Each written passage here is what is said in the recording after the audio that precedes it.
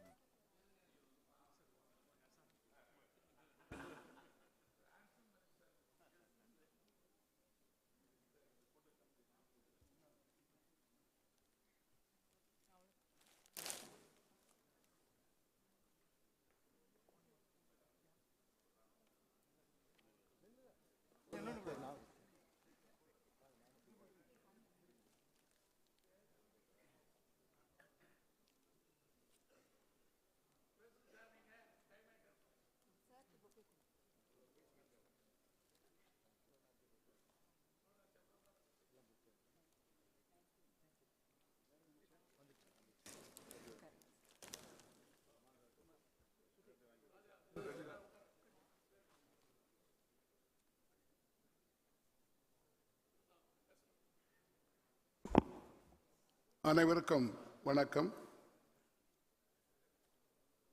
9வது உலகத்தமிழர் பொருளாதார மாநாட்டில் கலந்து கொண்டு துவக்க உரை ஆற்றுவதற்கு வருகை தந்துள்ள தமிழ்நாட்டின் நீர்வளத்துறை அமைச்சர் மாண்புமிகு துரைமுருகன் அவர்களே, இந்த மாநாட்டினை மிகச் சிறப்பாக ஏற்பாடு செய்திருக்கின்ற வழக்கறிஞர் சட்டக்கதிர் ஆசிரியர் டாக்டர் ERS சம்பத் அவர்களே, வரவேற்புரையாற்றிய திரு அபி ஜுனைத் அவர்களே, இதில் கலந்து கொண்டு உரையாற்ற இருக்கின்ற புதுச்சேரி பொதுப்பணித்துறை அமைச்சர் திரு லட்சுமி நாராயணன் அவர்களே, வருகை தந்துள்ள மலேசிய நாடாளுமன்ற உறுப்பினர் திரு சரவணன் அவர்களே,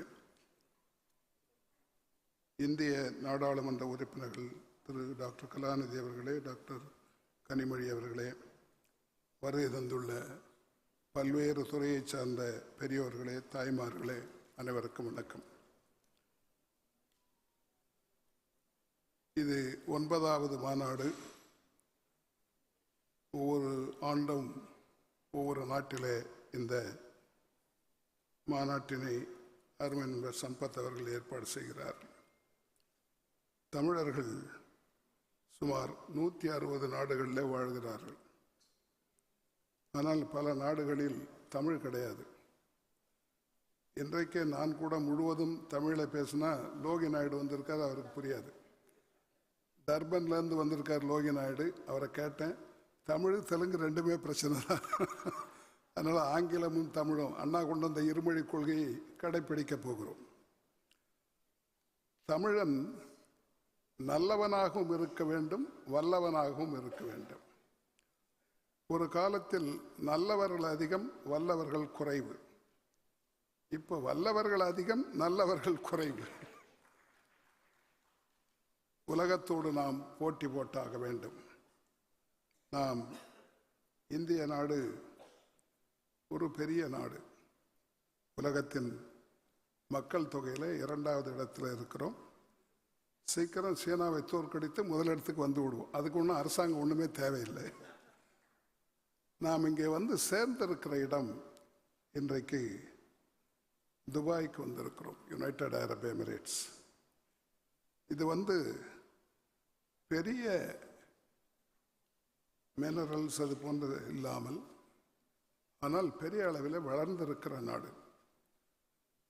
இந்த நாட்டை பார்த்தால் சிங்கப்பூர் தான் ஞாபகம் வரும். இந்த மக்கள் தொகையே 1 கோடி தான். ஆனால் பெரிய அளவில் அவர்கள் மக்களை வளர்த்திருக்கிறார்கள், வியாபாரத்தை வளர்த்திருக்கிறார்கள், தொழிலை வளர்த்திருக்கிறார்கள். அவருடைய மொத்த வருமானத்தை பார்த்தால் அவர்கள் 32வது இடத்துல இருக்கிறார்கள். 504 பில்லியன் தான் அவருடைய மொத்த வருமானம். ஆனால் தனிநபர் வருமானம் என்று பார்த்தால் $47,000. நான் அங்கே போனால் நான் பொருளாதார மாணவன், இன்னைக்கும் மாணவன் மாதிரி படிச்சுட்டே இருக்கிறவன்.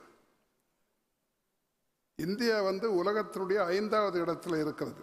The total GDP of India is $3.4 trillion and we are in the 5th position, next only to US, China, Japan and Germany. We have overtaken France and UK in the last year. அது பார்க்கும்போது நமக்கு பெருமையாக இருக்கு. அதுவும் நம்மை 200 ஆண்டு காலம் ஆண்ட ஆங்கிலேயர்கள் விட நாம் மேலே போய்விட்டோம் என்று. But the problem is their population is about less than 7 crores. We are 140 crores. And their per capita income is $47,000. We have just now reached $2,500. அதை பார்க்கும்போது வருத்தமாகவும் இருக்கு. அவங்கள மேலே போயிருக்கோம், ஆனால் நமக்கு ரொம்ப கீழே இருக்குமே அப்படின்னு. இந்த பொருளாதார மாநாட்டில் அதைத்தான் நான் வலியுறுத்த விரும்புகிறேன். ஒன்று, வளர வேண்டும். அதற்கு என்னென்ன செய்ய வேண்டும் என்பதை 3 நாள் நாம் விவாதிக்க இருக்கிறோம். அந்த வளர்ச்சியின் பயன் அனைவருக்கும் போய் சேர வேண்டும். இதில் நமக்கு பிரச்சனைகள் இருக்கு. சில நாடுகளில் பிரச்சனை இருக்கு. எந்தெந்த நாடு கல்வியில் வளர்ந்திருக்கிறதோ அவர்களெல்லாம் பொருளாதாரத்திலும் வளர்ந்து விட்டார்கள். காரணம், அங்கே இருக்கிற செல்வத்தை எப்படி பயன்படுத்துவது, அயல் நாடுகளில் இருந்து வருகிற முதலீட்டை எப்படி பயன்படுத்துவது, இதெல்லாம் செய்ய வேண்டுமானால் கல்வி வேண்டும். அது வெறும் பள்ளிக்கல்வி மட்டும் போதாது. They require higher education also, technical education also. அதனால் கல்விக்கு முக்கியத்துவம் கொடுத்த நாடுகள் எல்லாம், நான் அமெரிக்காவை ஐரோப்பாவை சொல்லவில்லை, just we take only Asia. மக்கள் தொகையிலே நம்மோடு ஒப்பிடக்கூடியவர்கள் சைனா மட்டும்தான். ஆனால் ஒரு காலத்தில் நம்மோடு இருந்தவர்கள்லாம் எங்கே வளர்ந்து விட்டார்கள் என்பதை நான் பார்க்கிறேன். தென்கொரியா, ஜப்பான், சைனா, இந்த 3 நாடுகளை எடுத்துக்கொள்ளலாம். மற்றெல்லாம் சின்ன நாடு. சிங்கப்பூரும் வளர்ந்துருக்கு. ஒரே ஒரு ஆள் பண்ணிட்டார், லீ குவான் யூன்னு ஒருத்தர். அவர் ஒரு புத்தகம் எழுதியிருக்கிறார், from third world to the first வேர்ல்டுன்னு. அதனால் ஒரு தலைமை சரியாக இருக்க வேண்டும், நல்ல அரசு அமைய வேண்டும், அவர்கள் சிறந்த கொள்கைகளை பின்பற்ற வேண்டும். China started modernization only in 1978. Till the time they were following only the communist policy. Now, even though it's a communist country, as far as business and industry are concerned, it's almost like private sector. அப்போதைக்கு நமக்கும் அவர்களுக்கும் வேறுபாடு $20 தான். In 1978, the difference between India and Chinese per capita income was only $20. Now, in 2022, they have crossed $12,500. We have crossed $2,500. $20 வித்தியாசமாக இருந்தது, இப்போ $10,000 வித்தியாசமாயிடுச்சு. So what is it that we can do? In fact, our Honorable Prime Minister talks about becoming a 5 trillion economy and later on 10 trillion economy. Our Honorable Chief Minister of Tamil Nadu, he has spoken about becoming 1 trillion economy. At present, we are around $300 billion. It means that we have to grow 3 times. What is it that we are going to do, and what are necessary things? That's what we are going to discuss. It's not only for India or Tamil Nadu, it is for all the countries wherever Tamils live. Because unless we contribute, we will not get it back. So, like Dubai, in fact, the chairman of the recession committee was telling that they contribute a lot. And in fact, I had a discussion with many others. From the beginning, the Indians, particularly Tamils, have been contributing to the economic growth of United Arab Emirates, UAE. And as I told you, we are not concentrating on higher education. The gross enrollment ratio, GER, or otherwise it's called access to higher education. The world average is 40%. India's average is 27%. Fortunately, Tamil Nadu has reached almost 50%. But unless as a country we grow, 1 or 2 states is not enough. Probably the southern states are doing well in India, because we have been concentrating on education. It is 50% in Tamil Nadu, 42% in Kerala. All the other southern states are about 30-35%. But if you go to the northern states, Bihar, it is 14%.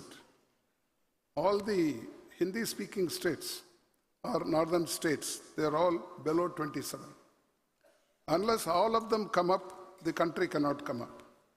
What is it we are going to do? The government has to take care of. Any welfare state has to concentrate on education and health. That's where we are lagging behind. Many countries spend on education, both private, public, state government, federal government, etc. About 140 countries spend more than India. In this budget, where Mrs. Nirmala Sitharaman presented, they are going to spend only 2.9% of the GDP on education. All the leading countries spend more than 5 or 6%. In fact, the new education policy, it is mentioned that we want to reach 6% of the GDP on education. That is pending for a long time. But compared to last year, it has gone down. Last year, it was 3.1%. This year, it is 2.9%. So unless we increase the education, the burden is going to be on the parents. They will have to spend more. That's what is happening in our country. I think it is time now that the governments realize, both the federal government as well as state governments realize, that they should spend enough on education and health. Health is another sector where the government is not concentrating.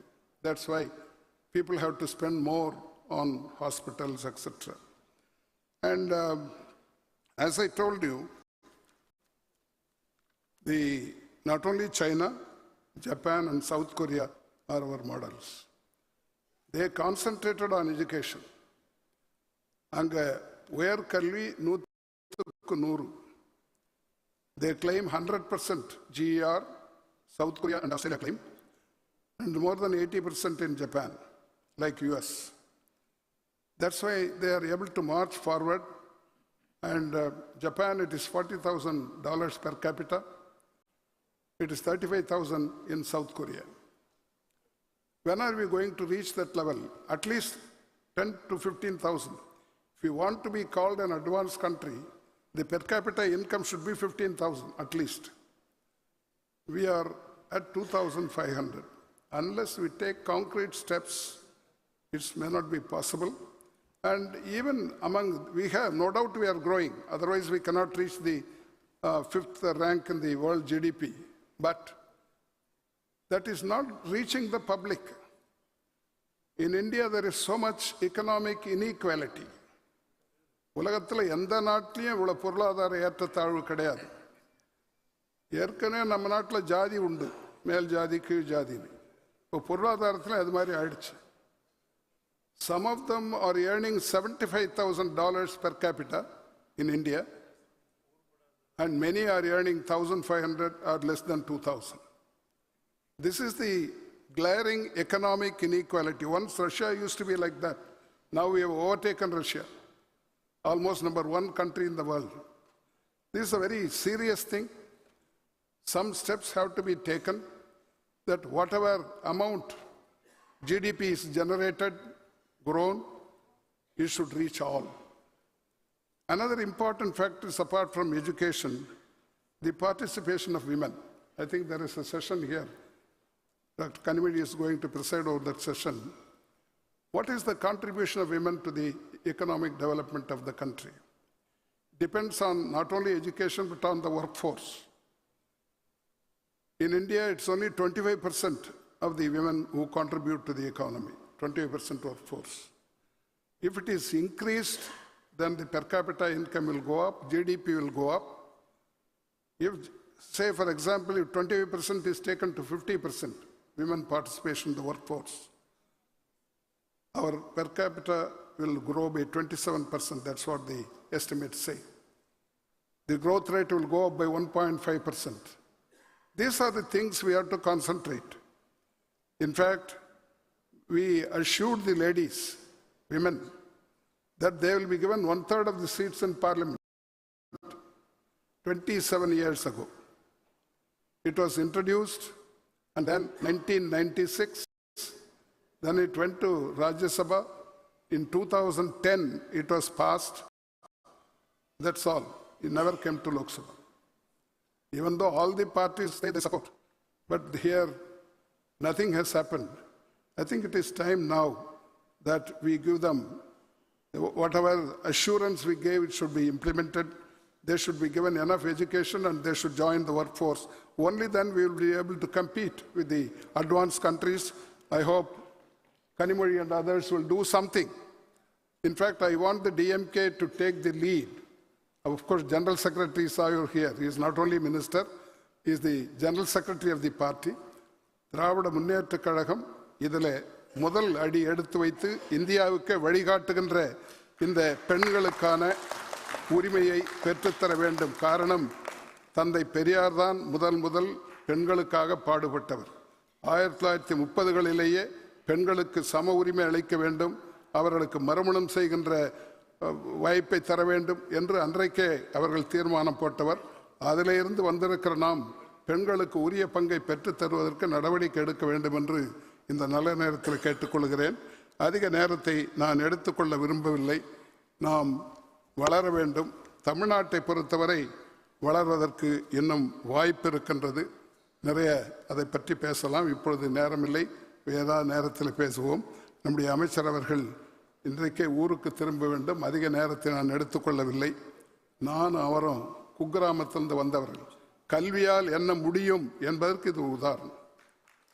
நான் கொத்தகுப்பம், அவர் காங்குப்பம், ரெண்டும் குடியாத்துக்கு பக்கத்தில் 2 கிராமங்கள்.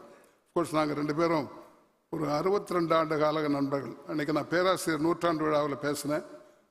பேராசிரியரும் கலைஞரும் 74 ஆண்டுகள் ஒன்றாக இருந்திருக்கிறார் நண்பர்களாக. நான் சொன்னேன், நாங்கள் 2 பேர் கூட அப்படி இருக்கணும்னு ஆசை. 62 வருஷம் முடிச்சுன்னு சொல்லி அவர் வந்திருப்பது மிகுந்த மகிழ்ச்சியை தருகிறது. அது மட்டுமில்லை, இதுதான் முதல் முறையாக எங்களுடைய மாவட்டத்திற்கே பொதுச் செயலாளர் கிடைத்திருப்பது அவ்வளவு சுலபம் அல்ல. அமைச்சராக கூட ஆகலாம், பொதுச் செயலாளர் வர முடியாது. அவருக்கு என்னுடைய வாழ்த்துக்களை தெரிவித்து அனைவருக்கும் நன்றி கூறி முடிக்கின்றேன். வணக்கம்.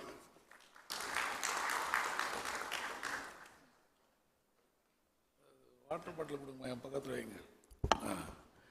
இங்கே நிறைய முக்கியமான விருந்தினர்கள்லாம் வந்திருக்காங்க. எல்லாரும் பேரையும் என்னால் சொல்ல முடியல.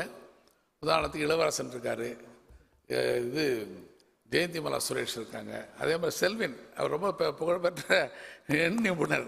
எங்களுக்கு தான் சொல்ல மாட்டேன்றார் எப்போ நான் மந்திரியா பண்ணுறதை. ஆமாம், அவர் வந்திருக்காரு.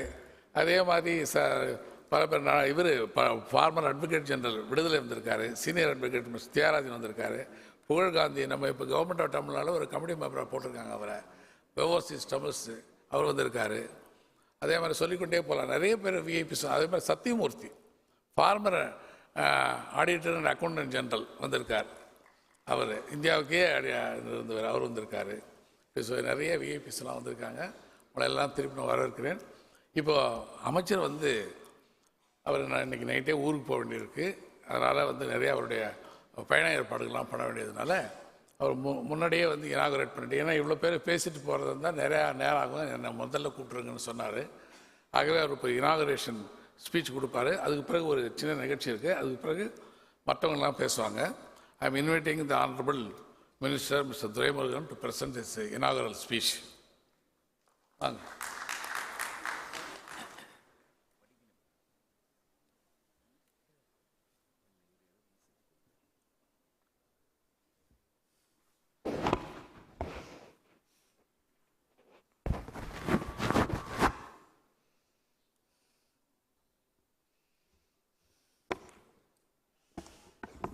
முதலில் எல்லோருக்கும் என் வணக்கம்.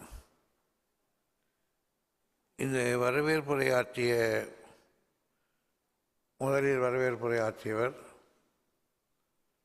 அடுத்து சம்பத் பேசும் பொழுது மரியாதைக்குரிய விஐடி வேந்தர் விஸ்வநாதன் பேசுகிற பொழுது பல பேருடைய பெயரை சொல்லி அவர்களே என்றார்கள்.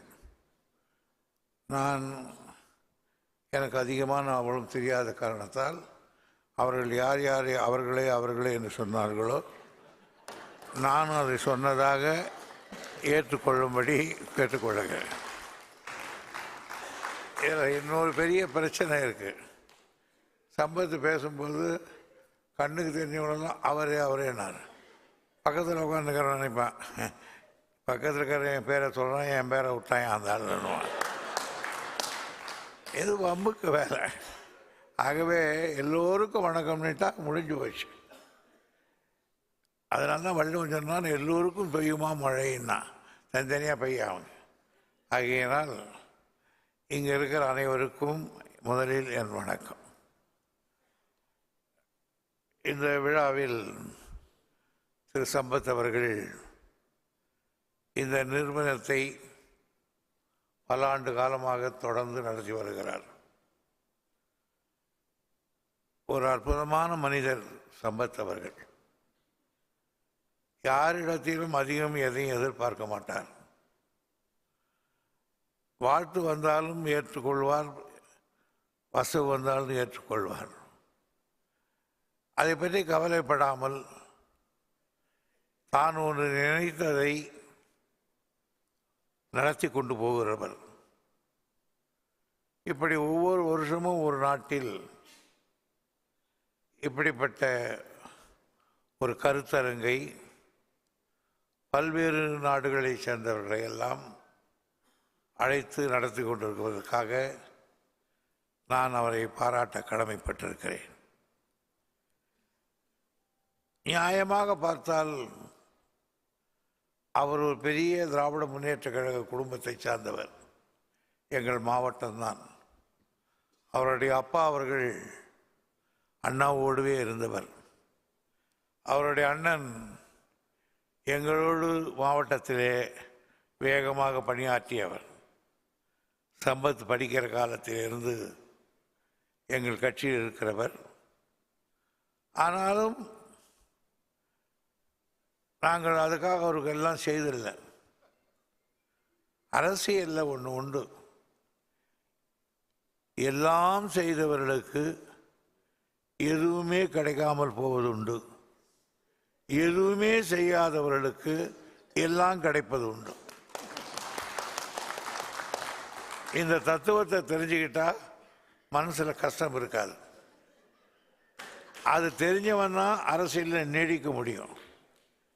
அப்படி இல்லைன்னா ஒரு கட்சியாக போய் பார்த்துட்டு வரலான்னு போயிட்டு வருவான். சம்பத் அப்படி இல்லை. நாங்களும் விடாமல் அவருக்கு என்னென்ன பண்ணி பார்க்குறோம். அவருக்கு இன்னும் இந்த சில பேருக்கு கல்யாண ராசி வரலன்ற மாதிரி அவருக்கு பதவி ராசி வரல. வரும் ஒரு நாள் என்று கருதுகிறேன். அவருக்கு உலகம் பூரா ஆட்கள் இருப்பாங்க. நான் ஒரு நாள் லண்டனுக்கு போகணுன்னு சொன்னேன். இங்கே உட்கார்ந்துருக்கிற மரியாதைக்குரிய சுபாஷ்கரன் அவர்கள் அவருக்கு ஒரு ஃபோன் அடித்தார். சுபாஷ்கரனுடைய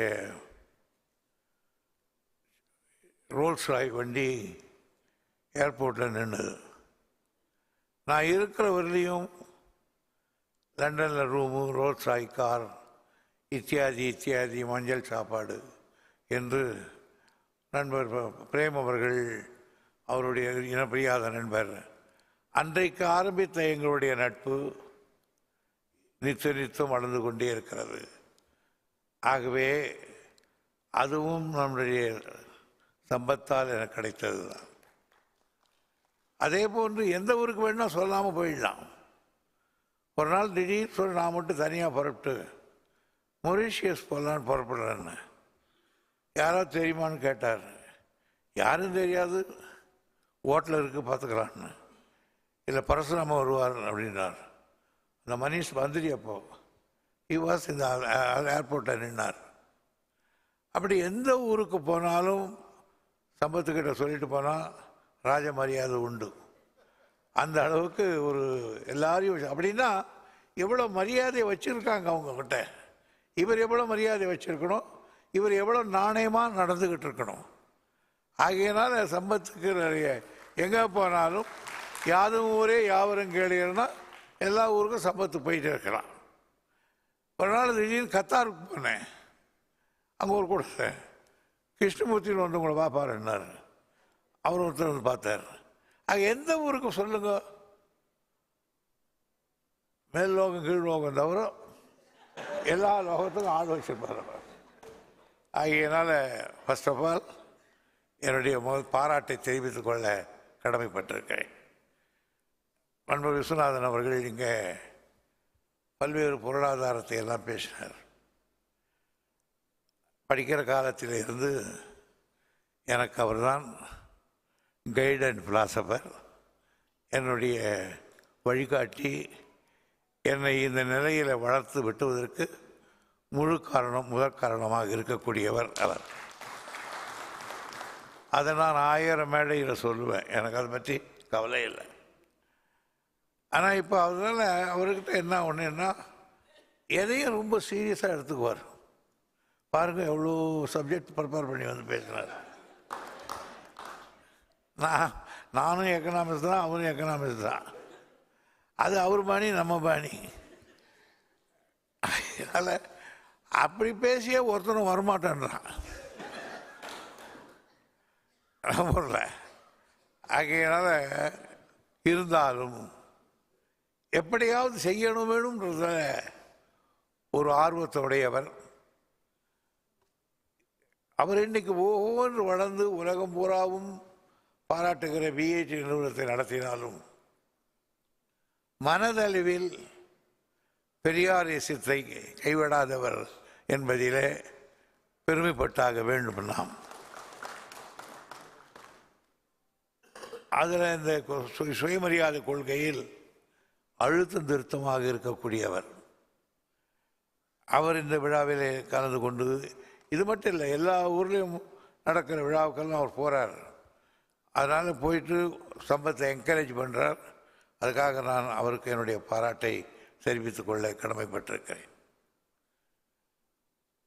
தமிழர்கள் எல்லா ஊருக்கும் போய் சில பேர் ஓஹோன்னு இருக்காங்க, சில பேர் ஏர்போர்ட்லேயே வணக்கம் சார் அப்படின்னு மூட்டை எடுத்துக்கிட்டு இருக்கான். ஆனால் ஓடி ஓடி இன்றைக்கு பல ஊர்கள் வளர்ந்துருக்காங்க. இங்கே உட்கார்ந்துருக்காரு கண்ணன் ரவி அவர்கள். ஒரு சாதாரணமான ஒரு கிராமத்திலிருந்து வந்தவர். ஆனால் இன்னைக்கு குறிப்பிடத்தக்க ஒருவர் துபாயிலே உண்டு என்றால் அது கண்ணன் ரவி அவர்கள். எந்த காரியமானாலும் அவர்கிட்ட போனால் நடக்கணும். என்னை பொறுத்த வரையில் எனக்கு இங்கே வந்தால் ஒரு அடைக்கலம் தருகிறவர் அவர். எனவே அப்படி பல பேர் வளர்ந்துருக்காங்க. நம்முடைய சுபாஷ்கரன் அவர்கள் சாதாரணமாக அந்த நாட்டிலிருந்து தமிழர்கள் விரட்டப்பட்ட பொழுது உயிரை கையில் பிடித்து கொண்டு எங்கேயாவது இந்த உலகத்தில் ஒரு மூலையில் நாம் மூச்சு விட்டு கொண்டிருக்க முடியாதா என்று தான் போனார். ஆனால் இன்றைக்கு ஒரு பெருமையோடு சொல்லுகிறேன், பிரிட்டிஷ் இங்கிலாந்து நாட்டில் பிரதமருடைய கதவையும் எதிர்க்கட்சி தலைவர் கதவையும் முன்னறிவிப்பில்லாமல் போய் தட்டிவிட்டு உள்ளே போகிற செல்வாக்கு படைத்தவர். பல பேருக்கு தெரியாது சுபாஷ்கரன் அவர்கள். ஆனால் மிக அடக்கமானவர், அதிகம் பேச மாட்டார், எதை செய்தாலும் பெருசாக செய்வார். பொன்னியின் செல்வன் படம் எடுத்தார், அதுக்கு முன்னே நிறைய படம் எடுத்தார். எனக்கு சொல்லுவார் பார்ப்போம்.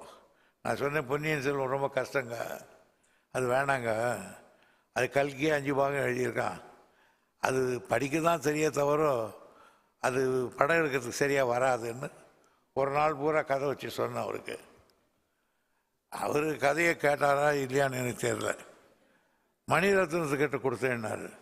ஐயோ அவர் இருட்டிலேயே படம் எடுப்பார், அந்த மாதிரி ஆளுகிட்ட கொடுத்துட்டீங்களே, இருக்கிறது கொஞ்சம் பகலில் படம் எடுக்கிற படமாச்சேன்னு சொன்னேன். கட்சியில் பார்த்தீங்கன்னா இவருடைய கணக்கும் கரெக்டாக இருந்து, மணிரத்னமும் கரெக்டாக இருந்து, இன்றைக்கி ஒரு தமிழனுடைய படம். அதான் நான் சொன்னேன் அவர்கிட்ட ஒரு நாள், நாங்கள் 1000 மேடையில் ராஜராஜனை பற்றி பேசியிருக்கோம், ராஜேந்திர சோழனை பற்றி பேசியிருக்கோம், சோழ சாம்ராஜ்யத்தை பற்றி பேசியிருக்கோம், வந்தியத்தேவனை பற்றி பேசியிருக்கோம், குந்தவை பற்றி பேசியிருக்கோம், 1000 கட்டுரைகள் எழுதியிருக்கோம், 1000 மேடையில் பேசியிருக்கோம். ஆனால் எங்களால் ஓரளவுக்கு தான் அவர்கள் அந்த செய்தியை கொண்டு போய் சேர்க்க முடிந்ததை தவிர,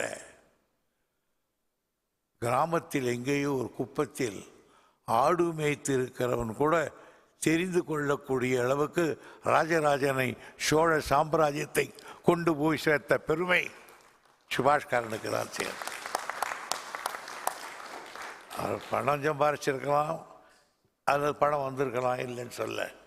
ஆனால் தமிழனுடைய மிகப்பெரிய காரியத்தை உலகம் முழுவதும் கொண்டு போய் நம்முடைய சோழ சாம்ராஜ்யத்தையே மறைச்சிட்டாங்க. ஹிஸ்ட்ரியில் நீங்கள் பார்த்தீங்கன்னா பாண்டியார் பல்லவாசல் இருந்தாங்கன்னு எழுதுறான். தமிழ்நாட்டினுடைய வரலாறே இப்போ பல ஹிஸ்டரியில் கிடையாது. இப்போ வர்ற புக்கில் எல்லாம் ஹிஸ்டரியில் பார்த்தீங்கன்னா நம்ம சமாச்சாரம் இருக்காது. வேலூரில் நடந்த புரட்சி இருக்காது. ஆனால் வடநாட்டில் நடந்த அந்த புரட்சி தான் ஞாபகத்தில் இருக்கும். வேலூர் நாச்சியாரை பற்றி இருக்காது, அங்கே இருக்க ஊற்றி பற்றி பண்ணுற இருக்கும். ஆகவே கொஞ்சம் கொஞ்சமாக இவ்வளவு இருந்த பொழுது தமிழனுடைய நாகரிகத்தை அல்லது வரலாற்றை மறைக்கிறாங்க. ஆனாலும் முகிலை கிழித்து வெளிவருவதை போல நாகரிகங்கள் மண்ணை பிளந்து கொண்டு வருகிறது. அதுதான் இப்பொழுது மதுரை மாவட்டத்தில் பக்கத்தில் ஆதிச்சநல்லூரில் பெருமணலில் எல்லாம் பூமியை பிளந்து கொண்டு பல நாகரிகங்கள் வெளியே வருகிறது. அது மொகஞ்சதாரோடு இருக்கிறது என்றான். மொகஞ்சதாரோ பாகிஸ்தானில் இருக்கு. அப்படி ஒரு நாகரிகத்தை நாம் கண்டுபிடிக்கல, வெள்ளைக்காரன் கண்டுபிடிச்சான். ஏராஸ் ஃபாதரியாரும் மார்ஷல்லும் கண்டுபிடிச்சாங்க. அந்த நாகரிகம் இப்போ இந்த நாகரிகமும் ஒத்து இருக்குன்றான். ஆகவே ஒரு பக்கம் தொழில் வளரணும், ஒரு பக்கம் இந்த வளர்க்கிற நாட்டோடு போட்டி போடணும், அதில் இருக்கணும். ஒரு பக்கத்தில் நம்மை இழக்காமல் இருக்க வேண்டும். நாம் நம்மை இழக்காமல் இருக்க வேண்டுமானால் நாம் யார் என்பதை நமக்கு தெரிய வேண்டும். நமக்கு அது பிரச்சனையே கிடையாது. சொன்னான் அர்னால்ட் டாயன்பி என்கிறவன் உலக வரலாற்றை எழுதிய மகத்தான ஒரு ஹிஸ்டாரியன். அவன் சொன்னான், வரலாற்றை மறந்த இனம் நினைவை இழந்த மனிதனுக்கு சமம். வரலாற்றை மறைந்த இனம் நினைவிழந்த மனிதனுக்கு சமம். ஆக வரலாற்றை தெரிஞ்சுக்கணும்.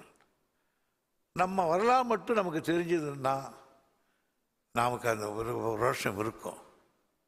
ஆகையினால் இப்படி பல நாடுகளுக்கு போனவர்களை எல்லாம் கூட அந்த உணர்வை ஊட்டுகிற காரியத்தை நம்முடைய சம்பத் அவர்கள் ஒரு தனி மனிதனாக நண்பர்களோடு சேர்ந்து செய்வதிலே பாராட்டு. ஏன் போனார்கள்? பல நாடுகளில் இன்னைக்கு வேணால் பல பேர் படிச்சுட்டு ஐடி படிச்சுட்டு அமெரிக்காவுக்கும் லண்டனுக்கும் போனவங்க இருப்பான்.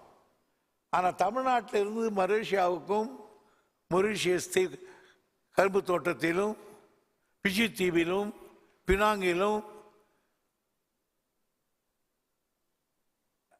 மற்ற நாடுகளில் கிழக்காசிய நாடுகளிலும் தமிழன் போனானே. இதுக்காக நான் இல்லை, இதை ஒரு ஜான் வைட் பழப்புக்காக போனான். அண்ணா சொன்னார், அந்த தமிழனை எல்லாம் ஒரு கைதிகளை மாதிரி ஏற்றி கப்பலிலே நிற்க வைத்து அவர்களெல்லாம் அந்த மேல்தட்டிலே நின்று கொண்டு இந்த நாடு மறைய மறைய, ஏ தமிழ்நாடே உன்னிடத்திலே எல்லா வளமும் இருந்தென்ன, பொன்னும் மணியும் விளைந்தென்ன, வளைந்து வளைந்து ஓடுகிற ஆறுகள், அவைகளாலே வளர்க்கப்படுகிற நெல்வயல்கள், அந்த நெல்வயல்களிலே சந்தி குதிராடுகிற நெல்மணி கதிர்கள், தேக்கும் அகிலும் சந்தனமும் பலாவும் தாமிரபரணியும் காவிரியும் தென்பெண்ணையும், இவ்வளவும் கோலாரிலே பொன்னும் காவிரி வட்டத்திலே எண்ணும் சேலத்திலே இரும்பும், இவ்வளவு செல்வம் இருந்தென்ன, நாங்கள் அனாதைகள் தானே, பிழைப்புக்காக போகிறோமே என்று வருந்தி விட்டு போயிருப்பார்களே தவிர இந்த நாட்டை வாழ்த்தி விட்டா போயிருப்பார்கள் என்று அண்ணா அவர்கள் அந்த காலத்திலேயே பேசினார்கள்.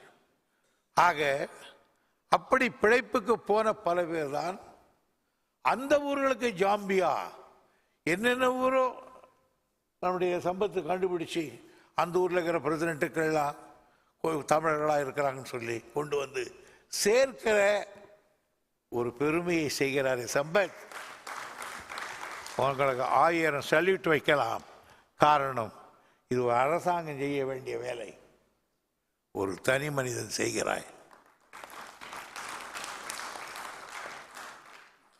அவனுக்கு மறந்து போச்சு. ஆனா தீபாவளி ஞாபகம் இருக்கு. அவனுக்கு எல்லாம் மறந்து போச்சு. எங்கேயோ நம்ம ஒரு காலத்தில் அங்கே இந்தியாவில் இருந்து வந்து இருக்கிறோம். அது இல்லை, இது உன் நாடு, வா உன் நாட்டை காட்டுறோம், வா உன் தாத்தா பாட்டை இருந்த ஊரை காட்டுறோம், வா என்று அவர்களையெல்லாம் கொண்டு வந்து பல பல்கலைக்கழகங்களிலே பேச வைக்கிற பெருமையையும் செய்து கொண்டிருப்பவர் நம்முடைய சம்பத் அவர்கள்தான். எனவே இந்த போரம் தொழில் முனைவோரை ஊக்கப்படுத்துவதோடு நாம் யார் என்பதை நினைவுபடுத்துகிற நல்ல பணியையும் செய்கிறது என்பதிலே எனக்கு மட்டற்ற மகிழ்ச்சி. உங்களோடு இருந்து ஒவ்வொருவரோடும் தனித்தனியாக பேசி உங்களை தெரிந்து கொள்ள வேண்டும் என்றுதான் ஆசை. ஆனால் நாளைக்கு மறுதினம் தமிழ்நாட்டினுடைய நிதிநிலை அறிக்கை படிக்க போகுது. இந்த அவசர கூட்டத்துக்கு நாங்கள் வர்றோம். பட்ஜெட் இருக்குது, துரைமுருகன் ஜாலியாக துபாய் போயிட்டாருன்னு எழுதுறான் எங்கள் ஊரில். இன்னொருத்தர் சொல்கிறா அவர் இது ஒரு ஃபேக்ட்ரி செட்டப் பண்ண போயிருக்காருன்றான். ஆக இதுதான் நம்முடைய ஆள் பேசுகிறான். இப்படி ஒரு அரங்கம் நடக்குது, அதுக்கு போயிருக்காருன்னு எழுதுல முடியல. ஆக குறை சொல்லுவதையே பழக்கமாக கொள்றேன். இதை என்னைக்கு தமிழன் விடுறானோ அன்னைக்கு தான் இந்த தமிழன் உருப்படும்.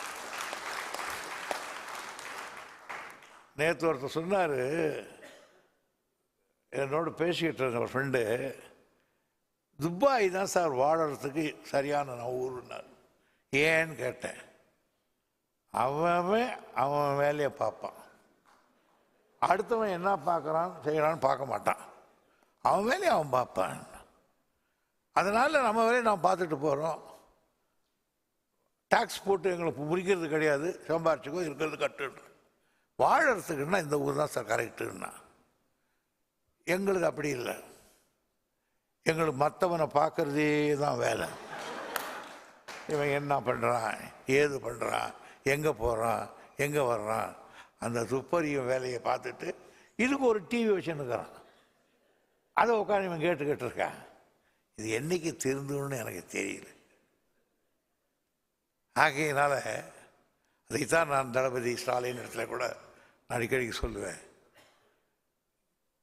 தலைவருக்கு அந்த விசால மனப்பான்மை உண்டு, கண் விரல் உலகம் பூரா தெரிஞ்சது. தளபதி எடுத்து சொல்கிறேன், உங்களுக்கு ஒரு இளைஞன் வேக சுறுசுறுப்பாக இருக்கிற ஒருவர் முதலமைச்சராக வந்திருக்கிற காலகட்டம். எனவே இந்த காலகட்டத்தில் வெளிநாட்டில் இருக்கிற தமிழர்களை செல்லுநர்களை கொண்டு வந்து தமிழ்நாட்டிலே தொழில்முறையை முனைய வைப்பது மட்டுமல்ல, தமிழர்கள் உலகத் தமிழர்களை ஒன்றாக இணைக்கின்ற ஊர் கனியாக கொண்டு வருகிற காரியத்தை நீங்கள் செய்ய வேண்டும். உங்களை விட்டால் அதற்கு ஆள் இல்லை என்று நான் அடிக்கடி அவரிடத்தில் சொல்லி கொண்டிருக்கிறேன். எனவே அவருடைய நிச்சயம் அது செய்வார் என்ற நம்பிக்கை எனக்கு இருக்கிறது. அப்படி ஒரு நிலைமை இருந்தால் அவரோடு சேர்ந்து இணைந்து நான் அந்த பணியை செய்ய கடமைப்பட்டிருக்கிறேன் என்பதை எடுத்து கூறி, நீண்ட காலம் உங்களோடு இருக்க முடியவில்லை, இன்னொரு சமயம் நான் அதை சந்திக்க என்று கூறி வாய்ப்புக்கு நன்றி தெரிவித்து விடைபெறுகிறேன். நன்றி, வணக்கம்.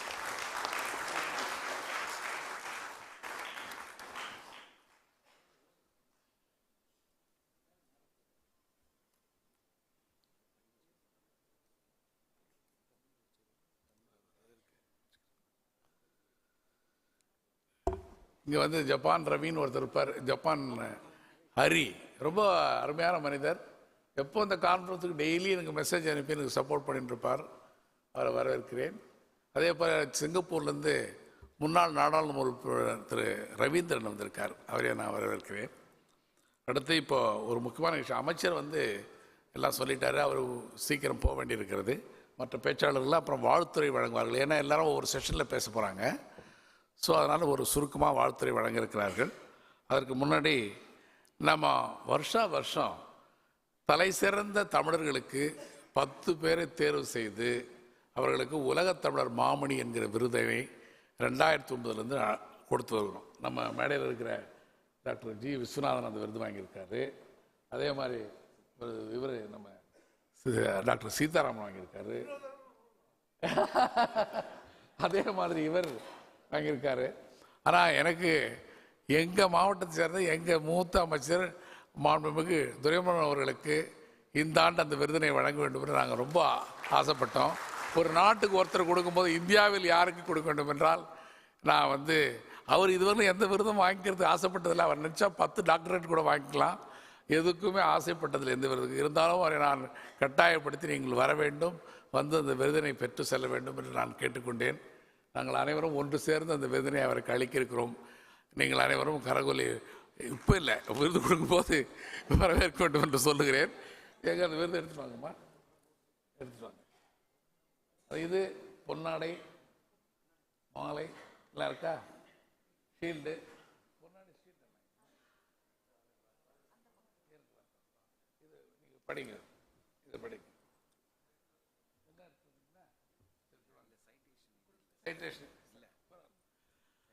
அதாவது மாண்புமிகு துரைமுருகனை பற்றி சைட்டேஷன் சொல்கிறதுக்கு ஒன்றும் தேவையில்லை. ஏன்னா உங்களுக்கு எல்லாருக்கும் தெரிஞ்சவர், உலகம் அறிந்தவர்.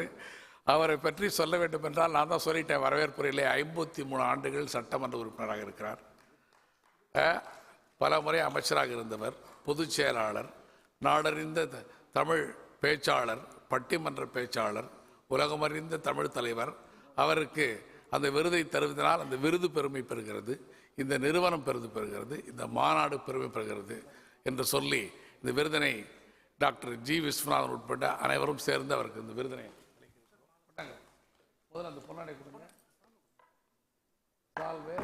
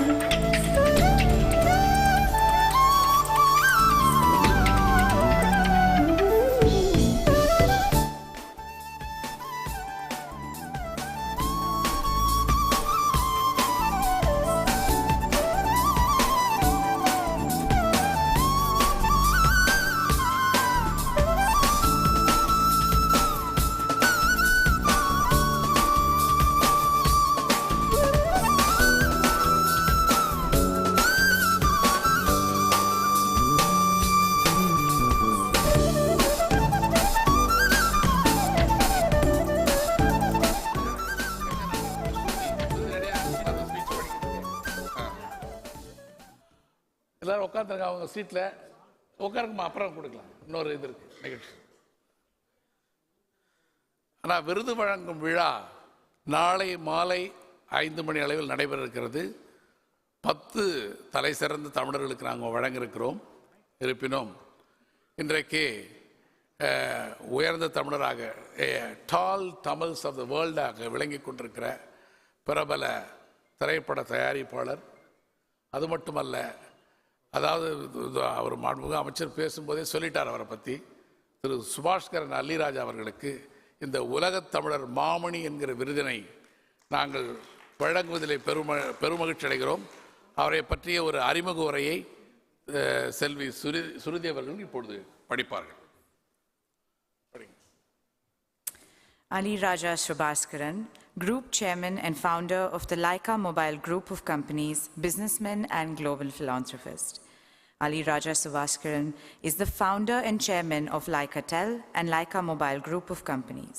Subhakaran is a high-profile industry visionary and entrepreneur with over 18 years of entrepreneurial experience in the telecommunications industry.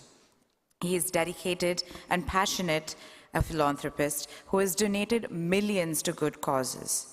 Subhakaran's business acumen has led him to acquire and build numerous other companies spanning entertainment, financial services, travel, healthcare, media, marketing, and hospitality. His extraordinary business success has been recognized internationally, with him receiving industry awards such as the Platinum Award for Business Person of the Year at the Asian Achievers Awards, the International Business Awards Gold Award for Entrepreneurship, the Asian Voice Political and Public Lives International Entrepreneur of the Year, the Golden Peacock Award for Entrepreneurship, and an honorary doctorate of philosophy in business administration from Amist University in Malaysia. He was named one of the most influential people of 2023. Despite what he has done in business, Subhakaran has always had a passion to use his personal success to give back to the wider community.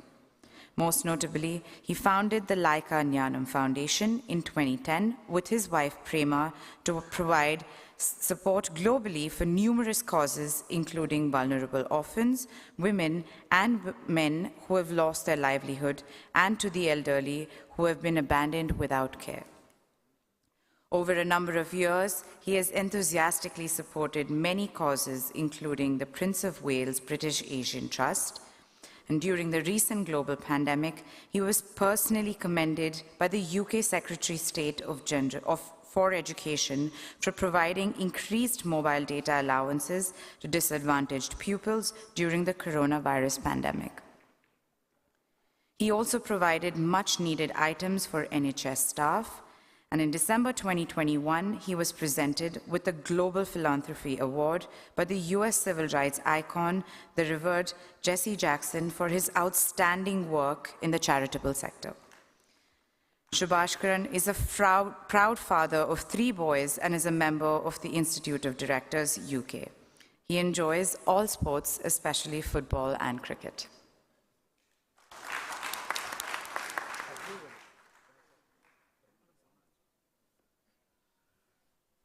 இப்போது அந்த உலகத் தமிழர் மாமணி crown jewel of world Tamils விருதினை மாண்புமிகு அமைச்சர் திரு துரைமுருகன் அவர்கள் திரு சுபாஸ்கரன் அல்லிராஜா அவர்களுக்கு வழங்குவார்கள்.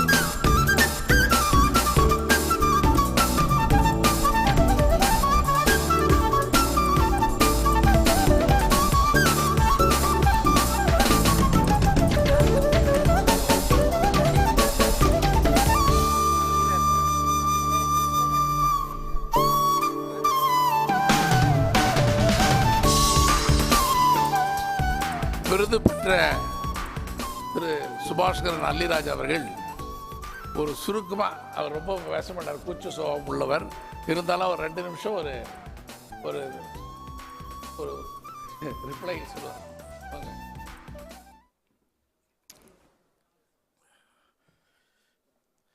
I'm honored to receive this award. I would like to thank the organizers and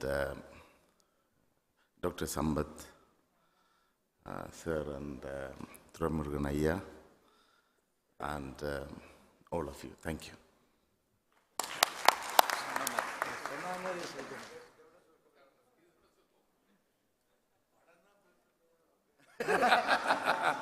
அடுத்து பாண்டிச்சு நீங்கள் புறப்படுறீங்களா?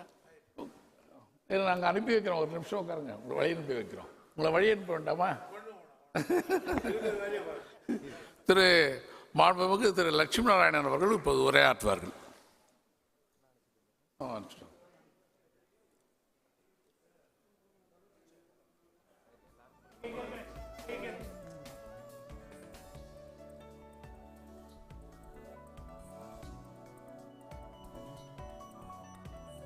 வாங்க மிஸ்டர் லட்சுமணன்.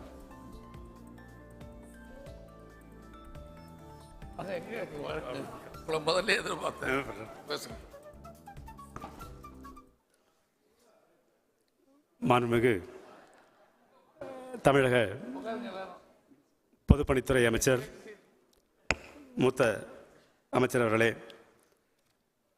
நம்முடைய மெட்ராஸ் டெவலப்மெண்ட் சொசைட்டியினுடைய 9வது உலக தமிழர் பொருளாதார மாநாட்டிற்கு மேடையிலே அமர்ந்திருக்கின்ற பெரியவர்களே, இந்த விழாவை மிக சிறப்பாக நடத்தி கொண்டிருக்கின்ற அன்பிற்குரிய சகோதரர் வி.ஆர்.எஸ். சம்பத் அவர்களே, இந்த விழாவை தலைமைதான் நடத்தி கொண்டிருக்கின்ற பிஐடி வேந்தர் அவர்களே, பல இடங்களிலிருந்து வந்திருக்கின்ற நாடுகளிலிருந்து வந்திருக்கின்ற உலக தமிழர்களே, உங்களை எல்லாம் வணங்கி மகிழ்கிறேன். புதுச்சேரியின் சார்பிலே உங்களை எல்லாம் இந்த மிகப்பெரிய பொருளாதார மாநாட்டின் மூலமாக சந்திப்பதில் மிகுந்த மகிழ்ச்சி அடைகிறேன். எங்களுடைய மாநிலம் மிக சிறிய மாநிலம். நம்முடைய இந்த உலக பொருளாதார மாநாடு பொதுவாக பல நாடுகளிலே நடந்து கொண்டிருக்கிறது. 9வது முறையாக இப்பொழுது துபாயில் நடந்து கொண்டிருக்கிறது. உலகம் பார்க்க விரும்புகிற, உலகம் திரும்பி பார்க்கிற ஒரு இடத்திலே தமிழருடைய பெருமையை மிக அழுத்தமாக நிலைநாட்டுகிற இந்த கருத்தரங்க விழாவிலே கலந்து கொள்கிற உங்கள் அனைவருக்கும் எனது மனமார்ந்த வாழ்த்துக்களையும் பாராட்டுகளையும் இந்த நேரத்தில் தெரிவித்துக் கொள்கிறேன்.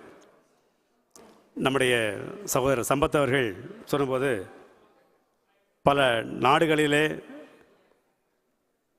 இந்த தமிழருடைய பொருளாதார மாநாட்டை நடத்தியிருக்கிறோம் என்று சொன்னார்கள். உங்களுக்கு எல்லோருக்கும் தெரியும், புதுச்சேரி ஒரு யூனியன் பிரதேசம். நாங்கள் மாநில அந்தஸ்துக்கே பல நேரங்களிலே பேசிக்கொண்டிருக்கிற பொழுது எங்களுக்கு ஒரு நாட்டினுடைய அந்தஸ்தை கொடுத்து எங்களுடைய முன்னாள் சட்டப்பேரவைத் தலைவர் சிவகோவிந்தன் அவர்களுடைய தலைமையிலே புதுச்சேரியிலேயும் அந்த மாநாட்டை நடத்தினார்கள். எங்களுக்கு அது ஒரு மிகப்பெரிய பெருமை.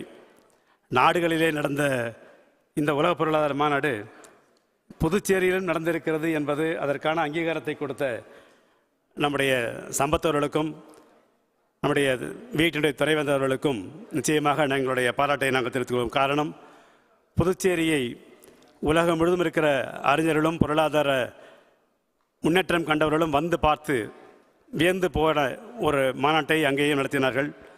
அதனுடைய அடிப்படையிலே இப்போது துபாயிலே எல்லோரும் சந்திக்க ஒரு வாய்ப்பை கொடுத்திருக்கிறார்கள். ஒரு மிகப்பெரிய சந்திப்பை இங்கே நடத்தி கொண்டிருக்கிறார்கள். இந்த சந்திப்பின் மூலமாக உலக தமிழர்கள் யாரெல்லாம் பொருளாதாரத்திலே துறைகளிலே பல துறைகளிலும் பெரிய அளவிலே வந்து கொண்டு எல்லாம் ஒருங்கிணைத்து முன்னேற துடிப்பவர்களுக்கும் ஒரு மிகப்பெரிய மேடையை காட்டியிருக்கிறார்கள். பொதுவாக முன்னேற துடிப்பவர்களுக்கு, முன்னேற பார்த்து கொண்டிருப்பவர்களுக்கு நாம் செய்ய வேண்டிய முதல் காரியம் நமக்கு முன்னால் இருக்கிற சந்தர்ப்பங்களை சரியான முறையிலே பயன்படுத்தி கொள்ள வேண்டும் என்பதுதான். இன்றைக்கு துபாய் மற்றும் சிங்கப்பூர் போன்ற சிறிய நாடுகள் உலக பொருளாதாரத்திலே ஒரு மிகப்பெரிய அளவில் அசைக்க முடியாத இடத்திலே இருந்து கொண்டிருக்கிறது என்று பார்க்கிற பொழுது அதற்கு காரணம் அந்த நாடுகள் எங்கெங்கெல்லாம் ஒரு சிறிய வாய்ப்பு கிடைத்தால் கூட அந்த வாய்ப்புகளை சரியான முறையிலே பயன்படுத்தி வெற்றிகரமான நாடாக, பொருளாதாரத்திலே ஒரு மிகப்பெரிய நாடாக வந்து கொண்டிருக்கிறார்கள். உலக நாடுகளிலே மனிதர்களுக்குள்ளாக இருக்கிற பல பிரச்சனைகள் இங்கேயெல்லாம் இருந்திருக்கக்கூடும்.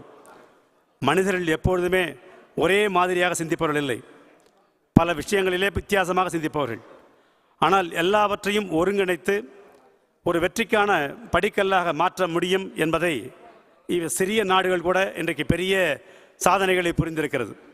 அப்படித்தான் இருக்கின்ற அந்த வகையெல்லாம் ஒன்றாக இணைக்கிற ஒரு மிகப்பெரிய சக்தியாக இன்றைக்கு உலக தமிழர்கள் பொருளாதார மாநாட்டின் மூலமாக சாதித்து காட்டியிருக்கிறார். உங்களுக்கு தெரியும், ஜப்பான் போன்ற நாடுகள் இன்றைக்கு அந்த நாட்டிலே எல்லோருக்கும் தெரியும், அதாவது இரும்பு தாது என்பது அந்த நாட்டிற்கு தெரியாத விஷயம். ஆனால் உலக நாட்டிலே ஒரு 20 ஆண்டு காலத்திலே உலகத்திற்கே இரும்பை, அதாவது ஸ்டீலை அதிக அளவு ஏற்றுமதி செய்யக்கூடிய அளவிற்கு அந்த நாட்டிற்கான ஒரு உழைப்பு சிந்தனை ஒன்றாக இருந்த காலத்தில் அவர்களெல்லாம் மிகப்பெரிய நாடாக மாற்றி கொண்டிருக்கிறார். அதாவது மோனோபலைசேஷன் சொல்லக்கூடிய அளவிற்கு வந்திருக்கிறார். சிங்கப்பூர் மிக சிறிய நாடு, குடிப்பதற்கு கூட தண்ணீர் வெளியிலே வாங்கக்கூடிய நாடு. ஆனாலும் அவர்களால் பொருளாதாரத்திலே ஒரு தலைசிறந்த நாடாக உருவாகிக்க முடிகிறது. துபாயை எடுத்துக்கொண்டு சொன்னால் இன்றைக்கு ஒரு பெரிய பாலைவனமாக இருந்தால் கூட இன்றைக்கு ஒரு சோலைவனமாக மாற்றி இருக்கிறார்கள் சொன்னால் அதற்கு பின்னாலே இருக்கிற உழைப்பைத்தான் பார்த்திருக்கிறோம். இன்றைக்கு பொருள் மூலதனம் என்பதை விட காட்டிலும் சிந்திப்பதும் அதற்கான உழைப்பும் சரியான அளவிலே போடுகிற பொழுது அந்த பொருளாதாரத்திலே ஒரு மிகப்பெரிய மாற்றத்தை உருவாக்க முடியும் என்கிற ஒரு சாதனையைத்தான் இன்றைக்கு உலக நாடுகள் இன்றைக்கு காட்டிக் கொண்டிருக்கின்றன. அந்த சாதனையின் அடிப்படையில் தான் இங்கே இருக்கின்ற பலரையும் ஒன்றாக இணைத்து நாம் எல்லோரும் ஒருங்கிணைந்து செயல்படுவோம் என்று சொல்லியிருக்கிறார்கள். ஒரு சீன பழமொழி உங்களுக்கு தெரிந்திருக்க வாய்ப்பு இருக்கும். சிலந்தி வலைகள் கூட ஒன்றிணைந்தால் சிங்கத்தை கூட சிறைபிடிக்கும் என்று சொல்வார்கள். சிலந்தி வலைகள் தெரியும், காற்றிலே கூட அறுந்து போகும். ஆனால் அவைகளெல்லாம் ஒன்றிணைந்தால் சிங்கத்தை கூட சிறைபிடிக்க முடியும் என்று சொன்னால் அதற்கு காரணம் ஒன்றிணைவது தான். இன்றைக்கு தெரியும், இன்றைக்கு உலகத்திலே ஒரு மிகப்பெரிய புரட்சியெல்லாம் தகவல் புரட்சியிலே சொல்லிக் கொண்டிருப்பது கேபிள்கள் தான். ஒரு சிறிய கேபிள்கள் எல்லாம் ஒன்றாக இணைத்து இன்றைக்கு ஆப்டிக்கல் கேபிளே இல்லாமல் இன்றைக்கு பல செய்திகளை கடத்துகிற உலகத்திலே தொழில் புரட்சி காலத்தில் நாம் இருந்து கொண்டிருக்கிறோம். எல்லாவற்றையும் ஒருங்கிணைக்கிற பொழுது ஒரு சிறிய கம்பிகள் எல்லாம் ஒரு பெரிய கம்பியாக முறுக்கு கம்பியாக மாற்றுகிற பொழுது எவ்வளவு பெரிய வலிமை கிடைக்கிறது எல்லாம் நமக்கு தெரியும்.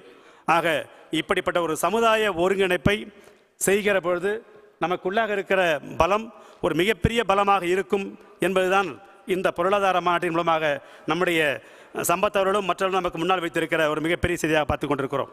ஆகவே ஒரு சிறிய விஷயங்கள் எதுவாக இருந்தாலும் சரி, இன்றைக்கெல்லாம் உங்களுக்கு தெரியும், பல விஷயங்களிலே இன்றைக்கு 20% முழு உழைப்பை கொடுப்பவர்களுடைய எண்ணிக்கை தான் 80% உற்பத்திக்கான காரணமாக இருக்கிறது.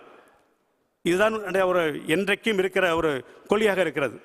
யாரெல்லாம் இன்றைக்கு நேர்மறையாக எதிர்பார்த்து கொண்டிருக்கிறோம், நம்முடைய மாண்புமிகு அமைச்சர் சொன்னார்கள், பக்கத்தில் இருப்பவன் என்ன செய்கிறான் என்று பார்த்து குறை சொல்வதை காட்டிலும் நம்மால் என்ன செய்ய முடியும் என்று பார்க்கிற பொழுது நேர்மறையான சிந்தனைகள் எதிர்மறையான சிந்தனைகளை எல்லாம் வெற்றி கண்டு கண்டிப்பாக நம்மை ஒரு மிகப்பெரிய உயரத்திற்கு எடுத்து செல்லுவதற்கு பல உதாரணங்கள் இன்றைக்கு வாழ்க்கையில் இருந்து கொண்டிருக்கிறது.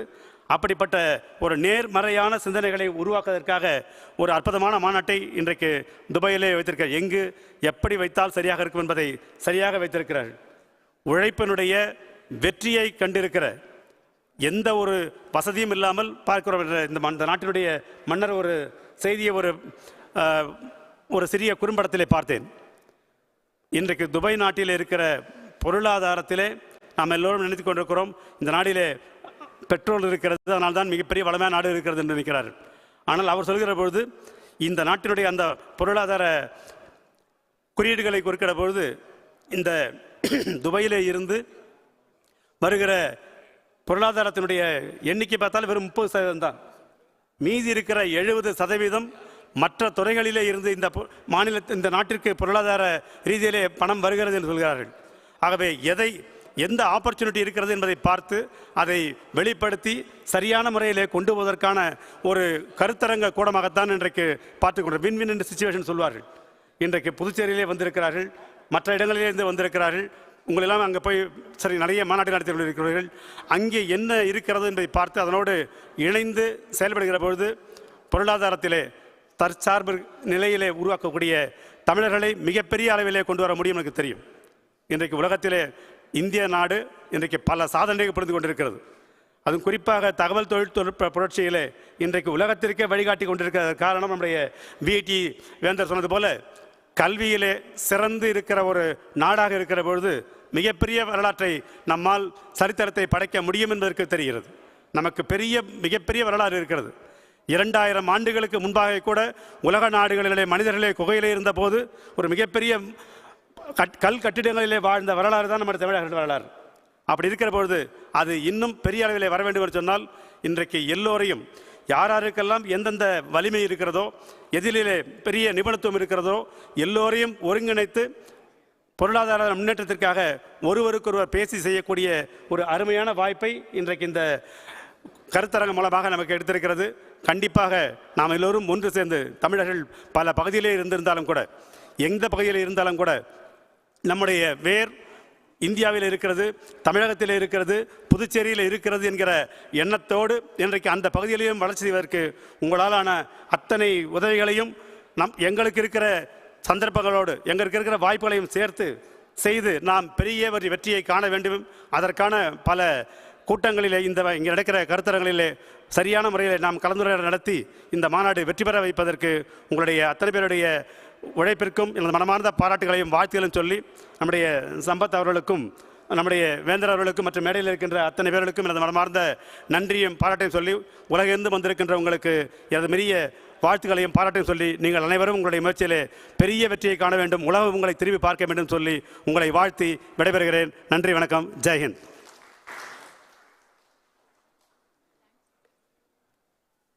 மிக்க நன்றி sir, thank you so much. And இப்போ நமக்காக ஒரு ஸ்பெஷல் ஏவியில் வந்து நமக்காக ஒரு ஸ்பீச் கொடுக்க போகிறாங்க. And we are very honour to have him here in this moment. His excellency doctor Paramasivam Pillai Vaiyapuri, former president of Mauritius. AV please.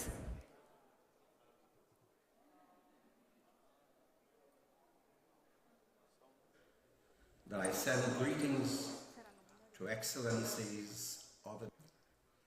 It is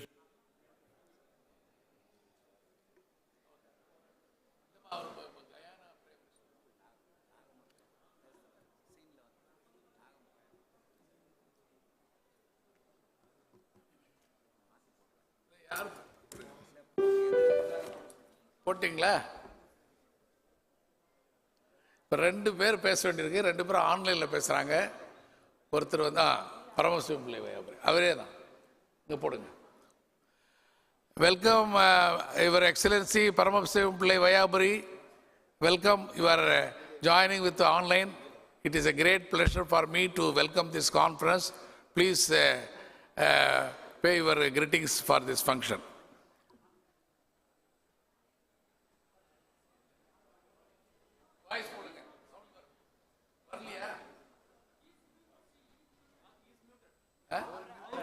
sir mute பண்ணியிருக்கீங்களா sir? Mister His Excellency, you are muted.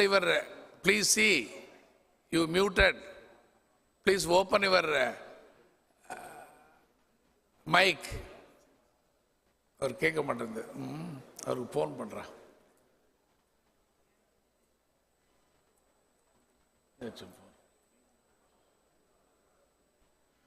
Sir, நீங்கள் inform பண்ண முடியாதா யார் அதுக்கு?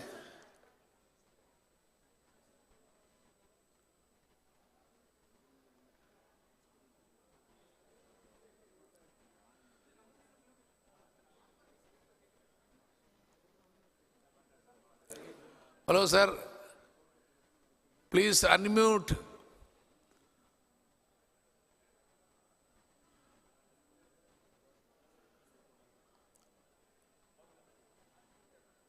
Unmuted.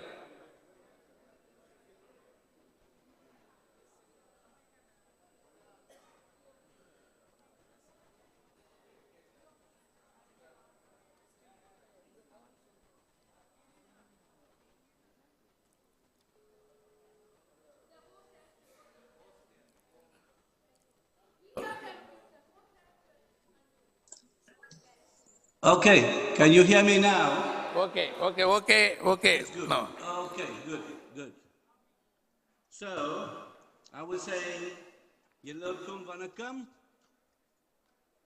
Dr. Sampath, Founder President, World Tamil Economic Conference, Dr. Junaid, Chairman Reception Committee, Honourable Minister Thiru Durai Murugan, Honourable Minister Thiru Lakshminarayanan, former Minister of State Thiru Jagat Rashagan, Dr. Viswanathan, Your Excellency Dr. Moses Virasamy Naigamutu, former Prime Minister of Guyana, who is participating like me from a distance, distinguished personalities on the dais, brothers and sisters. I really regret not to be physically present in Dubai and participate together with you in this 9th World Economic Conference. But still, through this Zoom meeting, I will showcase my country, Mauritius, and spell out the possibilities for business and investments.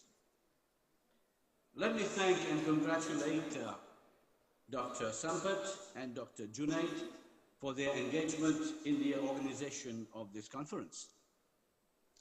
I have had a look at the program and the list of personalities who will intervene, and I am sure that the conference promises to be a very successful one.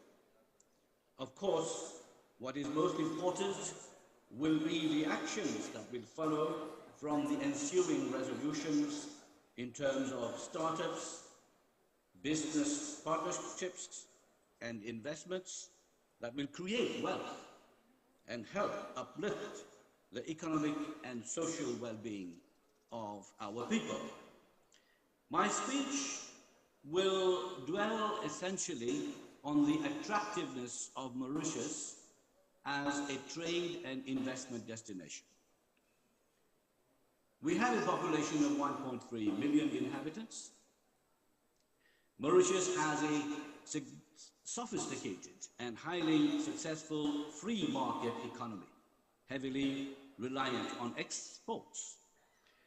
With a GDP per capita of $12,500, the country has embarked on a bold series of reforms to further diversify the economic base, thus enabling the country to be more resilient to external shocks. Mauritius is a diversified economy.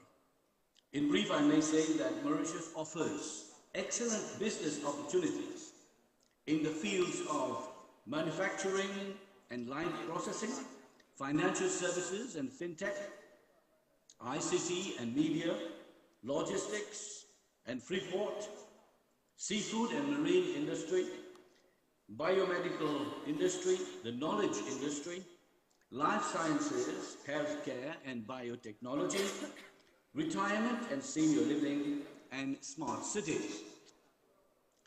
Today, Mauritius owns a highly valued image equity, which has been built over the past years. It has forged a solid reputation in terms of ethics, transparent governance, economic and political freedom.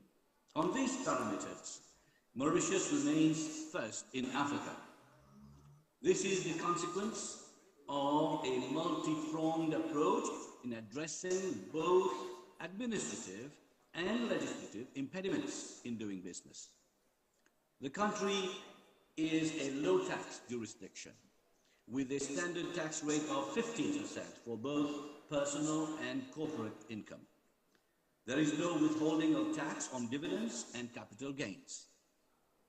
Tax holidays over a period of 8 years are provided to innovative activities, smart cities, among others. There is no exchange control in Mauritius. The principle of free movement of capital is acquired. It is therefore possible for foreign investors to send home funds invested, profits, capital gains, and dividends outside the country without any restrictions or particular formality. Very importantly, the country takes advantage of its strategic position at the crossroads of Africa, Asia, and Australia. It has gradually transformed itself into an international hub for investors in search of security, transparent regulation, and high value-added enterprise as a platform to invest or create activities in Africa. In addition, with the plethora of trade agreements that Mauritius has signed and ratified, it has duty-free access for its locally manufactured products to nearly 70% of the world's population. Speaking on financial services, let me say that the Mauritius International Financial Center offers a panoply of competitive financial products and services, including private banking, global business, insurance and reinsurance, investment banking, global headquarter administration, among others. Ladies and gentlemen, Mauritius offers investors a golden opportunity to tap into a well-established luxury and property market. Non-citizens may acquire villas and apartments as a unique asset for investment purposes or as a second home. It is also possible for the residences to be put on rental. Several important projects are being developed. With the new economic expansion of Mauritius, the Mauritian government is promoting openness to foreign investors, to people with talents and know-how, and to retirees. Foreign nationals may opt to invest, work, live, or retire in Mauritius through various avenues, namely the occupation permit, the residence permit, the young professional occupation permit, or the permanent permit residence.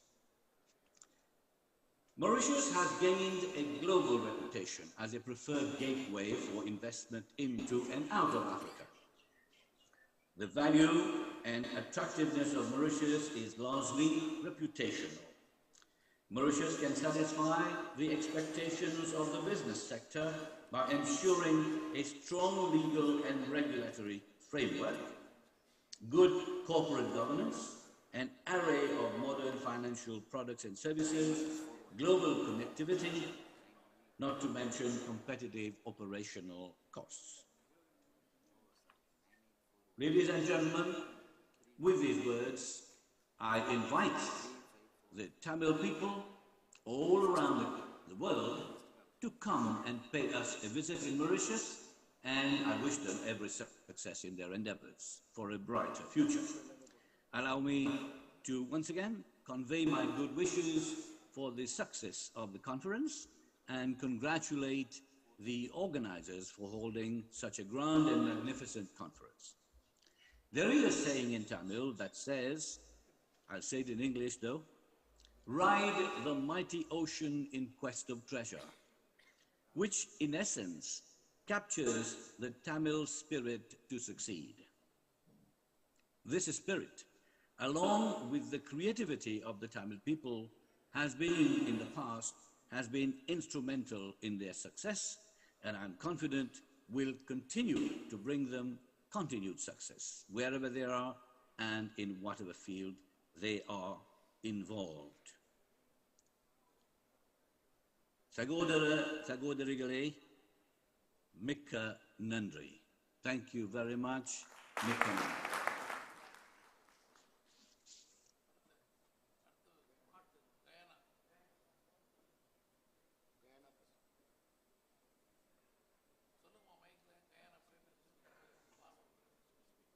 Over to you. It is with distinguished pleasure that I send greetings to Excellencies, other distinguished participant, and special guest at this 9th Tamil Conference and Global Economic Summit 2023.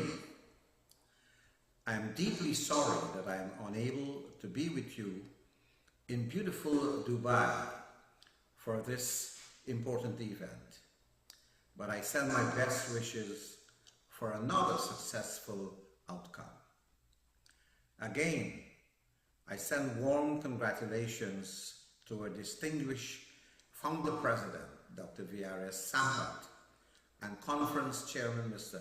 Abid Junaid, together with their team, for their hard work over several months to organize and solicit support for this event.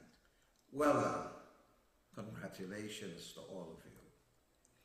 I notice among the distinguished special guests, not only the Honorable Durai Murugan, the energetic and the indefatigable minister in the Tamil Nadu government, and his distinguished ministerial colleagues, but my dear friends, among whom are His Excellency Dr. Pillai Vayapuri, former Vice President of Mauritius, Members of Parliament Dr. S. Jagatrakshagan and Dr. Kalnanditi Virasamy, Dr. Pilani Periasamy, Dr. G. Vishwanathan, and Dr. V.G. Santoshan. It is a great relief that you are meeting after the protracted lockdowns caused by COVID-19, which hopefully is behind us. But it is nevertheless a challenging time for investment resulting from a slowdown of global economic development, the Russia-Ukraine, NATO-USA reckon war, consequential sanctions and disruption of the supply chain, dangerous tensions in the South China Seas, humanitarian crises in Turkey, Syria, and displacement of peoples in several Afro-Asian countries. The ravages, ruination, damage and loss being inflicted by the climate catastrophe have not abated, but mutated into what has been described in North America as snow bombs and winter hurricanes. As I noticed at the last conference, our business sector should look inwards at South-South cooperation and collaboration. New markets are opening and bountiful opportunities exist in places such as my own country, Guyana, which has an open door to foreign investments. Tamil investors are encouraged to get on board in Guyana. It is worth it. As I said in 2021, the window of opportunities for investment in the world has certainly become narrow, but it is not closed. With innovation and determination, you certainly can continue to expand at home and abroad. I hope that the distinguished Tamil participants from various parts of the globe would share during the cultural interludes the internationally acclaimed Natu Natu ethnic bonds that bind us all. I wish you all the best for success in your business ventures and prosperity in your personal life. Thank you. Wanaklam Nandi.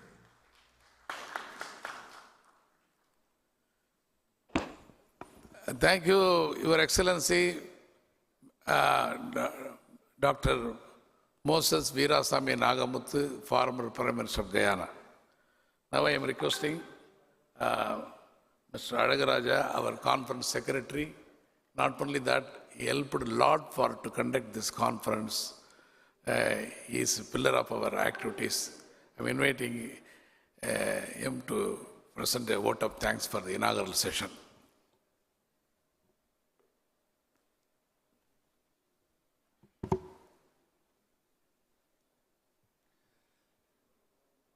அனைவருக்கும் வணக்கம். இந்த 9வது உலக தமிழ் பொருளாதார நிகழ்ச்சி சிறப்பாக தொடங்கியது. இந்த தொடக்க நிகழ்ச்சி ரொம்ப எதிர்பார்த்ததை விட நன்றாக நடந்து முடிந்ததற்கு எல்லோரும் உறுதுணையாக இருந்ததற்கு மிகவும் நன்றி. நமது அமைச்சர் மாண்புமிகு துரைமுருகன் அவர்கள் தன்னுடைய முக்கியமான நிகழ்ச்சி நிதிநிலை திட்டத்தையும் ஒதுக்கி வைத்து அதற்கு முன்பு சில நேரத்தை ஒதுக்கி இங்கு வந்ததற்கு மிகவும் நன்றி. அதே போல டாக்டர் ஜி விஸ்வநாதன் அவர் தன்னுடைய நேரத்தை ஒதுக்கி இதை சிறப்பித்து நன்றாக பேசி அனைவருக்கும் தேவையான ஸ்டாட்டிஸ்டிக்ஸ் கொடுத்து சிறப்பித்ததற்கு மிகவும் நன்றி. அதன் பின் திரு Lakshmi Narayanan, minister of PWD Puducherry, அவர் தன்னுடைய நிலைப்பாடை எடுத்து சொன்னார். தன்னுடைய ஸ்டேட்டை பற்றியும் எக்ஸ்பிளைன் பண்ணியிருந்தார். அதற்கப்புறம் நம்முடைய ஃபெலிசிட்டேஷனாக doctor Paramasivam Pillai Vaiyapuri, former president of Mauritius, and doctor Moses Veerasamy Nagamuthu, இவர்கள் அனைவரும் சிறப்பாக பேசி இந்த தொடக்க விழாவை நல்லபடியாக நடத்தி கொடுத்திருக்கிறார்கள். இந்த நிகழ்ச்சி நல்லபடியாக நடப்பதற்கு முக்கியமாக நிறைய பேர் உழைத்திருக்கிறார்கள். டாக்டர் சம்பத் அவர்கள் தனியாக நின்று முக்கியமான பொறுப்பை எடுத்து எல்லாத்தையும் பண்ணி கொடுத்துருக்கார். டாக்டர் சம்பத் முக்கியமான பங்கு இது. அவரோட ஃபவுண்டர் மெம்பர், அவர் பண்ணதற்கு அவருக்கு நன்றி. அதை துபாய் கொண்டு வந்ததற்காக நாங்கள் அனைவரும் மிகவும் பெருமைப்படுகிறோம். Abid Junaid, managing director of radiant star, இதற்கு எல்லா ஒத்துழைப்பும் கொடுத்து உள்ளூரில் என்ன வேண்டுமோ அதையெல்லாம் பண்ணி கொடுத்திருக்கிறார். அத்துடன் நிறைய ஸ்பான்சர்கள், ஏன்னா இதுக்கு என்ன இருந்தாலும் பொருளாதார தேவை உண்டு, நிறைய ஸ்பான்சர்கள் உள்ளூரிலும் இந்தியாவிலிருந்தும் பண்ணியிருக்கிறார்கள். அவர்களுடைய பெயரை எடுத்து சொல்ல வேண்டியது நம்மளுடைய கடமை. இங்கிருந்து பண்ணியது ஷோபா ரியாலிட்டி. அவர் திரு பிஎன்சி மேனன் அவர்கள் உடனே நம்ம போய் சொன்ன உடனே எடுத்து கொடுத்து இதை சிறப்பாக நடத்துவதற்கு உதவி பண்ணினார். திரு Kannan Ravi, KRG group of companies, அவர் ரொம்ப ஆக்டிவ் மெம்பர் இந்த தமிழ் கம்யூனிட்டியில். இன்றைக்கி அவருடைய ப்ரோக்ராம் இருந்தாலும் இதுக்கும் பார்ட்டிசிபேட் பண்ணி கொடுத்துருக்காரு. இங்கே ரேடியன்ட் ஸ்டார், அவர் திரு அபித் ஜுனைத், அவரும் இதற்கு ஸ்பான்சர்ஷிப்புக்காக பண்ணியிருக்கிறார். இதை தவிர இந்தியாவிலிருந்து தமிழ்நாடு அரசு எத்தனை பண்ண முடியுமோ அவ்வளவு தூரம் சப்போர்ட் பண்ணியிருக்கிறார்கள். இன்க்ளூடிங் கலை நிகழ்ச்சி கொடுத்து அது ஃபைனான்சியல் சப்போர்ட் எல்லாம் பண்ணியிருக்காங்க. மினிஸ்ட்ரி ஆஃப் எக்ஸ்டர்னல் அஃபேர்ஸ் ரொம்ப சிறப்பாக பண்ணியிருக்காங்க. பிஐடியிலேருந்து ஸ்பான்சர்ஷிப் பண்ணியிருக்காங்க. எவ்ரி டைம் அவர் திரு விஸ்வநாதன் அவர்கள் தவறாமல் இதை கொடுத்து சிறப்பித்து வருகிறார். பாரத் யூனிவர்சிட்டியிலேருந்து ஸ்பான்சர் பண்ணியிருக்காங்க. கைடன்ஸ் தமிழ்நாட்டிலேருந்து ஸ்பான்சர் பண்ணியிருக்காங்க. பிஜிபி டாக்டர் சந்தோஷம் அவர்கள் இதற்கு சிறப்பித்திருக்கிறார். கிளாரியன் ஹோட்டல் பிரசிடெண்ட், அவர் எத்தனையோ வருஷங்களாக இந்த பர்டிகுலர் கான்ஃபரன்ஸுக்காக நன்றாக பண்ணி கொண்டிருக்கிறார். அவர் இதிலும் ஸ்பான்சர் பண்ணியிருக்கிறார். சட்டக்கதிர் எல்லாருக்கும் தெரிந்த விஷயம், திரு சம்பத் அவர்கள் நடத்தி கொண்டிருப்பது, அதுவும் ஒரு சப்போர்ட். இதுக்கு எஸ்விகே மீடியா தான் ஈவெண்ட் மேனேஜர். இங்கே லோக்கலாக அவர் தான் எல்லாம் நடத்தி கொடுத்துட்ருக்கார். இது எல்லாத்தையும் நடத்தி சீரும் சிறப்புமாக பண்ணுவதற்கு நன்றி. அதை கம்பேர் பண்ணது ஸ்ருதி Sitharaman and Sarah, RJ Shara, ரெண்டு பேரும் சிறப்பாக நடத்தி கொடுத்தாங்க. இந்த ஹோட்டலில் எல்லா அரேஞ்ச்மெண்ட்டும் எல்லா வேரியேஷனுக்கும் நல்லபடியாக கொடுத்து சிறப்பாக பண்ணதற்கு அனைவருக்கும் நன்றி. அனைவருக்கும் நன்றி. நீங்கள் அதைவிட எல்லோரும் வெளிநாடுகளிலிருந்து இங்கும் சிறப்பு இந்த இது அட்டன் பண்ணி சிறப்பித்ததற்கு மிகவும் நன்றி. அனைவருக்கும் நன்றி. தேங்க்யூ.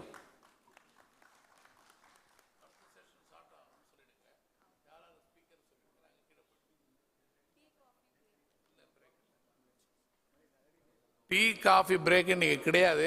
நீங்கள் வேணும்னா அப்பப்போ போய் யாராவது குடிக்கணுமோ குடிச்சிட்டு உள்ளே வந்துடுங்க. இமீடியட்டாக செஷன் ஸ்டார்ட் ஆகுது. எல்லா விஐபிஸும் கீழே எதிர்வில் உட்காருவாங்க. இந்த செஷனுக்கு மலேசியானுடைய தலை சிறந்த தமிழ் பேச்சாளர், அமைச்சர், நாடாளுமன்ற உறுப்பினர், இப்படி அதாவது மலேசிய இந்தியன் காங்கிரஸினுடைய துணைத் தலைவர், அவர் தான் இதுக்கு தலைமை தாங்க இருக்கிறார். அவருடன் சேர்ந்து திரு டாக்டர் சீதாராமன், அவர் இந்த மாநாட்டினுடைய ஒரு பில்லர். அவர் இந்த மாநாட்டில் இப்பொழுது உரையாற்ற இருக்கிறார். அதற்கு அடுத்தாற் போல there is another professor, Dr. Dasarath Shetty, former Pro Vice Chancellor, Durban University of Technology, South Africa. He is also one of the speaker. Apart from that, His Excellency G. Balasubramaniam, IFS, High Commissioner of India to Nigeria, அவரும் இதில் பேசியிருக்கிறாரு. அவர் ஆன்லைனில் பேசுவார். மற்றவங்கெல்லாம் நேரில் பேசியிருக்காங்க. Please come to stage mister Dasarath. வாங்க மேலே வாங்க. கம். நாங்கள் கீழே போய்டுறோம். நீங்கள் உங்கள் செஷன் பேசும்போது எதிரில் உட்காரலாம் சார். எதிரில் உட்காருங்க சார். நீங்கள் மத்தியானம் போகும்போது போகலாம்.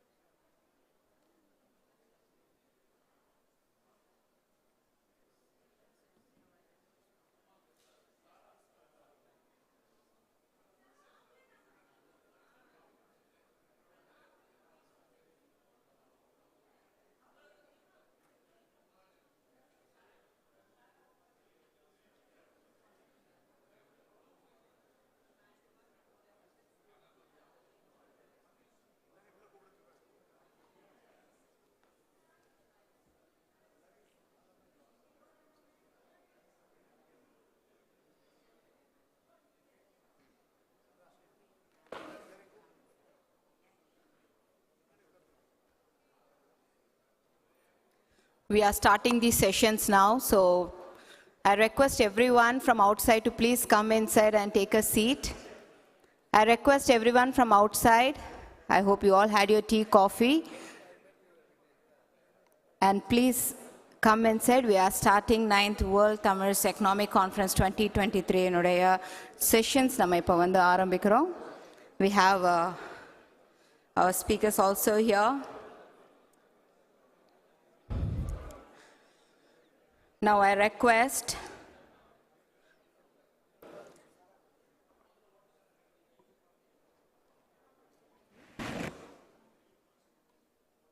டீ காஃபி எல்லாம் உங்களுக்கு உள்ளே வந்து டேபிளில் கூட சர்வ் பண்ணலாம். ஸோ அதனால் எல்லோரும் தயவுசெய்து ஹால்குள்ளே வாங்க. Because once the session start, I'm sure we all need to give the attention. அவ்வளோ ப்ரிப்பரேஷன் பண்ணி ஊர் விட்டு ஊர் வந்து நமக்காக இந்த ஒரு அழகான ஒரு நாளில் பேசுகிற special people every one here. So அவங்கள நம்ம ஹானர் பண்ணோம் அப்படின்னா you all have to give the attention to them. So வெளியில் இருக்கிறவங்கெல்லாம் கொஞ்சம் தயவு செய்து உள்ளே வாங்க.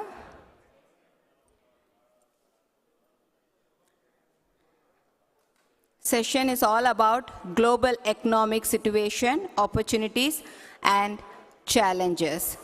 The first session for this day, the first day, global economic situation, opportunities and challenges. I request Datuk Sri M. Saravanan, former minister and member of parliament, Malaysia.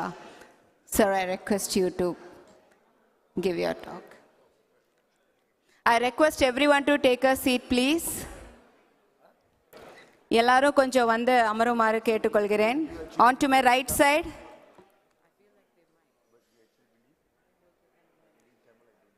நமக்கு நிறைய time இருக்கு for photo sessions and everything. So please, I request everyone to take a seat. We will only start the speech after everyone assembling the hall. பரவாயில்ல, நீங்க time எடுங்க, நாங்களும் wait பண்றோம்.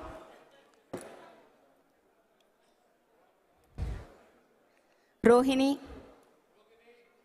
வெளியில் இருக்கிறவங்க கிட்ட ஒரு சின்ன ஒரு அனௌன்ஸ்மெண்ட் கொடுத்துட்றீங்களா?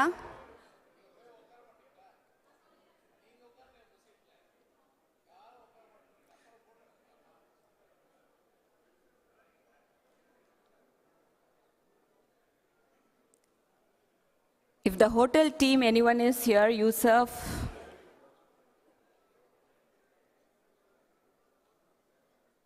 hotel teamல வெளியில இருந்து யாராவது ஒருத்தங்க இருந்தீங்கன்னா தயவு செய்து உள்ள வாங்க please. We want, excuse me, Yasin, please. Can you just remove the extra chairs from here? Thank you, Yasin.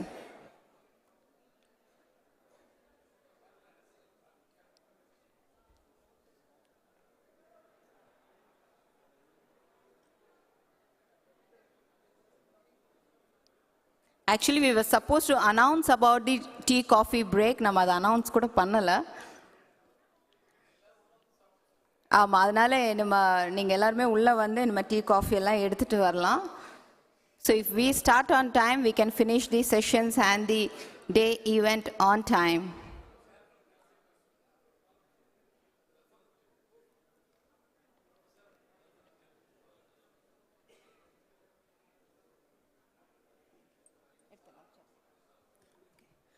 So the first speaker of the day, Dr. Dasratha Chetty, former Vice Chancellor, Durban University of Technology, South Africa. A very warm welcome, sir. நல்ல ஒரு claps கொடுக்கலாம். I guess we need to cheer up. This is just the day one. Welcome, sir.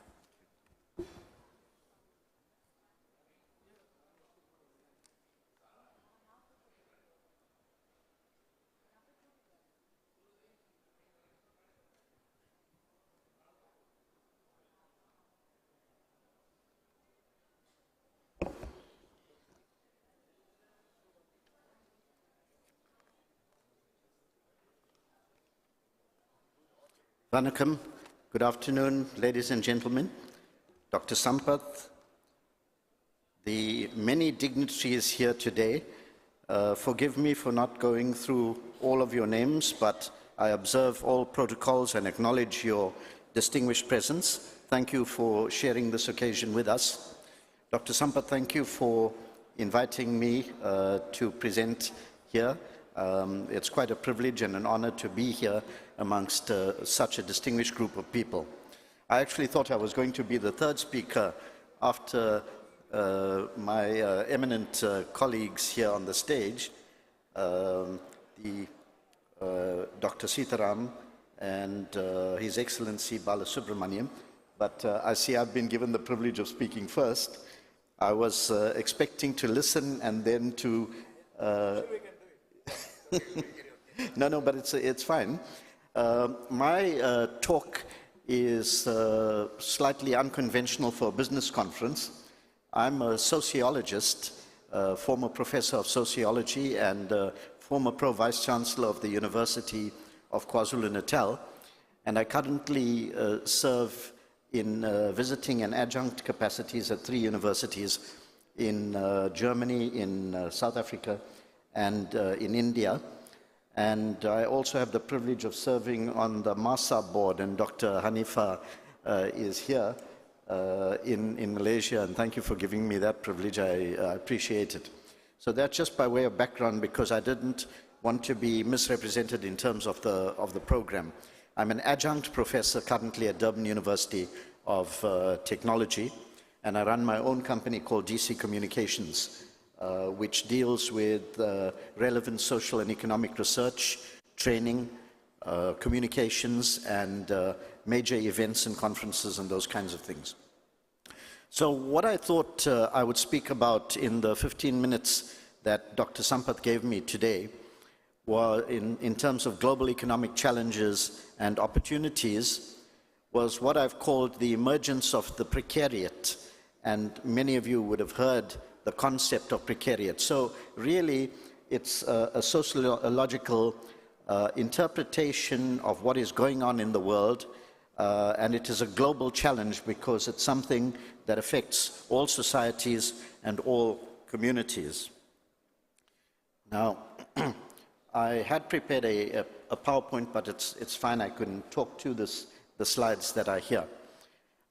So what I want to do is firstly to talk about global economic and political challenges, then a little bit about neoliberal capitalism as it exists in the world today and as it affects us, and how it gave rise to the emergence of what is commonly known as the precariat, some of the results of the neoliberal policies, what is this precariat, what are the different parts of the precariat, what is happening in the global south very briefly, and the challenge that we face of building cohesive societies. And given the eminent and distinguished positions that most of you hold in government, in the private sector, in your own companies, I think the manner in which these can turn into opportunities may become evident as I speak. So if one looks at the world today, we heard Dr. Viswanathan earlier talk about social inequality. Probably the greatest challenge to societies the world over is the question of social inequality, and I'll touch on that a little bit just now. There's also unemployment, underemployment, poverty, the challenge of food security, climate change that was also mentioned earlier this morning, pandemics and health security, energy and environmental security, geopolitical tensions and conflicts that we read about every day that impact on all our businesses, and generally peace, safety, and security for individuals and families. Now, all of those challenges are the direct result of what we call neoliberal economic policies that have shaped the New World Order since the 1970s, the late 1970s, and the early 1980s. This was an approach that relied on extensive economic liberalization policies, such as privatization, fiscal austerity, deregulation, free trade, and reductions in government spending in order to increase the role of the private sector in the economy and in society. The aim was to establish a global market society in which every sector imaginable is subjected to commoditization, including healthcare, the educational system, and social policy. States, we are told, ought to abstain from intervening in the economy and instead leave as much as possible up to individuals participating in institutions which are supposed to be free and self-regulating markets. Now, neoliberal policies necessitate competition within each market, promote self-reliance and complete fiscal responsibility amongst individuals. This results and has resulted in monopolies dominating their respective markets on the global scale and small local businesses having little to no hope of competing with their market presence, inevitably leading to large, domineering corporations employing vast amounts of temporary, part-time laborers and forcing smaller businesses into bankruptcy. And you'll see this all over the world. And in a sense, that is what precarity or precariousness or the precariat refers to. It is a condition resulting from an employment regime in which deregulated labor markets give rise to various types of insecure work, in which social protections are minimized, and in which the ability to plan a coherent future is compromised. Now, these kinds of policies have resulted all over the world in the increasing gap between the rich and the poor that was spoken about, the 1% and the 99% that all of you know about, the 10% and the 90% that is prevalent and characteristic of societies all over the world today, with it being extremely bad in Africa, in the global south, generally. There's been a deterioration in living standards. There's been pressure on wages, so a reduction in wages, tariffs, taxes.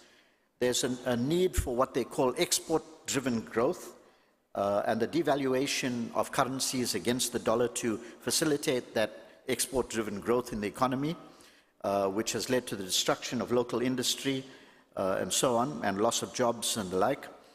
There's reduced government spending on health, education, and welfare, growing income disparities, environmental destruction, erosion of national sovereignty, the undermining of equity-producing policies, and poverty eradication, job creation, land reform, and the dispensing of justice have become elusive goals in society today.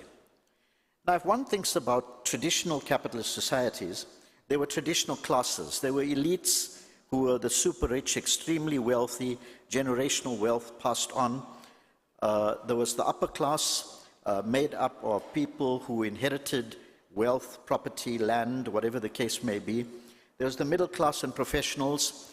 Then there was a working class that was called the proletariat. This working class was made up of people who were in stable employment, who worked in those jobs, however oppressive and exploitative those conditions may have been, for most of their lives. And then there was a small number of marginalized people who were the dropouts of society. But today, we have this emerging class that we call the precariat. Not only are they living without security, protection, and predictability, they are members of the first class in history for which the norm is having a higher level of educational qualifications than the labor the person can expect to obtain and be obliged to do. So this is involuntary part-time labor, short-term contracts, zero-hour contracts, internships, and what is called a concierge economy, associated with Uber, Deliveroo, and other sundry platforms, including crowd labor. Significantly, the precariat has no occupational identity or narrative to give to their lives. This creates existential insecurity. It leads to an incessant cycle of unemployment and low-wage employment without benefits. Now, if we think about graduates today, in the past, one generation ago, a university degree was some form of security or insurance that you would get a job when you enter the world of work. Today, the majority of young graduates, and certainly I can speak for South Africa and Africa, the majority of young graduates are unemployed or underemployed and have joined this class of people that don't know what their future will hold. They have had to put on hold their lives in a sense that they are unable to plan. The kind of work they do is work that is well below what they are trained to do or that they have the intellectual capacity to do.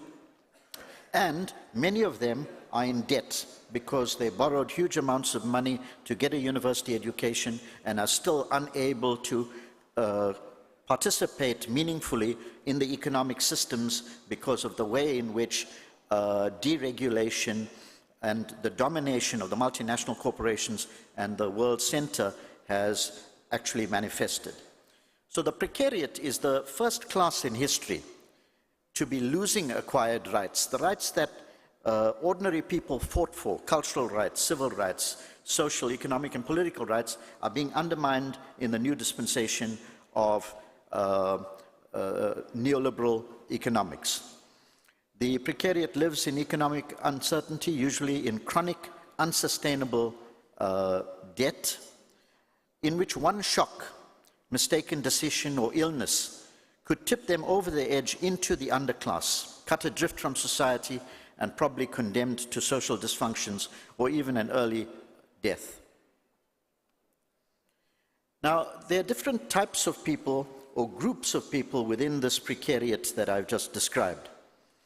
There's a group that Guy Standing, an Oxford economist, calls atavists.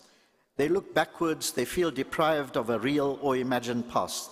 They usually come from working class communities or families, and they feel they don't even have what their parents had one generation ago. Not having much education, they listen to populist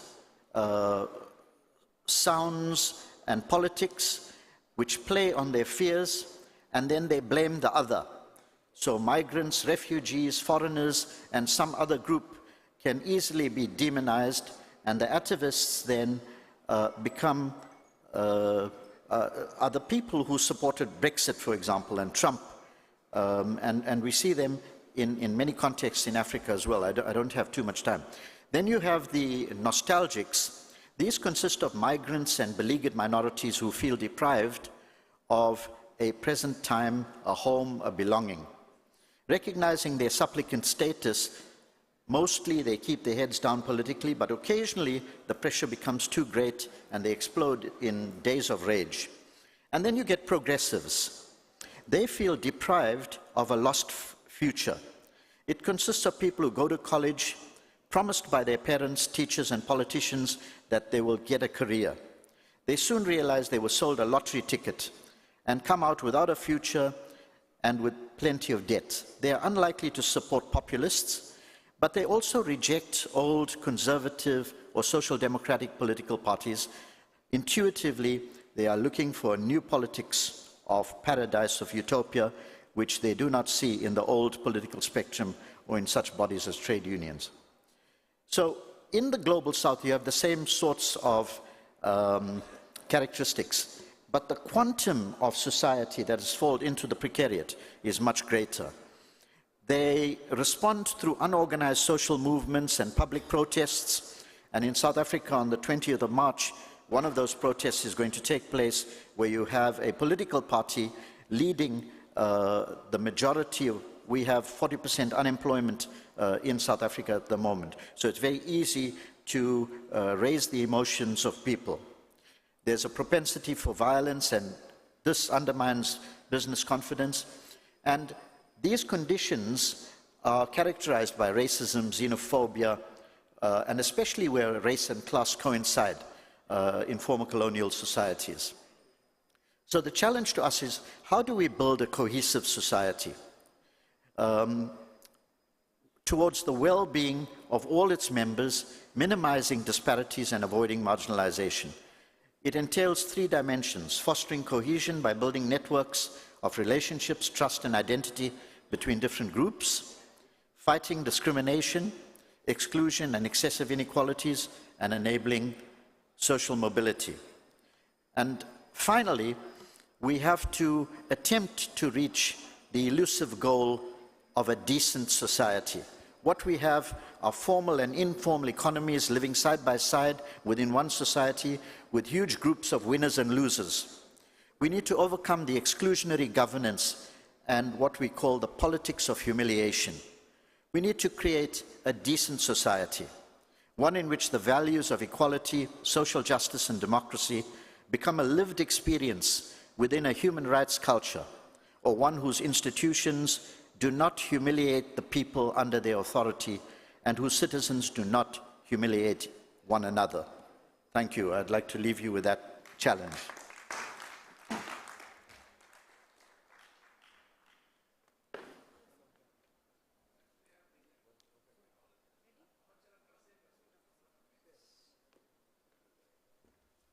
Our next speaker is Dr. R. Sitharaman, from ex-former CEO of Doha Bank Group, Doha.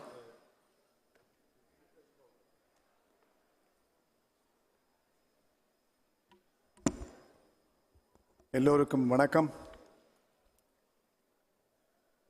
செந்தமிழ் நாடனும் போதினிலே இன்னும் பெண் வந்து பாயுது காதினிலே. எங்கள் தந்தையர் நாடென்ற பேச்சினிலே ஒரு சக்தி பிறக்குது மூச்சினிலே. பாரதியார். யாமறிந்த மொழிகளிலே தமிழ் மொழி போல் இனிதாவது எங்கும் காணோ. யாதும் ஊரே யாவரும் கேளீர். கனியன் பூங்குன்றனார். கல் தோன்றி முன் தோன்றா காலத்து முன் தோன்றி வாளோடு தோன்றிய தமிழ் புறப்பொருள் வெண்பா. தமிழுக்கும் அமுதென்று பேர், எங்கள் தமிழ் இன்பத் தமிழ் உயிருக்கும் மேல். தமிழுக்கும் நிலவென்று பேர், இன்பத் தமிழ் சமூகத்திற்கு விளையும் பயிர். இவையெல்லாம் நாம் படித்த பாடங்கள். தமிழ் கலாச்சாரம் உலகெங்கும் பரவிக்கொண்டு வருகிறது. நான் கிட்டத்தட்ட 40 நாடுகளில் நான் சந்தித்த தமிழ் மக்களை நான் நினைத்து பார்க்கின்றேன். இந்த அரங்கத்தினுடைய அவைத்தலைவராக இருக்கின்ற தத்தோ சரவணன் அவர்களே, இப்பொழுது பேசிய பேச்சாளரே, அதை தவிர இங்கே வந்திருக்கின்ற தமிழ் பெருங்குடி மக்களே, உலகங்கள் வந்திருக்கின்ற தமிழ்குடி பெருமக்களே, உங்கள் அனைவரையும் முதற்க நன்றி கலந்த வணக்கத்தை தெரிவித்துக் கொள்கின்றேன். The global economy challenges. If you look at the International Monetary Fund indications in January, the aggregate growth of the global economy should not be more than 2.9%. 2022 was 3.4%. 2024, the year ahead, is likely to be 3.1%. Advanced economies, so-called the G7 club, should be reporting 1.2%. somewhat technically in recession. The emerging markets, the developing economy, in substance, in aggregate terms, should be reporting around 4%. Topping in the list is India, 6%. China is around 5.2%. Middle East and Central Asia should be in the range of 3.2%. That's an indication. Clearly, we are in the crossroads. We have seen the inflation. In 2008, when the global financial crisis cropped up, we thought it's a liquidity problem. Liquidity problem moved into a funding problem, funding into solvency, solvency to sovereign. We printed the liquidity, improved the money supply, and inflated the world. And we redefined the structure which was deceiving the common man. We increased the capital adequacy in terms of Basel II, Basel III, setting governance standard, universal standard in terms of accounting, valuation, securitizations, are all the global norms which we reinvented again to make it more ethical and moral. Then the COVID came. Extraordinary set of economic risk and governance, set of social risk and governance, human risk and governance, environmental risk and governance. The lessons learned we have in terms of healthcare or hygiene. And again, articulating the money supply, which we learned out of 2008, improving the liquidity and special concession, including freebies, to make sure the world economy is not collapsing on account of this pandemic. Of course, we lost millions and millions of people. Still, we are in distress in terms of multiple forms and substance. Now, we have a bigger challenge. There are early warnings. Yesterday, I tweeted, the rush to increase the interest rate, contain the disinflation, is articulately being administered. Some countries are diverging into dangerous principles of destabilizing the economy in the form of containing the inflation. The solution remains in aligning between the fiscal policy and the monetary policy. Fiscal policy comes out of the politicians. The monetary policy comes out of the technocrats, central bankers. Interest rate or inflation or money supply is the role of the regulators. Unless there is a synchronization in the form of solutions in terms of accommodative monetary policy, so that what happens in one part of the world doesn't resonate in the rest of the world. That's precisely what's happening as we speak. We had a collapse of Silvergate Bank. We have, again, Silicon Valley Bank, a signature bank, day for yesterday. The economies are in shatters. Even the primary indication which I mentioned and predicted in January is no more is going to be real. Substantive impact we have seen in the European economy. Interest rate goes up. The common man is suffering. It's consumerism and cost of living is being challenged, and he's out of budget. Unless you balance the force in making sure growth and the disinflation comes in, you will be causing a bigger danger. In my pursuit of professional banking and economics, there are early warnings for a third financial crisis now. It is already in the offing. So how do we solve it? Every crisis in pursuit of excellence is always an opportunity. The fiscal prudence has to come. The government has to necessarily make sure the expenditure comes in. So the government expenditure into infrastructure creation has to come. So that's an opportunity for most of the economies. Again, disinflation has to be moderated, not to overreact. The Federal Reserve was sending a mixed signals time and again. The data dissemination takes, data lags, and percolating down the line and making sure the initiatives which you have taken in terms of containing the disinflation is not degenerating the growth. That's not a purpose. That's not a mandate for technocrats. We are seeing world over the divergence in terms of overall monetary policy. And the fiscal capacity is getting destabilized. That's why aggregate growth of advanced economies are grossly 1.2%. Look at the developing economies today. India is topping in the list. There are sectors which are enablers. There are sectors which are really adding values. There are decisive governments. We are seeing a huge amount of government expenditure to the tune of $2 trillion, 110 new airports, over 100 smart cities, 3 trillion e-commerce, over 2 billion mobile commerce, over 1 billion you have internet commerce. It's happening in this part of the world where the oil price, where 45% of the world oil, 25% of the world gas comes from this region, is running in surplus. It's not every part of the world is in disarray. But our inflation, which is resulting in stagflation for most of the part of the world, there are technical recessions in many parts of the world already. There are growth. Again, how do we aggregate all this and come with a global governance? The model which I always articulate is to synchronize our decision making instead of firing it in individual cylinders, integration. That's what required. That's what the sociologist was articulating in terms of elimination of extreme poverty, gender equality. How do we reduce the income inequality? The Chancellor Vishwanathan was articulating in the morning. So the issue remains more than what we conceive. Gender equality is another area where we need to propel the growth. So in terms of opportunities, if you look at it, unless you create job and employment, I was told South Africa had 40% unemployment. How will you have? You will have social unrest. So it's important that world economies are recognizing from a governance perspective, global governance perspective, and supplement additional advantage instead of looking at their individual domain. And that should be the convergence I'm talking about. When it comes to energy transition, again, it was well spelled out.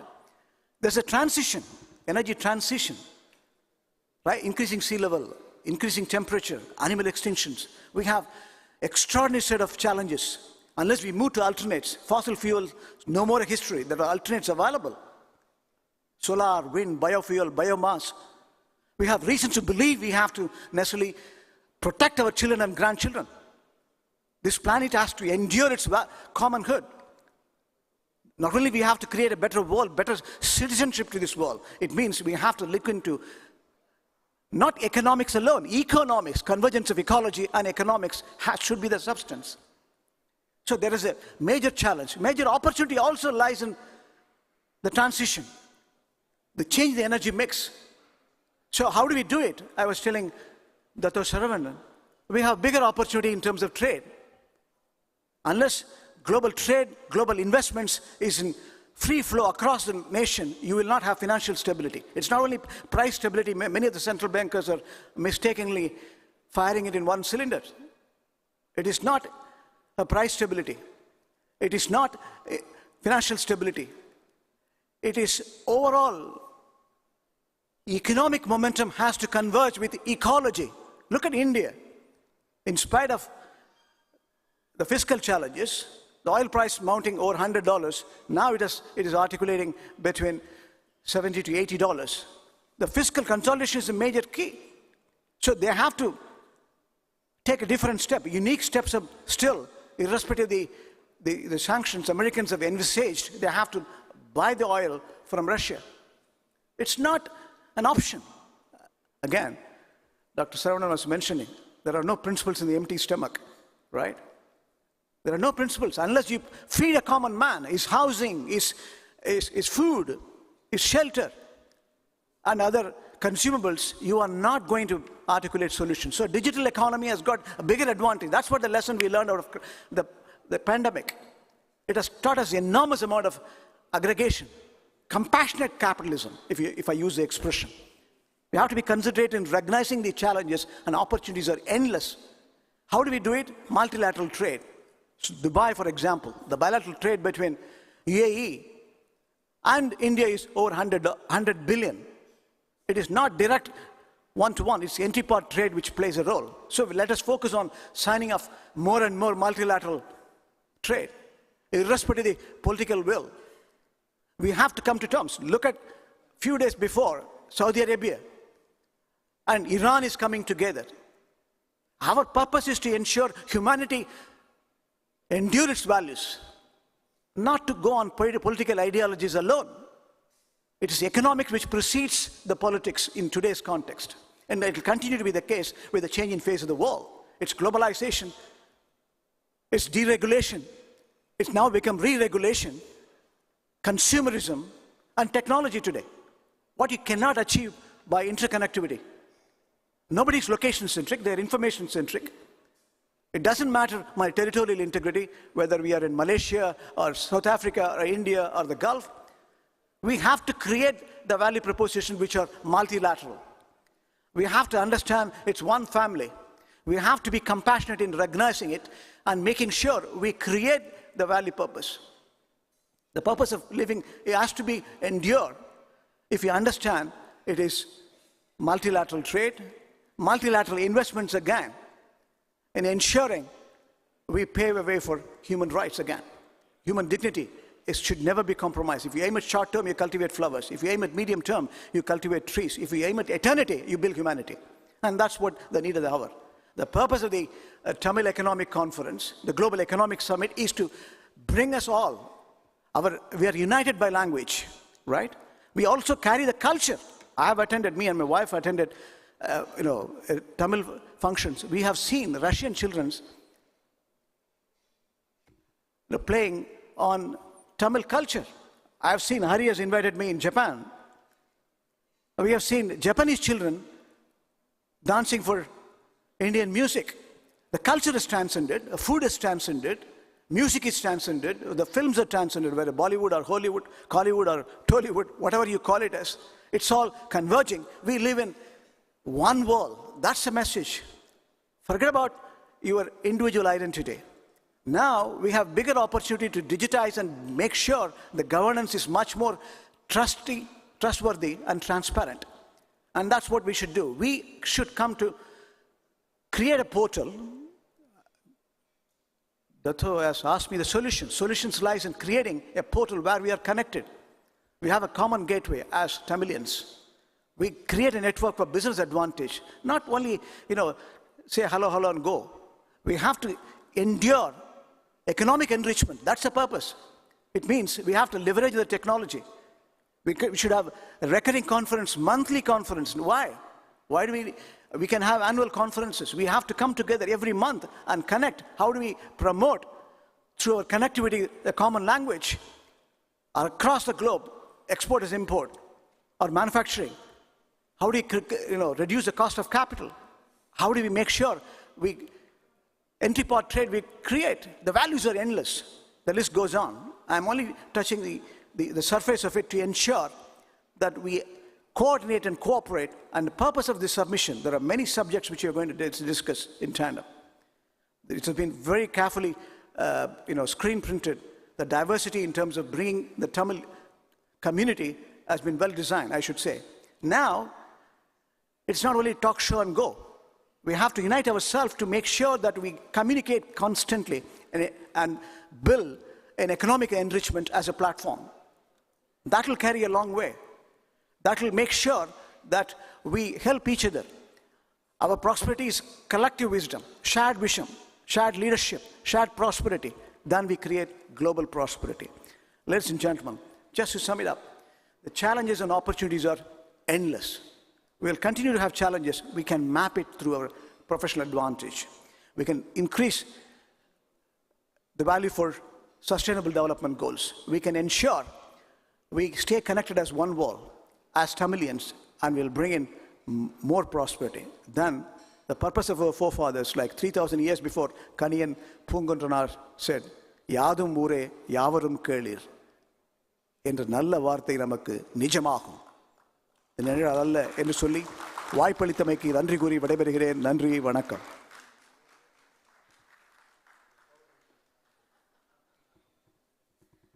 Thank you, sir. Thank you so much for your detailed speech with us. And now, அடுத்ததாக வந்துட்டு we have a Zoom getting connected. His Excellency G. Balasubramanian, IFS, High Commissioner of India for Nigeria. We warmly welcome you, sir, this morning. Can we just give a great round of applause, please? A warm welcome, sir.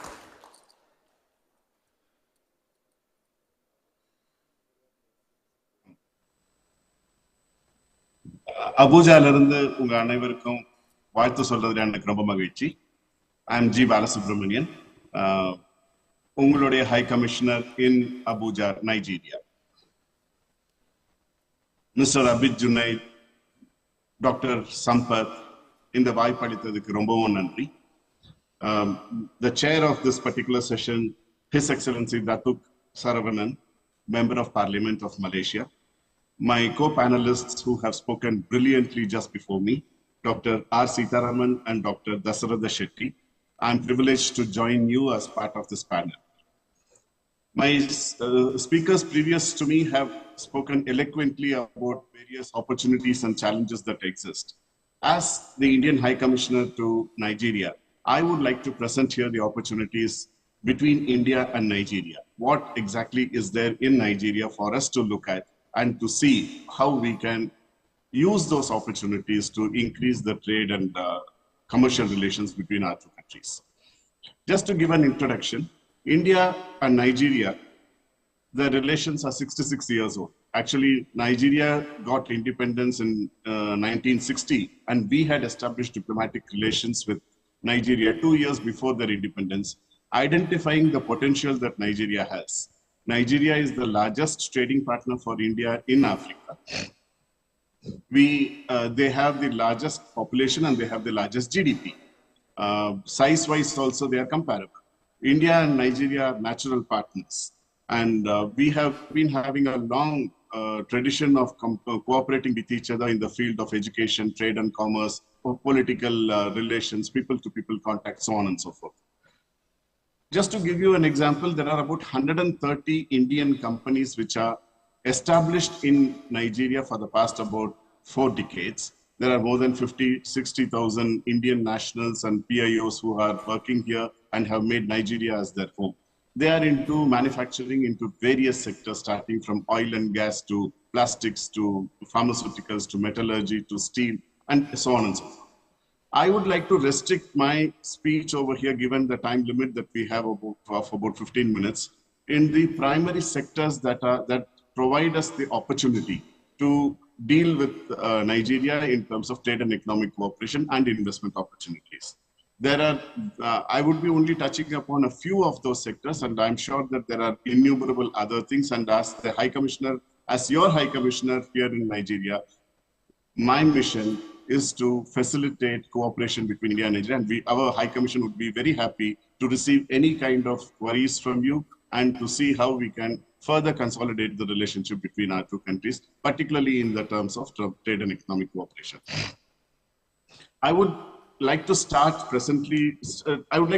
it with agricultural cooperation. Nigeria has a large sector of land, in the sense, a large tract of land, in the sense that it is about 1 million square kilometers, 1/3 of our country, with only 220 million population. In spite of that, there are nearly 54% of the arable land of Nigeria is fallow. There's a huge opportunity presently available over here. And they, in spite of the fact that they have a large quantity of, large tract of land, they import, their food security is not complete, and they still import a large number of products, including rice, cotton, sugarcane, wheat, and other products. Today, in the morning, our Prime Minister inaugurated an International Year of Millets conference in New Delhi, and there's a 17-member Nigerian team which has gone to India to participate in that conference. Millets is another opportunity. Nigeria is the 3rd largest producer of millets, but they only use it for subsistence. There are more than 500 startups in India in the millet area alone, which provide us a great opportunity to not only source millets from here, but also to introduce various products that have been made, the traditionally made products like pastas and noodles, which is a staple food over here. They can all be made from millets. That is just to show you the new opportunity that exists. Sugarcane is another area where recently in the Coimbatore Sugarcane Research Institute, a team from Nigeria had gone to identify the technology and to get the hybrid seeds and production facilities to set up ethanol factory as well as sugarcane plantation over here. Palm oil. It's again another area in which Nigeria, it's an indigenous product of Nigeria which can still be cultivated. BT cotton. Nigeria has recently approved BT cotton, and that there are other seeds that can be done. So seed, technology, production facility, cold chain facility, agricultural areas, these are some of the things in which India and Nigeria can cooperate. We have huge capacities, and it would be possible for us to move along this direction to increase our cooperation with Nigeria. Pharmaceutical sector. We have nearly 60% of the pharmaceutical sector in Nigeria. We export close to about $600 million of pharma and drug products from India to Nigeria. Indian companies have already invested close to about $3 billion in manufacturing various pharmaceutical products over here. The government of India's concept of the Jan Aushadhi program, which is the generic medicine supply program, is a great opportunity, and we are working with the Nigerian government to try and see how we'll be able to cooperate in that. This is an area wherein Nigeria has got enough interest because of health security that is to be provided to the large number of citizens. We can go in for telemedicine. We have already started a project called as EVBAB, which means Vidya Bharati, which is the tele-education, and Arogya Bharati, which is the telemedicine. So we have already identified hospitals. I'm here in touch with the health ministry, and the minister himself has very clearly mentioned that they would invite more and more Indian hospitals and health sector groups to come and set up establishments over here to treat. That's a huge opportunity. India is the largest destination point for the medical tourism from Nigeria. So whether it is the diagnostic centers or hospitals or primary healthcare centers or the tertiary ones, there's a huge opportunity. They are willing to provide existing facilities for us to operate and go further. And coming ahead, while Nigeria is a big fertilizer producer, they import a huge number of pesticides and herbicides. Again, we have good potential in doing that. We can try and export herbicides and pesticides over here, or even try and do the compost over here and start doing things. Power sector is a major area. For a country of 220 million population, the installed capacity in Nigeria is only about 12,000 megawatts. And out of which only about 4,500 megawatts of transmission capacity is existing in this country. ECOWAS, which is the Economic Society of West African States, is into developing this transmission line and establishing more power plants.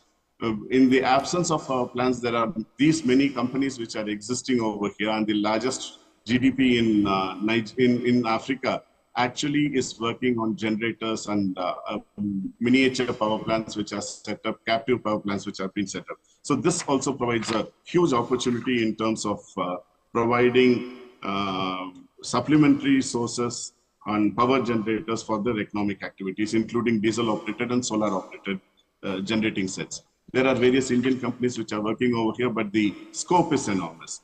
It also has huge demand for electrical equipments, including wires, power generating machines, inverters, transformers, conductors, meters, switch gears, and so on and so forth. The list goes on. The opportunities in the power sector exist in expansion of the infrastructure for production, installation of grids, transmission and distribution networks, metering, billing, collection, etc., smart meters, etc.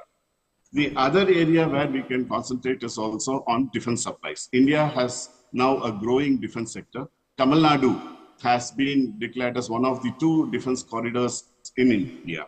And using that, it would be possible, although there are no existential threats, external threats for Nigeria, Nigeria procures arms for addressing its internal and other internal security requirements. Defense products, manufacturers and suppliers can explore the Nigerian market, and I can assure you that the High Commission of India would be there to support you at every step. Railways, the railway linkages within the country is quite weak, and huge opportunities. I keep getting enquiries from various governors of the states over here who ask for our companies to come and establish railway network over there. RITES and IRCON have already been put in touch with various people. There are various other vendors in railway equipment, stock, and everything. So it would be possible for us to explore this particular thing. Oil and gas sector. I told you that India is the largest, I mean, Nigeria is the largest trading partner for India in Africa, and so are we to them around the world. We have about $14.95 billion worth of trade between our two countries, out of which about $10 billion is the oil import that we do from Nigeria. So the government of Nigeria is now opening up, and there are various opportunities in the oil sector, also both in exploration, production, and export, as well as they want to go in for LPG setup, the city-wide LPG network, as well as cylinders that are to be procured. We have huge capacity that we have developed over the past about 20, 30 years, and that would come in very handy for us to help them in the downstream petrochemical units also. There are also futuristic fields like fintech, artificial intelligence, vaccine manufacturing in the health sector. Serum Institute is already tying up with one of the major areas. Our Bharat Biotech's rotavirus is part of the National Health Immunization Program. So these opportunities are there, and the government of Nigeria is more than willing to extend its assistance in setting up of such factories over here, and including trade also. Engineering goods, we have nearly 74% of the market share in respect of two-wheelers over here. TVS from Tamil Nadu and Bajaj from India, both of them have 74%. And the transportation sector has got a huge opportunity. Ashok Leyland has set up a manufacturing assembly plant over here in Kaduna. And recently the president had inaugurated about 700 such trucks. And there's a huge demand in respect of these automobiles, engineering products, printing machines, other engineering goods, visual equipments, household items, ICT products. These are all some of the areas where we can do. And I had also mentioned about ICT. ICT is something where Nigerian youth are very good in communication technology, although they are a little notorious in terms of various scams, but the opportunity exists in respect of people who are available over here, technically trained, and AppTech has got its educational institution over here. We can consider starting other places. Anambra and various other states over here have approached the High Commission seeking assistance in setting these things up. These are some of the areas. Of course, the opportunities exist in terms of other traditional areas of manufacturing and trade also. But I would presently stop over here and look forward to hearing from you, or if there are any questions. I can assure you one thing, that India and Nigeria are natural partners, and they would like to increase their trade and economic cooperation highly. This does not mean that there are no challenges over here. There are some foreign exchange problems, and there are some insecurity problems in some part of this country. But the very fact that there are 130 Indian companies who have been working profitably and successfully for the past about 4 decades gives us the confidence that there can be more that we can do. I look forward to listening to you and the panelists. And thank you for this opportunity. Namaskar. Nandri.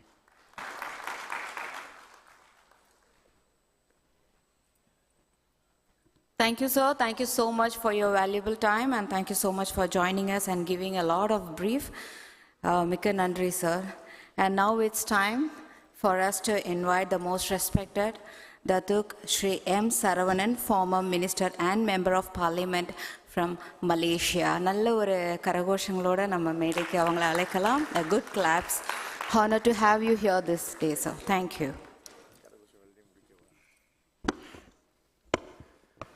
A very good afternoon. Thank you, Master of Ceremony.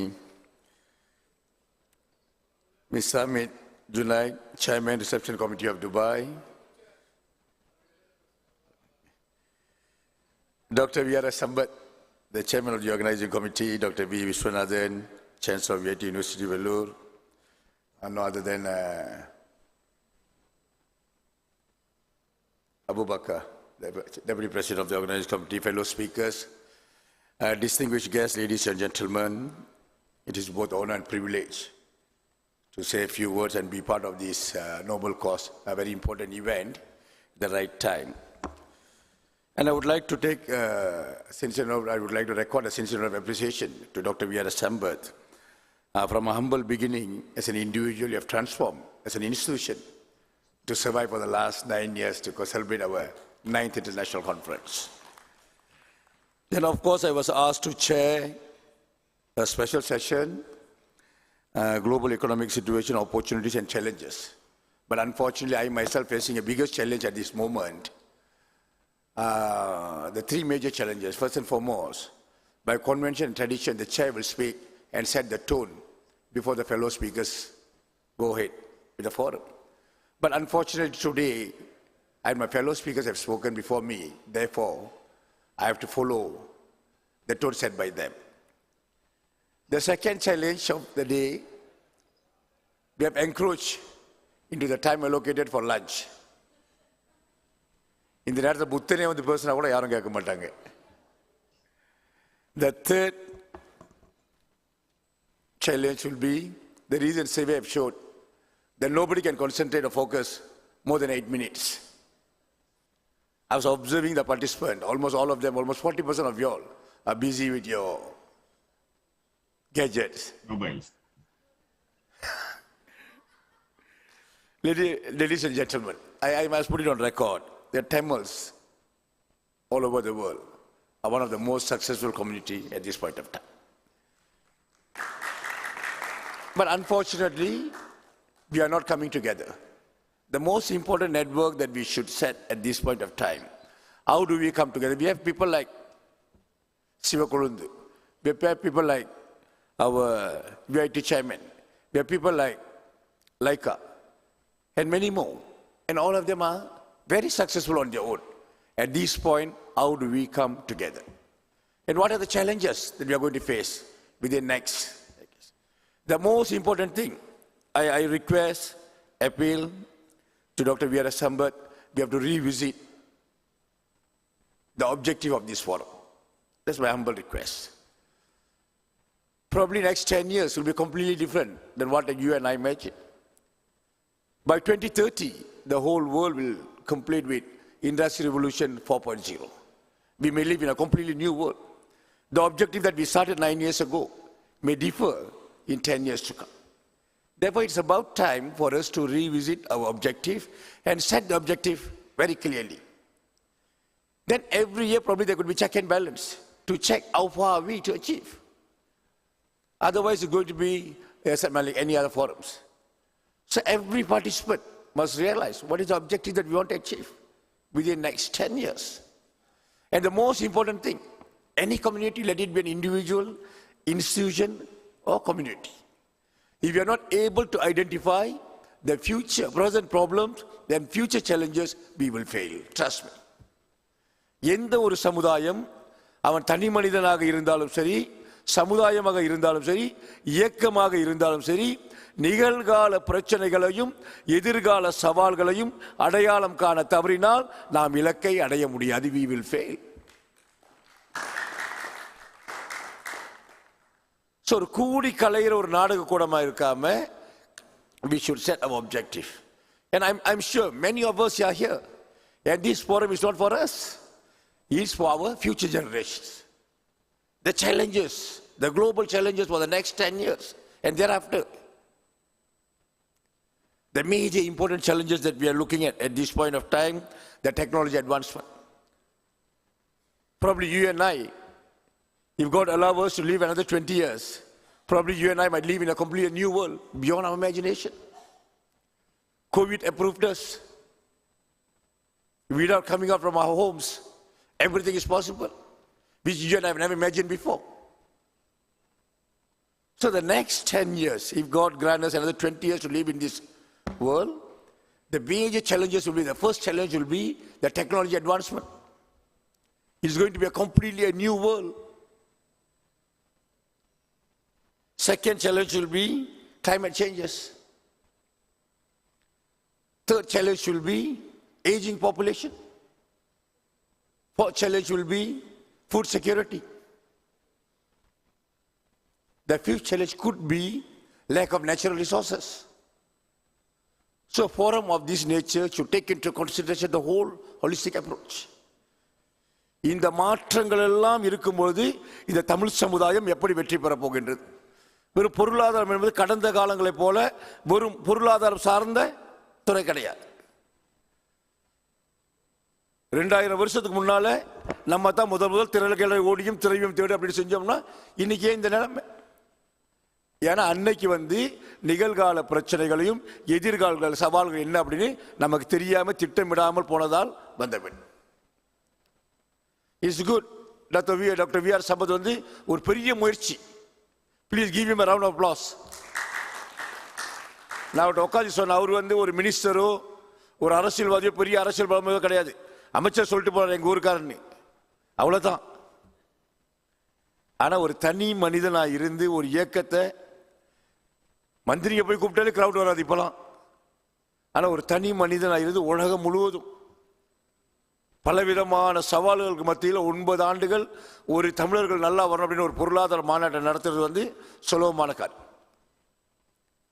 I was very impressed when my fellow speaker Dasaratha Chetty spoke about unemployment and underemployment. But unemployment and underemployment can be overcome with gig economy. They say during recession is employers market. But unfortunately the scenario is completely different today. With gig economy, though it's a recession, but it's not employers market, it's employees market. I decide whether I'm going to work for the minimum wage or I'm going to involve in gig economy, which give me the freedom of work. So things are unusual. Business is not as usual. The gig economy will assist us to overcome unemployment and underemployment. But the biggest challenge of the nation is unemployable, especially with the first generation graduates.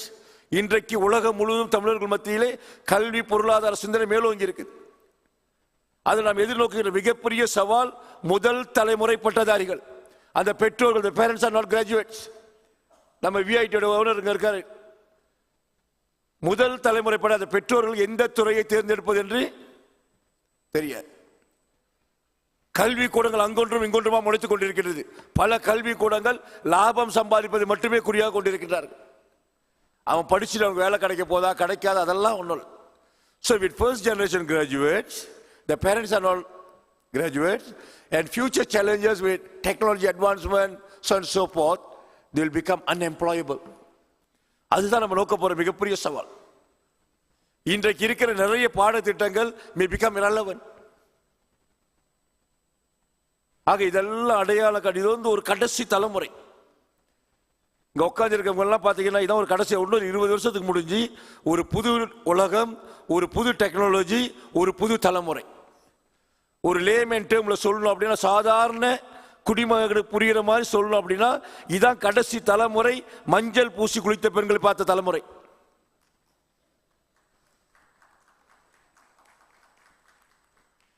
இதான் கடைசி தலைமுறை.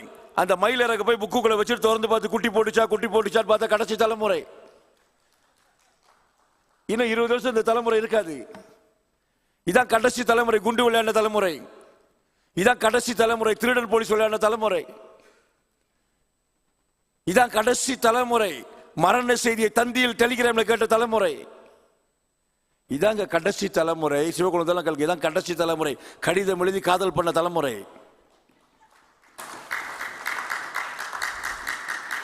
இப்போ 10 பேருக்கு ஒரே நேரத்தில் WhatsApp அனுப்புறான். ஏதாவது ஒண்ணு வந்தாலும் ஓகே அப்படின்ட்டு. ஆக இந்த தமிழ் சமுதாயம் நீங்க உலகம் முழுவதும் பார்த்தீங்கன்னா தனிப்பட்ட முறையில் நம்ம ஜெயிச்சிருக்கோம். எல்லா இடத்துலையும் இன்னைக்கு ஒவ்வொரு தமிழர்கள் வீட்டிலையும் குழந்தைகள் பட்டதாரிகள் ஆகணும் அப்படின்ற இது வந்துருச்சு. இன்னொரு செக்டர்ல பட்டதாரிகளை தாண்டி நிபுணர்கள், they want to have professionals, not only graduates anymore. அப்ப இது ஒழுங்கான இது ஒரு அமைப்பா மாறணும் அப்படின்னா we must create a proper network for the Tamils to understand and accept our global success. ஒரு குளோபல் நெட்வொர்க், நமக்கு சரியான நெட்வொர்க் உருவாகும். அதை செய்யக்கூடிய இடத்துல டாக்டர் சம்பத் இருக்கிறீங்க. மை ஹம்பிள் ரிக்வெஸ்ட், இன்னைக்கு முதல் முறையாக தமிழ்நாட்டில் மிகப்பெரிய நாட்டம் நடந்திருக்கின்றது. அயலக தமிழர்கள் ஒரு டிபார்ட்மெண்ட் உருவாக்கியிருக்காங்க. we must connect, we must integrate this movement with the அயலகத்துறை. somehow இதை தமிழ் உலக தமிழர்கள் இணைக்கிறதுக்கு ஒரு தலைமைத்துவம் இல்லாத ஒரு கம்யூனிட்டி வேற யாரும் அழிக்க வேணாம், தானே அழிஞ்சிடும். let it be an individual, institution, army, let it be anything. வழிகாட்டக்கூடிய தலைமைத்துவம் இல்லாத எந்த இயக்கமும் பிறர் அழிக்காமல் தானாக அழிந்துவிடும். ஆக நமக்கு இந்த குளோபல் தமிழ் டயஸ்போரா சக்சஸ் ஆகணும் அப்படின்னா நமக்கு வந்து வழிகாட்டக்கூடிய தலைமைத்துவம் உருவாகும். நீங்கள் பார்த்தீங்கன்னா ஒரு காலத்தில் இருந்துச்சு கலைஞர் அப்படின்னு ஒரு பேர் இருந்துச்சு, விரும்புகிறமோ விரும்பலையோ கேப்டன் பிரபாகரன் ஒரு பேர் இருந்துச்சு, துன் சாமியூல் அப்படின்னு ஒரு குளோபலி நோன் நேம்ஸ். இன்றைக்கி அந்த இடம் வந்து ஒரு வேக்கியமாக இருக்குது. அதை வந்து இப்போ தளபதி அவர்கள் உங்களுடைய தமிழக முதல்வர்கள் நிரப்பிக்கிட்டு இருக்கிறார். நிரப்புறது மட்டுமல்ல, அதை வந்து சின்சியராக செய்யணும் அப்படின்னு காட்டுறதுக்காக இன்றைக்கு அயலகத்துறை எல்லாம் அமைச்சிருக்காங்க. இது வந்து இன்னும் it must be empowered by the global Indians. அந்த அயலகத்துறையில் கூட நீங்கள் தமிழ்நாட்டில் இருக்கிறவங்க மட்டும் அந்த கமிட்டியில் போடாமல் உலகம் முழுவதும் வெற்றி பெற்ற தமிழர்களை போட்டிங்கன்னா it will move even fast. இதெல்லாம் செஞ்சோம்னா நான் நினைக்கின்றேன் நாம் எதிர்நோக்குகின்ற ஃபியூச்சர் சேலஞ்சஸ் என் ஆப்பர்ச்சுனிட்டி ஓவர் கம் பண்ண முடியும் என்று கூறி நன்றி கூறி முடிக்கின்றேன். நன்றி, வணக்கம்.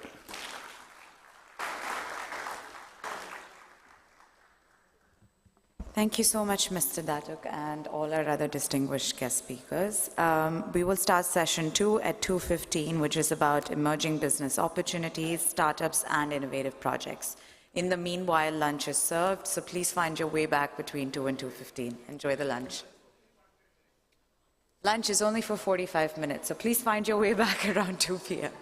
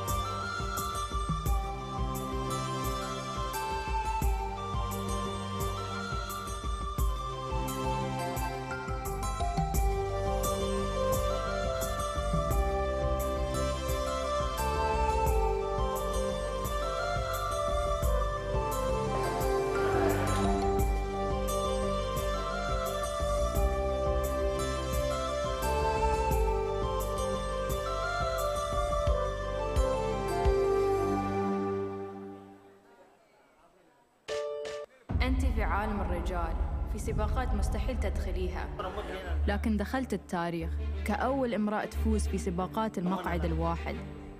أنا المرأة العربية اللي اجتازت أكثر من خط نهاية، تعرفني مئات الحلبات حول العالم. سباقي ما ينتهي لما أرفع الخوذة، لأن لكل يوم منعطفاته، وأنا قبلت التحدي. كلامهم ما يحدد الشيء اللي يستحقه. أنا آمنة القبيسي ومهما اخترت أنا أستحق. Some decisions are harder than others.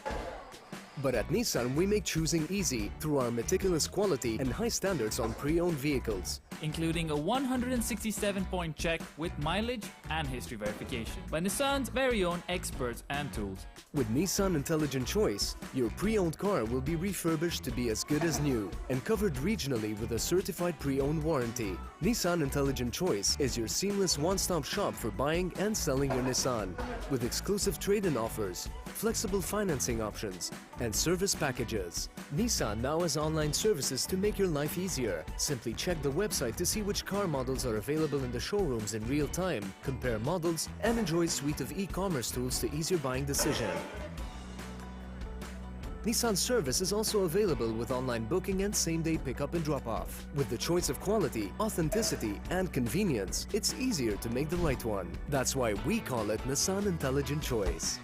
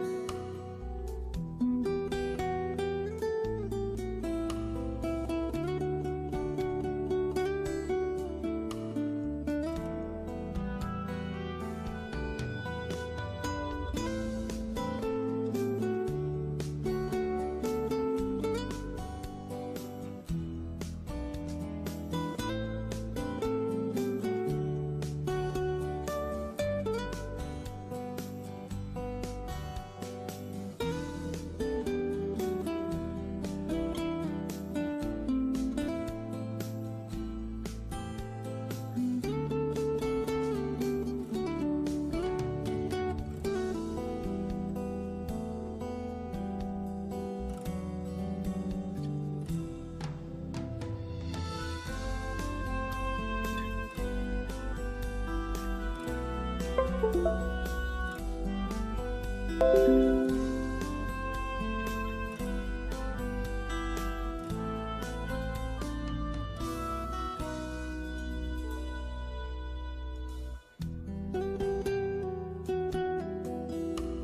you know odors and germs grow on fabrics you just can't wash? New Downy Fabric Refresher. Spray to remove odors and kill up to 90.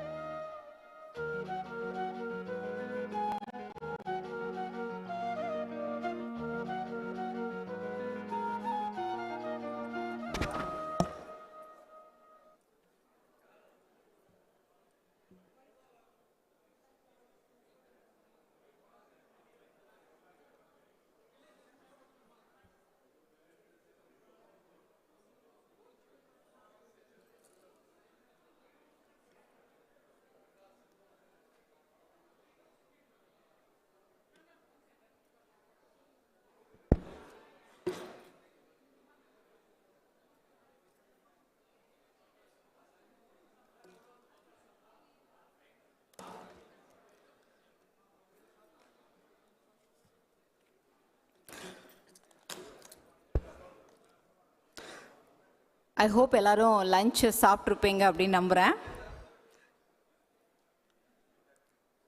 வெளியில் இருக்கிறவங்க எல்லாம் please I request every one to come inside the hall.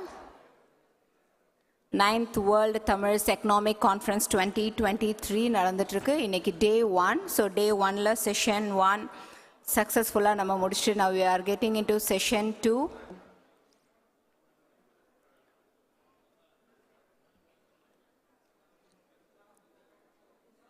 எல்லாருடைய attention please. நிற்கிறவங்க எல்லாம் தயவுசெய்து உட்காருங்க.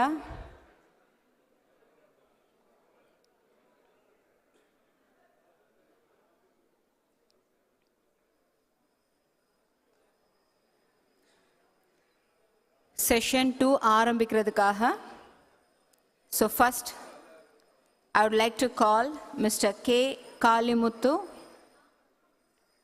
Council economic trade and commerce.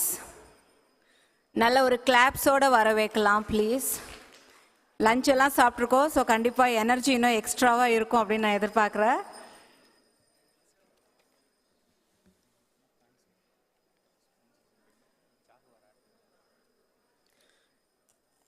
இந்த ஒரு event இவ்வளோ அழகாக இவ்வளோ சக்ஸஸ்ஃபுல்லாக நடக்கிறதுக்கு we really need to thank our sponsors.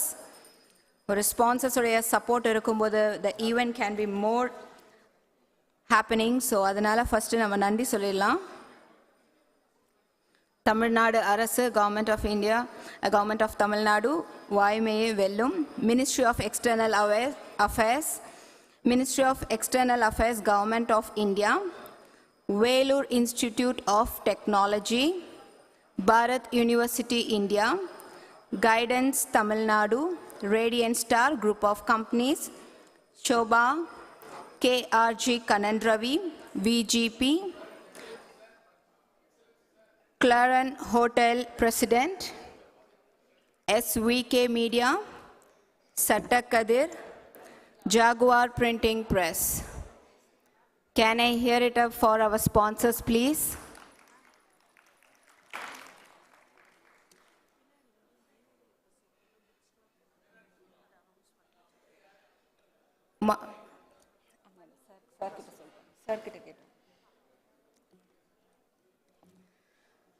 Okay, once again, I request everyone to take your seat, please.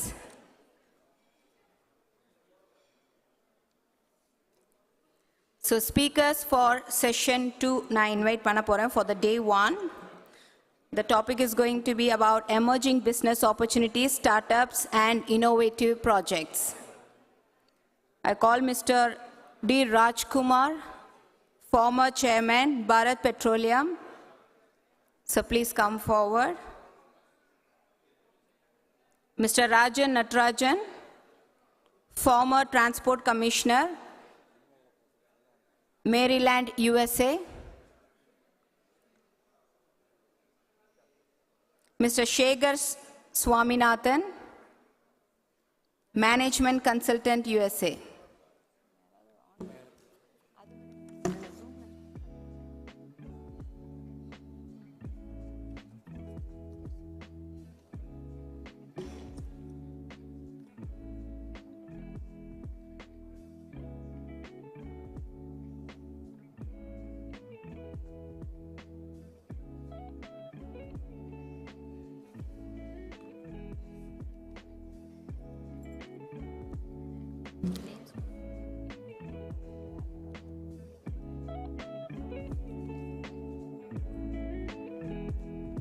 Mr. V. Sendil Kumar, Sun Enterprises, request you to please come to the stage.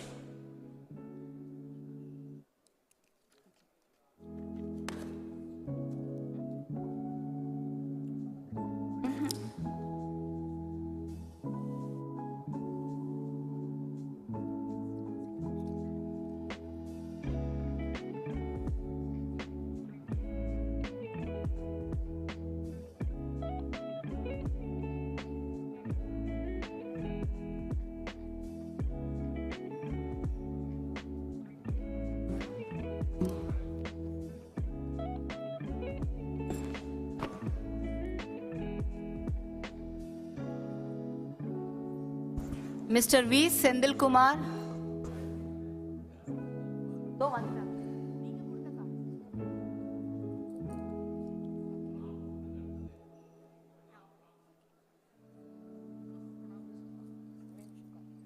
Mr. Ram.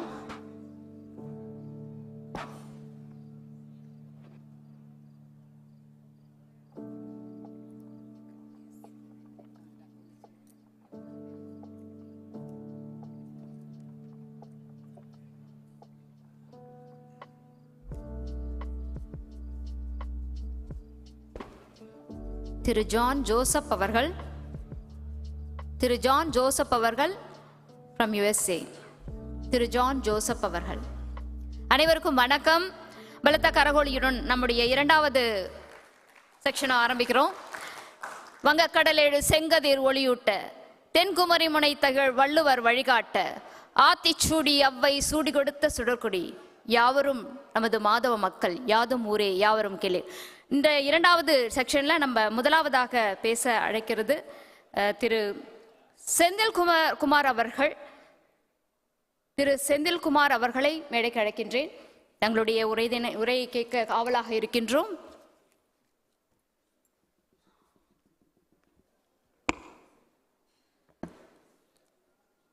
வாழ்க தமிழ், வெல்க தமிழ். அனைவருக்கும் மாலை வணக்கம்.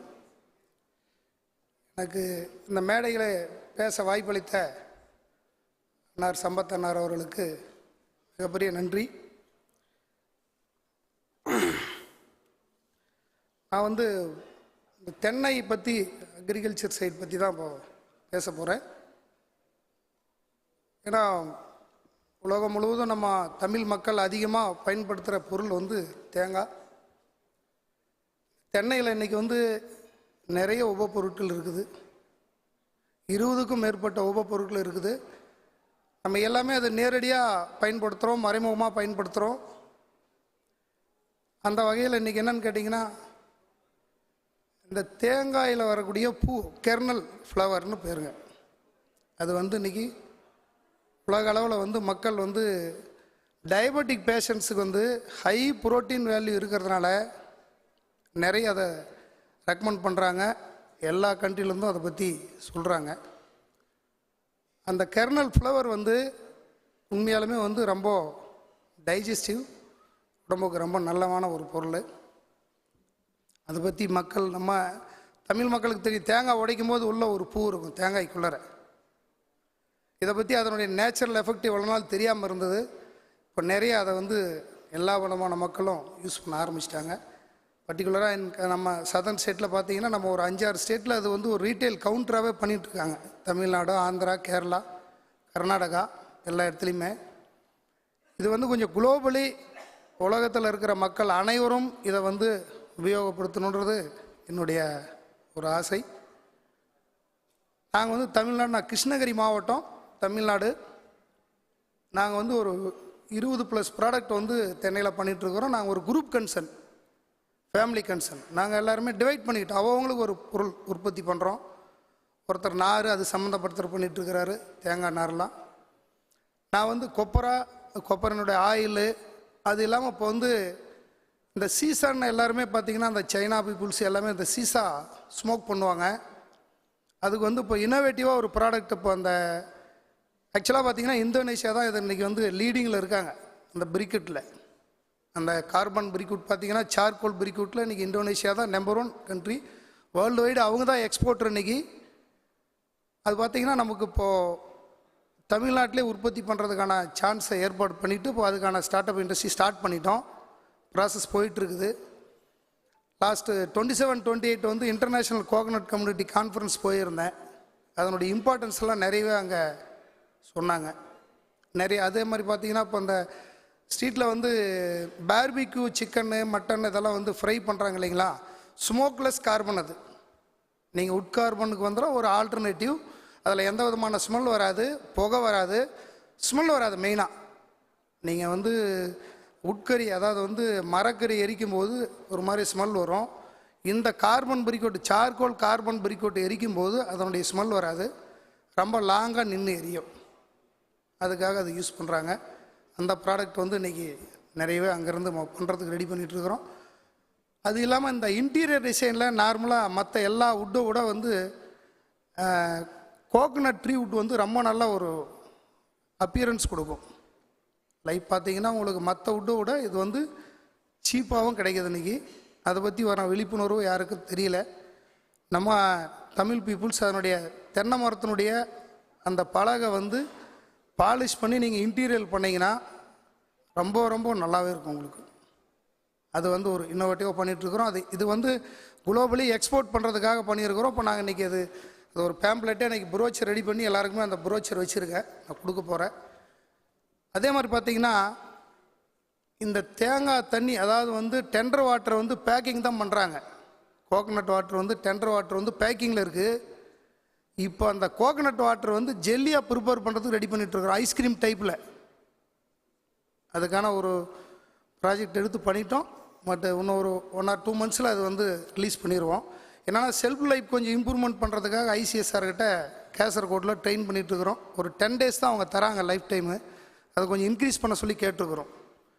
உங்களுக்கு நீங்கள் பனை நுங்கு சாப்பிட்ருப்பீங்க இல்லையா, சேம் டைப்பில் நம்மளுடைய தேங்காய் தண்ணி, அதாவது டெண்டர் வாட்டர் கோகனட்டை வந்து ஃப்ரீசான் -டிகிரியில் ஃப்ரீசான் பண்ணி அதனுடைய ஃபுட்டு வரப்போகுது.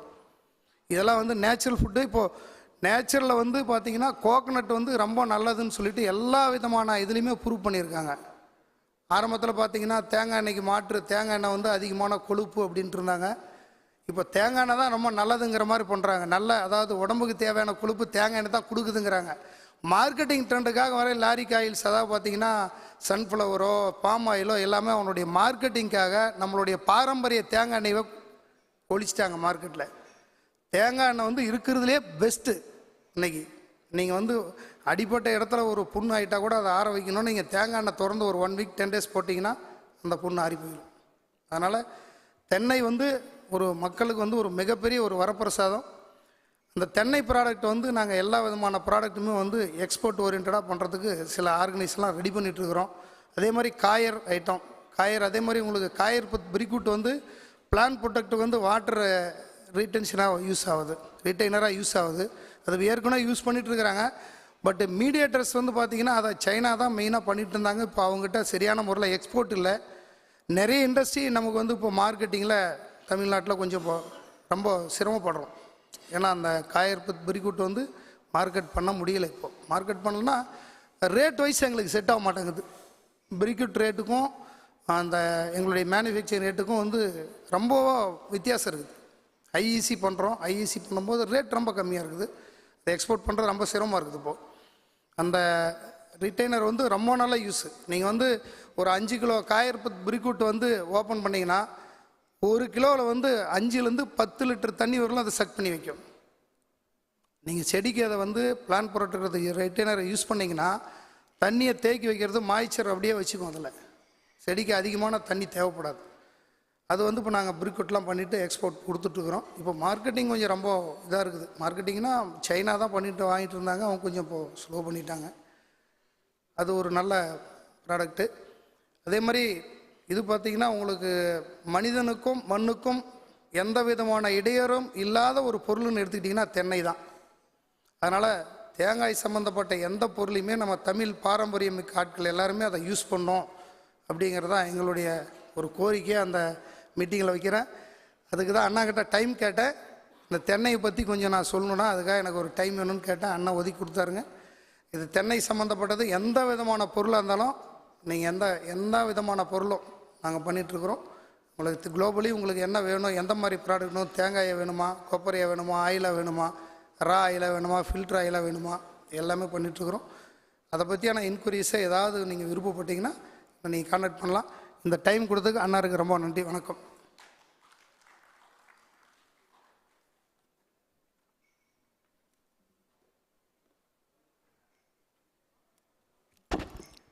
நன்றி சார். நன்றி. அவங்களுடைய நல்ல உரை, நல்லதொரு தகவல்கள் நமக்கு கிடைச்சிருக்கும்னு நினைக்கிறேன். அடுத்ததாக நம்முடன் உரையாற்ற அழைப்பது திரு கே காளிமுத்து அவர்கள், consul economic trade and commerce, consulate general of India. அவர்களை மேடைக்கு வந்து உரையாற்ற அன்புடன் அழைக்கின்றேன்.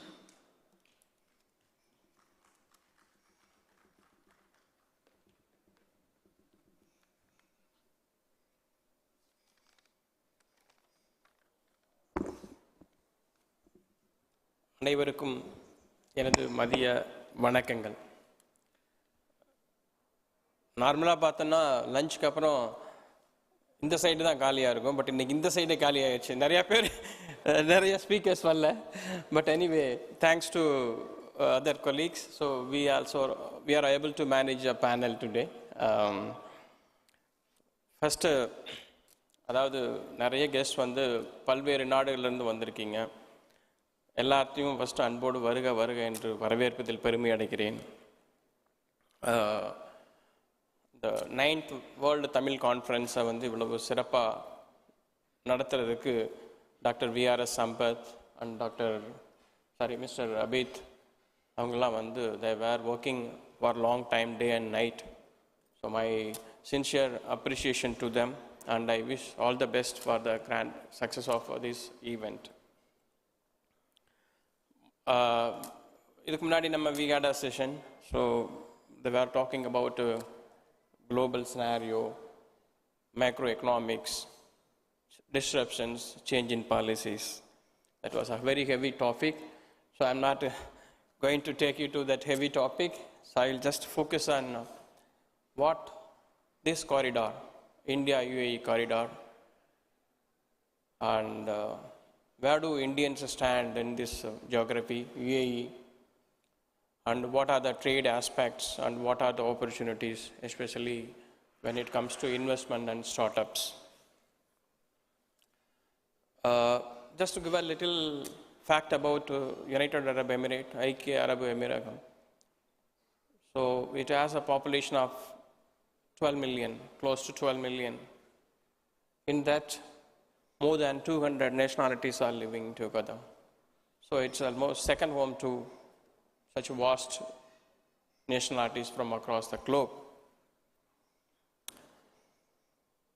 In that 12 million, Indian community is very significant, constituting about 3.3 million, so almost 1/3 of the population.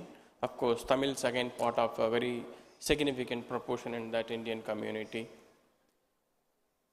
UAE is known for, the people living in harmony. It's the best example globally how multiple nationalities, people from multiple language, ethnicity can live in peace and prosper together. We know India is again a country of unity and diversity. We have 28 states, 8 union territories with large number of diversity of language, ethnicity, culture. but still we live in unity and diversity. So in that sense, both UAE and India inherit the same ethos, so same values. And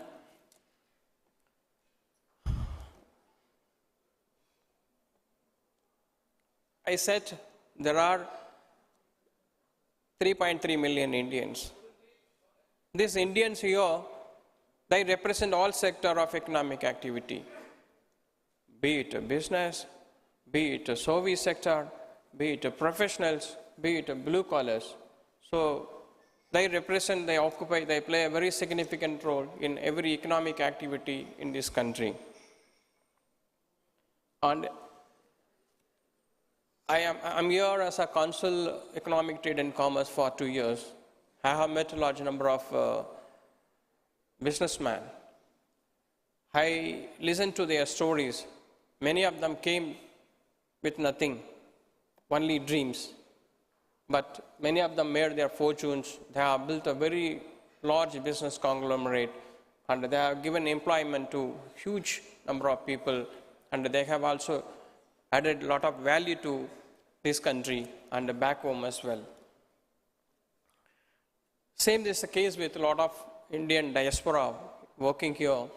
Actually, the Indian diaspora, the Indian professionals and staff are known for their sincerity, commitment, and contribution.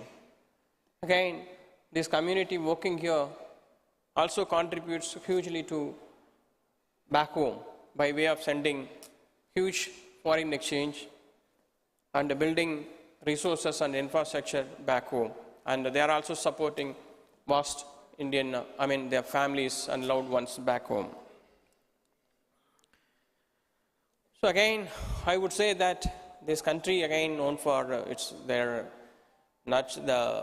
valuing their entrepreneurship skills and nurturing the ethos. So UAE is synonymous with the entrepreneurship. In this background, we should also understand what was the relationship between these two countries. The bilateral trade between these two countries in the 70s, when the country was born, just around 160, 170 million US dollar. Those days the trade were, like agriculture products, dates and pearls. But that grown multiple times.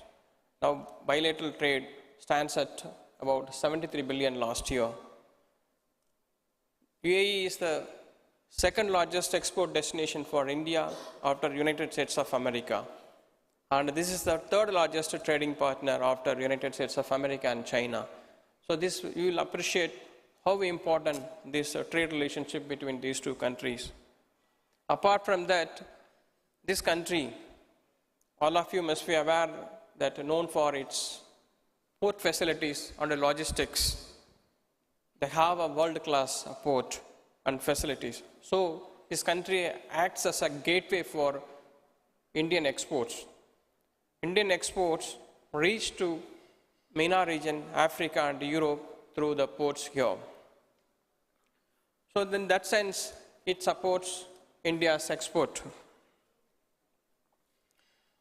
And this country, India mainly depends on this country for mainly energy products and rough diamond and gold bars. Whereas on the other hand, India exports almost all items to this region, starting from food products, petroleum products, engineering products, ready-made garments, gems and jewelry. You name anything, India exports to this region. And in this backdrop, both the countries signed last year Comprehensive Economic Partnership Agreement that was signed in the month of February and came into force in the month of May. So the Comprehensive Economic Partnership Agreement has many aspects. One is a free trade agreement on commercial goods, and there is agreement on service, there is agreement for investment, cooperation and collaboration. Further, there are agreements which takes care of government procurement, digital trade, SMEs, and startups. So Just I would like to touch upon few aspects of this free trade agreement. I mean, this comprehensive economic partnership agreement. Normally, many of you must be aware that how much time it takes for a governments to negotiate and conclude free trade agreement. It takes months, sometimes years. But this agreement was negotiated in just 88 days. It was negotiated and signed in 88 days, but again it came into force in another 70 days. The countries, after this, they are looking at taking this trade to a next level from the 73 billion to 100 billion. In service sector, it is hoping to take it to another 15 billion US dollar. So that's a huge expectation from both the countries.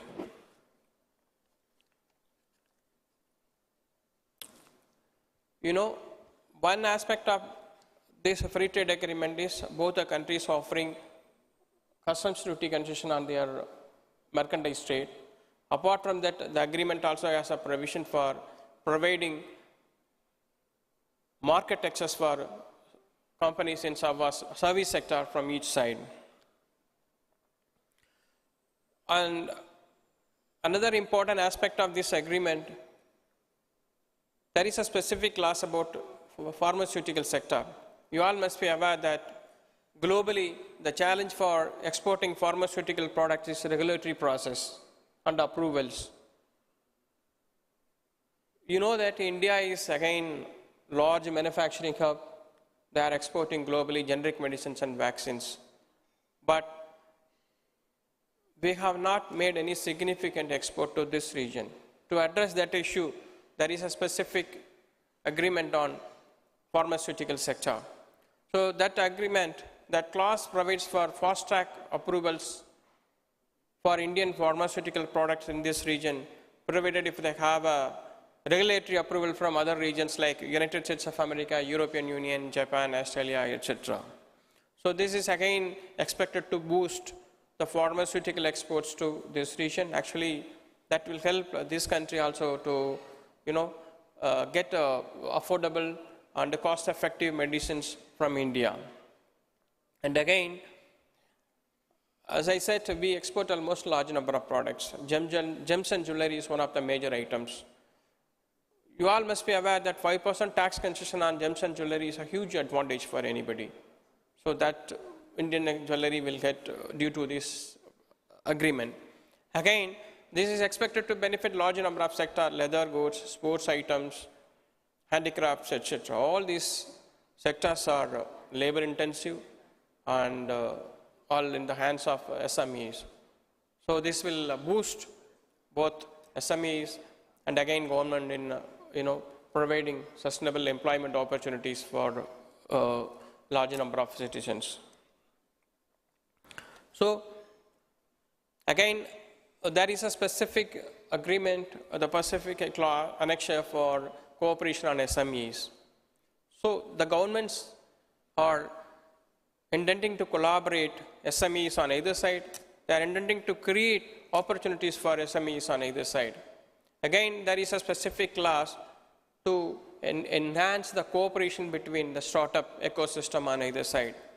At pursuit of this clause, during the visit of the minister from UAE, both the government side created India-UAE Startup Bridge that was created to tap the potentials available on either side. Actually, this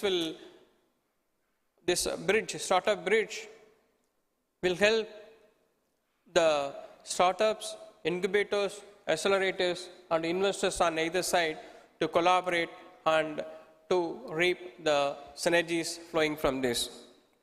And many of your delegates from here will agree with me that the country realizes that their oil resource and revenue is not going to be there forever.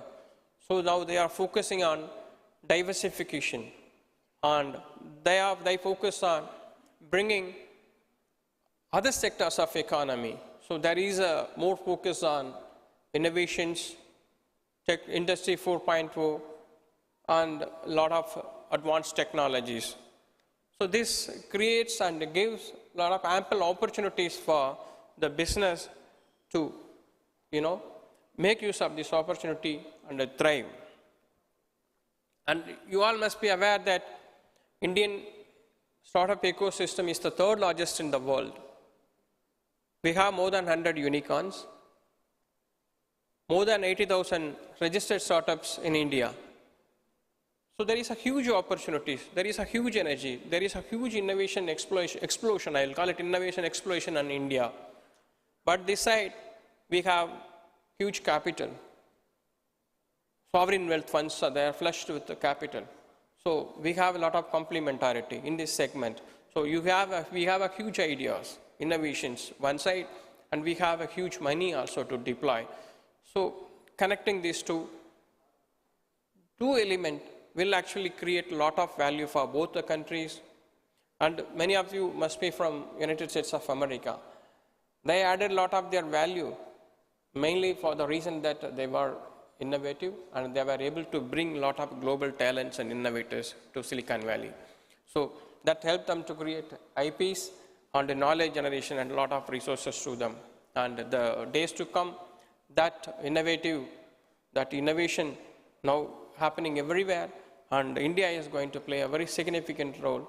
And the countries which has large number of capital, huge capital, will also hugely benefit from this collaboration and the synergy. So, one more thing I would like to just mention before my conclusion. In the last decade, or in the last especially 5 years, these two countries are working very closely. There are a lot of engagements happening. All of you must be aware there is a four-nation grouping called I2U2.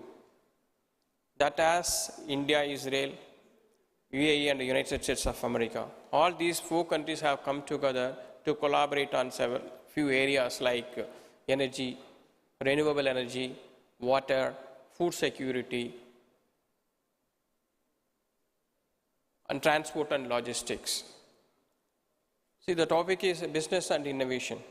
So now these four countries will bring the resources and their innovative technologies and the manufacturing capability and the human resource which are available between all these four countries.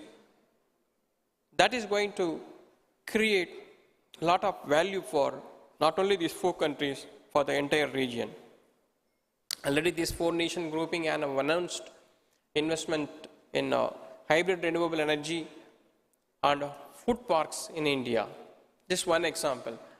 And apart from that, India is again closely working with UAE and France again on innovation, sustainable energy, and food security. So we have seen India working closely with UAE, with other partners.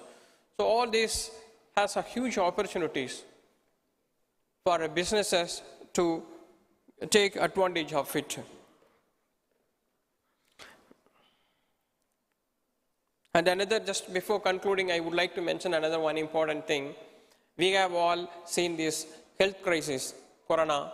During that time, across the world, businesses, governments were struggling to manage their operations. Government were finding it difficult to ensure food security and health security for the citizens. But during COVID, India and UAE again collaborated very closely. India being already a major food exporter, food supplier to this region, India was, in spite of all the disruptions, India continuously supplied food items to this region. And now realizing that UAE is now closely cooperating with India to build, as part of their food security, they are going to invest a lot of, they are going to participate in food projects, food processing projects in India. So I see there is a increased cooperation and collaboration between government. This will actually provide a lot of opportunities for business to make use of it. And I see a lot of growth and potential for startups and innovations on either side. I think these initiatives will not only benefit these two countries, and the players from, Indians living in other countries also can participate in that process and make use of these opportunities. With that, once again, I thank everybody, and I also again congratulate and convey my appreciation to Dr. V.R.S. Sampath and Abid Junaid and all other organizers for making it happen. Thank you.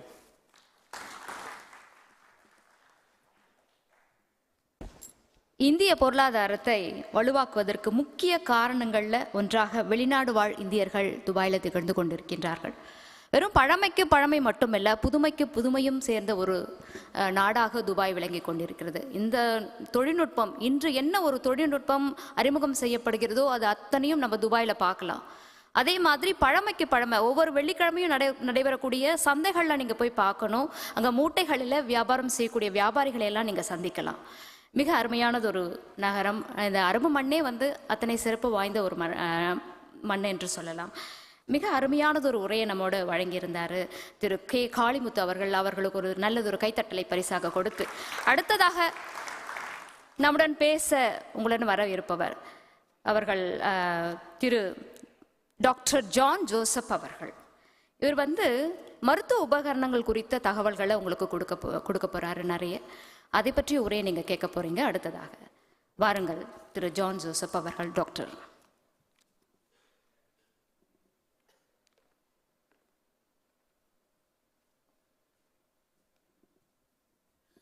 Ladies and gentlemen, good afternoon.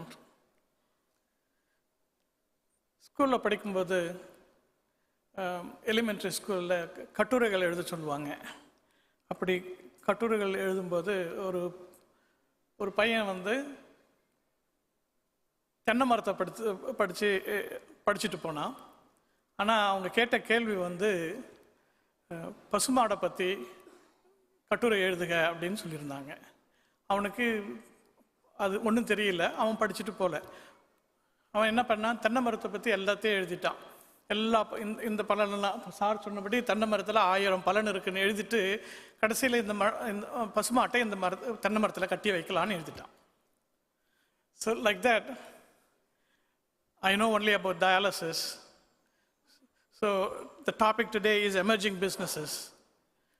I've been in this dialysis field for the last 40 years. That's the only field I know. So I'm going to talk to you about dialysis. There's a great opportunity in India for dialysis.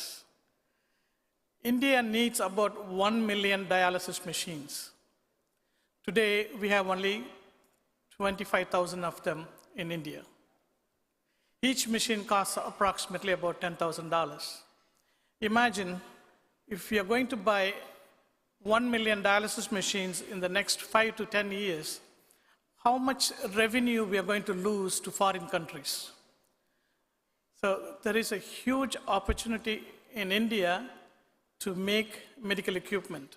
I know Indian government is supporting and encouraging medical parks, but there's a big opportunity and I invite you all to look into it. The same way, there's a great opportunity for medical disposables. You all know what happened during COVID period. There was a huge shortage of medical disposables like gloves and masks. Everybody was scrambling and the price shot off the roof. During COVID period, I bought gloves, which is normally sold at $3 a box, at $8.50. Because the demand was so much, I bought huge stock and got stuck with it. Today, we are selling at $3. During COVID period, none of the medical disposable was available, like the gowns, lab coats, shoe covers, hairnets, bouffant caps. All these disposables are generally made in China, and USA and other European countries are depending on China. But the supply chain was disrupted, everybody had problem, and now all of them are looking at different direction. They are not in favor of China. I know India cannot beat the Chinese price and quality at this time, but the opportunity is there. All other Western countries are looking at India, and this is the time to get into manufacturing, and we cannot beat China. We cannot become number one, but at least let's become number two in supplies of these medical disposables. And then, of course, there is a big opportunity in medical tourism. It's a very good emerging field, though it's been there for 10, 15 years. Still, there is room. Tamil Nadu being one of the leading states in India, we have very good doctors, and we should be able to bring in revenue. The government should take a lead in it and put people in all the embassies in developing countries and give them guidance. Now, there is a little bit of medical tourism from African countries. They come to India for heart transplant or heart surgeries, cancer treatment, or kidney transplants. There are a lot of agents. These agents mislead them and make money out of the system. The money is not going to the hospitals or to others, but the money should go to all the people in all different areas of life. When we bring tourists from Africa and other countries, it is not only the hospitals or the doctors who are benefited. There are other sectors, like when they come, the transportation department makes money. The hotels make money.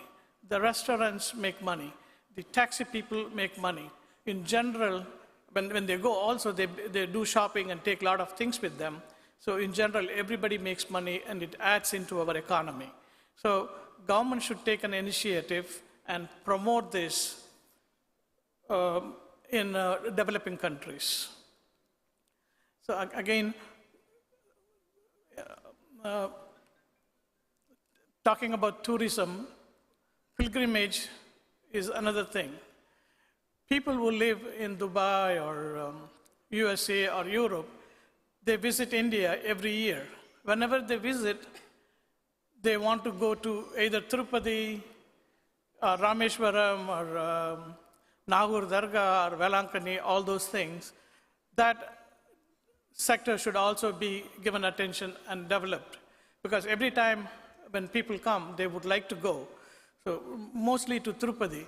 And I'm a little selfish in that we are losing revenue to Tirupati, so we should develop Kanchipuram, Rameshwaram, and Tiruchendur, and all those places, and increase tourism, so that way we don't lose our revenue to the neighboring state. And in pharmaceuticals, Gujarat is leading. I'm happy that India takes credit for it, but as a Tamilian, I think that credit should come to Tamil Nadu. We are a little behind Gujarat. Most of the pharmaceutical items come from Gujarat. We should also take lead in that sector and start manufacturing all pharmaceutical items in Chennai. For now, the saline water is mostly made in North India. The few companies we had, they've been closed in Chennai, and we should restart them and get the industry back into action. So there are a lot of other businesses we can get into in the medical field, but I would like to keep it short, and I thank Dr. Sampath for this opportunity, and I thank you all for listening to me for this last few minutes. Thank you.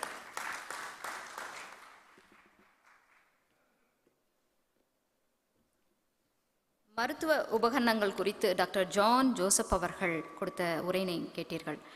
அடுத்ததாக நம்முடன் பேச இருப்பவர் நிறைய நமக்கு தகவல்களை கொடுத்திருந்தார் அவரை பற்றின படிப்பதற்கு. இருந்தாலும் ஓரிரு வார்த்தைகளில் அவரை அறிமுகம் செய்ய உள்ளேன். டாக்டர் ராம் பிஹைன், அவர் மேனேஜிங் டைரக்டர் லண்டன் கேபிட்டல், அவர்களை அன்புடன் அழைக்கின்றேன்.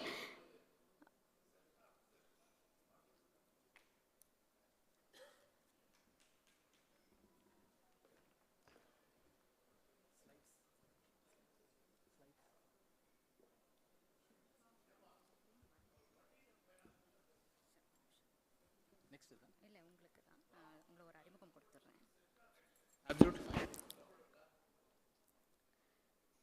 டாக்டர் ராம் ஆமாம் பிஹின் அப்படின்னு இருக்கு. நமக்கு அடுத்த உரையை பிஹின் செய்ய போறார் அவர். Dr. Ram Bihin is a seasonal investment banker. Dr. Ram is an expert in M&A and raising capital. Dr. Ram was the CEO of private equity firm in the DFFC. He has 15 plus years of business and investment experience in the Middle East and Asia. Dr. Ram is highly analytical and has worked for HS Sheikh Mohammed bin Faisal Al Qazim, the royal family office in UAE. Dr. Ram is a medical graduate and holds MBA in corporate finance from Case Business School, London, UK, and doing his doctoral research in power dynamics and boards at ESC, Clermont Business School, France. நல்லதொரு அறிமுகத்தோடு உங்களுடைய பலத்த கைத்தட்டலுடன் அவரை அழைக்கின்றேன் மேடையில் உங்களுடன் உரையாட. வணக்கம். After a quite interesting lunch, we got together to listen to this topic. So I'll quickly, I understand this, we have very short time actually, so I'll just quickly take you to the next 10-15 minutes, very interesting for you. So my mentor usually tells, just ஆள் யாருன்னு சொல்லுங்க, அவருக்கு என்ன லா apply ஆகுதுன்றது நான் சொல்கிறேன் அப்படின்னு சொல்லுவாப்புல. இது வந்து when I was meeting the first time, it was like very, I didn't give importance to it. But we could able to see globally anywhere, you could able to see the power and how people are considered or recognized based on what, then it's really, important to know this. We are investment bankers. We help firms to raise funds, mostly working on alternative investments, which is like private equity, venture capital, and large commercial real estates. So, we help them to raise funds from GCC-based institutional investors. It can be sovereign funds or large family offices. The family office is a family business. They structured it a single family office. So, say about like $25 million above worth, maybe in business or cash, they have it. So, they consider it to be a family offices. Second, we do a lot of activity towards, so we sit on the board as well and help the companies on the strategic and financial decisions. So that's the primary work we do on that. Okay, so we do invest on behalf of the family offices. So those who are running business, they don't want to take care of investing because there are a lot of portfolio diversification happens in terms of a lot of new tech companies are coming up. So family office, family business, they do invest small money like a startup venture. The startup companies, they invest on that. So we take care of that part to manage the portfolio as well. We do advise the royal families locally. I worked in royal families, so that connections are pretty strong for us to understand about their requirements and and their culture as well, and how the co-branding or co-investments happening globally and regionally, so we help them as well. So, இன்னைக்கு நம்ம பார்க்க போகிறது வந்து is more towards private equity. So, அதுக்கு முன்னாடி ஒரு சின்ன quick question. So, how many of you are owning companies? எவ்வளோ பேர் company own பண்ணுறீங்க? Maybe globally, regionally or in India? கொஞ்சம் raise பண்ணுங்க. That's amazing. So, you are all owning companies. How many of you are investing in companies? ஏதாவது invest பண்ணியிருக்கிறீங்களா already கம்பெனிஸில், ஆப்ரேட்டிங் கம்பெனிஸில்? Great. There are few hands. So there's a huge difference between owning a company and investing into a company. Then probably you need to understand, when you are owning a company, you have all the rights to tell great about your company. Nama invest பண்ணும்போது it's all topsy-turvy, like it's other way around. So people don't trust or about any operating companies. Why should I invest அப்படின்ற மாதிரி? So always good to know about the whole game, how it works அப்படின்ற மாதிரி. So அதுக்கு முன்னாடி we should know about the business cycle. First, any company starts in a startup phase or a launching phase, then it goes to the growth phase and the matured phase and decline phase. So இதுக்கு ஒரு நல்ல example பார்த்தீங்கன்னா, we have a lot of startup companies. Everything will fall into the launch phase. So it's all about they have struggle in all the routine client acquisition, brand identity. So எதுவுமே கிடைக்காது. They just started the business, so they struggle a lot to raise funds or even to manage the business also. Second phase is like more towards the growth phase, which is like you have your own set of clients. Already people know about your business. நீங்கள் அப்போ fundraise பண்ணும்போது, then you have set of institution able to help on that. Third phase is the matured phase. It's all stable income related. I mean, your company is making good money and stuff like so. Then things are different. Decline phase is like, you know, over 30-40 years, that product may be obsolete. Adu vandu continue panna mudiyadhu in the business. So then it becomes obsolete. You know, that's a kind of a decline phase. So every phase and the we need to approach a different set of investors. Ella investors you are into different phases. So in the phase one investor approach so for example launch phase then probably you go to family friends and fools, you know, to invest and, you know, attract money and stuff like it is for a super startup company like na taniya poi pandra then I need to look for individual investments. If it's a brand, like, you know, if it's a company is already having a track record, but they're, for example, they have so you have say about 5 to 10 hospitals. You're going for the 11th hospital, so obviously the government will fund on that, or maybe the banking, or maybe, you know, the ECA, we call it Expo Credit Agency, which is like a kind of Expo Finance. So a lot of governments are backing up because they need, for example, UK and the medical equipments on there's a lot of emphasis on selling this equipment through the government sources. They call it ECA. British embassy they have a complete wing to promote on the trade and commission. So what I mean to say is like if you are an individual, things are different. If you are a corporate or already existing business, things are different. Second, on the growth phase, obviously you need to get into the phase to reach the VC firms and private equity firms. This is the main Third, you are into the matured phase, you are going for an IPO. So people easily, IPO is like an initial public offering. You are listing your company in stock market. So, so again, like fundraising is an art, not only the numbers, you need to put the things in place, like mostly we call the business plan and, you know, business valuations and, you know, other set of information. Then get ready for, you know, your due diligence, because they come and, you know, for example, if you're looking for private equity, then they come and do a quick due diligence on your company, which includes operational due diligence and financial and legal due diligence and stuff. You know, they, without knowing about your company, it's like, you know, marrying a person. You need to understand very clearly where you're going to invest, right? So that's a basic funda on that. So when you move forward, then, you know, maybe the negotiations and deal closure. There's a process of, you know, closing the deal. So private equity, it's always a kind of a risky area where companies hesitate to go. Reason mostly first is we don't understand how the private equity, the whole game works, along the GPLP structure, then how the investment, they raise funds. It is not their fund most of the time. They raise funds from institutional investors and they deploy into target companies. So they over companies invest பண்றாங்க. Their task is to maximize the revenue and exit over a period of time. இதுதான் அந்த game. So when we take a private equity firm on our board, sure, they will insist to have a better performance. Adala da most of the people are literally getting you know, completely harassed on the board level. So we understand that game properly is much easier to manage the private equity funds.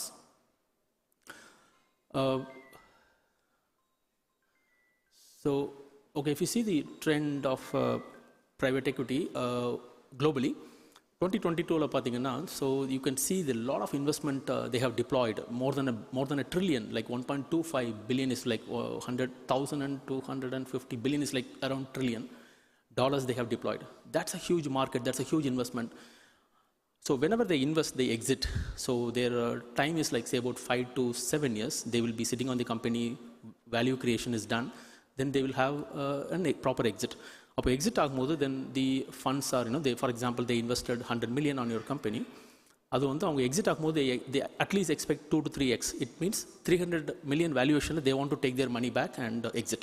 அதுக்கு உள்ள whole process தான் value creation. So they will sit on the board and make sure that, you know, all goes well அப்படின்ட்டு. And the fundraising also is they raise fund. So அவங்க வந்து they don't have their own funds. They raise fund from institutional investors and deployed into this will be deployed into portfolio companies. So we should use the private equity properly. So why should we get into that segment? So it is more flexible. If bank loan then there are two major things. You have asset or not, because all the things has to be mortgaged, some kind of an asset. Second, your repayment capacity. Repayment is not only the interest, the principal also. So always struggle for any companies to manage this value proportion, this interest and interest and premium, the repayment at a single stretch. இதெல்லாம் பார்த்தீங்கன்னா how this private equity is going to helpful. Private equity is like they will not ask you dividends on the year one. So they all understand that, they want to have, they mostly focus on the capital gain. It means அவங்க exit ஆகும்போது 5 yearsல then they want to have that kind of a good exit on the better value proportion. So in the flexibility you don't get on the lending or the debt financing. That is number one.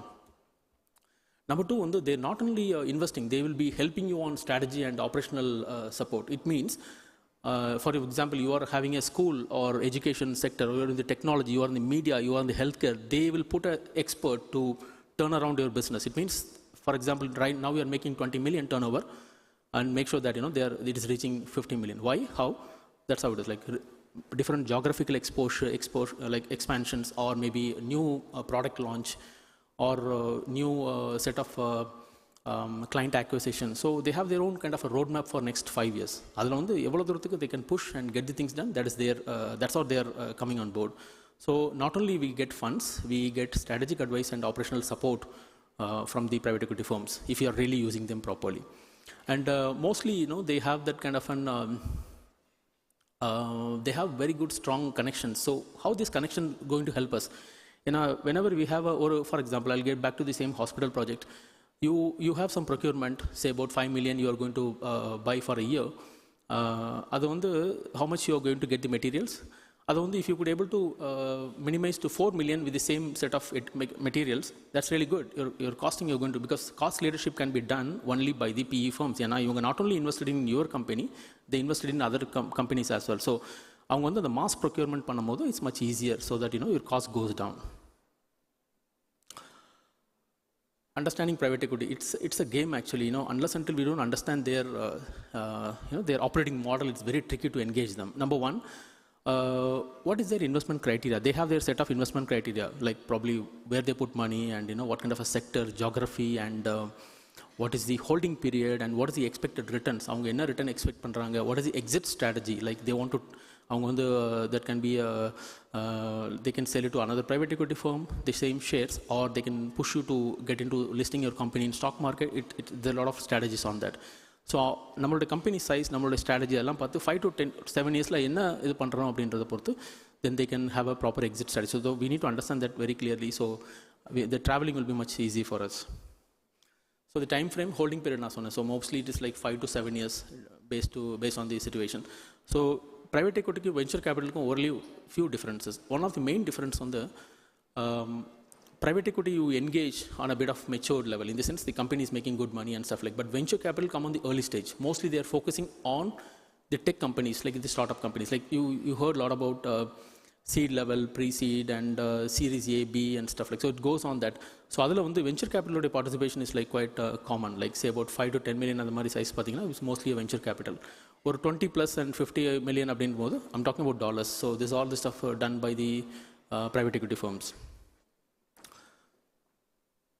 So exit is very important. I'm already discussed now. So every company, every investment comes in your company or in your board, want to have a clear exit with a better multiples. Return on investments, obviously yes. There are two things. One is cash on cash, which is annual dividend. These very basics. Anyone can understand that. இது நான் சொல்கிறது ஒரு tricky financial அனலிஸ்ட்குள்ளே அது மட்டும் கிடையாது. As a business owner you should know about it. First we all knows about return on investment அப்படிங்கும்போது mostly yearly என்ன dividend கொடுக்குறாங்க அப்படின்றது தான். நம்ம if I invest in a company, okay yearly எதுவும் கிடைக்குதா என்னன்றதை பார்ப்போம். So that is the primary thing. Second is the capital gain. நம்ம ஷேர்ஸ் செல் பண்ணி இன்னொருத்தர் அதே கம்பெனியே வாங்கலாம், அல்லது if some other new investors coming on taking R shares. So what's the best the numbers we get அப்படின்றது நம்ம பார்க்குறோம். So these things are very important when we engage. We need to understand this very clearly before we are engaging a private equity firms. Prepare your firm. So this is like a bit tricky.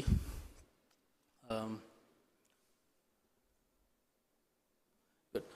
So நம்ம firm first we need to prepare before approaching any private equity firms. First why we need the fund.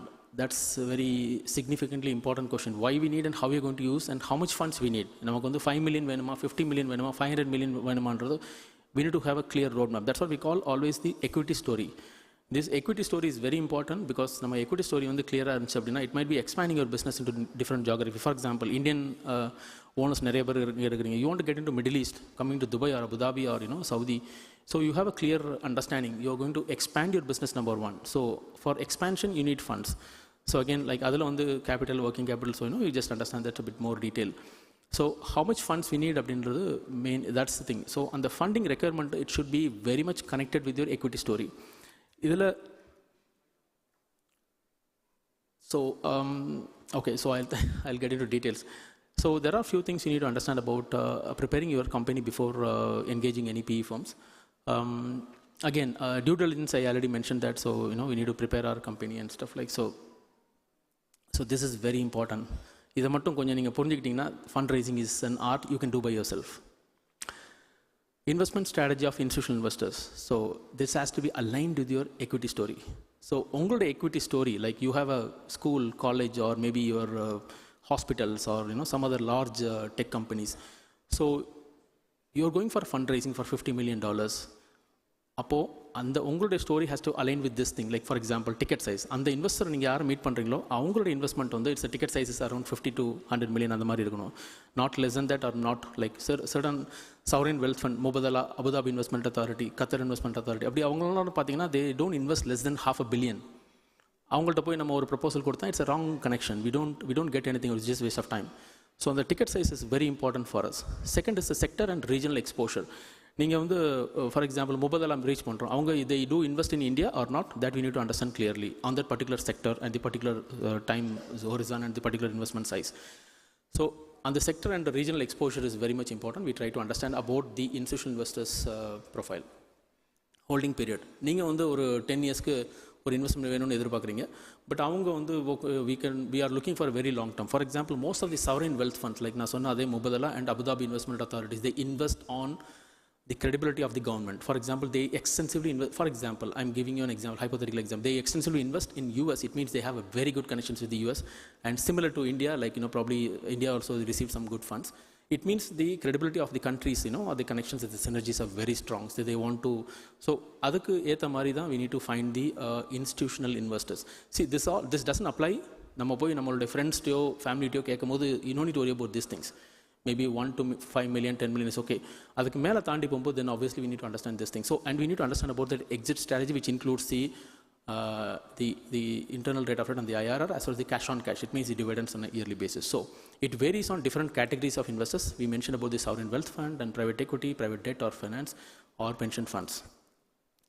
So now to manage them is very tricky because when they come on board, then probably they literally sit on your head. It means we need to be very transparent. We need to go hand in hand. It leaks. They are your family members. Most of the time they spend weekends and stuff like with you, and we are like daily evenings, and that's how the way they manage, because they want to understand the founders and the board members who are already operating this business very clearly and want to handhold for a long run.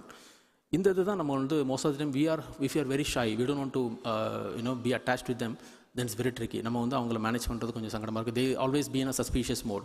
எதுக்கு they are not close அப்படின்ற மாதிரி. And understand your investors' expectation. That's what I mentioned that, and probably understand because they invested in multiple companies, so you need to use them very clearly. Like நீங்கள் வந்து you can literally ask any support so that you're able to. உங்களால் முடியல அப்படிங்கும்போது sure there is extra hands to help you on that. That's how, because they keep investing onto different portfolio companies. Transparent communication, yes. எதுவும் தவறாச்சு ஏதாவது always we have some mess up in the business, so we should be very transparent and inform them so that sensitive items we don't feel any gap between you guys. அது வந்து ரொம்ப முக்கியமானது. Take the long term view. So whatever you take a decision is all go for long term strategy and stuff like so. Negotiation. So obviously you raise funds, so you have all the power to negotiate as well. So be very clear, like what exactly you want from the investors. அதில் வந்து you have a ambiguity, you don't have any clarity அப்படிங்கும்போது they cannot help you as well. So we want to raise 50 million, be stubborn and justify with all the logic for this 50 million. Be prepared to compromise. So in case it doesn't happen, just it's okay, we need to just move forward. We don't need to irritate or maybe renegotiate. And renegotiate isn't okay, but not cornering them, you should not do that. Understand the buyer's motivation. So everyone have their own set of expectations. So we should understand, why they are investing in my company. What is the intention behind it. So we should try to understand that. I think all this stuff like very important. I think we are running out of time. I'll just try to finish to the next one. So the consequence, if you're in like, okay, you now engaged a private equity firm. So nothing more than that. They will take your shares in the company. So always like, they sit like a boss, and currently if you don't have that kind of a culture, most of the Indian family business is like, they are like, like நம்ம அப்பா தாத்தா வழியிலேருந்து அப்பா வழியில் வந்து அப்புறம் பெரியப்பா சித்தப்பா அந்த மாதிரி மாமா. ஸோ அந்த இதுலேயே வந்தவங்களுக்கு is bit tricky to engage a new person who is like never connected to us and doesn't understand our culture and understand or நம்ம கொஞ்சம் லேட்டாக ஒர்க் பண்ணுற மாதிரி இருந்துச்சுன்னா then literally we have a problem because they insist everything to be done immediately. And sure, so the board, so they take extra hands on hiring, firing, and setting up strategies and stuff like so. இதெல்லாம் பார்த்தீங்க அப்படின்னா overall it looks like probably it's a challenge to take the private equity, but it's really inevitable. அதாவது உங்களுடைய journey, your company is growing, we cannot miss them. So there are a lot of advisors and there are a lot of even like well-matured people you can take as a non-executive directors to help them, help you on this whole journey. So I'm really sorry for taking extra time for the and if any questions I'll be happy to explore and உங்கெல்லாம் இங்கே பார்த்ததுல ரொம்ப மகிழ்ச்சி. Thank you so much.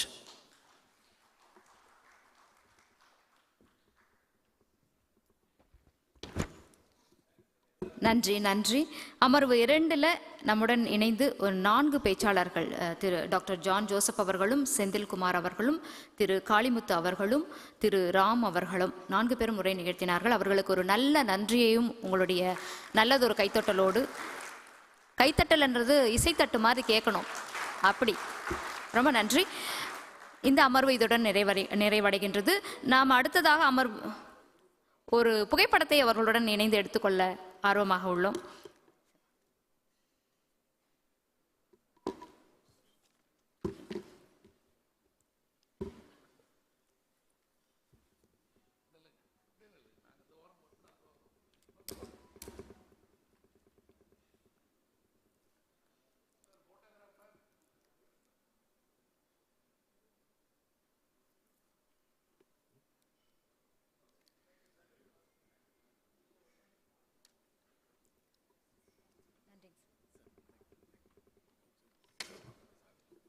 அமர்வு 3க்கு செல்லவிருக்கின்றோம். அமர்வு 3ல் முதலாவதாக doctor A Mohammed Moideen அவர்கள், finance director, power flow middle east LLC, Dubai. சரி, அவர்களை மேடைக்கு அழைக்கின்றேன். இந்த அமர்வு 3ல் நம்முடன் சேர் மிஸ்டர் அழகுராஜா அவர்கள், former country director, Doha bank, Dubai அவர்களையும் மேடைக்கு அழைக்கின்றேன்.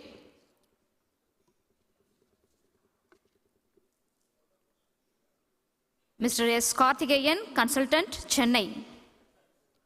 Mr. S. Karthikeyan. Mr. Manav, Finance. Mr. Manav.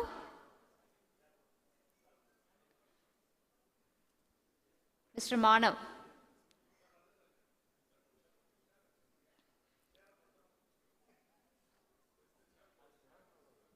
இந்த அமர்வில் நம்முடன் தலைமையேற்று நடத்த இருப்பவர் மிஸ்டர் அழகுராஜா அவர்கள். மிஸ்டர் கார்த்திகேயன் இருக்கிறாரா?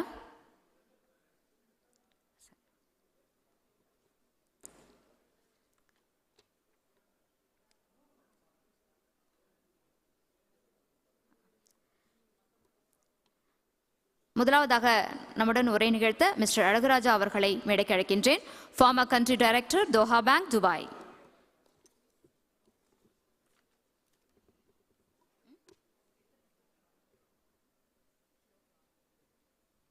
வரலையா கார்த்திகேயன்?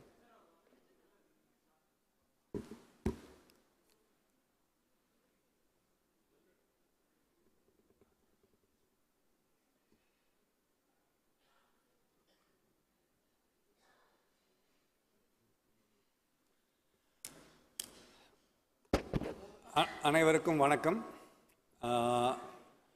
இந்த டாபிக் வந்து எல்லாருக்குமே ஒரு இன்ட்ரெஸ்டிங்கான டாபிக். பிகாஸ் என்ன பிஸ்னஸ் பண்ணாலும் ஒரு ஃபண்டிங் ஆப்பர்ச்சுனிட்டி, ஃபண்டிங் அசிஸ்டன்ஸ் வந்து ரொம்ப க்ரூஷியல். லார்ஜ் ஆர்கனைசேஷன் எல்லாருக்குமே வந்து that is not a problem. So they will be able to get it without any difficulty. So we will not cover about it. The main issue வந்து எஸ்எம்இஸ்க்கும் ஸ்டார்ட் அப்ஸுக்கும். Both SMEs and startups do struggle to get the funding. Most of the time என்ன ஆறுதுன்னா there's always a mismatch in thinking. ஒரு SME ஆரம்பிக்கிறப்ப எந்த ஆண்டர்பிரினரும் they need to have a sufficient capital and sufficient plan to the level of investing the capital expenditure. எல்லா கேபெக்ஸுக்கும் அவங்க இனிஷியலாக வரணும், பிகாஸ் எந்த ஃபண்டிங் இன்ஸ்டியூஷனும் இனிஷியல் கேபெக்ஸுக்கு பண்ண மாட்டாங்க. அதனால் the initial capex ரெடி ஆகிறதுக்கு SME should be prepared, and for some time to manage the working capital also they should be prepared. Otherwise there will be a mismatch, and if they don't get the proper working capital facility on time, it will jeopardize the whole plan. So the best way forward is the entrepreneur யார் ஆரம்பிச்சாலும் அவங்க SMEல முதல்ல have the plan properly for a capex as well as to some extent a basic working capital. But the first approach to the commercial bank வந்து உங்களுக்கு வந்து working capital requirements தான் வேண்டி இருக்கும், அதுதான் அவங்களால பண்ண முடியும். Otherwise ஒரு development institution will be coming forward for the new companies. But established companies, yes, all expansion and everything the bank can do that. Otherwise you have to go with a new feasibility study and acceptable level with the banks, and the banks can start with it. So SME's focus வந்து they have to prove themselves, yeah, it's a feasible project, and they have to approach the banks accordingly. இந்த மாதிரி funding வந்து யார் யார் பண்ணுறாங்க நீங்கள் எடுத்து பார்த்தீங்கன்னா, இனிஷியல் ஸ்டேஜஸ் வந்து கமர்ஷியல் பேங்கிங் வந்து உங்களுக்கு எஸ்எம்இஸுக்கு பண்ண முடியும். அதுக்கு அடுத்த ஸ்டேஜ் வந்து அதுக்கு முன்னாடி ஸ்டேஜில் வந்து development institutions can do a lot. Every country has got some development institution, some form of development institution, so that who can understand the project better than the normal commercial banking. So development institutions are the ones who will be able to understand your feasibility and give you the right funding needed for it, and they have an appetite for the longer term funding. So development institute apra commercial banks varum, commercial banks ku apra then you have the working capital, LC, LTR facilities, idella vandu common things, but which are all very much needed for the business. Adu illam neenga onnu panna mudiyadhu.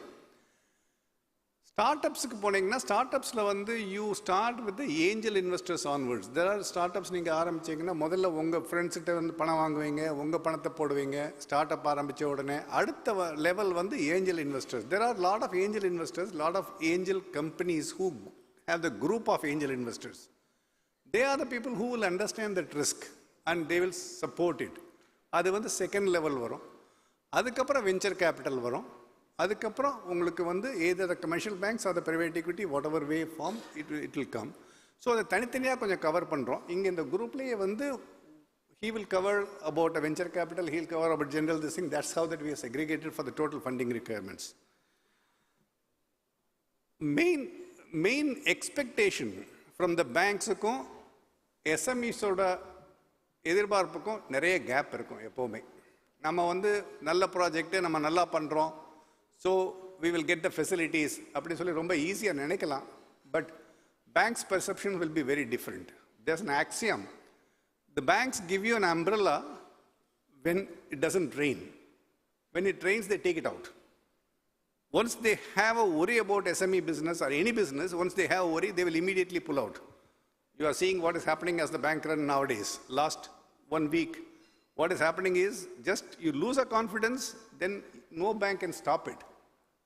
That is what is happening. The basic trust has to be there.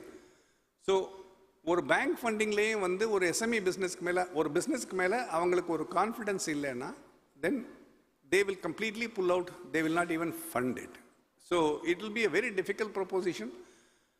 Prove பண்ண வேண்டியது அந்த business வந்து their skill, the management skill, their organisation skill, their reporting standards, and their capability to run it in difficult situation. இது வந்து நம்ம prove பண்ணாதான் அவங்களுக்கு ஒரு கான்ஃபிடன்ஸ் வரும்.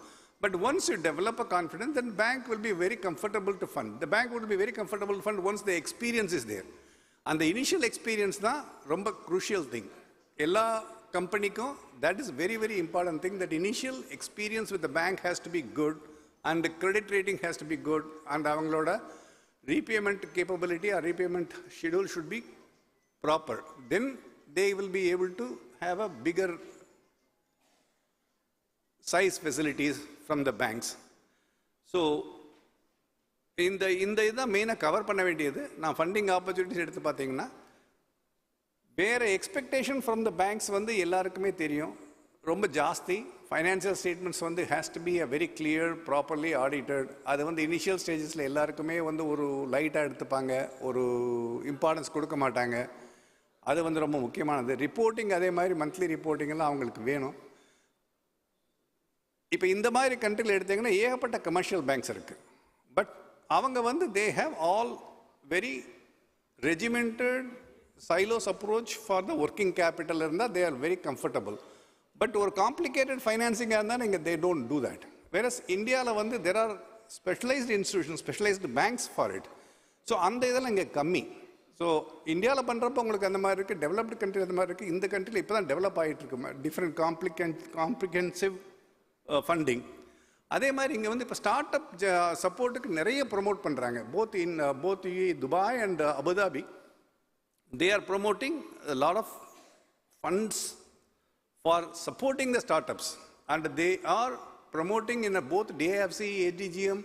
They created as innovation hubs, innovation hives.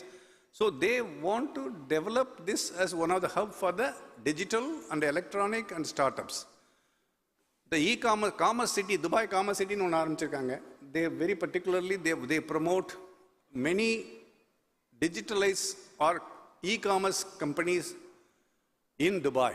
So the Dubai government is very focused on promoting this particular economy where they see a major growth will be happening. So this is the basic thing which I wanted to cover that, and other people will take up the other areas. And in case if you have anything, any question, we can discuss later at this stage. Thank you very much for giving the opportunity.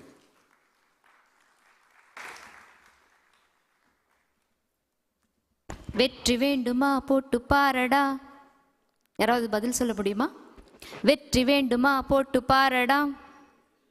ஆமாம், கிட்டத்தட்ட 35 வருட அனுபவம் மிக்கவர், senior banker, both commercial and investment banking with 35 years of experience, chartered account by profession. இவருடைய அறிமுகம். அடுத்ததாக நம்முடன் பேச அழைக்க இருப்பது திரு மானவ் சாகு அவர்களை மேடைக்கு அழைக்கின்றேன். Partner, Bharat founders fund, India focused venture fund.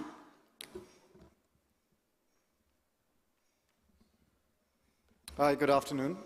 Firstly, thank you so much, Uncle Raja, for inviting me for this. I think Dr. Ram did a fantastic job explaining how private equity funds work, how venture capital funds work. So to avoid being repetitive, I'm going to skip that part. And I'm going to try and focus my 10 minutes here in 3 buckets. The first bucket is going to be the India story. What has India come out to become? Where are we today? How did we get there? Why are we there? The second is going to be around the opportunity today that we have. And the third bucket is going to be the outlook. Before that, I'd like to introduce myself. I'm Manav Sagar. I am a partner at a venture capital fund which is focused in investing in early stage tech startups in India. Why do we invest? The first reason is that we see a huge opportunity. We've done about 50 odd investments over the last few years. A lot of those companies have become successful. Some of them have become a unicorn company. The story has been magnificent, and we've been very lucky to be a part of it from day zero. The India story. The other day I was traveling in 2019. I was in India. We were going across to a remote village. We were transiting. The bus stopped. Everyone got off. There was a small shop there. A gentleman came on a bike. He asked for water. The shopkeeper, which was a small shop, gave him a water bottle. He took out his phone, he scanned a QR code, he paid, and he left. That was at that point when I saw that happen in a tier 2 village, where you think cash is king in a country like India. UPI had penetrated and gone into the pocket of a tier 2 gentleman who probably we think has no access to anything, but he did. India's got the largest internet base in the world. Well, after China, actually, second largest internet base in the world. Geo penetrated it, gave that market opportunity. Today, we have the biggest youth population. And when this phone, like the story that I'm coming to it, and I'm telling about this India story, this phone is making people do so much. The internet is enabling people to do so much that automatically affects the GDP, the growth of the country. Why? Because now you're empowering a human being through technology to do more. This got us very much excited. Our investments over the last few years have grown significantly. And what we look for in early stage entrepreneurs, because a lot of people ask me that, you're investing, what do you look out for? How do you know this idea is going to work or not? Obviously, a lot of it's gut-based, a lot of it's our intuition, a lot of it's outlook, how we think the world is going to look 5 years, 6 years from now. But I'll give you another example. We looked at this, I think a lot of you would have heard about this company called Swiggy or Zomato. This year when the company started, I was having a chat with my friend and he said, Manav, look, 5 years from now, all the young generation which is going to go into the working class is not going to have time. They won't learn how to cook. They wouldn't, and at that time everyone's thinking, why do I have to pay for delivery? Imagine you're paying for food. People could just go walk to a restaurant. That was an experience. But he said that 5 years from now, people won't have time. They will be so busy in their own lives. They won't know how to cook. They'll come back home and they'll want convenience for it. That time, nobody was thinking about it. But what you did think is how things are going to look out in the future. And that's what Swiggy became so large. Because today, when I go back home, we're so busy with our work. I think all of us are, right? Things have become more and more, your phone people are sending you messages, you become more involved in your life around you. You want convenience and you want time. Uber, Swiggy, companies like these became the grassroots for the India story. So that's where India is. We've seen dramatic change. We've seen people make money, wealth sitting at their houses. There's a company called Meesho in which we invested, which used to enable housewives to sell products. They have a very interesting story again. What used to happen at Meesho was that they realized that women internally share a lot of pictures of what they've bought. Now, it's such a small insight. And back in 2016, they thought, oh, WhatsApp, they're going to share what they've bought, what products they're using, and they can communicate with each other and sell. So you gave an opportunity to a housewife somewhere in Rajasthan to share across WhatsApp products she has as a catalog and make her own shop. Meesho means Meri Shop. That's how they started.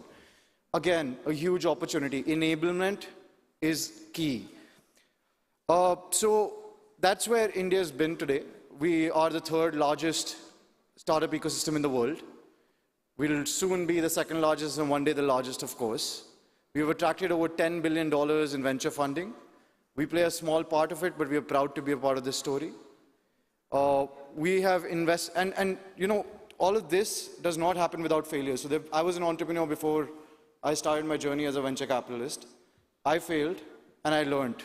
And I think there'll be many failures that will happen, but we'll keep learning. The only outlook we should have is going forward and proceeding forward and not getting disheartened by failures. The second part, so that's where India is. India is the third largest ecosystem, and I think we're going to go a long way. The second part is, where do we see opportunity today? And I'll go back to that conversation or that example that I gave about Swiggy, that we won't have time. What do we see it's going to happen in 5 or 7 years from now? And it's very difficult to paint that picture, but we can think about it today, right? Like, we're sitting in this room, we're thinking this conference is happening this way. What's going to be different? I think 3 sectors particularly, and that's me basing, so I wouldn't say this is industry knowledge, this is my personal gut in learning and what I see as an outlook. One is healthcare. We feel that healthcare in India has been pretty stagnated for a while. You simply go to a doctor, he gives you a receipt, he gives you a prescription, you go, you do your checkup. What can change there? We think technology is going to be a huge enabler in healthcare. It's going to open doors across the country in tier 2, tier 3 towns. How they got access to payments, they're going to have access to healthcare. We think that's one sector which definitely is, and then there's the healthcare stack which the India government is coming up with. It's going to be plugging in all your data and entries in it. So one sector is healthcare. The second sector which we are very bullish on is climate. We've seen climate change is real. I think today it was raining in Chennai very randomly. A lot of people were surprised, why is it raining in the month of March? And to be honest, the reason is climate change. We can feel it, we can see it. Sitting at home, we can't do much about it. But we're going to start taking baby steps. Net zero goals are going to get set up. That is a big differentiator. I think one gentleman spoke about the supply chain, and I think that's going to be the big differentiator in supply chain, because all the global companies which are going to be sourcing tomorrow are going to have net zero goals. IKEA is going to have net zero goals. So that means the wood manufacturer who's creating or crafting, or say a Zara or an H&M or a clothing brand which is huge and has a huge sale, is going to have net zero goals. It is going to happen because of a simple fact that ESG has become a huge implementing factor in public markets. Because of that, now if we take 3 steps back and say, if it's going to be a huge factor for Zara, how does it impact India? It impacts India because India is going to be able to create a differentiating line from other places or other parts of the world if it's able to facilitate those net zero goals. So supply chain focus towards that side is going to be huge. So we feel, again, the second space which we think that is going to be very large is climate and sustainability. So healthcare, climate and sustainability, India has already pioneered in fintech, so I don't usually try and speak more about it, but I still think you walk here in Dubai and you want to send somebody money, you'll take 10 steps. You walk in India and you'll do it in 1 step. That's how far India is from a developed city. Dubai is the pioneer of, I'm not saying anything bad, but I mean that look at where we are, right? But I still think that fintech has a huge opportunity. Access to wealth, access to money, access to banking.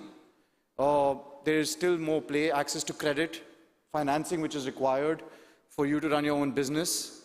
I still feel there's a huge opportunity that sits over there. So that's the sectors which we are excited for, and that's the outlook that we look for. The last one is around what do we look for in entrepreneurs when we invest in them, and I think that's a very interesting point because everyone, whenever you look at people and you ask them, why do you invest in this? What is your belief in it? There are various sectors, but I think the first thing that we look for is key articulation. If they're able to articulate the problem. If you're not able to articulate the problem that you're trying to solve, and if you're just building a company just so that you can make business or make money or get an exit or look at the shiny side of building a startup, I don't think that's the right intention. If you're able to articulate a problem that you're going after, that's the first key position that we look for. The second thing is insights. What do you know particularly about a space or a behavior that you think you can double down on and you think everyone else is doing that? If you're able to find out those insights, convert them into a product, and then distribute them, I think we should be talking. Thank you, ladies and gentlemen. I hope I was helpful, and have a good afternoon.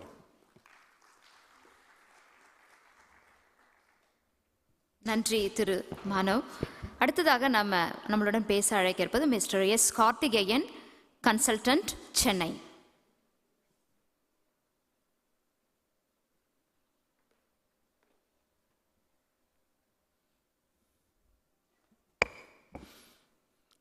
அனைவருக்கும் என்னுடைய மதிய வணக்கம். இந்த கூட்டத்தில் பேச வாய்ப்பளித்த திரு Sampath sir அவர்களுக்கு என்னுடைய மனமார்ந்த நன்றியை தெரிவித்துக் கொள்கிறேன். நான் தமிழ்நாடு சென்னையிலேருந்து வந்திருக்கிறேன்.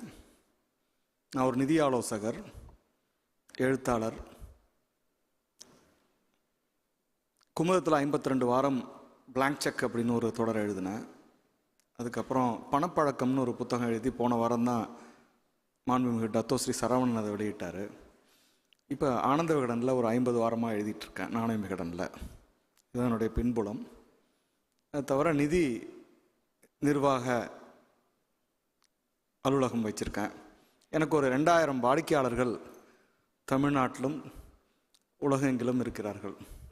அவர்களுடைய நிதியை நிர்வாகம் செய்து வருகிறேன். இந்த ஒரு ரொம்ப வைப்ரண்ட்டாக ஒரு அக்னி பழம்பான ஒரு இடத்துல நின்று பேசுகிறது எனக்கு ஒரு மகிழ்ச்சியை கொடுக்குது. இன்றைக்கி இந்த தீவிரம் தான் நம்ம எல்லாருக்குமே தேவைப்படுது. அது வணிகத்துலேயும் சரி, வாழ்க்கையிலையும் சரி. ஏன்னா காலம் ரொம்ப குறுகலாக போய்கிட்டே இருக்குது. ஒரு குழந்தை கூட ஒரு வயசில் செல்ஃபோனை உபயோகப்படுத்த ஆரம்பிச்சிடுறாங்க. நமக்கு நல்ல பேர் எப்போ கிடச்சிதுன்னா 3 வயசு ஆனப்போ கூட ஒரு இடத்துல உட்கார வச்சா அந்த இடத்துல அப்படியே அசையாமல் சமத்தாக இருப்பாங்கிற காலம் இருந்துச்சு. இன்றைக்கி 1 வயசு பையன் செல்ஃபோனை ஆப் அதில் கேம் மாற்றுறாங்க, டிவி சேனல் மாற்றுறாங்க. அப்படிப்பட்ட ஒரு வளர்ச்சி மிகுந்த காலம், வேகமான காலமாக இருக்கும்போது வணிகத்தில் நம்ம எப்படி இருக்க போகிறோம் அப்படிங்கிறது ஒரு முக்கியமான கேள்வி. அல்லது வணிகமும் பணமும் ரெண்டும் எப்படி இருக்க போகுது அப்படிங்கிறது தான். தமிழர் நிச்சயமாக வந்து வணிகத்தில் மிக பெரிய சிறப்பு வாய்ந்த ஒரு சூழலில் இருந்தவர்கள் தான் தமிழர்கள். தொண்டி துறைமுகமாக இருக்கட்டும், ஆப்பிரிக்க நாடுகளாக இருக்கட்டும், அல்லது சீனத்துக்காக இருக்கட்டும், வியாபாரம் செஞ்சுக்கிட்டு தான் இருந்தோம். பட் நடுவில் அதுக்கப்புறம் அந்த பெருமைகள்லாம் என்ன ஆச்சு? நாம் வந்து எதை நோக்கி, அதோட பதிவுகள் எங்கே இருக்குது, நம்ம எதை நோக்கி நம்ம பயணம் செஞ்சோம் அப்படின்னு பார்த்தா, நம்ம எத்தனையோ இடங்களை கைப்பற்றின இடம் கூட நமக்கு சம்மந்தம் இல்லாமல் தான் இருந்துகிட்ருக்கு. இன்றைக்கி நம்ம எதுக்காக போனோம் அப்படிங்கிற பர்பஸ் அப்படிங்கிறதெல்லாம் பதிவுகள் இல்லாமல் போயிடுச்சு. அப்போ இந்த வணிகத்தில் நம்ம எங்கே தமிழன் வந்து தடுமாறுறாங்க அப்படின்னா, இன்றைக்கி எல்லாம் எத்தனையோ டெண்டுல்கராகவே உருவாகிட்டு இருக்கோம். இன்றைக்கி வந்து நிறைய படிச்சிருக்கோம். அன்றைக்கி காமராஜர் காலத்தில் ஒரே ஒரு சேலையை கட்டிக்கிட்டு ஆற்றுல காய வச்சுட்டு காஞ்ச பிறகு வீட்டுக்கு போன காலம் இருந்துச்சு. அன்னைக்கு படிப்பு ஒன்று தான் வறுமையை போக்குங்கிற நிலைமையில கல்வி புரட்சி மட்டுமே காமராஜர் அவர்கள் கொடுத்த காலத்தில் இன்றைக்கி அதையே நம்ம பேசிகிட்டு இருக்கிறத தாண்டி, அதையும் தாண்டி பொருளாதார சுதந்திரத்தை பற்றி நம்ம பேச வேண்டிய காலத்தில் இருக்கோம். இன்றைக்கி அந்த பொருளாதார சுதந்திரத்தை நம்ம எந்த அளவுக்கு அட்டைன் பண்ணுறோம், அதை அடையிறதுக்காக என்னென்ன முயற்சிகள் செய்கிறோம், நம்மளுடைய குடும்ப பின்னணி என்ன இருக்குது, நம்மளுடைய உறவு முறைகள்லாம் அதுக்கு எவ்வளவு துணையாக இருக்குது அல்லது தடையாக இருக்குது, இதை பற்றி நம்ம வந்து விரிவாக பேசணும். ஏன்னா இன்றைக்கி வந்து ஒரு வெஞ்சர் கேபிட்டலோ அல்லது சீடு மணியோ இதெல்லாம் எடுத்தால் உறவினர்கள்ட்டேருந்து நம்ம பணம் வாங்கிட முடியறதில்ல. நம்ம சொல்கிறோம் வியாபாரத்தில் வந்து ஜெயித்த பிறகு என்ன எங்கள் வீட்டிலே அதிக பணம் சம்பாதிக்கிறதும், எத்தனை லட்சம் ரூபாய் கேட்டாலும் நான் கொடுக்க முடிகிற அளவுக்கு எங்கள் வீட்டில் ஒரே ஒரு பிஸ்னஸ்மேன் நான் தான், மற்றவங்களாம் வேலைக்கு போயிட்டுருக்காங்க அப்படின்னு சொல்கிற காலத்தில் தோல்வி வரும்போது 10 கோடியோ 20 கோடி கடன் கொடுக்கறதுக்கு அந்த சொந்தக்காரங்களில் யார் தான் முன் வர முடியும்? ஏன்னா நம்ம தான் ஒரு சிறப்பானவங்களாக இருக்கிற சூழலில் அப்போ அந்த கடனை யார் கொடுக்க முடியும், யார் காப்பாற்ற முடியும்? இது ஒரு முக்கியமான கேள்வி. அப்போ தொழிலுக்கு நமக்கு என்னெல்லாம் தேவைப்படுது, எப்படி ஒரு தொழிலில் முதல்ல வரோம்? நமக்கு ஒரு வேலை கிடைக்காதனால தொழிலுக்கு வரோமா, அல்லது வேலை கிடைச்சி வரோமா? வந்த பிறகு லாபம் எடுக்கிறதுல நம்ம மார்க்கெட்டிங் நம்ம ப்ரமோட் பண்ணிக்கிறதுலையும் மார்க்கெட் பண்ணுறதுலையும் நம்ம எவ்வளோ சிறந்து விளங்குறோம்? அதே நேரத்தில் ஒவ்வொரு கடன் வாங்க முடியும், ஒரு சீட் கேபிட்டலோ அல்லது ஒரு பேங்க் லோனோ அல்லது ஒரு வெஞ்சர் கேபிட்டலே நம்ம வந்து ஈக்விட்டிக்கு ஷேராக கொடுத்துட்டு கடன் வாங்க முடியும். பட் அந்த கடனை திருப்பி தர்ற அளவுக்கான மனநிலை நமக்கு பின்னாடி வளர்ந்துருக்கா? அப்போ ஒரு லாபம் சம்பாதிச்சா மட்டும்தான் நம்ம வந்து கடனை திருப்பி கொடுக்க முடியும். லாபம்ங்கிறது பணம்ங்கிறது எல்லாம் தமிழர்களுக்கு கெட்ட வார்த்தை. லாபம் பணம் இதெல்லாம் ஏன்னா நம்ம நல்லவங்களாகவே இருக்க குட் லுக்கிங் விஷயமே போட்டுட்ருக்கோம். அதை தாண்டி ஒரு யூஎஸில் போய் உட்காந்தா ஒரு பொருளை மார்க்கெட் பண்ணுறதுல அவங்க எவ்வளோ சிறந்து விளங்குறாங்க, அல்லது ஒரு பொருளை வந்து கொண்டு போய் சேர்க்கறதுலையும் ஒரு வணிகமயமாக்கல் உலகத்தில் அவங்க இருக்கும்போது தமிழர்கள் இன்னமும் வந்து வணிகமயமாக்கலில் போகாமல் நாம் இன்னும் வந்து தடுமாறிக்கிட்டே இருக்கிறோம். சரி, சங்க காலத்தில் நம்ம வியாபாரம் பண்ணலையா அல்லது எல்லாம் பண்ணல, ஔவையார் இருந்தாங்க, புலவர் தான், அப்போ அறிவாற்றல் இருந்துச்சுன்னு சொல்கிறோம்.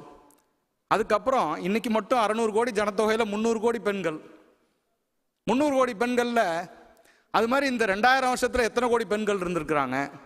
அப்போ கிட்டத்தட்ட 2000 கோடி பெண்கள் இருந்திருக்கணும், 3000 கோடி பெண்கள் இருந்திருக்கணும். எத்தனை ஔவையார் நம்ம கண்டுபிடிச்சோம்? ஸோ அப்போ வந்து பொருளாதாரத்தை நம்ம எந்த அளவுக்கு குழந்தைகள்கிட்ட கற்றுக் கொடுத்துருக்குறோம், கொடுக்கல் வாங்கலை கற்றுக் கொடுத்துருக்குறோம், அல்லது பெண்களுக்கான பொருளாதார சுதந்திரத்தையோ அல்லது பொருளாதார பணத்தை கையாளுறதை பற்றி நம்ம எந்த அளவுக்கு கொண்டு போய் சேர்த்துருக்குறோம்? இதெல்லாம் வந்து தான் இதெல்லாம் வந்து ஒரு தமிழர்களோட இன்னைக்கு கிழக்காசிய நாடுகளில் வந்து வளர்ச்சியில் வேலைகளில் பெண்களோட பங்கு மிக மிக மகத்தானது. பட் தமிழ்நாட்டில் நம்ம என்ன சொல்லி வளர்த்துருக்குறோம்? இப்போ இந்த சூழல்லாம் வணிகத்துக்கு உதவுமா? பணம் கையாளுறத நம்ம சரி பண்ண முடியுமா? இதெல்லாம் தான் நம்ம யோசிக்கணும். அப்போ வந்து ஒரு தொழில் லாபம் இல்லாமல் நம்ம என்ன பண்ண முடியும்? நான் ஒரு வேடிக்கையாக கூட சொல்லுவேன், ஒரு சிகரெட் பிடிக்கிறதுனால ஒரு நாளைக்கு ஒரு 100 ரூபாய்க்கு சிகரெட் பிடிச்சா மாதத்துக்கு ஒரு 3000 ரூபா தான் செலவாகும். அல்லது ஒரு ஆல்கஹால் எடுத்துக்கிட்டால் கூட 60,000 ரூபா தான் ஆகும். ஆனால் ஒரு தொழிலில் மட்டும்தான் 10 கோடி நஷ்டம் ஏற்படுத்த முடியும்னா ஒரு தொழிலில் தான் பண்ண முடியும்.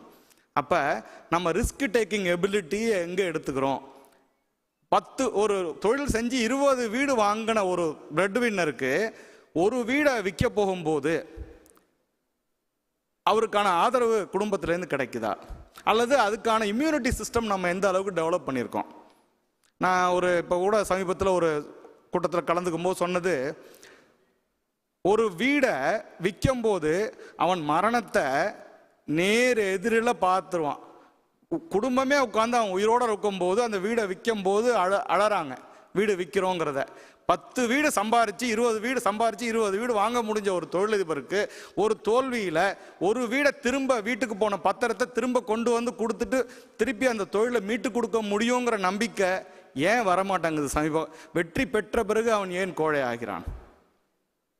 அப்போ இதெல்லாம் தான் தொழில் மட்டுமல்ல, தொழில் பண்ணுறதுக்கான அவர்களுடைய அணுகுமுறை, அவர்களுடைய ஆற்றல், அல்லது அவங்களோட இம்யூனிட்டி சிஸ்டம் எவ்வளோ பில்டாக இருக்குது, கடன் எவ்வளோ வாங்க முடியும், கடனை எவ்வளோ திருப்பி கொடுக்க முடியும், இதெல்லாம் தான் முக்கியம். அப்போ ஒரு லோன் அல்லது ஒரு முதலீடு கேட்டு வாங்க முடியும் போது முதல்ல ஒரு வீடை விற்றுட்டு முதலீடு செய்ய தெரியணும்.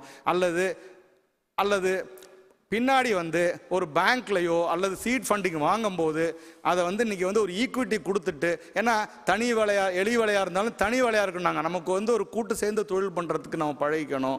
அல்லது பார்ட்னர்ஷிப் வச்சுக்க வேண்டியிருக்கு, நீங்கள் வெஞ்சர் கேபிட்டல் கலெக்ட் பண்ண வேண்டியிருக்கு, ஈக்விட்டி கொண்டு வர வேண்டியிருக்கு. இத்தனையுமே ஒரு தமிழர்கள் நம்ம பழகிட்டோம்னா தான் ஒரு தொழிலை ரொம்ப பெரிய அளவு தாண்டி வளர்க்க முடியும்.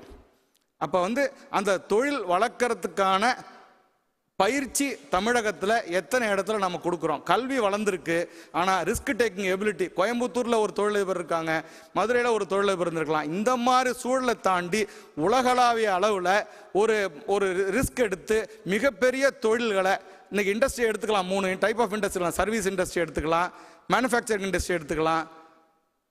இன்றைக்கி அந்த மாதிரி ஒரு மேனுஃபேக்சரிங் இண்டஸ்ட்ரியை 2ஆக பிரிச்சுக்கலாம். இன்றைக்கி ப்ரிசிஷன் இண்டஸ்ட்ரீஸ் எடுத்துக்கலாம்.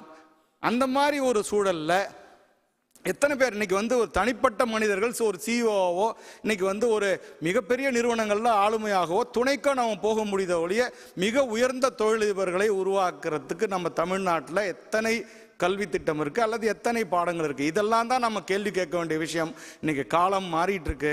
இன்றைக்கி அடுத்த 10 ஆண்டுகள் 20 ஆண்டுகளுக்கு நாம் என்ன செய்ய போகிறோம்? எத்தனை மிகப்பெரிய தொழிலதிபர்களை உருவாக்குறோன்னா பணத்தை கையாளுறதுக்கு கற்றுக் கொடுக்கணும் குழந்தைகள்லேருந்து. ஒரு உதாரணத்துக்கு ஒரே ஒரு விஷயத்த சொல்லி நிறைவு செய்ய விரும்புகிறேன். எங்கிட்ட ஒரு தொழிலதிபர் 500 பேர் வேலை செய்கிற ஒரு கம்பெனியோட முதலாளி, அவர் ரியல் எஸ்டேட் பற்றி பேசும்போது கீழே விழுந்துருச்சேங்கிறாரு, அல்லது ஒரு கோல்டை பற்றி பேசும்போது கோல்டு விலை ஏறுது அல்லது இறங்குது, இப்போ நான் வாங்கி வச்சுக்கலாமா? நான் சொன்னேன், நீங்கள் ஒரு கம்பெனியோட தொழிலதிபருங்க, ஒரு தொழிலதிபர், நீங்கள் ஒரு இண்டிவிஜுவல் இன்வெஸ்டர் மாதிரி பேசாதீங்க தயவுசெய்து. உங்களால் 10 ஏக்கர் வாங்கி கொடைக்கானலில் வச்சுட்டு அதை ஒரு கெஸ்ட் ஹவுஸாக வச்சுக்க முடியும்னா நீங்கள் தொழிலதிபர். அல்லது ஒரு கோல்டை ஒரு 10 பிஸ்கட்டை வாங்கி நீங்கள் பீரோவில் வச்சுக்க முடியும், நாளைக்கு ஒரு 20 ப்ராப்பர்ட்டியை வாங்கி ஓவர் டிராஃப்ட்டுக்கு கொடுக்க முடியும் அப்படின்னா நீங்கள் தொழிலதிபர். திருப்பி நம்ம ஒரு பர்சனல் இண்டிவிஜுவல் ஒரு சேவிங்ஸோ அல்லது இண்டிவிஜுவல் மணி மேனேஜ்மெண்ட்டோ, தொழிலதிபராக இருக்கிறவங்களோட மணி மேனேஜ்மெண்ட்டும் குழம்புது நமக்கு. ஒரு தொழிலதிபர் தனி மனிதன் தொழில் செய்கிறது மாதிரி யோசிக்கிறாரு, ஒரு தனி மனிதன் தொழிலதிபர் மாதிரி வாழ நினைக்கிறாங்க. அப்போ இந்த குழப்பம் நீடிச்சுக்கிட்டே இருக்குது. அதனால் நான் என்ன சொல்வேன்னா, எப்பொழுதுமே ஒரு மிகச்சிறந்த தொழிலதிபர்கள் எல்லா தடைகளையும் தாண்டி கடனையும் தாண்டி அவங்க உயர்ந்து நிற்கிறதுக்கு முயற்சி பண்ணணும். அதையும் தாண்டி இன்சூரன்ஸ், நாங்கள் ஃபினான்ஸில் இருக்கிறனால சொல்கிறேன், எங்கிட்ட கேட்பாங்க, ஒரு டிக் லோன் இன்றைக்கி ஒரு 30 கோடி வாங்குறாங்கன்னா 2%, 3% இன்சூரன்ஸ் எடுக்கணுங்கிறாங்க. ஆனால் அந்த ஃபண்டமெண்டலில் எல்லாத்தையும் இழந்துட்டு பண்ணாமல் இருந்துட்டு தான் தொழில் செய்ய முயற்சி பண்ணுறாங்க.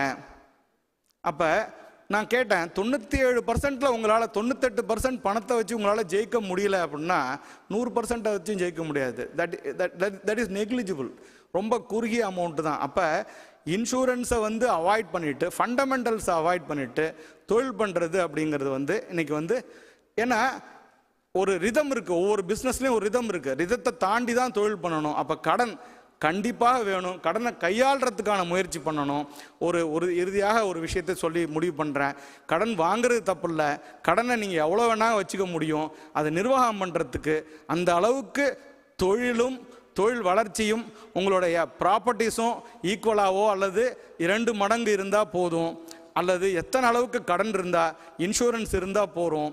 இன்சூரன்ஸ் இருக்கிறது மட்டும் இல்லாமல் அந்த இன்கம், இன்சூரன்ஸ் அல்லது ப்ராப்பர்ட்டி ஒர்த் ஆர் கம்பெனியோட ஒர்த் எவாலுவேட் பண்ணும்போது இத்தனை இருந்துச்சுன்னா தைரியமாக கடன் வாங்கலாம். ஸோ அதனால் இன்றைக்கி இன்ஃப்ளேஷனில் வட்டிக்கு அத்தனை சலுகைகள் கொடுக்குற சூழலில் வருமான வரி கட்டாமலே இன்றைக்கி வந்து கடனோட நிர்வாகத்தை பண்ணிக்கிட்டு வட்டியை கணக்கில் கழிச்சிட்டு இன்றைக்கி வந்து தொழில் தொடங்கி கடன் நிர்வாகம் பண்ண முடிஞ்சதுன்னா மிகச்சிறந்த வாய்ப்புகளை அரசாங்கம் கொடுக்குற நிலைமையில் தன்னம்பிக்கையும் தளர்வில்லாத மனமும் தொழிலதிபர்களுக்கான இம்யூனிட்டி சிஸ்டத்தை பில்டப் பண்ணிட்டு தான் தொழில் செய்ய வரணும்.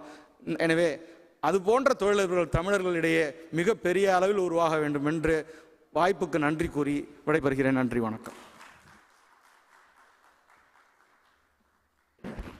நன்றி மிஸ்டர் கார்த்திகேயன். ரொம்ப நல்ல ஒரு உரையை நம்முடன் வழங்கியிருந்தார்.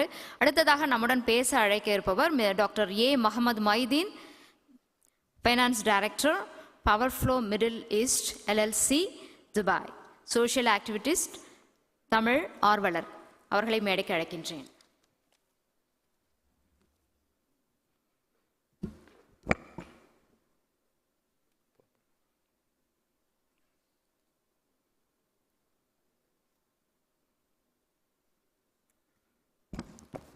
எல்லா புகழும் இறைவனுக்கே. செந்தமிழே, செழுந்தமிழே, என்னுள் எழுந்தமிழே, எம்மொழியே, உலக செம்மொழியே, உனை போற்றி துவங்குகிறேன் என் உரையை. 9வது உலகத் தமிழர் பொருளாதார மாநாடு 2023 துபாய் நகரத்திலே மிகவும் சீரும் சிறப்புமாக நடைபெற்று கொண்டிருக்கின்றது. அந்த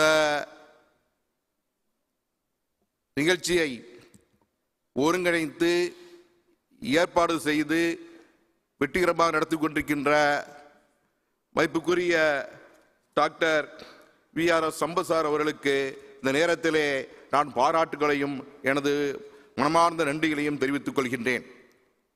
ஏனென்றால் இந்த ஒரு பெரிய ஒரு நிகழ்விலே எனக்கும் பேச வாய்ப்பு தந்தமைக்கு மீண்டும் ஒரு முறை நன்றி கூற கடமைப்பட்டிருக்கின்றேன். எனக்கு தரப்பட்ட தலைப்பு assistance through financial assistance through financial institution, banks and venture capital.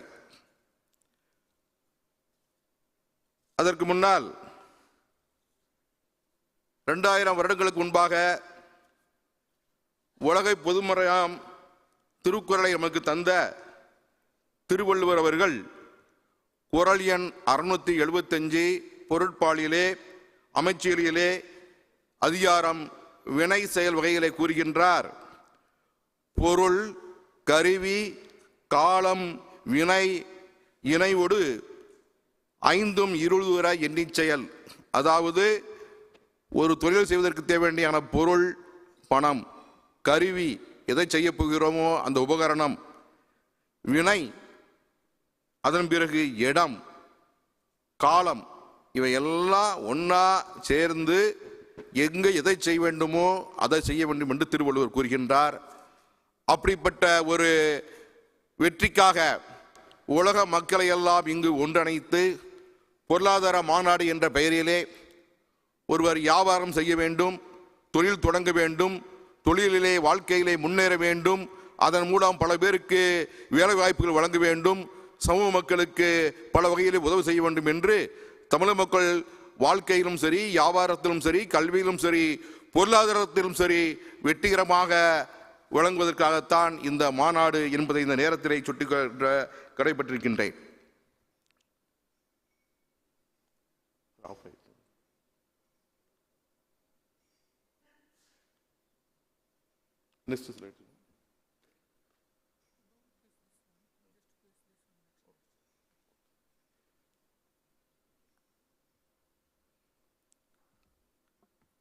Funding and financial assistance through financial institution, banks and venture capital. ஒரு மனிதனுடைய தனிப்பட்ட வாழ்க்கைக்கும் வியாபாரத்திற்கும் வியாபாரத்தை பெருக்குவதற்கும் பணம் மிகவும் முக்கியமான பங்கு வகிக்கின்றது. அப்படிப்பட்ட அந்த ஃபைனான்சிங்கை பற்றி நான் வந்து ஒரு 8 தலைப்பில் பேச இருக்கின்றேன், சீக்கிரமாக முடிச்சிடுறேன். பிஸ்னஸ், அப்புறம் வந்து business from the beginning, cash flow management, financing from institution, banks and venture capital என்ற தலைப்பின் கீழே ஒவ்வொரு நிமிடங்கள் பேசுகின்றேன். அதாவது பிஸ்னஸ், ட்ரேட் அப்படின்னா வணிகம் அல்லது வர்த்தகம் என்று என்ன சொன்னால், மனிதனுடைய தேவைகளையும் விருப்பங்களையும் லாப நோக்கத்துடனோ அல்லது லாபம் இல்லாத நோக்கத்தினுடையோ செய்யக்கூடிய ஒரு பொருளாதார செயல்தான் வணிகம், ட்ரேட் என்று நாம் சொல்லலாம்.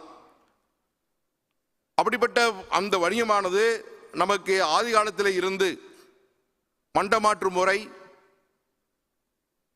அதன் பிறகு வந்து கேஷ் பேசிஸ், அப்படியே வளர்ந்து இன்று டிஜிட்டல் எக்கனாமி வரைக்கும் நம்ம போயிருக்கோம். அந்த அளவுக்கு அந்த ட்ரேடு முன்னேறி கொண்டிருக்கின்றது. எல்லாத்துக்கும் காரணம் பணம் தான். அப்படிப்பட்ட பணம் என்பது எப்படி என்றால், ஒரு மனிதனுக்கு உடம்புல எப்படி ரத்தம் தேவைப்படுகின்றதோ உயிர் வாழ, இல்லை என்றால் ஒரு கார் ஓட்டுவதற்கு எவ்வாறு ஃபியூல் தேவைப்படுகின்றதோ அதுபோல வியாபாரத்திற்கு அந்த பணம் என்பது, ஃபண்டு என்பது, கேஷ் என்பது, மணி என்பது மிகவும் முக்கியமான ஒன்றாகும். அப்போ அந்த பணம் வந்து ஒரு கம்பெனியில் இருக்குன்னா கேஷ் ஃப்ளோ ஃபேவரபுளாக இருந்தால் நல்ல பிஸ்னஸ் பண்ணிட்டு போகலாம். எங்கே ஷார்ட்டேஜ் வருதோ அப்போ தான் அங்கே பிஸ்னஸ் வந்து நம்மளுக்கு ப்ராப்ளம் ஏற்படுறது, ஃபைனான்சிங் தேவைப்படுகின்றது. அப்போ அந்த கேஷ் ஃப்ளோ வந்து நம்ம மெயின்டைன் பண்ணும்பொழுது எப்படி பண்ணணும்னா, கேஷ் ஃப்ளோனா என்ன, ஒரு கம்பெனியில் உள்ளவருடைய பணங்களும் எவ்வளோ பணம் ரிசீவ் பண்ணுறோமோ அதை விட குறைவாக செலவு பண்ணியிருந்தால் நீங்கள் ஃபேவரபுளாக இருக்கலாம். பணத்தை விட அதிகமாக செலவு செய்தால் அங்கே உங்களுக்கு பிரச்சனை இருக்கின்றது. அதை நாம் முறையாக மேனேஜ்மெண்ட் செய்தால் அதிலிருந்து தப்பிக்கலாம்.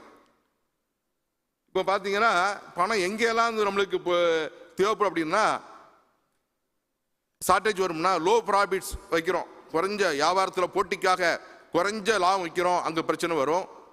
இல்லை ஓவர் இன்வெஸ்ட்மெண்ட் பண்ணுறோம், அதனால் பிரச்சனை வரலாம். இல்லை ஸ்டாக் அதிகமாக ஏற்றிக்கிடுதோம், அதனால் பிரச்சனை வரலாம். இல்லை கஸ்டமருக்கு அதிகமாக கடன் கொடுக்குறோம், அதனால் பிரச்சனை வரலாம். இல்லாட்ட அன்எக்ஸ்பெக்டட் சேஞ்சஸ், கடந்த கொரோனா காலகட்டத்தில் ஒவ்வொருவரும் வியாபாரம் இல்லாமல் பிஸ்னஸ் இல்லாமல் பிரச்சனைக்கு உண்டாடும். இதனால் மூலமாகவும் நாம் வந்து அந்த பிரச்சனைக்கு ஆளாகலாம். இப்போ இதிலிருந்து தப்பிக்கணும்னா என்ன பண்ணலாம்? ஒரு சாதாரண ஒரு வியாபாரி, ஒரு ஸ்டார்ட் அப் பிஸ்னஸ் மேன், சின்ன வியாபாரி பண்ணலாம்னா உங்களுடைய ஸ்ட்ராட்டஜியை மாற்றிக்கணும். பேமெண்ட் டைம்ஸ் தான் நீங்கள் வந்து கிரெடிட் கொடுக்கக்கூடாது, கேஷ் பேசிஸில் கொடுக்கலாம். அப்புறம் வந்து நெகட்டிவ் கேஷ் ஃப்ளோ வந்து எதனால் வருதுன்னா, கஸ்டமருக்கு வந்து தராதனால அவங்கள்ட்ட டிஸ்கவுண்ட் கொடுத்து பணத்தை வாங்கலாம். அப்புறம் உங்களுடைய செலவினங்களை குறைத்து கொள்ளலாம், வியாபாரத்தை கூட்டிக் கொள்ளலாம்.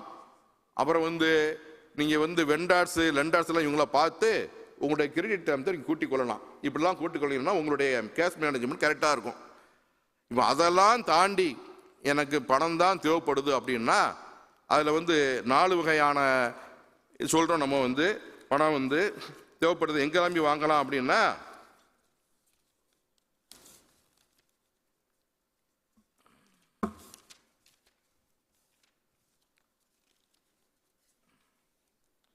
பர்சனல் இன்வெஸ்ட்மெண்ட்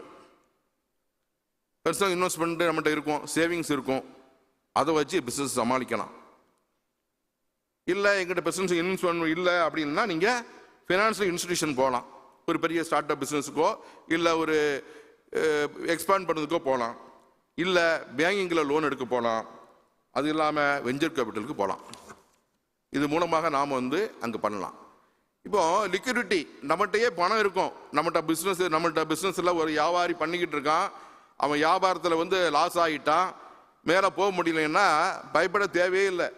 கடந்த கொரோனா காலகட்டத்தில் நிறைய பேர் வியாபாரம் இல்லை, பணம் இல்லைன்னு சொல்லிட்டு அவங்க பாட்டு சூசைட் பண்ணிட்டாங்க, இறந்துட்டாங்க, இல்லாட்ட தப்பிச்சு ஓடிட்டாங்க. அப்படிலாம் இல்லை, நம்மகிட்டயே வந்து ரிசோர்ஸஸ் இருக்குது. என்ன இருக்குது? நீங்கள் பேங்கில் பணம் போட்டிருப்பீங்க, அந்த பேங்கில் உள்ள பணம் இருக்கும், அதை எடுக்கலாம். இல்லாட்ட அக்கௌண்ட் ரிசீவபிள் இருக்கும், வர வேண்டியது, அவங்களுக்கு டிஸ்கவுண்ட் கொடுத்து வாங்கலாம். ஸ்டாக் இருக்கும், அந்த ஸ்டாக்கை வந்து நீங்கள் வந்து ரிமூவ் பண்ணிக்கலாம். அதுக்கப்புறம் பேங்க்கில் போய் கொஞ்சம் லோன் வாங்கலாம், இல்லைன்னா புதிய பார்ட்னரை நம்ம வந்து உள்ளே சேர்த்துக்கலாம். அதுவும் இல்லையா, நிறைய லேண்டு வாங்கி போட்டிருப்போம் ஒரு காலகட்டத்தில். அந்த ஒரு லேண்டை டிஸ்போஸ் பண்ணுங்க, அதை கொண்டு பணத்தை கொண்டு இங்கே உள்ள பிஸ்னஸ் போடுங்க, பிஸ்னஸ் இம்ப்ரூவ் பண்ணும். வீடு இருக்கும், 2-3 வீடு வச்சுருப்பீங்க, ஒரு வீட்டுக்கு வாடகை 10,000 தான் வரும், அதனுடைய மதிப்பு 30 லட்சம் ரூபா இருக்கும். 10,000 விட 30 லட்சத்தை கொண்டு பிஸ்னஸில் போட்டிங்கன்னா நீங்கள் மாதம் 1 லட்ச ரூபா சம்பாத்தியம் பண்ணலாம். அதை யாரும் சிந்திக்க தெரியாமல் உடனே என்ன பண்ணுறாங்க, நான் பிஸ்னஸ் போயிட்டு பிஸ்னஸ் இல்லைன்னு சொல்லி உட்காந்துருந்தாங்க. அது மட்டும் இல்லை, நீங்கள் வந்து உங்கள்கிட்ட இருக்கக்கூடிய அந்த ஃபாண்டு, செக்யூரிட்டி ஃபாண்டு, ஷேர் சர்டி இதெல்லாம் இருந்ததுன்னா அதையும் கொஞ்சம் விற்கலாம். அதை விட பெண்கள் வருத்தப்படக்கூடாது. வீட்டில் நகைகள் நிறைய வாங்கி வச்சுருப்போம் தேவையில்லாமல், அந்த நகைகளை கொஞ்சம் நம்ம டிஸ்போஸ் பண்ணி அதை பிஸ்னஸ் போட்டால் இந்த பிரச்சனையிலிருந்து நம்ம சமாளிக்கலாம். ஆக ஒரு பிஸ்னஸ்மேன், ஸ்டார்ட் அப் பிஸ்னஸ்மேனோ அல்லது ஒரு பிஸ்னஸை லாஸ் ஆனவரோ பிஸ்னஸை எக்ஸ்பேண்ட் பண்ணவங்களோ இதெல்லாம் பண்ணலாம். இந்த பிஸ்னஸ் பிளானை எப்படி பண்ணுறது அப்படின்னா, எவ்வளோ பணம் நம்மளுக்கு தேவை, எதுக்கு தேவை, என்ன செய்ய போகிறோம் என்று நாம் திட்டமிட்டால் கட்டாயமாக அதிலிருந்து வெற்றி பெறலாம். இப்போ லோன் வாங்குறதுக்கு ஃபினான்ஷியல் இன்ஸ்டிடியூஷன் இருக்குது. அதில் நிறைய ஃபினான்ஷியல் இன்ஸ்டிடியூஷன் நிறைய டைப் ஆஃப் லோன் நம்மளுக்கு தராங்க. Industrial development corporation of India, industrial finance corporation of India, small industrial corporation of India, இப்படின்னு ஒரு 15 பேங்கு இருக்கு. அது எல்லாமே சொல்ல முடியாது. யாரும் தேவைப்பட்டால் என்னிடம் கேட்டால் நான் என்னுடைய PowerPoint தருகிறேன். அப்போ அதை நம்ம அவங்கள்ட்ட போய் கேட்டிங்கன்னா பண்ணலாம். உதாரணத்துக்கு IDBI அவங்க என்ன பண்ணுறாங்க, ப்ராஜெக்ட் ஃபைனான்ஸ் ஸ்கீம் கொடுக்குறாங்க. நீங்கள் ஒரு ப்ராஜெக்ட் கொடுத்தீங்கன்னா அதை ஸ்டடி பண்ணி அதில் எவ்வளவு தூரத்துக்கு உங்களால் வந்து சக்ஸஸ் பண்ண முடியும் அந்த ரேட்டை கண்காணித்து அவங்க லோன் தராங்க. டெக்னிக்கல் அப்கிரேடுக்காக அவங்க ஒரு ஸ்கீம் வச்சுருக்காங்க. உங்களுடைய பிஸ்னஸில் ஏதாவது டெக்னிக்கல் நீங்கள் பண்ணீங்கன்னா அதுக்கும் அவங்க தராங்க. வெஞ்சர் கேபிட்டல் ஃபண்ட் கொடுக்குறாங்க, ஆப்ரேட்டிங் சப்போர்ட் ஸ்கீம் கொடுக்குறாங்க. சில பேர் கம்பெனி ஆரம்பிச்சிருவாங்க, எக்யூப்மெண்ட் செட்டப் பண்ணிடுவாங்க, பில்டிங் கட்டிடுவாங்க, ஆப்ரேட்டிங் காஸ்ட் இருக்காது, ஒர்க்கிங் கேபிட்டல் அதுக்காக அவங்க தராங்க. இப்படி பல்வேறு வகையில் அவங்க தராங்க. இது போல் ICICI பேங்க் இவங்க ப்ராஜெக்ட் ஃபைனான்ஸ் பண்ணுறாங்க, ஃபாரின் கரன்சி கொடுக்குறாங்க, டெக்னாலஜிக்காக ஃபைனான்சி கொடுக்குறாங்க, அப்புறம் பேக்கேஜஸ் ரிலேட்டட் பிஸ்னஸ் பண்ணுறாங்க. இதெல்லாம் வந்து அவங்க IDBI கொடுக்கறது, ICICI கொடுக்கறது. சிட்பி அவங்க என்ன கொடுக்குறாங்கன்னா, loan adjacent to NSIC national small industrial corporation மூலமாக அவங்க லோன் தராங்க. Loan adjacent to private companies which function in rental or contract பேசிஸில் லோன் தராங்க. அதுக்கப்புறம் loan assistant to the institution which provides market for small scale entrepreneurs இவங்களுக்கும் தராங்க. அதுக்கப்புறம் HDFC இவங்க ஒர்க்கிங் கேபிட்டல் லோன் தராங்க, ஷார்ட் டேர்ம் ஃபைனான்ஸ் கொடுக்குறாங்க, real எஸ்டேட்டுக்காக ஃபைனான்ஸ் தராங்க, ப்ரீசியஸ் மெட்டல் பர்ச்சேஸ் ஸ்கீமுக்காக தராங்க, எக்ஸ்போர்ட் கிரெடிட் ஸ்கீம் தராங்க. இது எல்லாமே மெடிக்கல் எக்யூப்மெண்ட்டுக்கு அவங்க தராங்க.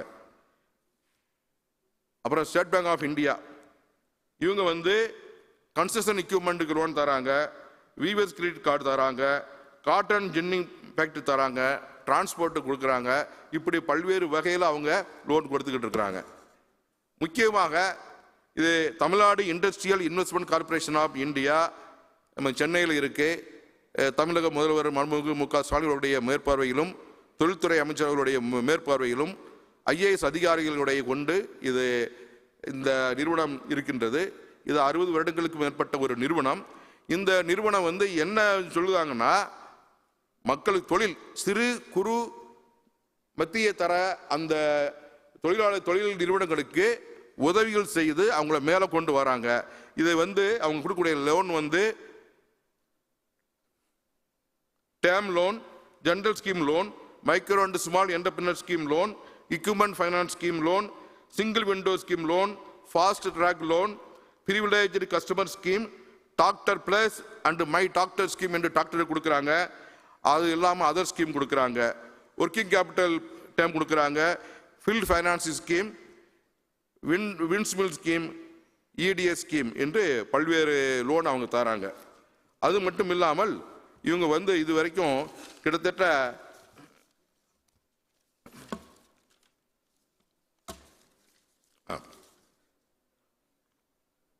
ஒரு 1.23 லட்சம் சிறு தொழில் நடுத்தரத்தை உண்டானவங்களுக்கு லோன் கொடுத்துருக்காங்க.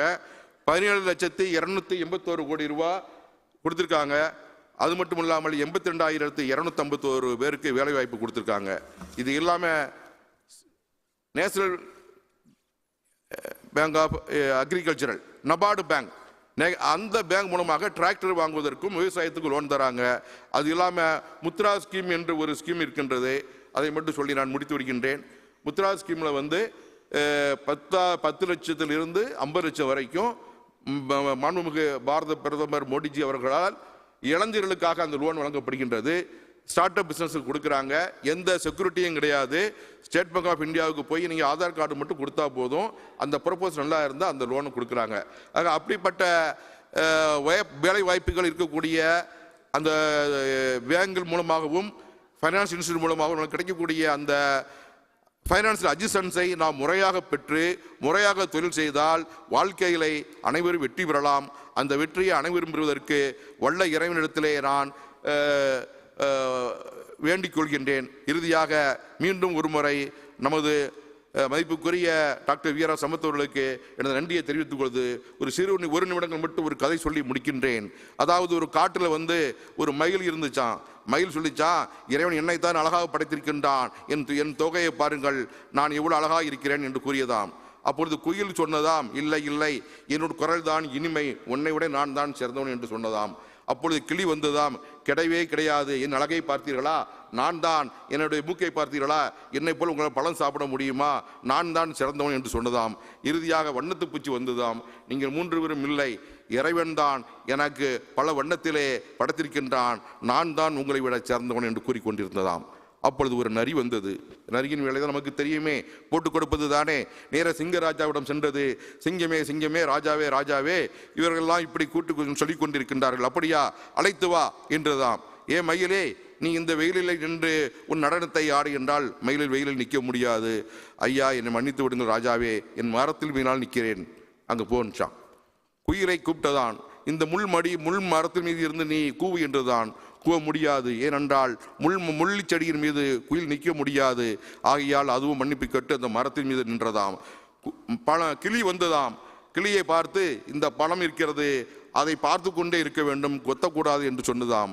கிளியால் பழத்தை கொட்டாமல் இருக்க முடியாது ராஜாவே, நீயும் அந்த மரத்திற்கு கீழ் போல் போய் என்று சொன்னதாம். இறுதியாக வண்ணத்து பூச்சி வந்ததாம். நீ இந்த மலரை சுற்றி வர வேண்டும், அதில் உள்ள தேனை நீ உண்ணக்கூடாது என்று கூறியதாம். அதுவும் முடியவில்லை. இப்போதும் நீயும் போகின்றதாம். 4 பேரும் மரத்தில் நின்றார்களாம். அப்போ சிங்கராஜா சொன்னார்களாம், உங்கள் அனைவரிடமும் தகுதி இருக்கிறது, ஒவ்வொருடம் தனித்திறமை இருக்கின்றது, ஆனால் அதை வைத்துக்கொண்டு நான் தான் பெரியவன் என்று கூடாது, இந்த மரம் தான் நம்மளுக்கு நிழல் தெரிகிறது என்று கூறியதாம். அதுபோல இங்கு வந்திருக்கின்ற ஸ்டார்ட் அப் பிஸ்னஸ்மேனும் பெரிய பிஸ்னஸ்மேனும் பிஸ்னஸ் பண்ண போவர்களும் உங்களிடம் திறமை இருக்கிறது, அந்த திறமையை வளர்த்துக்கொள்ள வேண்டும் என்றால் நீங்கள் இந்த உலக பொருளாதார மாநாடு நடத்தி கொண்டிருக்கின்ற நமது மதிப்புக்குரிய டாக்டர் வி.ஆர். சம்பத் அவர்களுடைய நிலையிலே இருக்க வேண்டும், அவர்களை அணுக வேண்டும், அதன் மூலம் வாழ்க்கையில் வெற்றி பெற வேண்டும் என்று கேட்டுக்கொண்டு நான் விடைபெறுகிறேன். நன்றி, வணக்கம், வாழ்த்துக்கள்.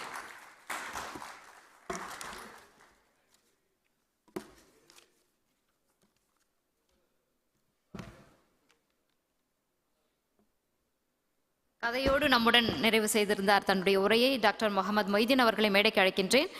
அனைவரும் இன்றைய நிகழ்வில் நம்மளுடைய 3வது அமர்வில் டாக்டர் முகமது மொய்தீன் அவர்களும் திரு மானவ் சாஹு அவர்களும் நம்முடைய இந்த ஒட்டுமொத்த அமருக்குமான தலைவராக பொறுப்பேற்றிருந்த திரு அழகராஜா அவர்களும் திரு கார்த்திகேயன் அவர்களும் இந்த 4 உரையோடு இந்த அமர்வு நிறைவு செய்கின்றோம். அடுத்ததாக நமக்கு டீ பிரேக் இருக்குது. அதுக்கு முன்னாடி ஒரு ஃபோட்டோ ஷூட் இருக்குது. திரு சீதாராமன் அவர்களை மேடைக்கு அழைக்கின்றேன். திரு டாக்டர் வி.ஆர். சம்பத் அவர்களையும் ஐயா மகாலிங்கம் ஐயா அவர்களையும் மேடைக்கு அழைக்கின்றேன்.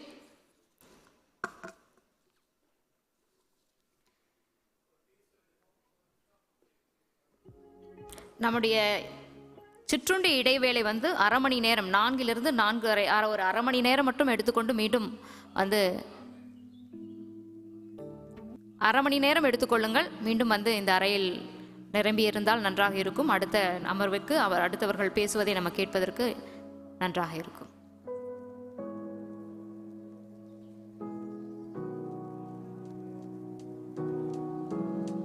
ஆமாம், டீ தான், அதனால நீங்களே எல்லாரும் டீ ஒரு 10 நிமிஷத்தில் குடிச்சிட்டு வந்துடுங்க. சரிங்க sir.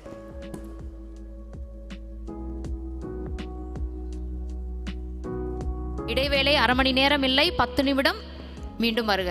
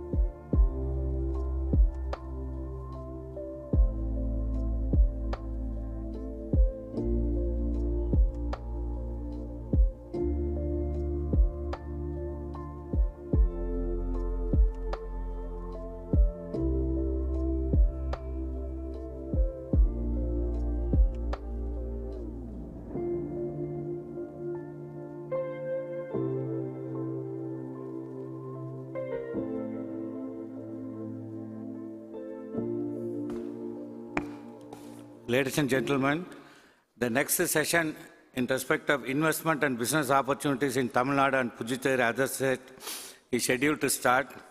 I request the speaker, Chairman Mr. Abu Bakar, the speakers of the evening Mr. K. Lakshmi Narayanan, Honorable Minister for PWD, Government of Puducherry, speakers Karigal Valavan, DP Yadav, IAS, Mr. Vishnu and AS Ilavasan.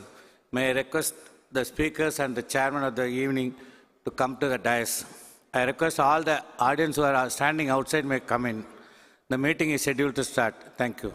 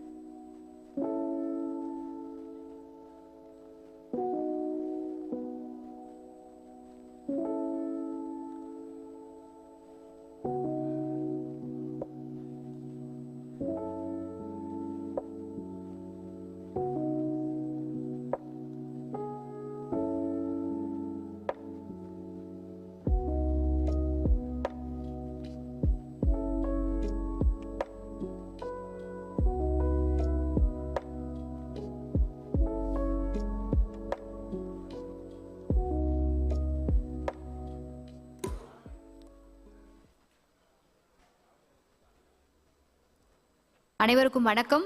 இடைவேளைக்காக வெளியில் நின்று கொண்டிருக்கக்கூடிய அனைவரும் உள்ளே வந்து உட்காருமாறு கேட்டுக்கொள்கின்றேன்.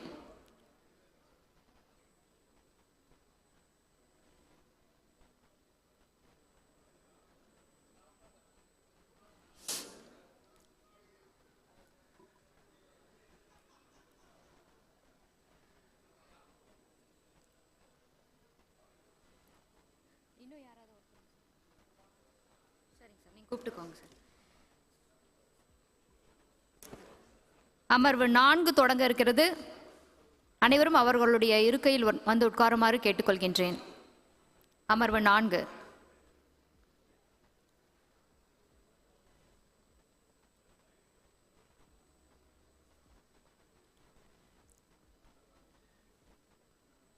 அமர்வு 4ல் investments and business opportunities in Tamil Nadu, Pondicherry, other states அப்படின்ற தலைப்பில் நம்ம பேச போகிறோம். இந்த அமர்வினுடைய தலைவர் திரு அபுபக்கர் அவர்கள். இந்த அமர்வினுடைய தலைவர் திரு அபுபக்கர் அவர்கள். President group of chairman, president group of இதோட சேர்மன், பிரசிடென்ட் குரூப்போட சேர்மன். அது மட்டும் இல்லாமல் ஹஜ் அசோசியேஷனுடைய சேர்மனும் அவர் தான். ஹஜ் அசோசியேஷன் ஆஃப் இந்தியாவுடைய சேர்மன் திரு அபுபக்கர் அவர்கள் இந்த அமர்வினுடைய தலைவராக உட்கார்ந்திருக்கின்றார். அவரை தொடர்ந்து நம்முடைய உலகத்தமிழ் பொருளாதார மாநாட்டினுடைய நிறுவனர் மற்றும் சட்டக்கதனுடைய ஆசிரியர் டாக்டர் வி.ஆர்.எஸ். சம்பத் அவர்களும் இந்த அமர்வில் அமரவிருக்கின்றார்.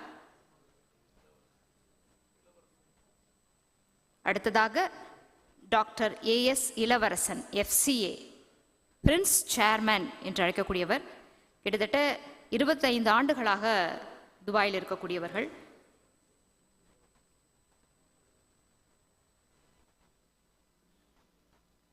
முதலாவதாக நம்முடன் பேச திரு அபுபக்கர் அவர்களை மேடைக்கு அழைக்கின்றேன்.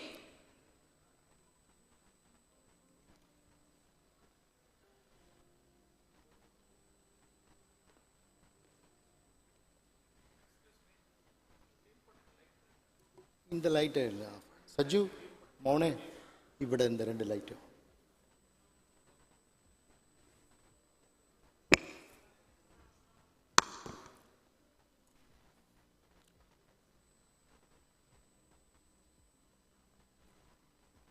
பிஸ்மில்லாஹிர் ரஹ்மானிர் ரஹீம். அல்ஹம்துலில்லாஹி ரப்பில் ஆலமீன் அர்ரஹ்மானிர் ரஹீம் மாலிகி யௌமித்தீன். யா அனஅபுது வ இய்யாக நஸ்தஈன் இஹ்தினஸ் ஸிராத்தல் முஸ்தகீம் ஸிராத்தல் லதீன அன்அம்த அலைஹிம் கைருல் மஹ்லூபி அலைஹிம் வலல்லாலீன். எல்லா புகழும் இறைவனுக்கு. அருமையான தொப்புள்குடி தமிழ் சொந்தங்களே, பல நாடுகளிலிருந்தும் கிழக்கே, மேற்கே, தெற்கே, வடக்கிலிருந்து வந்து இங்கு சங்கங்கமாக இருக்கும் அருமை சகோதர சகோதரிகளே, இன்று நேரடி அலையில் மற்ற நாடுகளை இதை நேரலையாக பார்த்து கொண்டிருக்கும் அனைத்து சகோதர சகோதரிகள் அனைவருக்கும் இந்த அருமையான மாலை பொழுதின் எங்கள் சபையின் சார்பாக அனைவருக்கும் வாழ்த்துக்களை தெரிவித்துக் கொள்கிறோம். இங்கு மேடையிலே வேட்டியிருக்கும் அருமை சம்பத் சார் சித்தப்பாவை பற்றி காலையிலிருந்து நிறைய பேசிட்டோம். அவர் பேசுனது மட்டும் இல்லை, நிறையா பேர் பேசி பாராட்டியும் பண்ணிட்டாங்க. அவரை எனக்கு கொஞ்ச காலமாக தான் தெரியும், ஒரு 46 வருஷமாக. அப்போ இப்போ எய்தாப்போல் சோஃபாவில் உட்காந்துருக்க சான்ஸ்லருக்கு வந்து எனக்கு ஃப்ரெண்டு இல்லை, எங்கள் அப்பாவுக்கே ஃப்ரெண்டு. அவங்க எங்கேயும் சாப்பிட மாட்டாங்க. என்னுடைய ஹோட்டலுக்கு வரப்போ மட்டும் அபு அந்த தோசைன்னா ஒன்று கொடுப்பாங்க, அதை மட்டும்தான் சாப்பிடுவாங்க. ஒரு பெரிய மகான், எவ்வளோ பெரிய கல்வி தந்தை, ஒரு நாட்டில் உள்ள ஒரு பொருளாதாரத்தை எப்படி கொண்டு வரணும், தமிழர்கள் எங்கிருந்தாலும் எப்படி வரணும், தேசப்பயிர்னு உடம்பு முழு முயற்சி எல்லாம் இருக்கும். இங்கே காலைல இருந்தவங்க தான் அத்தனை பேரும் இப்போ இருப்பீங்க. அவங்க பேசினதை பார்த்திங்கன்னா ஒரு ஸ்டடி, ஒரு ஸ்டடி, இந்த அவருக்கு நேர் பின்னாடி தான் நான் உட்காந்துருந்தேன், சான்சலருக்கு பின்னாடி. யானைகளோட கால் எப்படி பதமாக நிற்குமோ அந்த மாதிரி ஸ்டடியாக பேசுவாங்க.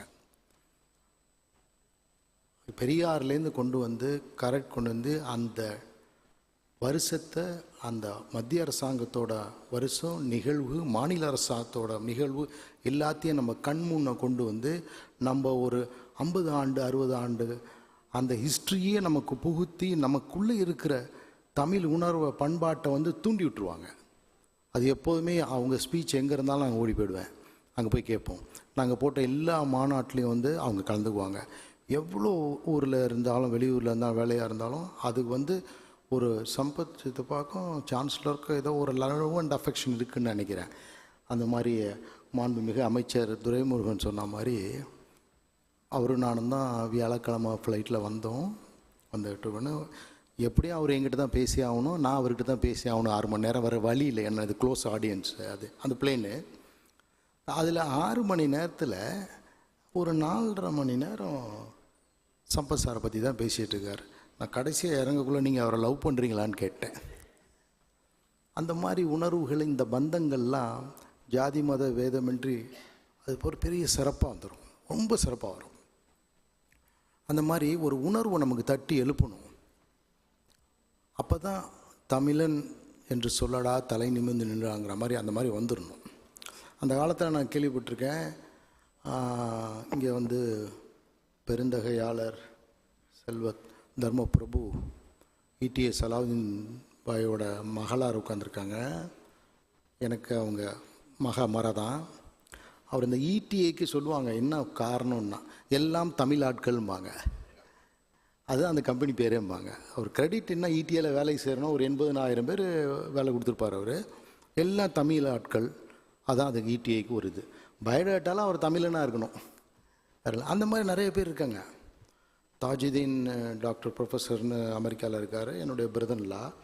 அவர் மதுரைக்காரங்களுக்கு மட்டும்தான் எல்லாம் செய்வார். மெட்ராஸுக்கு இறங்கி மதுரைக்கு போயிட்டு அது சின்ன இண்டிகோ பிளேனில் போயிட்டு ஒரு 4-5 கோடி ரூபா எடுத்துகிட்டு போய் அங்கே ஜர்மம் ஜக்காத்து வக்போர்டு காலேஜ் வந்து தமிழ்நாடு அரசுக்கு காலேஜ். அது இவர் ஃபுட்பால் அங்கே வாங்கி கொடுத்துட்ருப்பார் கிரவுண்டு. ஏன்னா இல்லை இங்கே மதுரை பசங்க தான் விளையாடுறானுங்க பாரு. அந்த மாதிரி உணர்வு வேணும். உணர்வு இருந்துன்னா அது சிறப்பாக இல்லாம். இந்த காலகட்டத்தில் வந்து நம்ம ஒரு டத்தஸ்ரீ சரவணன் வந்து பிரமாதமாக ஒரு ஆக்கப்பூர்வமான very good leader, one of the Tamil leader who is available after Tan Sri Samivel வந்து சரவணன் தான். அந்த ஒரு பேச்சை பார்த்தீங்கன்னா என்ன மாதிரி நம்ம கலாச்சாரம், நம்மளுடைய பழக்க வழக்கம், மஞ்சள்லேருந்து கொண்டு போய் விட்டுட்டார் பாருங்க. நம்மளை மஞ்சளில் ஸ்டார்ட் பண்ணி எங்கே கொண்டு போய் விட்டார் பாருங்க நம்மளை. அதெல்லாம் உண்மை தான். அவர் த வெரி பிக் லீடர். அவருக்கு இறைவன் அருளால் சீக்கிரம் அவர் அமைச்சர் ஆகணுன்ட்டுன்னு நம்ம இந்த இது சார்பாக கேட்டுக்கிறோம். நாங்கள் மலேசியாவுக்கு அவரை அழைக்க போனப்போ நாங்கள் சம்பத் சாரெல்லாம் என்ன பிரியம், என்ன இது, மலேசியாவில் உள்ள அவ்வளோ பேரும் நம்ம தமிழர்கள் including Tan Sri Ponnusamy sir எல்லாம் சம்பத் சாரை வந்து கொண்டாடுறாங்க. That is true. நம்ம இவங்க சொன்ன மாதிரி தேவ செலிப்ரேட்டிங் ஹிம். அந்த மாதிரி நாங்கள் ஒரு 5 நாள் இருந்தோம், இன்க்ளூடிங் பிரதமர் அலுவலகம் வந்து எல்லோரையும் இன்வைட் பண்ணிட்டு இருந்தோம். அவ்வளோ பேருக்கும் வெரி குட். இதெல்லாம் வந்து நம்ம டெக்னாலஜி வைஸ் கொண்டு வரணும். இப்போ எனக்கு 60-61 வயசு ஆகுது. அவர் சொல்கிறது உண்மை. அடுத்த நம்ம ஜென்ரேஷனுக்கு இதெல்லாம் நம்ம கம்யூனிட்டி, இதெல்லாம் நம்ம ஆளுங்க, இந்த பிளட் நம்மள்கிட்ட இருக்குது அப்படிங்கிறத நம்ம கொண்டு வந்து பண்ணாதான் ஒரு சிறப்பாக இருக்கும், முன்னேற்ற பாதைக்கு கொண்டு போக முடியும். ஒருத்தர் பேசக்குள்ள ஸ்பீக்கர் சொன்னார், மாண்பு அமைச்சர் பேசக்குள்ளே சொன்னாங்க, தமிழன் எங்கும் இருக்கான், ஏர்போர்ட்டில் வந்து 2 வணக்கம் அடிக்கிறான், அவனும் இருக்கான், மல்டி பில்லியனர் இருக்காங்கன்னாங்க. அது எல்லாத்தையும் வந்து ஒரு இதாக பண்ணணும். இப்போ உள்ள ஒரு வாய்ப்பு ஆஃப்டர் கொரோனா, இப்போ உள்ள ஒரு வாய்ப்பு எப்படி இருக்குன்னா, பாரதத்தில் 40 ஆண்டு காலம் நான் பார்க்காத வியாபாரம் நடக்குது. 40 இயர்ஸ் நான் வியாபாரம் பார்த்ததில்லை. ஹோட்டல் இண்டஸ்ட்ரியும் சரி, ட்ராவல் இண்டஸ்ட்ரியும் சரி, estate, real estate, rental income, power பர்ச்சேஸோட பேமெண்ட்டு. மீந்திலாம் பவருக்கு பில்லு கொடுத்தோம்னா 2.5 மாதம் ஆகும். 2.5 மாதங்கள் 80 நாள். அதுக்கு 50 கோடி 25 கோடி சிசி லிமிட் எடுக்கிறதுக்கு நாங்கள் பேங்க்கில் இருப்போம். கவர்மெண்ட் ஸ்டேட் கவர்மெண்ட்டும் கவர்மெண்ட் ஆஃப் இந்தியாவும் கேரண்டி கொடுப்பாங்க கொடுங்கன்ட்டு. இப்போலாம் அதெல்லாம் இல்லை.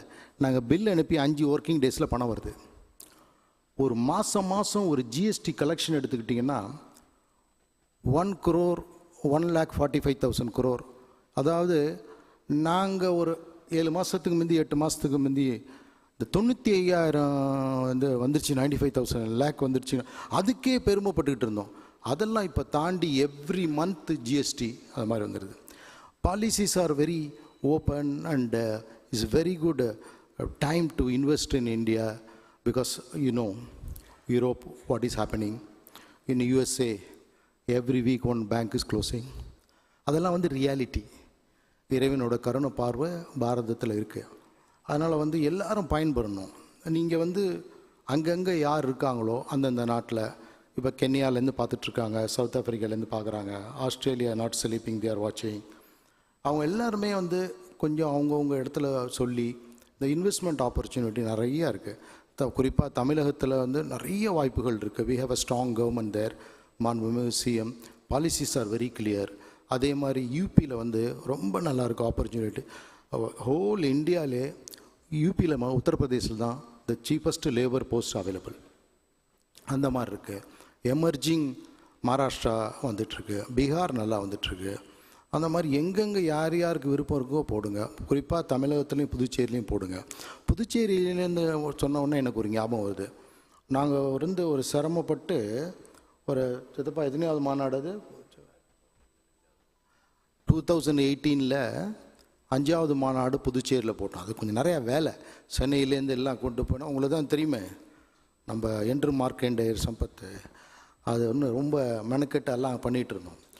பண்ணிகிட்ருக்கக்குள்ள மாண்புமிகு முதலமைச்சர் வர்றதுக்கு கொஞ்சம் தாமதமாகிடுச்சு. பட் இருந்தாலும் எல்லா டெலிகேஷன் நாங்கள் ஒரு 600 பேர் இருந்து அவங்கள வெயிட் பண்ணி ஒரு டீ காஃபிலாம் கொடுத்து 1.5 மணி நேரம் கழித்து ஸ்டார்ட் பண்ணோம். ஸ்டார்ட் பண்ணி எங்களுக்கு தெரியாது, ஸ்டார்ட் பண்ணி முடிச்சுட்டு 3 நாள் இதே மாதிரி மாநாடு போட்டு ரிட்டர்ன் பேக் டு சென்னைன்னு வந்துட்டோம். ஒரு 8 மாதம் கழித்து தமிழக முதல்வர் ஃபங்க்ஷனில் நாங்கள் இருக்கோம். அப்போ பாண்டிச்சேரி முதல்வர் வந்து சம்பத் சார்கிட்ட சொல்கிறார், நான் இருக்கேன் கூட, ஐ எம் ஐ விட்னஸ். இவனே அது விளையாட்டுத்தனமாக சீரியஸாக போட்டு மாநாடு நடத்திவிட்டு போயிட்டீங்க, இவங்களுக்கு ஒரு 3000 கோடி இன்வெஸ்ட்மெண்ட் வந்துச்சு அண்ணார், இது கைத்தட்டலாம். We were shocked. அந்த மாதிரி வந்து ஒரு சிறு துளி வந்து பெருவெள்ளங்கிற மாதிரி ஏதோ ஒரு வகையில் நமக்கு கிடைக்கும். ஒரு உதாரணத்துக்கு உங்களுக்கு வந்து ஒரு ஸ்லைடு போட்டு காமிக்கிறேன் பாருங்கள். சஜி,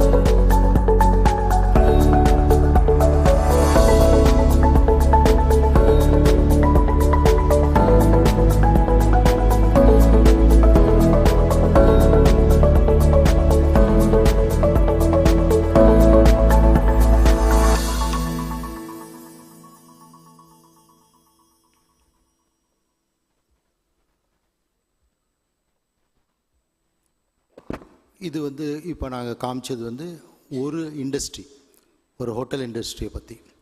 இப்போ இந்த ஹோட்டல் இண்டஸ்ட்ரியிலேயே வந்து 4 விதமாக இருக்குது. Normal 5 star, 4 star, 3 star, heritage டூரிசம்னு இருக்குது. ஹெரிட்டேஜ் டூரிசம்ங்கிறது வந்து அந்த ப்ராப்பர்ட்டி வந்து பீச் சைடாவோ கிராமத்து சைடாவோ இருந்து ஒரு நீங்கள் எல்லாருக்கும் தெரியும், நம்ம சென்னையிலே வந்து பெரிய லேண்ட்மார்க் வந்து விஜிபி வந்து it's not only normal 5 star hotel அல்ல, இட்ஸ் ஹெரிட்டேஜ் ப்ராப்பர்ட்டி. அதில் வந்து தான் நம்மளுடைய கல்ச்சர் எல்லாம் சொல்லுவாங்க அதில் அந்த காலத்துலேருந்து. ஸோ மத்திய அமைச்சராக இருந்தாலும் சரி, வெளிமாநில அமைச்சராக இருந்தாலும் சரி, ஸ்டாண்ட் அலோன் இல்லாமல் ஆஸ் பர் ப்ரோட்டோகால் நாங்கள் எப்போதும் ஃபெடரேஷன் ஆஃப் ஹோட்டல் ரெஸ்டாரண்ட் இருக்கிறதுனால அங்கே விஜிபி கொண்டு போயிட்டு தான் மகாபலிபுரம் கொண்டு போவோம், இல்லை ஈதர்வே வர்றப்போம். இந்த இண்டஸ்ட்ரியில் மட்டும் யூ ஓன்ட் பிலீவ் இட், இன்னொரு 5 இயர்ஸில் we get a target of 2.5 billion இருக்குது. ஒரு உதாரணத்துக்கு சொல்ல பாருங்கள், இந்த ட்ராவல் இண்டஸ்ட்ரி எப்படி போகுதுன்னு. போன மாதம் 8ஆம் தேதி மதுரைக்கு போகணும், ஒரு ஹோட்டலில் மேரியட்டில் அந்த வெனு பார்த்துட்டு வரணும், என் தம்பி பொண்ணுக்கு கல்யாணம் அங்கே பண்ணுறதுக்குன்னு ஒரு ஐடியா. நாள் புக் பண்ணுறேன் ticket, Chennai Madurai back Chennai, morning போயிட்டு ஈவினிங் வர்றதுக்கு. அப்போ வந்து ஒரு இது கிடச்சிது, ஒரு இன்விடேஷன் வந்தது. மாண்புமிகு பாரத ஜனாதிபதி அவங்க அங்கே வராங்க, அங்கே லஞ்சுக்கும் என்ன இன்வைட் பண்ணாங்க, அதை கப்பல் பண்ணி போவோம். ஒரு local ticket Chennai to Madurai to Chennai எவ்வளோ இருக்கும்னு நினைக்கிறீங்க? ஒரு 10,000 ரூபா போவார், 34,000 ரூபா. பிகாஸ் நம்ம 24 ஹவர்ஸ்க்கு மீதி புக் பண்ணதுனால. See the sector, travel industry sector எப்படி போகுது பாருங்கள். அது மட்டும் இல்லை, கனெக்டிவிட்டி. இப்போ வந்து உதான் ஸ்கீமில் வந்து ஒரு ஏர்போர்ட் கொண்டு வராங்க. இப்போ எங்கள் ஊர் வந்து தஞ்சாவூர், நான் கும்பகோணத்துக்காரர். அங்கே வந்து கும்பகோணம்னு அவங்களுக்கு தெரியும், கும்பேஸ்வரன் கோயில், மகாமகம், அந்த எல்லாம் காசிக்கு போயிட்டு வந்தாலும் மகாமகத்தில் குளித்தாதான் தீர்த்தம் முடியும்பாங்க. அது எங்கள் ஊரில் தான் இருக்குது. அதை வந்து முறைப்படி ஏர்போர்ட், தஞ்சாவூர் ஏர்போர்ட்டை ஸ்டார்ட் பண்ணி அந்த உதான் ஸ்கீம் ஏவியேஷனை கொண்டு வந்துட்டோம்னா ஒரு சிம்பிள். இப்போ நம்ம ஆடிட்டர் வந்து தஞ்சாவூர் ஏர்போர்ட்டுக்கு லேண்ட் ஆகிறார், அவர் வேலைக்காக லேண்ட் ஆகிறாருன்னா 3000 ரூபா டிக்கெட்டு. நான் சாட்சாத் பாலசுப்ரமணிய சுவாமி திருக்கோவில் போய் முருகப்பெருமானை தரிசனம் பண்ண போகிறேன்னு நான் போட்டு கொடுத்துட்டேன்னா எனக்கு 1000 ரூபா தான் டிக்கெட்டு. இது கைத்தட்டலாமே. 3000 ரூபா எங்கே, 1000 ரூபா எங்கே? So it is religious tourism. Balance 2000 rupees on fuel charge, GST, all these things is absorbed by Government of India.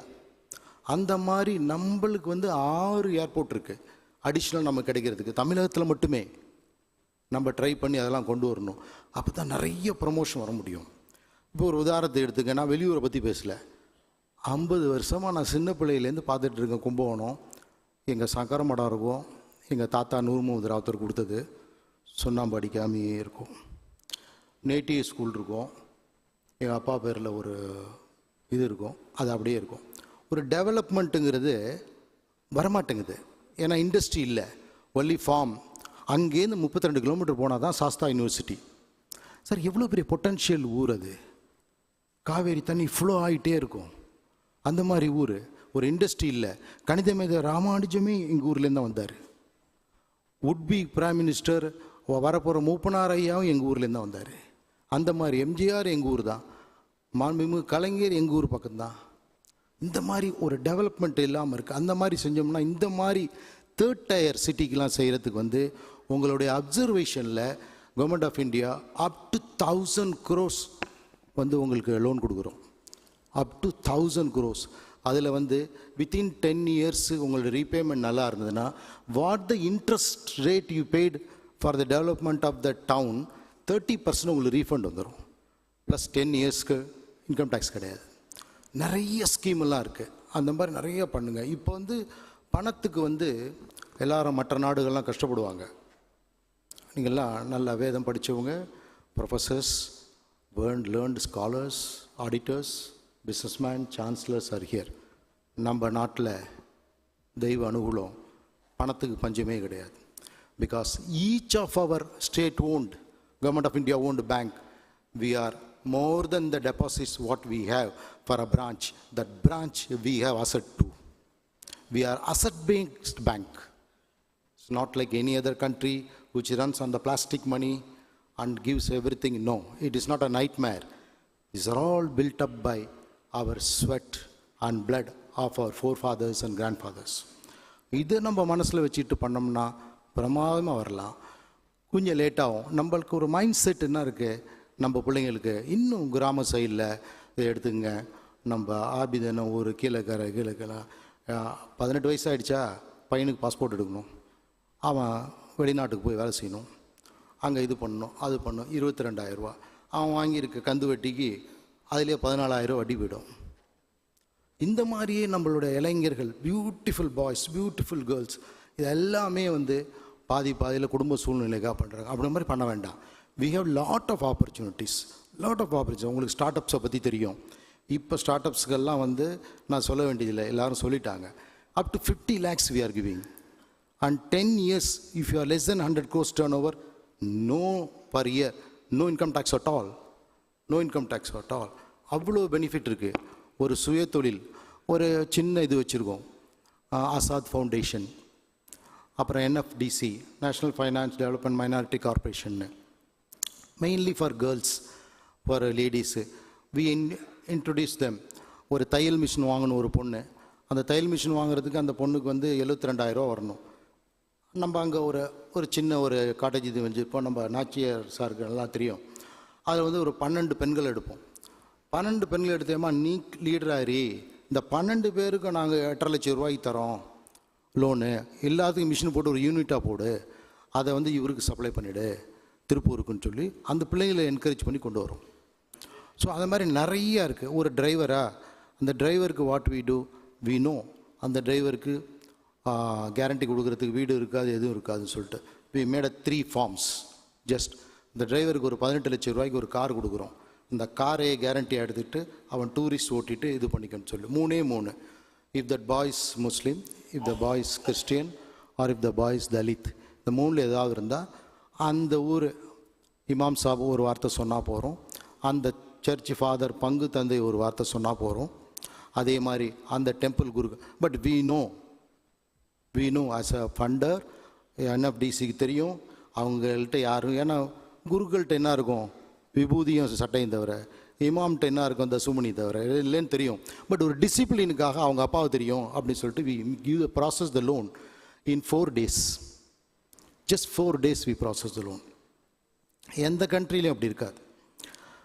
தமிழனா பிறந்து இந்தியனா இருக்கோம் நம்ம இந்தியாவில் இருந்தோம்னா இது ஒரு பெரிய புண்ணிய பூமி. அதுக்கு நம்ம ரொம்ப பாடுபடணும், ரொம்ப பாராட்டுக்கணும். நம்ம இதே பூர்வமாக நம்மளை படைத்த இறைவனுக்கு இந்த மண்ணில் நம்ம பிறந்தோம் அப்படிங்கிறதுல ஒரு ஆக்கப்பூர்வமான இதுவும் ஒரு கௌரவமும் ஒரு தைரியமும் நம்ம வரணும். எல்லாத்துலேயும் நம்ம தான் will be leadership quality. Sir 32 million, 32 கோடி இளைஞர்கள், மோஸ்ட் ஆஃப் தம் 80% டெக்கீஸ், 30 வயசு கீழே. எந்த நாட்டில் சார் கிடைக்கும்? கிடைக்கவே கிடைக்காது. எல்லாருமே ஹைலி குவாலிஃபைடு. எவ்வளோ இன்ஜினியரிங் காலேஜஸ், எவ்வளோ இது எல்லா பிள்ளைங்களும் படிக்குது சார். சிட்டி பேங்க்கு அது பேமெண்ட் கேட்வே என்டையர்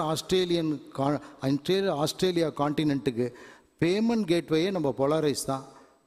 நம்ம கேஜி கோவிந்தராஜ் சார் இல்லைன்னா அவங்களுக்கு பேமெண்ட்டே போகாது. கோவிந்தராஜ் தமிழர். அந்த மாதிரி ஒவ்வொரு இடத்துலையும் நம்ம ஆளுங்க ஒரு உச்சத்தில் இருப்பாங்க. உதாரணத்துக்கு எடுத்துங்க, உங்களுக்கு கூகுள் ஓனர் யாருன்னு தெரியும், சொல்ல வேண்டியதில்லை. Because everybody knows. இன்னும் ஆச்சரியப்படுறதுக்கு இல்லை. இன்ஷா அல்லாஹ் இறைவனுடைய மிகப்பெரிய கருணையினால் அமெரிக்க ஜனாதிபதி நம்ம இந்திய வம்சாவளியாக வரத்துக்கு வாய்ப்பு இருக்குது. அதெல்லாம் நம்ம இறைவன் அருள் கூடிய சீக்கிரம். ஏன்னா இப்போ நம்ம குழந்தை வரலையா, TCS மாப்பிள்ளை பிரிட்டனுக்கு. ஒரு காலத்தில் நம்ம பிரிட்டனுக்கு போயிட்டு இருந்தோம். அவங்க இப்போ நம்ம ஃப்ரெண்டாக இருக்கும், கொஞ்சம் மேலேயும் இருக்கும். அந்த மாதிரி எல்லாம் ஒரு சேஞ்ச் வந்துடும். மாதிரி இங்கே என்ன கவர்மெண்ட் ஸ்கீம் முடிக்க முடியுமோ பண்ணுங்கள். And Tamil Nadu is progressing very well, beautifully. Honourable speaker Pondicherry இங்கே இருக்காங்க. அந்த பாண்டிச்சேரி டெவலப்மெண்ட் ரொம்ப பிரமாதமாக வந்துட்டுருக்கு. ஏன்னா பாண்டிச்சேரியில் இன்வெஸ்ட் பண்ணுறது ரொம்ப ஒரு அட்வான்டேஜ் என்னென்னா, நிறைய taxation, tax free, single entry point, அந்த மாதிரி நிறையா இருக்குது. இப்போ வந்து எல்லாருக்கும் உங்களுக்கு தெரிஞ்சிருக்கும், Pondicherry also we started air strip to connectivity to Hyderabad, to connectivity to Bangalore. இதெல்லாம் வந்து ஏன்னா இப்போ நிறைய பேர் வந்து அந்த ஆசிரமத்துக்கு வரணும். நிறைய பேர் என்ன நினச்சிங்க, நம்ம பாப்புலேஷன் எவ்வளோ இந்தியாவில் 140 மில்லியன், 140 கோடி பேர். அதில் 10% எடுத்துக்கிட்டிங்கன்னா கூட 14 கோடி பேர் ஆசிரமத்துக்கு வரணும்ல. அதுக்கு ஏர் கனெக்டிவிட்டி வேணும். இது மூவ்மெண்ட் ஆனால் தான் பெரிய ஏர்க்ராஃப்ட் இறங்க முடியும். முந்தி காலத்தில் திருப்பதி போகணும், பெருமாளை தரிசனம் பண்ணணுன்னா டெல்லியிலேருந்து வர்றவங்க 1.5 நாள் ஆகும்,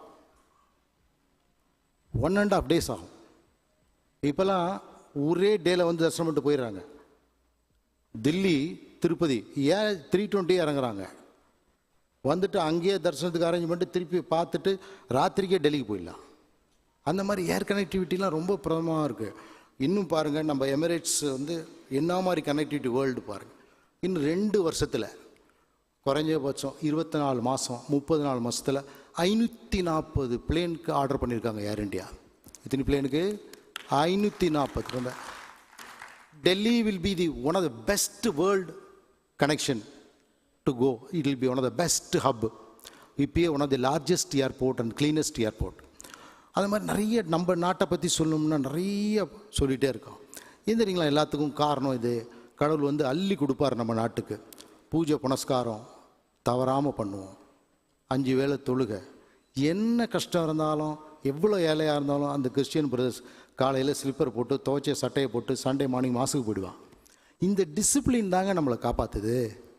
ஓகே, நம்ம முன்னோர்கள் சொன்னதெல்லாம் என்ன, எப்பா எல்ஐசி பாலிசியில் கடன் வாங்கிடாத, அது வாங்க மாட்டோம். எப்பாப்பா வீட்டு நகை வியாபாரத்துக்கு வச்சிடாத, அது செய்ய மாட்டோம். எப்பா முப்போகம் விளையிறத எதுவும் இது பண்ணிடாதப்பா, கொடுத்துடாதப்பா, அதை விளையிற பூமியை கொடுத்துடாதப்பா, அது செய்ய மாட்டோம். எப்பா பசுமாட்டை கொடுத்துடாதப்பா, கொடுக்க மாட்டோம். இந்த 4ம் நம்ம கலாச்சாரம் நம்மள்கிட்ட இருக்கும். அப்படி நம்ம வழங்கி வந்துட்டவங்க. இப்போ உதாரணத்துக்கு ஒரு சாதாரண இது காஷ்மீர்லேருந்து கன்னியாகுமரி வரைக்கும் ஒரு ஃபேமிலி எடுத்துங்க. ஒரு அம்மா இருப்பாங்க, ஒரு அப்பா இருப்பார். இந்த அம்மா 100 பவுன் நகை வச்சுருக்கோம்.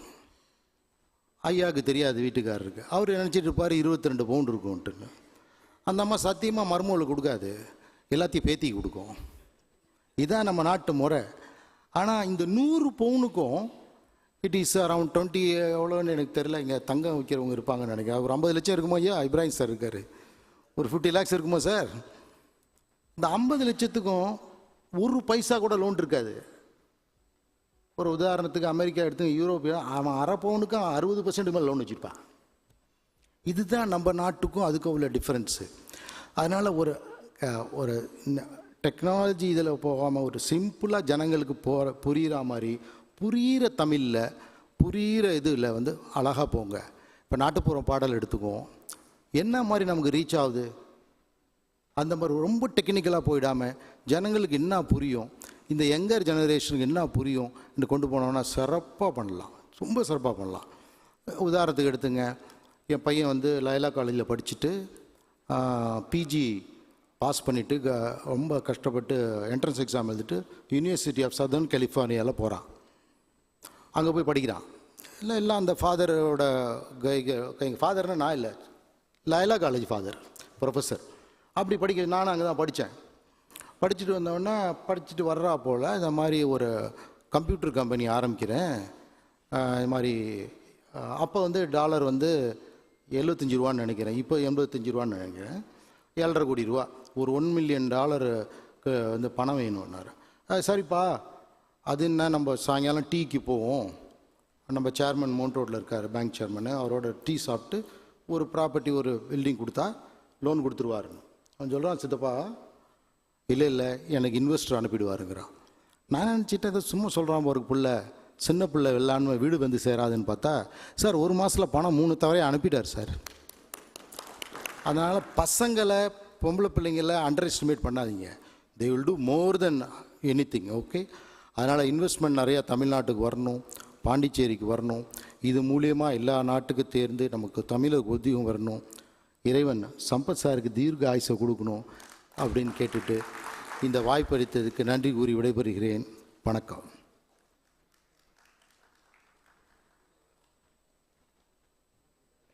எனக்கு கூட ரொம்ப நாளாக ஒரு ஆசை இருக்குது, அபுபக்கர் ஸ்டாரை வந்து நம்ம வந்து பட்டிமன்ற பேச்சாளராக அழைச்சிடணும் அப்படின்ட்டு. கொடுங்க உங்களுடைய பலத்த கரகொலி அவருக்கு. நல்லதொரு என்னுடைய கனவு பலிக்கட்டும் என்று கூறி அடுத்ததாக நம்முடன் உரையாற்ற அழைக்க இருக்கிறது டாக்டர் ஏஎஸ் இளவரசன், ASP auditing and consultancy service Dubai. அது மட்டும் இல்லை, டாக்டர் ஏஎஸ் இளவரசன் அவர்கள் எஃப்சிஏ பிரின்ஸ் சேர்மனும் கூட. கிட்டத்தட்ட 25 ஆண்டுகளாக வளைகுடா நாட்டில் இருக்கிறாரு. துபாய், பஹ்ரைன் போன்ற நாடுகளில் தன்னுடைய பணியை சிறப்பாக செய்து கொண்டிருக்கிறார். அவரை உங்கள் முன்னால் உரையாற்ற அன்புடன் அழைக்கிறேன்.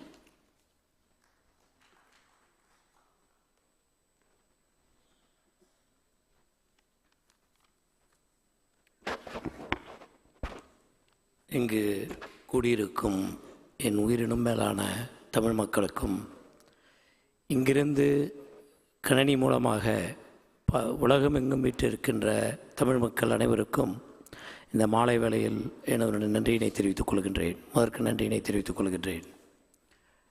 இவர்கள் குறிப்பிட்டது போல என்னுடைய பெயர் இளவரசன், பட் செல்லமாக பிரின்ஸ் என்று அழைப்பார்கள். அவர்கள் கூறியது எஃப்சிஏ பிரின்ஸ் என்று சிறிதாக தடுமாற்றத்தோடு சொன்னதை சொல்லியிருக்கிறார்கள். Name calling Prince, just translate. தமிழ்நாட்டில் இளவரசன் சொல்லுவோம், வெளியில் வந்தால் பிரின்ஸ்னு சொல்கிறது தான். பட் கிட்டத்தட்ட 25 ஆண்டுகள் நாங்கள் ப்ராக்டிஸ் பண்ணிகிட்ருக்குறேங்க. ப்ராக்டிஸ் மட்டும் இல்லாமல் நான் வந்து ஒரு ஸ்மால் என்டர்பிரனரும் கூட. இப்போ என்னை வந்து திரு விஆர்எஸ் சம்பத் சார் அவர்கள் 25 ஆண்டுகளாக நீங்கள் துபாயில் இருக்கிறீங்க, துபாயில் உள்ள இன்வெஸ்ட்மெண்ட்டை பற்றி தானே பேசணும், ஏன் தமிழ்நாட்டில் உள்ள இன்வெஸ்ட்மெண்ட்டை பற்றி பேச போகிறீங்க அப்படின்னு கேட்டிருந்தாங்க. இங்கு இருப்பவர்கள், அதாவது தமிழ்நாட்டை பொறுத்தவரையிலும் பிஸ்னஸ் ஆப்பர்ச்சுனிட்டியும் இந்த இன்வெஸ்ட்மெண்ட்ஸும் இங்கிருந்து வெளிநாடு வாழ் தமிழர்களாக இருக்கட்டும், வெளிநாடு மக்களாக இருக்கட்டும், இல்லை ஃபாரினராக இருக்கட்டும், அவர்கள் என்னென்ன வாய்ப்புகள் அவர்களுக்கு இருக்கிறது என்பதை நாங்கள் இங்கிருந்து கூறுகின்ற பொழுது அவர்களுக்கு ஒரு நம்பகத்தன்மை அதிகமாக இருக்கும் என்கின்ற ஒரு காரணத்தினால்தான் நான் இன்வெஸ்ட்மெண்ட்ஸ் அண்ட் பிஸ்னஸ் ஆப்பர்ச்சுனிட்டி இன் தமிழ்நாடு என்பதை பற்றி பேசுவதற்கு நான் தேர்ந்தெடுத்தேன். இங்கிருந்தே அவர்களுக்கு நாம் செம்மையாக சொல்ல வேண்டும். அதில் இடையூறுகள் இருந்தாலும் அந்த இடையூறுகளை களைவதற்கான வழிமுறைகளையும் சொல்வதற்கு ஆலோசகர் சார்பாக அதற்கும் ரெடியாக இருக்கின்றோம். நான் தலைப்பை கொடுக்கும்போது எனக்கு 10 நிமிடம் கொடுத்தார்கள். ஒரு கமிட்டி மீட்டிங்கில் கூட சார் அவர்கள் கூறும்போது நீண்ட நேரம் எடுக்கக்கூடாது என்று சொன்னார்கள். ஆனால் இன்று விஆர்எஸ் சம்பத் அவர்கள் நீங்கள் இது கூட டைம் எடுத்துக்குங்கள் என்று அவர்கள் அனுமதி தந்திருக்கு அவருக்கு என்னுடைய நன்றியினை தெரிவித்துக் கொள்கிறேன். என்றால் கருத்துக்கள் பரிமாறுகின்ற பொழுது கால நேரங்கள் என்பது ஒரு காரணியாக இருக்கக்கூடாது என்பது என்னுடைய கருத்தாக இருக்கின்றது. இதை நான் கோர் சப்ஜெக்டில் நுழைவதற்கு முன்பு தமிழனை பற்றி ஒரு சில வரிகளை உங்களோடு பகிர்ந்து கொள்வதற்கு ஆசைப்படுகின்றேன். உலகமெங்கும் தமிழன் வீற்றிருக்கின்றான். அவன் பொருளீட்ட சென்றாலும் பொருள் மட்டும் ஈட்டுவதில்லை. அவன் எங்கெல்லாம் சென்றிருக்கின்றானோ அந்த நாட்டை எல்லாம் அவன் வளர்ச்சி பாதைகளை கொண்டு சென்றிருக்கிறான் என்பதுதான் உண்மை. எங்கு வேணாலும் நான் கிட்டத்தட்ட ஒரு 20 நாடுகள் நான் பயணித்திருக்கின்றேன். இங்கே மற்றவர்கள் கூட அதற்கு மேற்கண்ட நாடுகளை நீங்கள் பயணித்திருப்பீர்கள். அவனுடைய நுண்ணறிவும் அவனுடைய இன்டெகிரிட்டியும் ஹானஸ்டியும் டெடிகேஷனும் உலகத்தில் உள்ள அத்தனை பிஸ்னஸில் உள்ளவர்களுக்கு நேரடியாகவோ அல்லது மறைமுகமாகவோ அவனுடைய நுண்ணறிவானது உபயோகப்பட்டு கொண்டு இருக்கிறது என்பதை நாம் உலகெங்கும் வீற்றிருக்கின்ற தமிழ் சமுதாயம் அனைவரும் உணர்ந்ததே. எக்ஸாம்பிள், ஒன்று அவன் நேரடியாக தொடர்பில் இருப்பான், இல்லது அவன் ஆலோசனை சொல்லுகின்ற ஒரு காரணியாக இருப்பான்.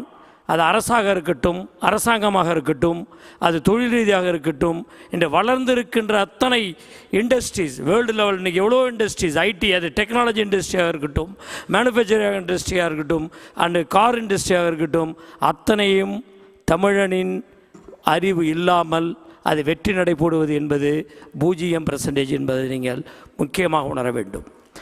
இதை பர்டிகுலராக நம் தமிழ் இளைஞர்களுக்கு இதை கொண்டு செல்ல வேண்டும். நம் தமிழ் இளைஞர்களிடம் இருந்து நீங்கள் இப்பொழுது அவர்களுக்கு ஒரு ஆணித்தரம் அதீதமான ஒரு ஆற்றல் இருக்கிறது. ஆனால் அதை வெளிக்கொண்டு செல்வதற்கு அவர்களுக்கு ஒரு தர்ம சங்கடங்கள் இருந்து கொண்டு இருக்கின்றது. அந்த சங்கடம் என்பது என்னவென்றால் அவர்களே டிஃபைன் பண்ணிக்கிறது, நம்மளால் முடியாது, இது நாம் எட்டாக்கணியாக இருக்கும் என்று அவர்கள் சிந்திப்பதை நம்மை போன்ற ஏஜில் உள்ளவர்கள் உடைத்தெறிந்தோமானால் நாம் இளைஞர்கள் எட்டப்போகின்ற பாதை எவரெஸ்டை தாண்டி இருக்கும் என்பதை நாம் உணர வேண்டும். இதுதான் நாம் இளைஞர்களுக்கும் இளைஞர்களுக்கும் நாம் தெரியப்படுத்த வேண்டும். உலக அளவில் இருக்கின்ற நாம் பற்ற அனுபவத்தை வைத்து தெரியப்படுத்துகின்ற ஒரு கருத்தாக இருக்க வேண்டும் என்பதுதான் என்னுடைய ஆசையாக இருக்கின்றது. இதை முடிந்த வரையில் இங்கு இருக்கின்ற நான் மட்டுமல்ல, பல்வேறு அமைப்புகளும், யுஏஇயில் மட்டுமல்ல உலகத்தில் உள்ள அத்தனை அமைப்புகளும் இதை நமது பிள்ளைகளுக்கு எடுத்து சென்று கொண்டு இருக்கிறது. எவ்வளவுதான் வேறுபாடுகள் இருந்தாலும் அமைப்புகளுக்குள் அதை அவர்களுடைய நோக்கம் நம்மளுடைய சந்ததிகள் உலக அளவில் தலை நிமிர்ந்து நிற்பதற்கும், உலக நாடுகள் நம்மை ஆண்டது போது நாம் உலக நாடுகளை ஆட வேண்டும் என்ற ஒரு எண்ணத்தோடு அவர்களுக்கு அளிக்கின்ற நமது ஊக்கமும் அந்த அனுபவத்தினுடைய பகிர்வும் அவர்கள் தமிழகத்தை வேறு உலகெங்கும் மிகப்பெரிய அளவில் எடுத்து செல்வதற்கான வாய்ப்புகள் இப்பொழுது கட்டமைப்பில் இருக்கிறது என்பதை நாம் அனைவரும் உணர்ந்து கொண்டிருக்கின்றோம். ஏனென்றால் நான் படிக்கின்ற பொழுது வெளிநாடு செல்வதற்கு ஆலோசனைகளை பெற்றோரிடமோ, ஏனென்றால் நான் ஒரு குக்கிராமத்தில் இருந்து வந்தவன். 8வது படிக்கிறப்ப தான் ஏபிசிடியை படித்தேன். அப்படிப்பட்ட ஒரு கிராமத்தில் இருந்து வந்த நான் வெளிநாடு செல்லுகின்ற பொழுது எங்களுடைய தந்தையாரிடமோ இல்லது எங்களுடைய தெருவில் உள்ள பெரியோரிடம் கேட்கின்ற பொழுது எனக்கு பட்டறிவு, அந்த வெளிநாடு சென்று ஈட்டுகின்ற பட்டறிவு இல்லை. நீயாகவே அதை தெரிந்து கொண்டு ஜாக்கிரதையாக அதை முன்னெடுத்து நீ செயல்படுவதால் நிச்சயமாக உனக்கு வெற்றி கிடைக்கும் என்பதை நமக்கு நம்பகமாக அனுப்பி வைத்தவர்கள்.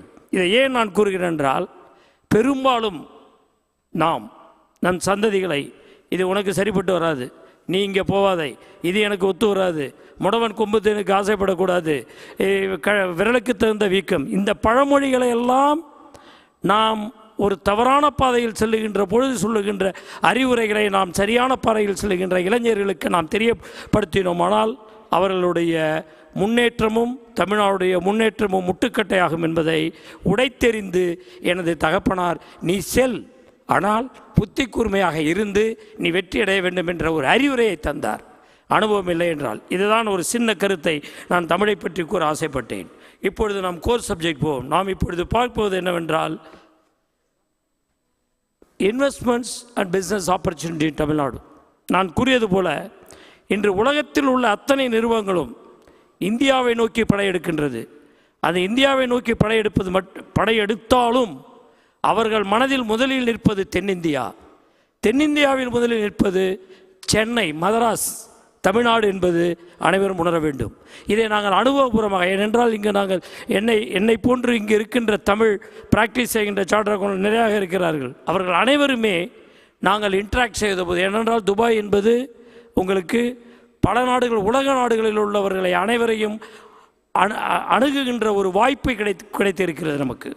அந்த வாய்ப்பினை வைத்து நாங்கள் பெறுகின்ற அனுபவம் என்னவென்றால், அவர்கள் எதிர்நோக்குகின்றது என்னவென்றால், மதராஸ் இந்தியாவில் முதலீடு செய்ய வேண்டும், இந்தியாவில் பிஸ்னஸ் செய்ய வேண்டும், அதுவும் பர்டிகுலராக தமிழ் அன்பர்கள் இருக்கின்ற இடத்திலே நான் செய்ய வேண்டும் என்ற ஆவலை நீங்கள் கேள்விப்பட்டிருப்பீர்கள்.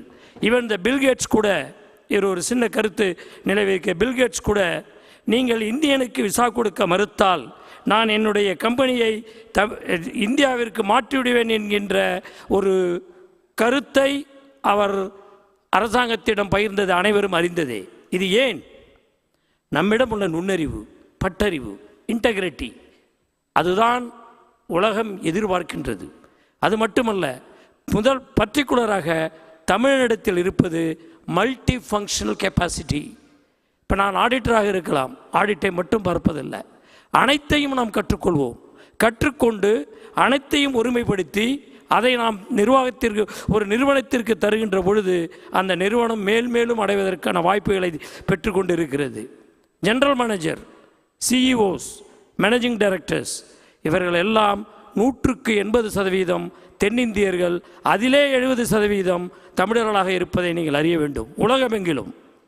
இதற்கு காரணம் அவன் எடுத்துக்கொண்டுகின்ற அனுபவம் எல்லா துறைகளிலும் இருக்கும். பொதுவாக நான் யாரையும் குறை சொல்லவில்லை. பொதுவாக ஒரு மேற்கிந்திய நாடுகளில் வேலை பார்த்த ஒரு மேலாண்மையிடம் நான் வேலை பார்த்த அனுபவம் உண்டு. அவருக்கு என்று ஒதுக்கப்பட்ட துறைகளில் மட்டும்தான் அவர் வேலை செய்வார். அவரிடம் மற்றவற்றை பற்றி கேட்டீர்கள் என்றால், I don't know sir, how to do this one, I don't know, you have to learn, you are accounts, you have to do. தெரிந்திருந்தாலும் அவர்கள் அதை பயிர்வதற்கு தயாராக இருப்பதில்லை. அதற்கு என்ன காரணம் என்றால், அவர்கள் ஒரு துறையிலே அனுபவத்தை பெற்று அதோடு அவர்கள் முடித்துக் கொள்கிறார்கள். ஆனால் நாம் இந்தியர்கள், பர்டிகுலராக தமிழர்கள், அனைத்து துறைகளையும் நாம் கற்றுக்கொண்டு அதன் வழியாக நாம் ரிசல்ட்டை எடுப்பதற்கு அயராது உழைப்போம் என்பதிலே மாற்று கருத்தில்லை. ஓகே, அடுத்தது ஏன் தமிழ்நாடு? இன்வெஸ்ட்மெண்ட்ஸும் பிஸ்னஸும் எதற்கு தமிழ்நாடு? தமிழ்நாடு இன்றைக்கி வந்து second largest economic all over the இந்தியாவில். அது மட்டும் இல்லாமல் எக்கனாமிக் ஃப்ரீடம் இருக்குது. அது மட்டுமல்ல, டேலண்ட் யங்ஸ்டர்ஸ் அவுட்புட். இன்றைக்கி என்னது வேணும் என்று கோடு போட்டால் அதை ரோடு போட்டு அவர்கள் எதிர்பார்ப்பதை விட அதிகப்படியான அவுட்புட்டை தருவதற்கு நம் தமிழ்நாடு உகந்த இடமாக இருக்கின்றது. தமிழ்நாடு இல்லை, தமிழ் மக்கள். முதலில் மக்களுடைய கட்டமைப்பு, ஒரு நிறுவனத்தை வளர்க்க வேண்டும் என்கின்ற எண்ணம் அவர்களிடம் இருக்கிறது. ஒரு அயல்நாட்டில் இருந்து எனக்கு தொழில் வந்திருக்கிறது, இன்வெஸ்ட்மெண்ட் வந்திருக்கிறது, அதை வைத்து நம்மை நாம் செட்டில் ஆகி விடுவோம் என்ற எண்ணம் அவர்களிடத்தில் இல்லை. அவர்களை வளர்த்து, அவர்களை வளர்க்க விட்டு, அதில் கிடைக்கின்ற லாபங்களை வைத்து தானும் அனுபவித்து அந்த நிறுவனமும் அதை அனுபவிக்க வேண்டும் என்கின்ற கொள்கையுடையவர்கள் தமிழர்கள். பெரும்பாலும் 95% அந்த கொள்கையுடையவர்கள். அப்படிப்பட்ட ஒரு எமோஷனல் பைண்டிங், நான் வேலை பார்க்கின்ற நிறுவனம் தோற்றுவிட்டால் என் குடும்பத்திலே நான் தலைகுனிய வேண்டும் என்கின்ற ஒரு எண்ணம் ஏற்படும் என்பதை உணர்ந்து நாம் நிறுவனத்தை, அதை மேம்படுத்துவதற்கான உழைப்பை நாம் தருகின்றோம் என்பதுதான் உண்மை. ஓரிரு இடங்களில் ஒரு சில தவறுகள் நடப்பதற்கு வாய்ப்பு உண்டு. அதை நாம் கருத்தில் கொள்ள வேண்டாம். இதை நாம் உணரவில்லை. உலகத்தில் உள்ள அத்தனை தொழில் நிறுவனங்களும் இன்வெஸ்டரும் உணர்ந்திருக்கின்றான். இன்று கூட இங்கே பேசுகின்ற பொழுது எத்தனையோ இன்வெஸ்ட்மெண்ட்ஸ் கம்பெனி, கேபிட்டல் கம்பெனி, அந்த இன்வெஸ்ட்மெண்ட்ஸ் கம்பெனி தான் மேலை நாடுகளில் இருந்து வந்தது. அதை நிர்வாகம் செய்வதும், அதை நடைமுறைப்படுத்துவதும், அதை தொழில் ரீதியாக வெற்றி பெற செய்வதும் நம் தமிழனாக தான் இருந்து கொண்டிருக்கின்றான். அதனால தான் இன்றைக்கு கிடைக்கின்ற கருத்துகள் அத்தனையுமே எப்படி கிடைக்கின்றது? அந்த ஆப்பர்ச்சுனிட்டியை யார் தருகிறார்கள்? உலக நாடுகள், உலக நிறுவனங்கள் அத்தனையுமே நமக்கு தந்து கொண்டிருக்கின்றது. இதுதான் தமிழனுடைய உன்னதமான தகுதி என்பதை நாம் உணர வேண்டும். இதை நாம் படிக்கின்ற குழந்தைகளுக்கும் இங்கு வருகின்ற என்டர்பிரனர்களுக்கும் நாம் கற்றுக் கொடுக்க வேண்டும். ஒரு சின்ன கதை. நான் ஒரு நார்த் இந்தியனோட ஒரு ட்ரெயினில் பயணம் செய்துக்கிட்டு இருந்தேன். அப்போ அவர் ஒரு சின்ன கதை சொன்னார். அவர் இஸ் எ பான் புரோக்கர். அவர் இதை வட்டி கொடுறவர். அவர்கிட்ட கேட்டேன் நான், நீங்கள் வட்டி கொடுறீங்களா சார்? எங்கள் தமிழ்நாட்டில் எல்லாரும் ஏமாற்றிடுவாங்க சார் அப்படின்னு சொன்னேன். ஜஸ்ட் என்னுடைய வியூ. ஏன்னா நம்ம கொடுத்தோம்னா 100 ரூபா கொடுத்தா கொடுக்க மாட்டான், போயிடுவான். அதுலேருந்து நம்மளை பார்க்க மாட்டான். 10,000 ரூபா சொந்தக்காரனை கொடுத்தா உறவே முடிச்சுட்டு போயிடுவான். அதுக்கப்புறம் எதுக்கும் வரமாட்டான். இது என்னுடைய அனுபவம். அவர் சொன்னார், யூ ஆர் ராங். என்னுடைய அனுபவத்தை நான் சொல்லுகிறேன். தமிழில் என்னிட்ட வேலை செய்கிற ஒரு எம்ப்ளாயி ஒரு 500 ரூபா பணம் கேட்பார், இல்லை ஒரு 1000 ரூபா பணம் கேட்பார், இல்லை ஒரு 5000 ரூபா பணம் கேட்பார். என் பொண்ணு மேரேஜின்ட்டு நான் 5000 ரூபா கொடுப்பேன். 5000 ரூபாய்க்கு வச்சு வெளியில் ஒரு 50,000 ரூபா கடை வாங்கி பொண்ணை கல்யாணம் பண்ணிவிடுவார். திருப்பி கொடுக்க அவரால் முடியாது. அதனால் என்னை அவர் பார்க்க மாட்டான்.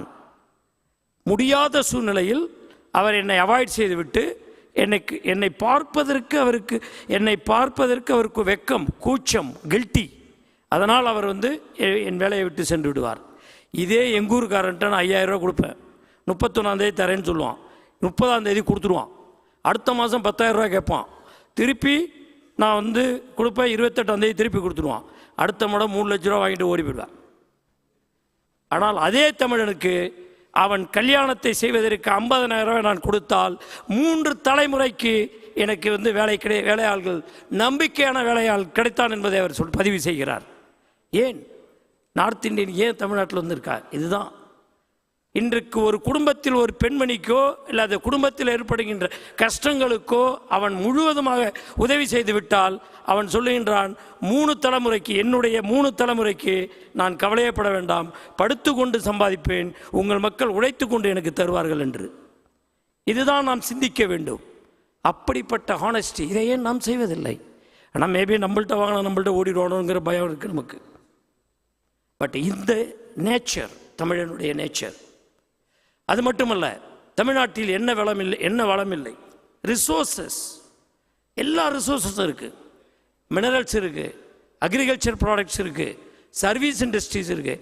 ஒரு சர்வே சொல்லுது டோட்டல் பிஸ்னஸில் 45% service industry, 34% industries, balance 18% something it is agriculture based product. இதுதான் தமிழ்நாட்டில் எல்லா வளமும் இருக்குது. மினரல்ஸ் இருக்குது, அக்ரிகேட்ஸ் இருக்குது, எல்லாமே இருக்குது. அது மட்டும் இல்லை, கட்டமைப்பு 2 லட்சம் கிலோமீட்டர்ஸ்க்கு நமக்கு ரோடு வசதி உண்டு. அதில் 15,000 கிலோமீட்டர் ஹைவேஸ் இருக்குது. இதெல்லாம் அந்த கட்டமைப்பு. அடுத்தது போர்ட் ஃபெசிலிட்டி. அதுக்கு முன்னாடிலாம் போர்ட்டு பார்க்கணுன்னா சென்னை மட்டும்தான் வரணும், தூத்துக்குடி கூட சின்னதாக இருக்கும் நான் படிக்கிற சின்ன வயசில். இன்றைக்கி எவ்வளோ போர்ட்ஸ், எவ்வளோ ரோட் டிரான்ஸ்போர்ட், எவ்வளோ இன்ஃப்ராஸ்ட்ரக்சர்ஸ், இது எல்லாமே தமிழ்நாட்டினுடைய கட்டமைப்புகள் இருக்கிறது. பை ரயில் தடம், இது எல்லாம் இருக்கிறதுனால பிஸ்னஸ் டெவலப் பண்ணுறதுக்கு வாய்ப்புகள் நிறையாக இருக்கிறது. அதனால தான் இன்டர்நேஷ்னல் கம்பெனிஸ் எல்லாமே வராங்க. நம்ம இண்டஸ்ட்ரி வைஸ் நான் உங்களுக்கு பகிர்ந்துக்கிறேன். இப்போ தமிழ்நாட்டில் எடுத்திங்கன்னா ஒவ்வொரு ஏரியாலையும், ஒவ்வொரு சர்டன் ஏரியாவில் பார்த்தீங்கன்னா ஒவ்வொரு ஏரியாவில் ஒவ்வொரு இண்டஸ்ட்ரி ஃபெமிலியராக இருக்கும். சென்னை, திருப்பூர், ஈரோடு, கரூர், கோயம்புத்தூர், மதுரை, தூத்துக்குடி, இந்த பக்கம் போனீங்கன்னா வேலூர், ஒவ்வொரு ஊருக்கும் ஒவ்வொரு தொழில் ஐடென்டிஃபை பண்ணலாம். இது நமக்கு தெரியாது, வெளியூரில் உள்ளவனுக்கு தெரியுது. இப்போ கோயம்புத்தூரில் என்ன நடக்குது திருச்சிக்காரனுக்கு தெரியாது, திருச்சிக்காரனுக்கு அந்த ஊரில் என்ன நடக்குங்கிறது தெரியாது. ஆனால் வெளியூரில் இருக்கிறவ கட்டம் போட்டு கிளியராக சொல்கிறான். ஹவு? இதுதான் தமிழ்நாட்டினுடைய செல்வ வளம். இன்றில்ல, அந்த காலத்திலே மன்னர்கள், ராஜராஜ சோழன் காலத்திலே எத்தனை நாடுகளுக்கு சென்று அவர்கள் வாணிகம் செய்தார்கள். வேறு யாருக்காவது இந்த வரலாறு உண்டா? கிடையாது. எந்த நாட்டில் நீங்கள் தடம் வைத்தாலும் அங்கு தமிழன் ஒருவன் உங்களுக்கு உதவி செய்திட, தொழில் ரீதியாக உதவி செய்ய தயாராக இருப்பான் என்பதை நீங்கள் புரிந்து கொள்ளுங்கள். நாம் ஆளை தெரிந்து கொண்டு செல்ல வேண்டாம், இறங்கி நீங்கள் நடந்தாலே உங்களுக்கு கிடைச்சிருவா. இது என்னுடைய அனுபவம். இது எங்கிருந்து வந்தது? இதனுடைய நுண்ணறிவு எங்கிருந்து வந்தது? இதனுடைய கான்செப்ட் நம் இதிகாசங்களில் எல்லாம் நம் தொழில் ரீதியாக என்ன செய்ய வேண்டும், எப்படி டிசிப்ளினாக இருக்க வேண்டும், எப்படி நீங்கள் சமுதாயத்தை வளர்க்க வேண்டும் என்பதையெல்லாம் பட்டியல் போட்டு தந்திருக்கிறார்கள். இன்று வானத்திற்கு ராக்கெட் விடுவதற்கான துல்லியமான தூரத்தை கணக்கிடுவதற்கு கூட நாசா நம்மளுடைய ஹராஸ்கோப்பை தான் எடுத்து கணக்கிட்டு இருக்கிறது. இந்த துல்லியங்கள் எல்லாம் தமிழனுக்கு உண்டு. இதை நாம் அறியவில்லை, உலகத்தில் உள்ள அத்தனை தொழில்களும் அறிந்திருக்கிறார்கள். இதுதான் நமது தமிழ்நாட்டினுடைய வாய்ப்புகள். நீங்கள் செய்வதற்கு, நேர்மையாக செய்வதற்கு ரெடியானால் வாய்ப்புகள் வந்து கொண்டு தான் இருக்கிறது. அது மட்டுமல்ல, என்ன நம்மளுடைய லா, டிரான்ஸ்பரன்சி லா இருந்தால் கூட இந்த மக்களுடைய எமோஷனல் அவுட்புட், ஒரு பொருளை வீணடிக்க மாட்டான். ஒரு 10 நிமிஷம் கூட வேணால் இருந்து செஞ்சு முடித்து கொடுத்துட்டு போவான். இந்த பிரின்சிபிள்ஸ்லாம் தான் நமக்கு வெளிநாட்டினுடைய இன்வெஸ்ட்மெண்ட்ஸை ஈர்க்கிறது. அது மட்டும் இல்லை, என்னென்ன இண்டஸ்ட்ரீஸ், இப்போ நீங்கள் இண்டஸ்ட்ரி விசிட் இன்வெஸ்ட்மெண்ட்ஸ் போகலாம். பேப்பர் மேனுஃபேக்சரிங் எடுங்க, service industries and go for others. World wide manufacturing industry எடுத்திங்கன்னா பேப்பர் இண்டஸ்ட்ரி, கார்மெண்ட் இண்டஸ்ட்ரியில் எவ்வளோ இருக்குது difference? knitted garments, woven garments, leathers, இப்படி பல இது பட்டியல் போடலாம். ஒவ்வொரு இண்டஸ்ட்ரி ஸ்பெஷலைஸ்டு. நம்ம இவன் படித்து கணக்கு போட்டு இவன் ஆர்கனைசேஷன் சார்ட்லாம் போட்டு நிர்வாகம் பண்ணுறதுக்குள்ள நம்மளால் உட்கார்ந்த இடத்துல வேலையை முடிச்சுடுவான். இன்றைக்கும் திருப்பூரில் போய் பாருங்கள், என்னதான் ஆர்கனைசேஷன் கார்ப்பரேட் ஸ்ட்ரக்சர் இருந்தாலும் அவர்கள் செய்கின்ற அந்த அனுபவத்தினால் செய்கின்ற அவுட்புட் இன்னைக்கு உலகத்தில் எங்கேயுமே கொடுக்க முடியாது. தொழில் ஏற்றத்தாழ்வுகள் இருக்கலாம், இன்று கூட இருக்கின்ற தொழில் வேறு நாடுகளுக்கு போகலாம். திருப்பூர் எடுத்துக்கிட்டிங்கன்னா எப்போ கேட்டாலும் சொல்லுவா, சார் இந்த வருஷம் டல்லு சார், அடுத்த வருஷம் நல்லா இருக்குது சார், போன வருஷம் நல்லா இருந்தது சார். இது வந்து ஜென்ரலாக இருக்கும். ஒய்? எங்கு போனாலும் இங்கு கிடைக்கின்ற அந்த அவுட்புட் அங்கு கிடைப்பதற்கு வாய்ப்புகள் கம்மி. அதுபோல் லெதர் இண்டஸ்ட்ரிக்ஸ்னு ஒரு ஏரியாஸ் இருக்குது. அப்புறம் உணவுப் பொருள், agriculture industry, agriculture based industries, rice and other item, seeds, oil seeds, பழங்கள், ஃப்ரூட்ஸ் அண்ட் வெஜிடபிள்ஸ் எல்லாமே இன்றைக்கி தமிழ்நாட்டில் இருந்து தான் போகின்றது. இதில் ஒரு சின்ன கால்குலேஷன், இப்போ எல்லாருமே பார்த்தீங்கன்னா இந்த சென்ட்ரல் கவர்மெண்ட்டுடைய ஸ்டாட்டிஸ்டிக்ஸ் பார்ப்போம். இன்றைக்கி தமிழ்நாட்டில் உற்பத்தி செய்து நீங்கள் கொச்சின் ஏர்போர்ட்டில் எக்ஸ்போர்ட் பண்ணுறப்ப அந்த calculations is going to the Kerala state. அதனால் அந்த ஸ்டாட்டிஸ்டிக்ஸை மட்டும் நீங்கள் கணக்கில் எடுக்கணும்னு அவசியம் கிடையாது. இதெல்லாம் தான் நமக்கு வாய்ப்புகள். தமிழ்நாட்டினுடைய மூலப்பொருள்கள், ரா மெட்டீரியல்ஸ் பல இடத்துக்கு உற்பத்திக்கு சென்று கொண்டு இருக்கிறது.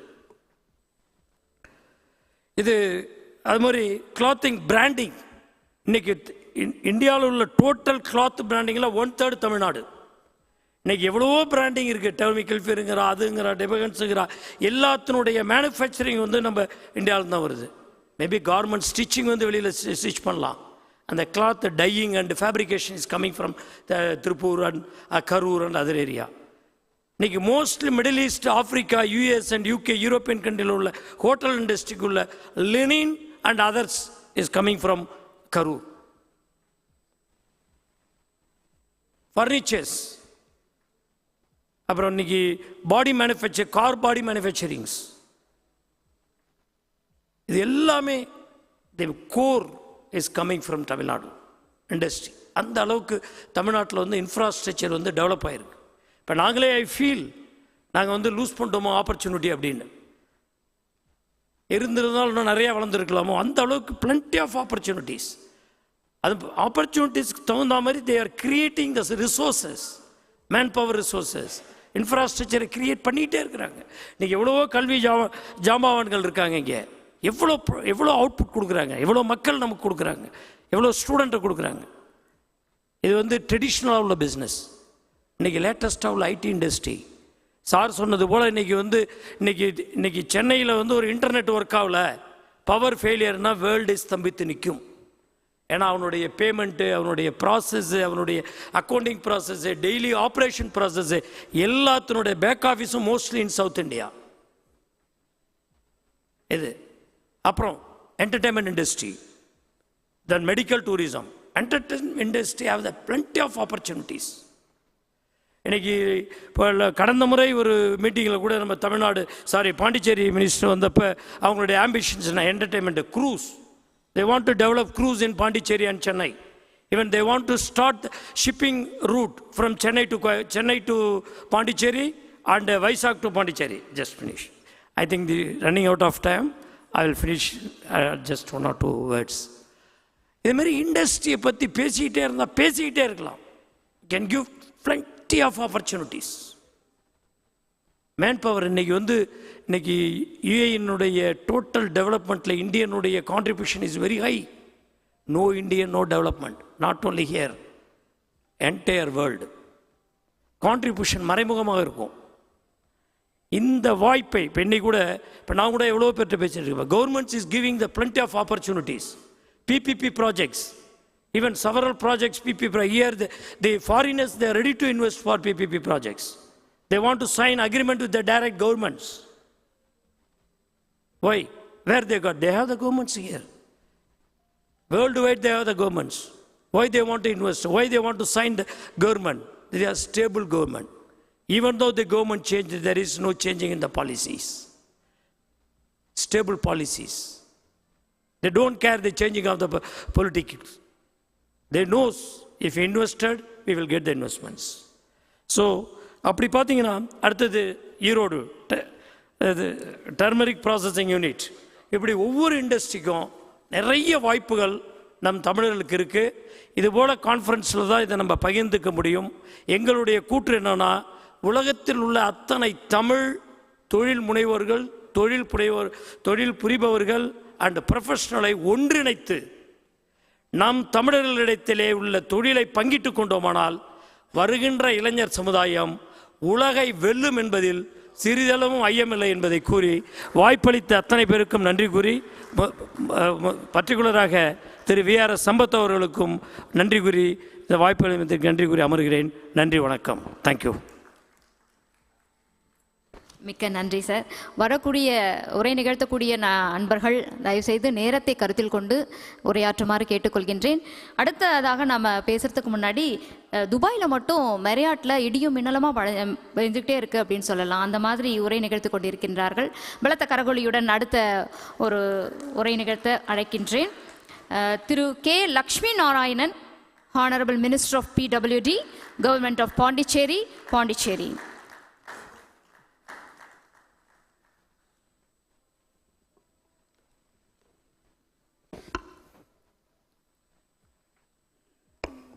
ஒன்பதாவது உலக தமிழர் பொருளாதார மாநாட்டின் மிக சிறப்பாக நடத்தி கொண்டிருக்கின்ற சகோதரர் சம்பத் அவர்களே, இந்த அமர்வுக்கு தலைமையாக நடத்தி கொண்டிருக்கின்ற அன்பிற்குரிய சகோதரர் அபூபக்கர் அவர்களே, எனக்கு முன்னாலே அமர்ந்திருக்கின்ற பெரியவர்களே, சகோதர சகோதரிகளே, உங்கள் அனைவருக்கும் எனது மனமார்ந்த மாலை வணக்கத்தை தெரிவித்துக் கொள்கிறேன். இப்பொழுது காலையிலே ஒரு ஜென்ரலாக பேசின பிறகு புதுச்சேரியில் என்ன இருக்கிறது என்பதை பற்றிய ஒரு புரிதலை, ஒரு விளக்கத்தை கொடுப்பதற்கு நான் இப்பொழுது வந்திருக்கின்றேன். காரணம், உலக தமிழர் அமைப்பு என்று வருகிற பொழுது தமிழ்நாடு ஒரு மிகப்பெரிய மாநிலம், 8 கோடி மக்கள் இருக்கிற மாநிலம்.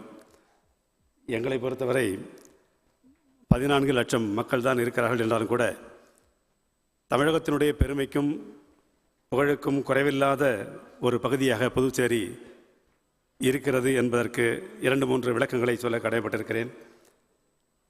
புதுச்சேரியினுடைய பகுதியும் காரைக்கால் பகுதியும் தமிழ் பேசுகின்ற பகுதிகள். டிபிடி ரெடியாக இருக்கா? எஸ். அதே போல் ஒரு இந்திய நாட்டினுடைய ஒருமைப்பாடு என்பதை கண்ணெதிரே பார்ப்பதற்கான ஒரு பகுதியாக புதுச்சேரி இருந்து கொண்டிருக்கிறது. காரணம், தமிழ் பேசும் பகுதி மட்டுமல்லாமல் மலையாளம் பேசுகின்ற பகுதியும், மாஹி என்கிற பகுதியும் புதுச்சேரியோடு இருந்திருக்கிறது பிரெஞ்சு காலத்தில் இருந்து. தெலுங்கு பேசுகிற பகுதியும் யானம் என்ற பகுதி, காகிநாடா பகுதியில் இருந்து இருக்கின்ற பகுதி. அதற்கு முன்பாக சந்திரநாகூர் என்கிற ஒரு பகுதியும் பிரெஞ்சு அரசாங்கத்தின் கீழே இருந்தது. 1954 இருந்து இந்திய நாட்டினோடு இணைந்த ஒரு மாநிலமாக புதுச்சேரி இருந்திருக்கிறது.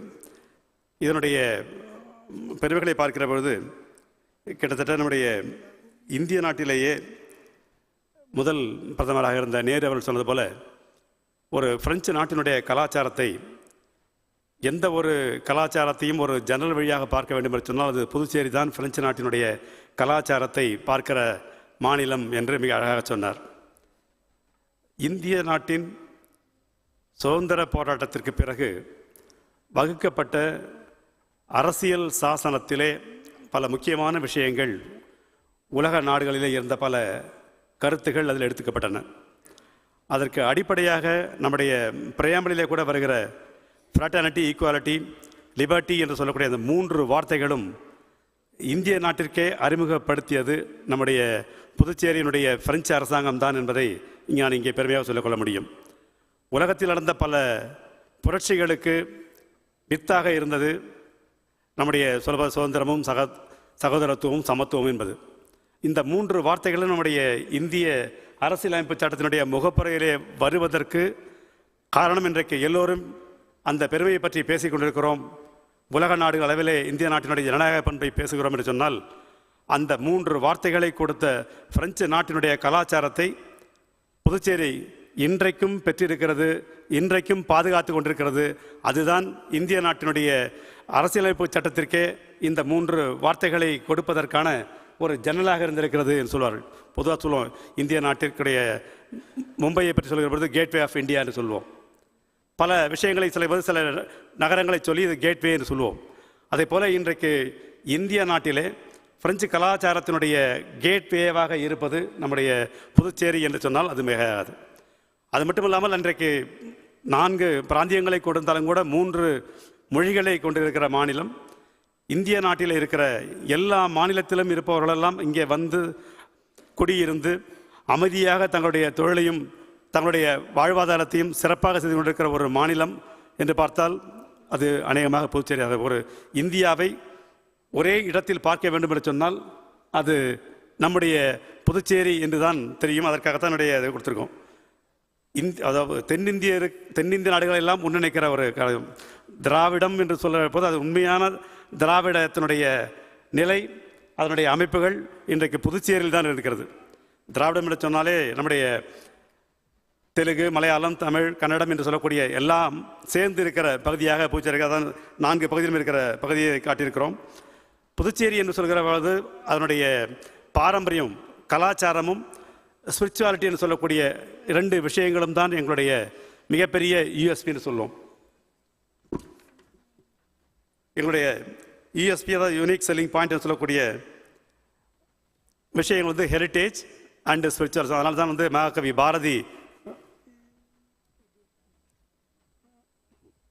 மகாகவி பாரதி புதுச்சேரிக்கு வந்ததும், மகான் அரவிந்தர் புதுச்சேரிக்கு வந்ததும், இதற்கு 100 ஆண்டுகளுக்கு முன்பாகவே 1000 ஆண்டுகளுக்கு முன்பாகவே அகஸ்தியர் வந்ததாகவும், அது மட்டுமில்லாமல் சைத்தன்ய மகாபிரபு புதுச்சேரிக்கு வந்ததாகவும், 1000 ஆண்டுகளுக்கு முன்பாகவே கூட புதுச்சேரி ஒரு சிறந்த ஒரு ஆன்மீக நகரமாக உருவாகி கொண்டு இன்றைக்கும் புதுச்சேரியில் பல சித்தர்கள் வாழ்ந்த பூமியாகவும் புதுச்சேரி இருப்பதற்கான காரணம் அடிப்படையிலேயே இது ஒரு ஆன்மீக பூமி என்கிற காரணத்தினால்தான்.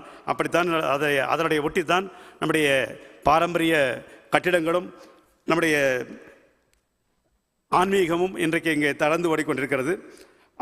அப்படி அந்த ஆன்மீகமும் இந்த கலாச்சாரமும் தவழ்ந்திருக்கிற காலத்தினால் புதுச்சேரி பீஸ்ஃபுல் புதுச்சேரி என்கிற விஷயத்தை தான் நாங்கள் எங்களுடைய ஒரு லோகாக வைத்திருக்கிறோம். புதுச்சேரியினுடைய சுற்றுலா வளர்ச்சிக்கு லோகாக வைத்திருப்பது பீஸ்ஃபுல் புதுச்சேரி. அது மட்டும் இல்லாமல் அதுக்கு கீழே இன்னொரு வார்த்தையை நீங்கள் பார்க்கலாம், கிவ் டைம் எ பிரேக்.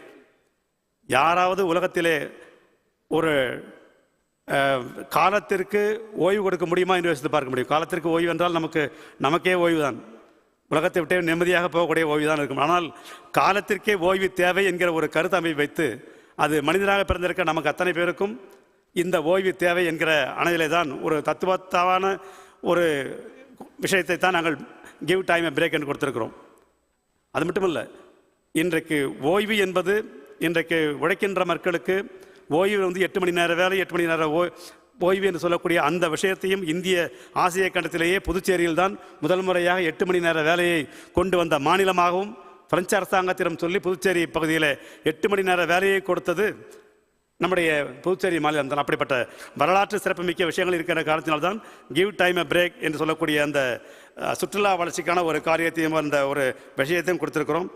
எங்களுடைய விஷன் என்று பார்த்தால் இந்த புதுச்சேரி மாநிலத்தில் இருக்கிற சுற்றுலா வளர்ச்சிக்காக நம்முடைய வருகின்ற இன்னொரு 30 ஆண்டு காலத்திலே இப்பொழுது நம்முடைய புதுச்சேரிக்கு வந்து கிட்டத்தட்ட ஒரு 19 லட்சம் மக்கள் சுற்றுலா பயணிகளாக வருகிறார்கள்.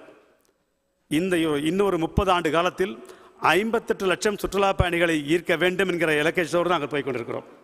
அடுத்த 10 ஆண்டில் என்று இன்றைக்கு துபாயில் எப்படி இன்றைக்கு உலகத்தில் எல்லா மக்களும் வந்து குவிகிறார்களோ அப்படிப்பட்ட ஒரு நிலையை உருவாக்க வேண்டும் என்பதற்காகத்தான் நாங்கள் செய்திருக்கிறோம். அதனால தான் எங்களுடைய பிராண்ட் வந்து பார்த்திங்கன்னா பீஸ்ஃபுல் புதுச்சேரி, கிவ் டைம் எ பிரேக். ஏற்கனவே உங்களுடைய விஷயங்கள் சொல்லியிருக்கிறேன். புதுச்சேரி என்பது ஒரு 492 சதுர கிலோமீட்டர் பகுதி தான். அதுவும் குறிப்பாக புதுச்சேரியுடைய நகர பகுதி சீக்கிரம் முடிச்சிடணுமா, ரொம்ப சிறிய பகுதி. காரைக்கால், புதுச்சேரி, காரைக்கால், மாஹி என சொல்கிற பகுதி. எங்களுடைய பெருமை என்னவென்று சொன்னால், இன்றைக்கு இந்த புதுச்சேரியிலே தனிநபர் வருமானம் என்பது இன்றைக்கு 2,32,000 ரூபாய். இன்றைக்கு இந்திய நாட்டில் இருக்கிற சராசரியை விட கிட்டத்தட்ட ஒரு 10 மடங்கு தனிநபர் வருமானத்தை புதுச்சேரி கொண்டிருக்கிற அப்படிப்பட்ட ஒரு அற்புதமான மாநிலம். இந்த மாநிலத்திற்கென்று நாங்களுடைய எங்களுக்கு கனெக்டிவிட்டி என்ற கனெக்டிவிட்டி தான் பொதுவாக நமக்கு எல்லாருக்குமே வந்து ஒரு டூரிசம் வளர்ச்சிக்கு கனெக்டிவிட்டி தான் பேரும். நம்முடைய இன்றைக்கு ஏர்போர்ட்டுடைய சகோதரர் அபுபக்கர் கூட சொல்லியிருப்பார், ஒரு சிறிய விமான நிலையத்தை வைத்திருக்கிறோம். ஆனால் சிறிய விமான நிலையமாக இருந்தாலும் கூட அந்த விமான நிலையத்தை விரிவுபடுத்துவதற்காக மத்திய அரசிடம் கிட்டத்தட்ட ஒரு 400 கோடி ரூபாய் கேட்டிருக்கிறோம். வந்த பிறகு அது பெரிய விமான நிலையம் வந்து இறங்குகிற அளவிற்கு இருக்கும். அது இல்லாமல் இப்பொழுது ஒரு 19 சீட்டர் கொடுக்கிற ஒரு சிறிய விமானத்தை புதுச்சேரியிலிருந்து தமிழகத்தினுடைய பல பகுதிகளுக்கும் டயர் 2 சிட்டி என்று சொல்லக்கூடிய பல இடங்களுக்கு கனெக்ஷன் கொடுப்பதற்காக அந்த ஒரு அனுமதியை கொடுப்பதற்காக நாங்கள் இப்போ காத்துக் கொண்டிருக்கோம். அதன் மூலமாக பெரிய அளவிலே புதுச்சேரி சுற்றுலாவிலே மிகப்பெரிய அளவிலே வரும் நினைக்கிறோம். எங்களுடைய வருங்காலத்தில் நம்முடைய ஒரு 58 லட்சம் மக்கள் புதுச்சேரிக்கு வந்து போகிற அளவிற்கு செய்வதற்கான infrastructure, rail connectivity, sea connectivity, cruise connection, இப்படி என்று எல்லா விதமான வசதிகளையும் கொடுக்க இருக்கிறோம். எங்களுடைய புதுச்சேரி மாநிலத்தை பொறுத்தவரை இன்றைக்கு இங்கே பல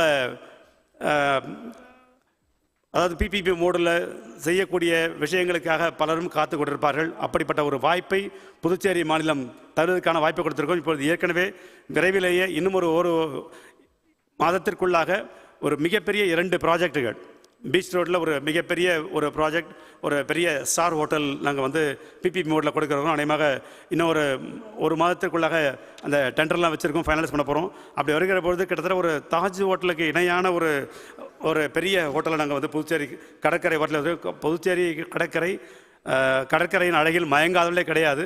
பாரதிதாசன் மிக அழகாக சொல்லியிருப்பார், புதுச்சேரியினுடைய கடற்கரையும் அந்த சூரியன் எப்படி காலையிலே உதிக்கிறது என்பதை அழகான பாட்டிலே புதுச்சேரியினுடைய கடற்கரை பற்றி பேசியிருப்பார். பாரதியாரும் பாரதிதாசனும் புதுச்சேரியினுடைய இயற்கையை பற்றி அவ்வளோ அழகாக பேசியிருப்பார்கள். அது மட்டும் இல்லாமல் நாங்கள் புதுச்சேரின்னு சொன்னால் அநேகமாக எல்லோருக்குமே இங்கே இருக்கிற பலருக்கும் தெரியும், ஒரே ஒரு பீச் தான் நினைப்பாங்க.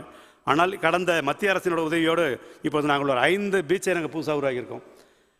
பாண்டி மெரினாங்கிற பீச், வீராம்பட்டத்தில் ஒரு பீச்சு, நம்முடைய ஈடன் பீச், இப்படி இதை நீல ப்ளூ ஃப்ளாக் வாங்கியிருக்கோம். நம்முடைய டென்மார்க் நகரத்தில் இருந்து புதுச்சேரிக்கு இந்தியாவிலேயே 10 கடற்கரைகளுக்கு தான் அந்த அங்கீகாரம் கிடைத்திருக்கிறது.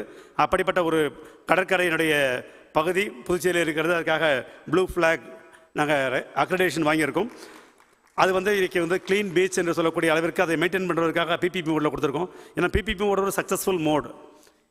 தனியார் பங்களிப்போடு செய்கிற எந்த ஒரு காரியமும் ஒரு நல்ல வருமானம் வரக்கூடியது என்பதை புதுச்சேரியிலே நாங்கள் நிரூபித்து காட்டியிருக்கிறோம். அது வந்து தனியார் இடத்துல கொடுக்குற பொழுது அது ஒரு நல்ல விஷயத்திற்காக அகரமெடுத்துருக்கிறோம். அதேமாதிரி ரூபி பீச் ஒன்று கொடுத்துருக்கோம். மணப்பட்டில் நாங்கள் கிட்டத்தட்ட ஒரு 150 இது வந்து இப்போ நான் சொன்னீங்க அந்த பீச் ரோடில் இருக்கிற ஒரு அழகான பில்டிங். இது இப்போ நாங்கள் புதுச்சேரி பொதுப்பணித்துறை அழகாக கட்டி இன்றைக்கு வைத்திருக்கிற இந்த பில்டிங் வந்து இப்போது டெண்டர் விட்டுருக்கோம், பிபிபி மோடில் வரப்போகுது. இதன் மூலமாக எங்களுக்கு நாங்கள் வந்து இதோடைய செலவு வந்து ஒரு 12 கோடி ரூபாய் தான். ஆனால் மாதத்திற்கு எங்களுக்கு 25 லட்சம் ரூபாய் மாத வாடகை கொடுக்குற அளவிற்கு அதற்குடைய இந்த கட்டிடத்தை மிக அமைத்திருக்கிறோம். பீச் ரோடில் இருக்குது. அது மட்டும் இல்லாமல் இந்த வரப்போகிற டேர்ன் ஓவர்லேயும் எங்களுக்கு பர்சன்டேஜ் கொடுத்துருக்கோம். அது ஒரு பெஸ்ட் மாடல் எனக்கு பிபி மோடில் கொடுத்துருக்கோம். அதே போல் இன்றைக்கு முப்படத்தில் வந்து பார்த்திங்கன்னா ஒரு பழைய ஷெட்டுகள் இருந்தது, அதை ஹெரிட்டேஜ் அதே டைப்பில் கொண்டு வந்து இன்றைக்கி வந்து ஒரு நல்ல கன்வென்ஷன் சென்டராக 3 கன்வென்ஷன் சென்டர் வச்சுருக்கோம். இன்னொரு 3 கன்வென்ஷன் சென்டர். அது பார்த்திங்கன்னா அது உடனடி அப்படியே ஜஸ்ட் ஆப்போசிட் வந்து ஒரு 10 அடியில் வந்து அழகான பீச். அந்த பீச் ப்ரொமனேடில் வைத்திருக்கிறோம். இதனுடைய செயல்பாடுகள் அதிகமாக இன்னும் ஒரு மாதத்தில் செயல்பாட்டுக்கு வரும். எங்களுடைய இப்பொழுது இருக்கிற டூரிஸ்ட் நார்மலாக வந்து ஸ்டே பண்ணுறவங்க வந்து 1.5 நாள் தான். அதை வந்து இன்னும் ஒரு 10 ஆண்டுகளிலே வந்து 5 நாட்களும் டூரிஸ்ட் இருக்கிற மாதிரியான கொடுக்க இருக்கிறோம். இப்போ நிறைய பேருக்கு புதுச்சேரி என்று சொன்னால் ஒரு ஆன்மீக தலம் மட்டும் ஹெரிட்டேஜ் மட்டும் இல்லாமல் அது ஒரு பெரிய ஒரு வெல்னஸ் சென்டராக மாற்ற இருக்கிறோம். ஏன்னா புதுச்சேரியில் வந்து பழைய நிறைய ஸ்டார் ஹோட்டல் வந்துருக்கு. இன்றைக்கு தமிழ்நாட்டில் இருக்கிற உலகத்தில் இருக்கிற எல்லா பெரிய ஹோட்டல் செயின் ஆஃப் ஹோட்டல்ஸ் அத்தனையும் புதுச்சேரிக்கு வந்திருக்கிறது. கிட்டத்தட்ட 1000 பேர்கள் வந்து தங்கினால் கூட ஒரு ஸ்டார் ஹோட்டல் கேட்டகரியில் எங்களால் அகாமடேஷன் தர முடியும். அந்த அளவுக்கான ஒரு நிகழ்ச்சியை வைத்திருக்கிறோம். அதே போல் யாட் மெரினா கொடுவதற்கான ஒரு தேங்காய் திட்ட துறைமுகத்தை சரி செய்து யாட் மெரினா கொண்டு வருவதற்கான செய்திருக்கிறோம்.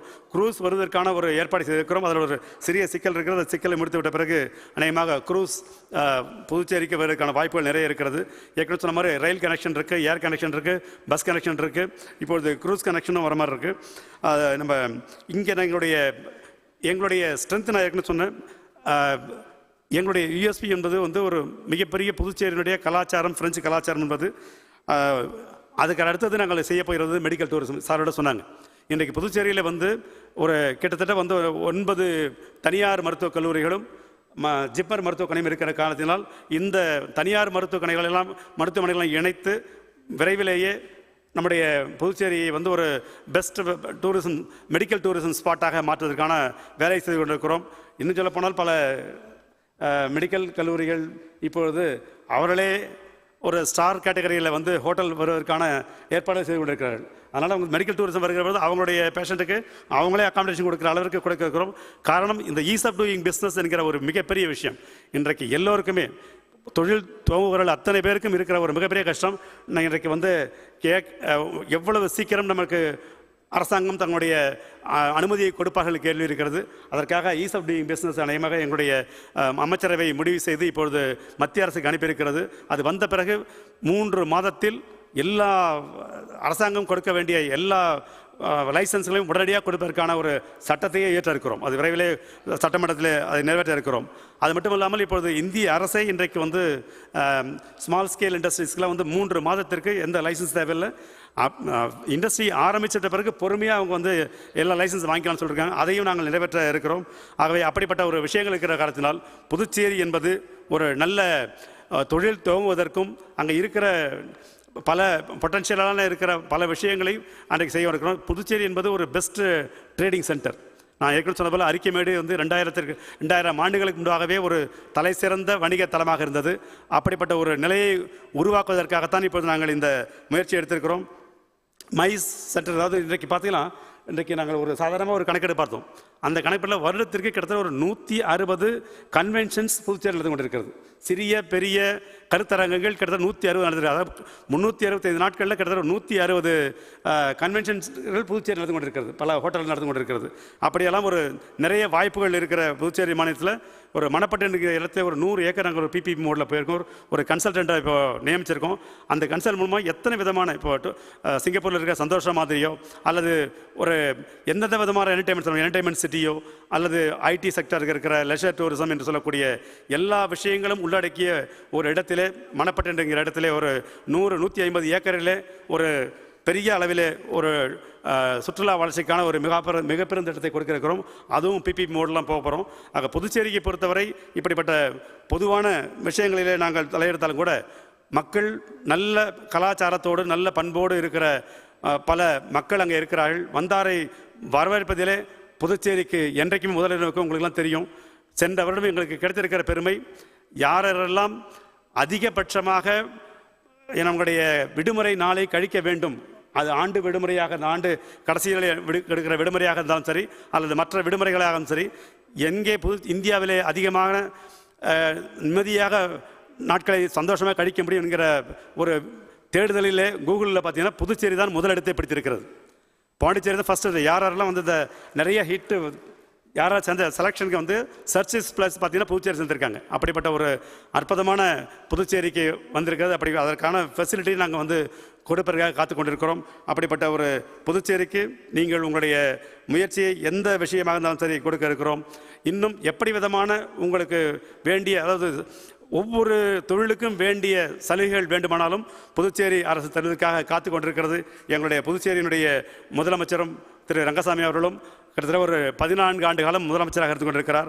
அப்படிப்பட்ட ஒரு நிறைய மக்கள் திட்டங்களை கொடுத்து கொண்டிருக்கிறோம். இப்பொழுது இன்னும் பல தொழிற்சாலையை துவங்குவதற்கான ஒரு நிகழ்ச்சியெல்லாம் அனுமதியெல்லாம் கொடுக்க காத்து கொண்டிருக்கிறோம். அப்படிப்பட்ட இடத்திலே நம்முடைய இங்கே வந்திருக்கின்ற பலருக்கும் உங்களுக்கு ஆர்வம் இருப்பின் உங்களுக்கு சிவப்பு கம்பளம் விரித்து உங்களுக்கு புதுச்சேரியை உங்களுக்கு நல்ல முறையில் அறிமுகப்படுத்தி உங்களுடைய பல புதிய தொழில்களுக்கு பல புதிய முயற்சிகளுக்கு நீங்கள் இடம் தேவைப்படுமானால் புதுச்சேரிக்கு வாருங்கள் என்று இந்த நேரத்தில் சொல்லி, உங்களுடைய இந்த மாநாட்டில் நீங்கள் பலரும் பல இடங்களில் சொல்லியிருக்கலாம், புதுச்சேரியும் தமிழகத்தினுடைய தமிழ் பேசுகிற ஒரு மாநிலம்.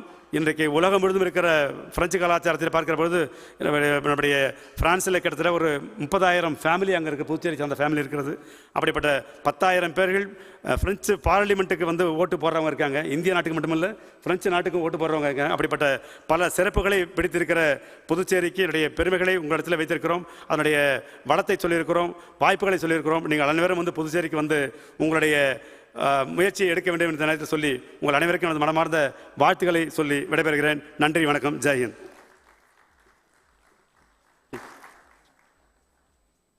வளமான புதுச்சேரியை நம் கண்முன் கொண்டு வந்திருந்தார் அமைச்சர் அவர்கள், அவர்களுக்கு நன்றி.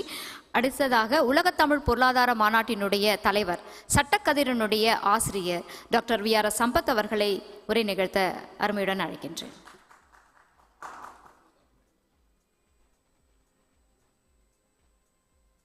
investment and business opportunities in Tamil Nadu, Pondicherry and other states. இதுதான் இந்த செஷனுடைய இது. இந்த செஷன் வந்து அதாவது 4 மணிக்கு ஆரம்பிச்சு 5 மணிக்கு முடிக்க வேண்டிய செஷன் 5 மணிக்கு கிட்டத்தட்ட 1 மணி நேரத்துக்கு மேலே 1.5 மணி நேரமாக நடக்குது. இனிமேல் நானும் நிறைய பேச விருப்பப்படவில்லை. இருந்தாலும் ஒரு சில கருத்துக்கள் 2 நிமிஷம் 2-3 கருத்துக்களை மட்டும் சொல்லிட்டு நான் அமர்கிறேன். இந்த நிகழ்விற்கு தமிழ்நாடு கைடன்ஸ் பார்த்துருப்பீங்க, அவங்க இதற்கான ஆதரவை தந்திருக்கிறார்கள். தமிழ்நாடு கைடன்ஸுடைய நிஜமான வேலை என்னவென்றால், தமிழ்நாட்டில் நீங்கள் போய் இன்வெஸ்ட்மெண்ட் பண்ணணும்னு நினச்சிங்களா, என்னென்ன ஆப்பர்ச்சுனிட்டிஸ் இருக்குது, எப்படி அதை பயன்படுத்தி கொள்ளலாம். உதாரணத்துக்கு நீங்கள் ஒரு இண்டஸ்ட்ரீஸ் போடணுன்னா எலக்ட்ரிசிட்டி போர்டில் வேணும் உங்களுக்கு, அப்புறம் வந்து லேண்டு அக்வசிஷன் பண்ணணும், அதுக்கு அடுத்தது லைசன்ஸ் வாங்கணும், அப்படி ஒரு 10 விதமான வேலைகளை நீங்கள் செய்ய வேண்டி வரும். அவையெல்லாம் பண்ணணுன்னா நீங்கள் அதே ஒரு 4 வருஷம் ஆகிடும். ஆனால் ஒருமுறைப்படுத்தி அது ஒரே நேரத்தில் விரைவில் ஒரு 90 நாளைக்குள்ள எல்லா அனுமதிகளையும் பெற்று உங்களை தொழில் தொடங்குவதற்கான அனைத்து காரியங்களையும் செய்து கொடுக்குற ஒரு நிறுவனமாக கைடன்ஸ் இருக்கிறது. தமிழ்நாடு கைடன்ஸ் கடன் வாங்கிறதுக்கு கூட அவங்களே பேங்க்குக்கிட்ட உங்களுக்கு அப்பாயின்மெண்ட் வாங்கி கொடுப்பாங்க. ஸோ ஒரு முதலமைச்சரை பார்த்ததுக்காக ஸ்பெஷல் பர்மிஷன்னு ஏதாவது சலுகை வாங்கினா கூட முதலமைச்சர்கிட்ட அவங்களால அப்பாயின்மெண்ட் வாங்கி கொடுக்க முடியும். அப்படிப்பட்ட ஒரு துறை கடந்த 30 ஆண்டுகளுக்கு மேலாக தமிழ்நாடு அரசாங்கத்தால் நடைபெற்று வருகிறது. அதில் வேலை செய்கிறவங்களாம் யாரும் வெறும் ஐஏஎஸ் ஆஃபீஸர் மற்றவெல்லாம் கிடையாது. ஐஏஎஸ் ஆஃபீஸர் 2-3 பேர் இருக்காங்க. எக்ஸ்பர்ட்ஸ் ஆன் வேரியஸ் ஃபீல்டு, பல மொழிகளை தெரிந்தவர்கள், அதாவது பிரெஞ்சு மொழியை தெரிஞ்சவங்க, சீன மொழியை தெரிஞ்சவங்க, கொரிய மொழியை தெரிந்தவர்கள் என்று பல மொழியை தெரிந்தவர்கள், இந்தியாவில் உள்ள பல மொழியை தெரிந்தவர்கள், MBA படித்தவர்கள், ஆராய்ச்சி பெற்றவர்கள், என்ஜினியர்கள், இப்படி பலரை இங்கே வைத்துக்கொண்டு அவர்கள் மூலமாக அந்த துறை இயங்கிக் கொண்டிருக்கிறது. உலகம் முழுவதும் அவர்கள் கூட்டத்தில் இருக்கிறது. இன்றைக்கி கூட அவர் இந்த கூட்டத்தில் கலந்துக்கிறதுக்கு வர வேண்டியவர். ஒன்று பட்ஜெட் செஷனு, இன்னொன்று அதனுடைய மேனேஜிங் டைரக்டர் வந்து இன்றைக்கி வந்து ஜூரிச்சில் இருக்க, இது சுவிட்சர்லாண்டில் வேர்ல்டு எக்கனாமிக் ஃபோரத்தினுடைய கூட்டத்தில் கலந்துக்கிறதுக்கு போயிருக்கார். அவர் நாளைக்கு தான் சென்னைக்கே திரும்புகிறார். இல்லைனா நம்ம கூட்டத்துக்கு வர்றதாக இருந்தார். கடைசி நேரத்தில் அது நம்ம விட பெரிய ராஜா, நம்ம சின்ன குட்டி ராஜா, அதனால் இங்கே வரல. அவர் அங்கே போயிட்டார். அவர் எதற்கு இதை சொல்ல வரேன்னா, இன்வெஸ்ட்மெண்ட் அண்ட் பிஸ்னஸ் ஆப்பர்ச்சுனிட்டி ஒருநிலைப்படுத்தி உதவி செய்கிறது தமிழ்நாடு. நம்பர் 1. நம்பர் 2, ஒருத்தர் ஒரு இடத்துல போய் தொழில் தொடங்கணும்னா உங்களுக்கு வந்து லா அண்ட் ஆர்டர், அதாவது உங்களுக்கு பாதுகாப்பு ரொம்ப பிரமாதமாக இருக்கணும். நான் வந்து இங்கே எதிரில் லோகி நாயுடு உட்காந்துருக்காரு. நான் வந்து சவுத் ஆப்பிரிக்காவில் கான்ஃபரன்ஸ் நடத்துறதுக்கு போகும்போது எனக்கு கொடுத்த அட்வைஸ்னா, நீங்கள் எங்கேயும் வெளியில் போகக்கூடாது, தனியாக போகக்கூடாது, லோகி நாயுடோடு தான் போகணும். தனியாக போனீங்க நீங்கள் திரும்பி வர மாட்டீங்க, சாயந்தரம் 6 மணிக்கு மேலே போகக்கூடாது என்று பயமுறுத்தி என்னை அனுப்பினார்கள். நான் அதே மாதிரி தான் ரொம்ப கட்டுப்பாட்டோடு போய் அந்த ஊரில் மாநாடு நடத்துறதுக்கான பணிகளை ஆரம்பித்தேன். அதே போல் தான் எந்த ஒரு மாநிலத்திலும், இப்போ ஜார்க்கண்டில் என்ன சுச்சுவேஷன், பீகாரில் என்ன சுச்சுவேஷன், ஒவ்வொரு ஸ்டேட்டாக பார்க்கும்போது தமிழ்நாட்டில் லா அண்ட் ஆர்டர் சுச்சுவேஷன் ரொம்ப நல்லா இருக்குது. உங்களுக்கு தொழில் தொடங்குறவங்களுக்கு பாதுகாப்பு நன்றாக இருக்குது. 2வது பாயிண்ட். 3வது வந்து உங்களுக்கு என்னென்னாக்கா அதாவது டெக்னோகிராட்ஸ், யார் திறமையான அவர்கள் கிடைக்கக்கூடிய மாநிலம். உங்களுக்கு வந்து கம்ப்யூட்டர் எக்ஸ்பர்ட்ஸா, என்ஜினியரா, டெக்னாலஜி படித்தவனா, அதை பயன்படுத்துறதுக்கான எக்ஸ்பர்ட்ஸ் அதிகமாக இருக்கிற மாநிலம் தமிழ்நாடு. கூலிக்கு வேலை செய்கிற, அதாவது லேபர்ஸ் கிடைக்கிறதுல தமிழ்நாடு கொஞ்சம் குறைச்சலாக இருக்கணும். எல்லாம் நம்மளாம் வெளிநாட்டுக்கு போயிட்டோம். அதுக்கு நம்ம வடநாட்டு மாநிலத்தை சேர்ந்தவங்களாம் நம்ம தமிழ்நாட்டுக்கு கூப்பிட்டுருக்கோம். ஆனால் எக்ஸ்பர்ட்ஸ் இருக்கிறவங்களும் அதே நேரத்தில் லா அண்ட் ஆர்டர் நல்லா இருக்கிறவங்களும் இருக்கிற ஒரு மாநிலமாக தமிழ்நாடு இருக்கிறது. ஆகவே தமிழ்நாட்டை பொறுத்தவரையில் உங்களுக்கு உலகம் முழுவதும் இருக்கிற எவரும் இன்வெஸ்ட்மெண்ட் அண்ட் பிஸ்னஸ் ஆப்பர்ச்சுனிட்டியை தேடுவதற்கு அது நல்லா இருக்கு. உதாரணத்துக்கு ஐடின்னா ஏன் பெங்களூருக்கு போகிறாங்க? கிளைமேட் தான், ஒன்லி கிளைமேட் ரீசன். அந்த ஊரில் அந்த கம்ப்யூட்டர் மெஷின் கெட்டு போகாதபடி அந்த குளிர் வந்து ஓரளவுக்கு தாங்குது, அதனால் அந்த ஊரில் போய் பண்ணுறாங்க. 2வது, அதே கம்ப்யூட்டர் இன்ஜினியர் நாம தான் இருக்கோம். ஏன்னா நம்ம நல்லா ஸ்ட்ராங் ஏர் கண்டிஷன் கொடுத்து நாம் அதே மாதிரி பண்ணி அவங்கள 2வது இடத்துல அதிகமான இன்வெஸ்ட்மெண்ட் வர ஒரு மாநிலமாக தமிழ்நாடை வைத்திருக்கிறோம். அதனால் தமிழ்நாடு வந்து எல்லா இன்டெலெக்சுவல் ஆக்டிவிட்டி, உதாரணத்துக்கு எடுத்துக்கிட்ட மெடிக்கல் ஹப்பு, அவர் சொன்னார், இவர் நம்ம ராமலிங்கம், இவர் நம்ம இளவரசன் மெடிக்கல் ஹப், அதாவது மெடிக்கல் மெக்கா என்றே தமிழ்நாட்டை சொல்லுகிறார்கள். கோயம்புத்தூர் ஆகட்டும் அல்லது சென்னை ஆகட்டும், நீங்கள் உடம்பு சரியில்லை என்றால், உடல் நலத்தை பேண வேண்டும் என்றால், உலகம் முழுவதும் தமிழ்நாடை நோக்கி வருகிறார்கள் என்றால், நீங்கள் நினைக்கிற பணத்தில் உங்கள் உடம்பை சரி செய்து கொள்ள முடியும் என்கிற ஒரு நாடாக தமிழ்நாடு அமைந்திருக்கிறது. அதுக்கு அடுத்தது ரெண்டாவது என்னென்ன ஆப்பர்ச்சுனிட்டிஸ் இருக்குன்னா, இப்போ கனெக்டிவிட்டி என்று எல்லாரும் சொன்னாங்க. இன்றைக்கி வந்து அதிகமான இன்டர்நேஷ்னல் ஏர்போர்ட் இருக்கிற மாநிலம் தமிழ்நாடு தான். சென்னை, திருச்சிராப்பள்ளி, மதுரை, கோயம்புத்தூர் 4 இன்டர்நேஷ்னல் ஏர்போர்ட் நம்ம ஊரில் இருக்குது. வேறு எந்த ஸ்டேட்லேயும் அப்படி கிடையாது தமிழ்நாடு, இந்தியாவில் எடுத்துக்கிட்டிங்கன்னா. ஸோ அதனால் அது ஒரு பக்கம். அதிகமான முனிசிபாலிட்டிஸ் நகரங்கள் இருக்கிறது இந்தியாவிலே. அதிகமான முனிசிபாலிட்டி இருக்கிற நகரம் நாடு தமிழ்நாடு, தமிழ் மாநிலம் தான். ஸோ அதனால் அந்த மாதிரி நகர்ப்புற வாழ்க்கை அமைப்பு அதிகமாக இருக்கிறது தமிழ்நாடு தான். அது மட்டுமல்ல, நீங்கள் வந்து தமிழ்நாட்டில் வந்து தொழில் தொடங்குவதற்கு பல்வேறு காரணங்களை சொன்னது மாதிரி, அதாவது இது ஹாஸ்பிட்டல்ஸ் அண்ட் ஹோட்டல் இண்டஸ்ட்ரீஸை ரொம்ப பிரமாதமாக கொண்டு போகலாம். ஒரு மாவட்டத்துக்கு மாவட்டம் ஒரு 200 பெட் ஹாஸ்பிட்டலும் ஒரு 100 ரூம்ஸ் உள்ள ஹோட்டலும் நிச்சயமாக தேவை. அதை நம்ம அபுபக்கர் வந்து கல்கட்டாவிலையும் பம்பாயிலும் தொடங்கிறதுக்கு பதிலாக தமிழ்நாட்டில் உள்ள 30 மாநிலங்களிலும் 30 மாவட்ட தலைநகரங்களிலும் அதற்கான முயற்சி எடுத்தாவே இன்வெஸ்ட்மெண்ட் ஆப்பர்ச்சுனிட்டிஸ் பெருசாக இருக்கும். எனவே இந்த செஷனில் பேச அனைவருக்கும் எங்களுடைய அன்பு கலந்த நன்றி. ஏன்னா இப்போ 1 மணி நேரத்துக்கு காலதாமதமாக போயின்னு இருக்கு. அடுத்த செஷன் முடிஞ்சோடனே ஒரு தலை சிறந்த கலை நிகழ்ச்சி இருக்குது. அனைவரும் அமர்ந்து இந்த நிகழ்ச்சியை பார்க்குமாறு உங்களை கேட்டுக்கொள்கிறேன். இப்பொழுது புதுச்சேரி மாநிலத்தினுடைய முன்னாள் சபாநாயகர் தலைமையில் அடுத்த அமர்வு தொடங்க இருக்கிறது என்பதை சொல்லி, இந்த ஃபோட்டோ செஷனுக்கு நம்ம சோழநாச்சியார் அவர்களையும் திரு விடுதலை அவர்களையும் மேடைக்கு வருமாறு கேட்டுக்கொள்கிறேன்.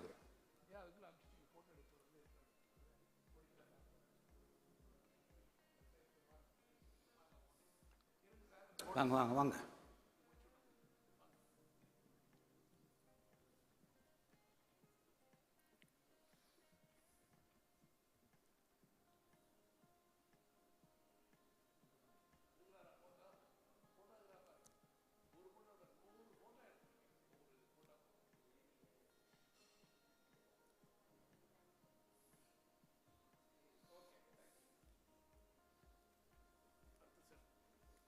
The fifth session is about to commence. 5வது அமர்வு தற்போது ஆரம்பிக்க இருக்கிறது. இது முடிந்தவுடன் கலை நிகழ்ச்சி உள்ளது 1 மணி நேரத்துக்கு. சென்னையிலிருந்து இதற்காகவே தமிழக அரசு 10-12 கலைஞர்களை அனுப்பியுள்ளார்கள். அவர்களும் வெயிட் பண்ணி கொண்டிருக்கிறார்கள். ஆகவே தயவுசெய்து எல்லோரும் இருந்து சென்னையிலிருந்து வந்த கலைஞர்களையும் உற்சாகப்படுத்துமாறு கேட்டுக்கொள்கிறேன். இந்த அமர்வு திரு விபி சிவக்கொழுந்து அவர்கள், முன்னாள் சபாநாயகர் புதுச்சேரி அவர்களை தலைமையேற்று நடத்தும்படி கேட்டுக்கொள்கிறேன். ஐயா அவர்கள் மேடைக்கு வரும்படி. The speakers of the evening, Professor Dr. Kalaimadi, Dr. Bhagyalakshmi Venu. Okay.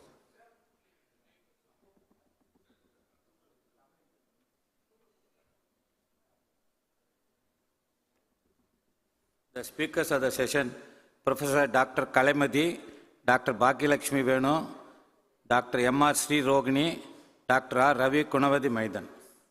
Please come to the dais.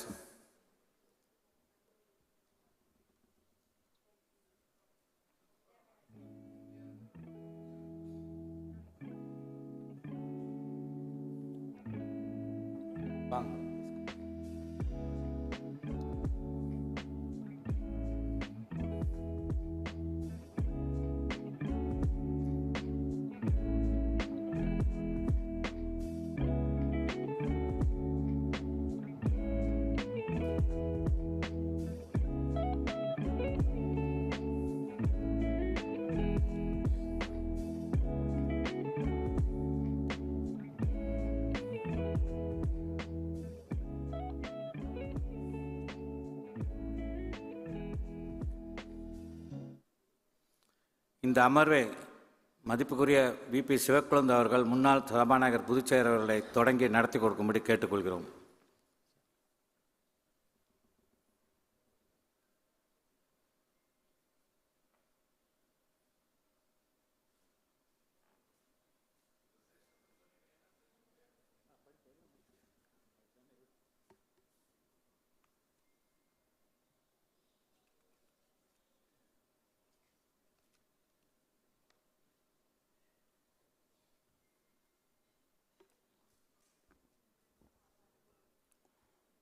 அனைவருக்கும் என்னுடைய நன்றி கலந்த வணக்கத்தை முதலிலே தெரிவித்துக் கொள்வதிலே மகிழ்ச்சி அடைகிறேன். இங்கே குளோபல் எக்கனாமிக் செமஸ்டர் துபாயிலே 9வது உலக தமிழ் எக்கனாமிக் கான்ஃபரன்ஸ் நிகழ்ச்சியினுடைய இன்று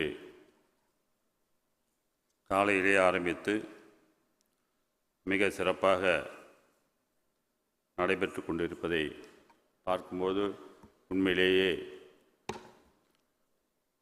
இந்த உலகத்தமிழர் பொருளாதார மாநாடு மிக சிறப்பான முறையிலே நடைபெறுவதற்கு இதனுடைய தலைவர் மரியாதைக்குரிய வி.ஆர்.எஸ். சம்பத் அவர்களே, இந்த விழாவிற்கு இந்த நிகழ்ச்சிக்கு உறுதுணையாக இருக்கின்ற அபுபக்கர் உள்பட வி.ஜி. சந்தோஷம் உள்பட இன்னும் அனைத்து சான்றோர் பெருமக்களே, இந்த 5வது அமர்விலே பேச இருக்கின்ற மரியாதைக்குரிய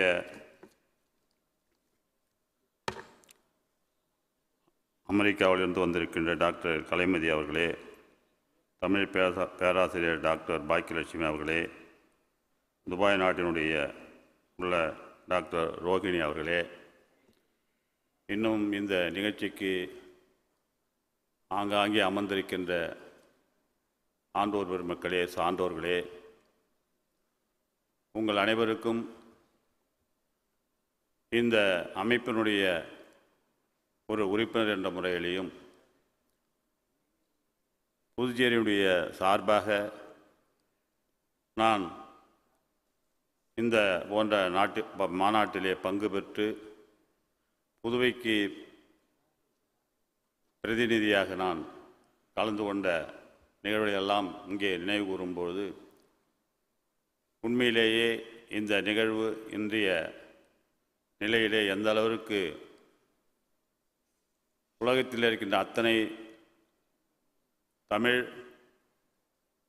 தொழில் அதிபர்களையெல்லாம் இன்றைக்கு ஒரு குடையின் கீழே கொண்டு வந்து இன்றைக்கு உலகத்திலே இருக்கின்ற அத்தனை தொழில் அதிபர்களையும் தன்னுடைய உள்ளங்கையிலே கொண்டு சேர்க்கின்ற ஒரு பெரிய பொறுப்பினை ஏற்று எங்களுடைய வி.ஆர். சம்பத் அவர்கள் உறுதுணையாக இருந்து இந்த நிகழ்வை மிக சிறப்பாக நடத்தி கொண்டிருப்பது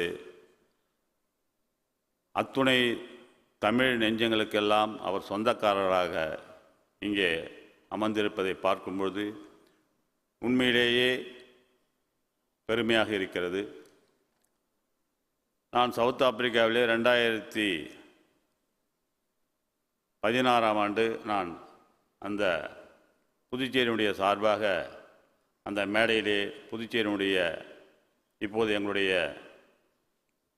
பொதுப்பணித்துறை அமைச்சர் அவர்கள் கூறிய அத்துணை கருத்துக்களையும் புதுச்சேரியினுடைய பெருமைகளை எல்லாம் எடுத்து சொல்லுகின்ற ஒரு வாய்ப்பினை எனக்கு வி.ஆர். சம்பத் அவர்கள் வழங்கி எங்களுடைய புதுச்சேரிக்கும் இந்த உலக பொருளாதார மாநாட்டிற்கும் பெருமை சேர்த்த நிகழ்வெல்லாம் நினைவு கூறும்போது உண்மையிலேயே பெருமையாக இருக்கிறது. ஒரு நிகழ்வை எப்படியெல்லாம் கையாள வேண்டும், எப்படிப்பட்ட இந்த நாட்டிற்கு இந்த சமுதாயத்திற்கு எதிர்காலத்தில் எப்படியெல்லாம் நாம் யோசித்து செய்தோமேயானால் இந்த சமுதாயம் முன்னேறும் என்பதை இன்றைக்கு காலையிலிருந்து அத்தனை நிகழ்வுகளிலும் அமர்வுகளிலும் பல கருத்துக்களை எல்லாம் இங்கே எடுத்து கூறினார்கள். ஏனென்று சொன்னால் இது போன்ற அரங்குகள் அமைப்புகளிலே தான் நம்முடைய கருத்துக்களை கொண்டு சேர்த்தால்தான் அது அத்துணை பேரையும் பயன்படுத்தி கொள்ளவும்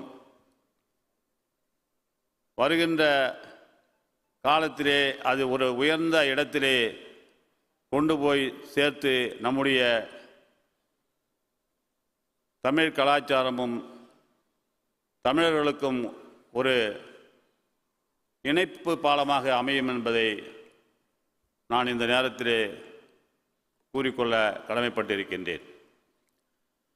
ஏனென்று சொன்னால், நமக்கு ஒரு காலத்தில் நம்ம ஊர்லேருந்து பக்கத்து ஊருக்கு போய் ஒரு தொழில் பண்ணுறதுக்கே அங்கே யாருடைய அணுக வேண்டும், யாரிடம் நாம் தொடர்பு கொள்ள வேண்டும், அங்கே எப்படி நம்முடைய தொழிலை அங்கே நடத்த முடியும், இப்படியெல்லாம் ஒரு எதிர்வினை செய்திகளை மனதிலே வைத்து இன்றைக்கி எங்கேயாவது போனோம்னா நம்ம சொல்லுவாங்க, ஏன் இதை போய் நீ பக்கத்து ஊரில் போய் பண்ணினா அங்கே யார் பிரச்சனை பண்ணுவான், என்ன செய்வான், நீங்கள் எப்படி இதை கொண்டு போய் அங்கே பண்ண போகிற, ஏன்பா உனக்கு வீண் வேலை, நீ பேசாத எங்கே சம்பாத்தியத்திலே போட்டு ஏதாவது செஞ்சுட்டு போகலாமே, எதுக்கு நீங்கள் போய் சென்னைக்கு போகிறேன்றீங்க. இந்த மாதிரிலாம் ஒரு அமைப்பு இல்லாததோடு தான் எங்களுடைய காலத்தில் நான் கொஞ்சம் நிறைய வீணடிச்சிட்டு தான் நான் இப்போ நினைக்கிறேன். ஏனென்று சொன்னால், நான் இங்கே இந்த மேடையிலே நான் நிற்கிறேன் என்று சொன்னால், உண்மையிலேயே எனக்கு ஒரு பெரிய கல்லூரி படிக்கின்ற கல்வி அறிவு கொஞ்சம் கம்மி. அதே சமயத்தில் வியாபாரம் எப்படி செய்ய வேண்டும், அந்த வியாபாரத்தை எப்படி செய்தால் மக்களுக்கு பயனுள்ளதாக அது அமையும், நம்மிடம் நம்பி கொடுத்தவர்கள் எப்படி பயனடைவார்கள், அதன் மூலமாக நம்மிடம் ஊழியம் பார்ப்பவர்களுடைய வாழ்க்கை தரம் எப்படி உயரும், அதன் மூலியமாக நம்ம எப்படி வளர்ச்சி அடைய முடியும், நமக்கு கிடைத்த வருமானத்தை எப்படியெல்லாம் நாம் முதலீடு செய்தால் இன்னும் பல மடங்கு அதை வருவாயை நம்மால் கூட்ட முடியும் என்பதை நான் என்னுடைய 20-21 வயதிலேயே திட்டமிட்டு மிக சிறிய சொற்ப முதலீட்டிலே இந்த தொழிலுக்கு நான் முதல்ல வந்தேன். எனக்குன்னு ஒரு விலாசமும் கிடையாது, ஒரு அட்ரஸும் கிடையாது. பள்ளியிலே படித்தேன். பள்ளியில் படித்த போது பொருளாதாரம் ரொம்ப கஷ்டமாக இருந்தது. படிப்பை தொடர முடியவில்லை. குடும்பம் பெரிய குடும்பம், எல்லாரையும் காப்பாற்ற வேண்டிய ஒரு சூழ்நிலை. அதில் என்னுடைய தொழிலில் வந்த முன்னுரையை முதல்ல உங்ககிட்ட சொல்லிடுறேன். ஏன்னா நான் யாருன்றது முதல்ல உங்களுக்கு இன்னும் ஒரு சிலருக்கு தெரியாது. அப்படி போது ஒரு சிறிய அளவிலே அன்றாட தேவைக்கு மக்களுக்கு அன்றாட பசியை போக்கணும்னா அன்றாட தேவைக்குன்னா ஒரு அரிசி வியாபாரம், நவதானிய வியாபாரம், அரிசி வியாபாரம், அதிலே என்னுடைய கவனத்தை செலுத்தி இந்த அரிசி வியாபாரம் பண்ணுவதற்கு மூலப்பொருள் நெல். அந்த நெல்லை எந்த மாநிலத்தில் எந்த இடத்துல போய் நம்ம வாங்கினோம்னா நல்ல தரமான நெல்லை நம்மளால் வாங்க முடியும். எத்தனை விதமான 10 விதமான நெல்லையும் பார்த்தாலும் 10 விதமான நெல்லையும் நான் அங்கேயே என் கையிலே அரைச்சி பார்த்து அது அரிசியை இது இவ்வளோ அரிசி அவுட்டன் வரும், இந்த அரிசி சாதம் குழையும், இந்த அரிசி சாதம் வரப்பாக இருக்கும், இந்த அரிசி மதியானம் சாப்பிட்டுட்டு நைட்டு சாப்பிட்டாலும் தண்ணி விட அதாவது வரப்பாகவே இருக்குன்றதை என்னால் சொல்ல முடியும் 21 வயசுலேயே. அப்படி தான் என்னுடைய வியாபாரத்தை நான் ஆரம்பித்தேன். ஏன்னா ஒரு சின்ன கதை சொல்ல இதுதான். ஏன்னா நீங்கள் நிறைய கருத்துக்களாக சொல்லிட்டீங்க. என்னுடைய கருத்தை நான் இது பயனுள்ளதாக இருக்குன்றதுக்காக நான் வந்த வழியை சொல்கிறேன். அப்படி வரும்போது அதுக்கு உறுதுணையாக என்னுடைய சகோதரை அப்போ கல்லூரியிலே சேர்த்து படிக்க வைத்தேன். அதுவும் என்னுடைய முயற்சியாலே. என்னுடைய தந்தையார் சின்ன வயசுலேயே எங்களை விட்டுட்டு இறந்துட்டார். பிறகு அவர் படிச்சுட்டு வந்த உடனே அவருக்கு உடனே அரசா வேலை வந்தது. அப்போ என்னன்னா, நான் இந்த மாதிரி அரசு வேலை எனக்கு கிடைச்சிருக்குது, நான் போட்டானார். போகலாம், அதை விட வியாபாரமும் பண்ணலாம், வியாபாரம் பண்ணி நாளைக்கு அதிகமான வளர்ச்சியை நம்ம அடையலாம், இல்லை உனக்கு அதில் நம்பிக்கை இல்லைன்னா நீ வேலைக்கும் போயிடலாம். அண்ணன் படிக்க வச்சாரு, அவர் கட்டுப்பாட்டில் வச்சுக்கிறாருன்னு நீ நினைக்காத. ஒன்று வியாபாரம் பண்ணால் நாளைக்கு போய் கடை ஒரு இடம் போய் பார்த்துக்கிறேன், அந்த இடத்துல போய் கடை திறப்போம்.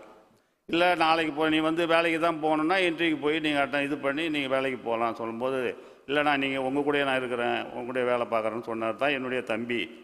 அவருக்கு தான் ரெண்டு நாளைக்கு முந்தைய மணி விழா நடத்திட்டு வந்தேன். இப்போ 22ஆம் அவருக்கு மணி விழா நடக்க போகுது. அது எல்லாருக்கும் நான் அழைப்பு கொடுத்துருக்கேன். அப்படி ஏன்னா ஒரு வியாபாரத்தை வந்து நம்ம எப்படி கையாண்டால் அதிலிருந்து வந்த ஒரு குடிசை பகுதியில் ஒரு சிலம்பான ஏரியா டெய்லி அரிசி வாங்கினா தான் அவங்க சாப்பிட்டு ஜீவிக்க முடியுன்ற மாதிரியான இடத்த இப்போ தேர்ந்தெடுத்து அங்கே கடை வச்சேன்.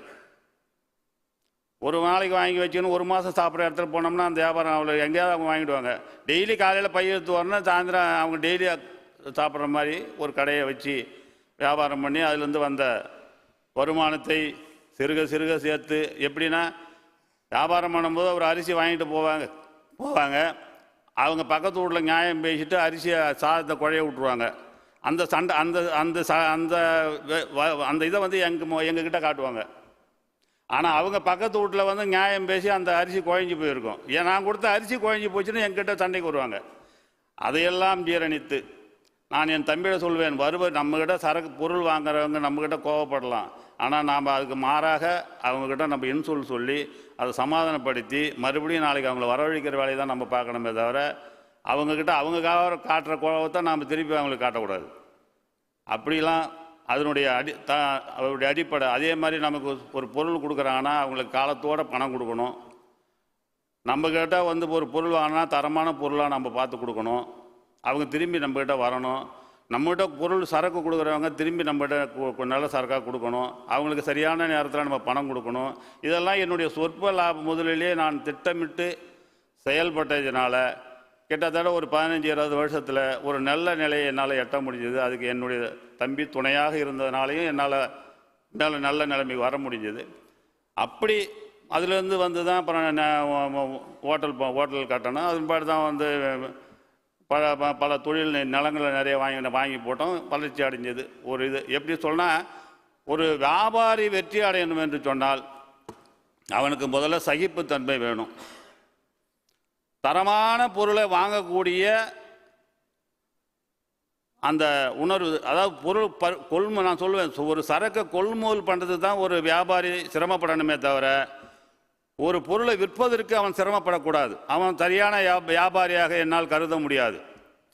ஒரு பொருளை கொள்முதல் பண்ணும்பொழுது நாம் அதை வந்து பயன்படுத்துவதற்கு பதிலாக மற்றவர்கள் பயன்படுத்தும் பொழுது அது எந்த அளவுக்கு சிறந்த பொருளாக இருக்கும், அவங்களுக்கு நாம் எப்படிப்பட்ட பொருளை கொடுத்தால் அது தரமான பொருளாக இருக்கும் என்பதை நாம் கொள்முதல் செய்யும் பொழுதே தரமான பொருளாக நாம் கொள்முதல் செய்வோமே. ஆனால் நாம் கொள்முதல் செய்வதற்குத்தான் சிரமப்பட வேண்டுமே தவிர அந்த பொருளை விற்பதற்கு நாம் சிரமப்படக்கூடாது.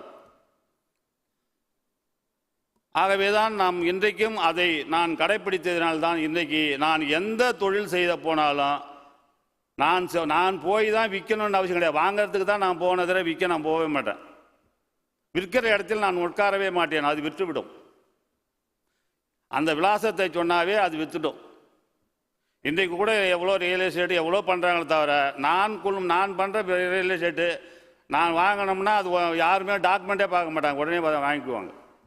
நான் எங்கே இருந்தாலும் துபாயில் இருந்தாலும் அங்கே வியாபாரம் நடந்துடும், அமெரிக்காவில் இருந்தாலும் வியாபாரம். ஏன்னா அது வாங்கிறதுக்கு நான் அவ்வளோ அவ்வளோ ஏதோ சொல்லுவாங்களே அவ்வளோ லென்ஸ் வச்சு பார்ப்பேன். எந்த ஒரு எழுத்துலையாவது எந்த ஒரு வகையிலாவது அது தவறு இருந்துட போகுது. அதை நம்மிடம் வாங்குபவர்களுக்கு அந்த தவறு மூலியமாக அவங்களுக்கு பாதிப்படைஞ்சிடக்கூடாது என்பதில் ஒரு நுண்ணறிவோட அதை நேர்த்தியாக அதை நான் கையாண்டதன் காரணமாகத்தான் நான் வாழ்க்கையிலே வெற்றி அடைந்து இந்த இடத்திலே என்னை சம்பத்தார்கள் பேசுவதற்கு அழைத்திருக்கிறார் என்று சொன்னால் அதுதான் நான் இளமையிலே இருந்து இன்றைய வரைக்கும் கடைபிடிக்கின்ற ஒரு நிகழ்வாகவும் என்னிடம் ஊழியம் பார்ப்பது இன்றைக்கி வந்து நான் சொல்ல ஏதோ என்னிடம் ஒரு சொற்பமாக ஒரு 500 பேர் வேலை பார்க்குறாங்க. ஆனால் எந்த நிறுவனத்திலையும் நான் போய் அவங்கள பார்த்ததே கிடையாது. ஆனால் யாரையும் அவங்க என்னை விட்டு போனதும் கிடையாது. இன்னும் 30 வருஷத்துக்கு முன்னாடி வேலைக்கு வந்தவங்களாம் இன்னும் என்கிட்ட தான் வேலை செய்கிறோம்.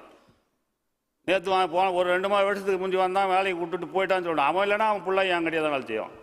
ஏனால் அவனிடம் நான் காட்டுகிற பரிவு, அவனிடம் நான் எந்த அளவிற்கு என் மீது அவன் நம்பிக்கை வைத்திருக்கிறான், என்னுடைய எதிர்காலத்துக்கு என்னுடைய முதலாளி வந்து என்னைக்கு எனக்கு துணையாக இருப்பார் என்ற நம்பிக்கையோடு அவன் என்னிடம் பணியாற்றுகிறான்.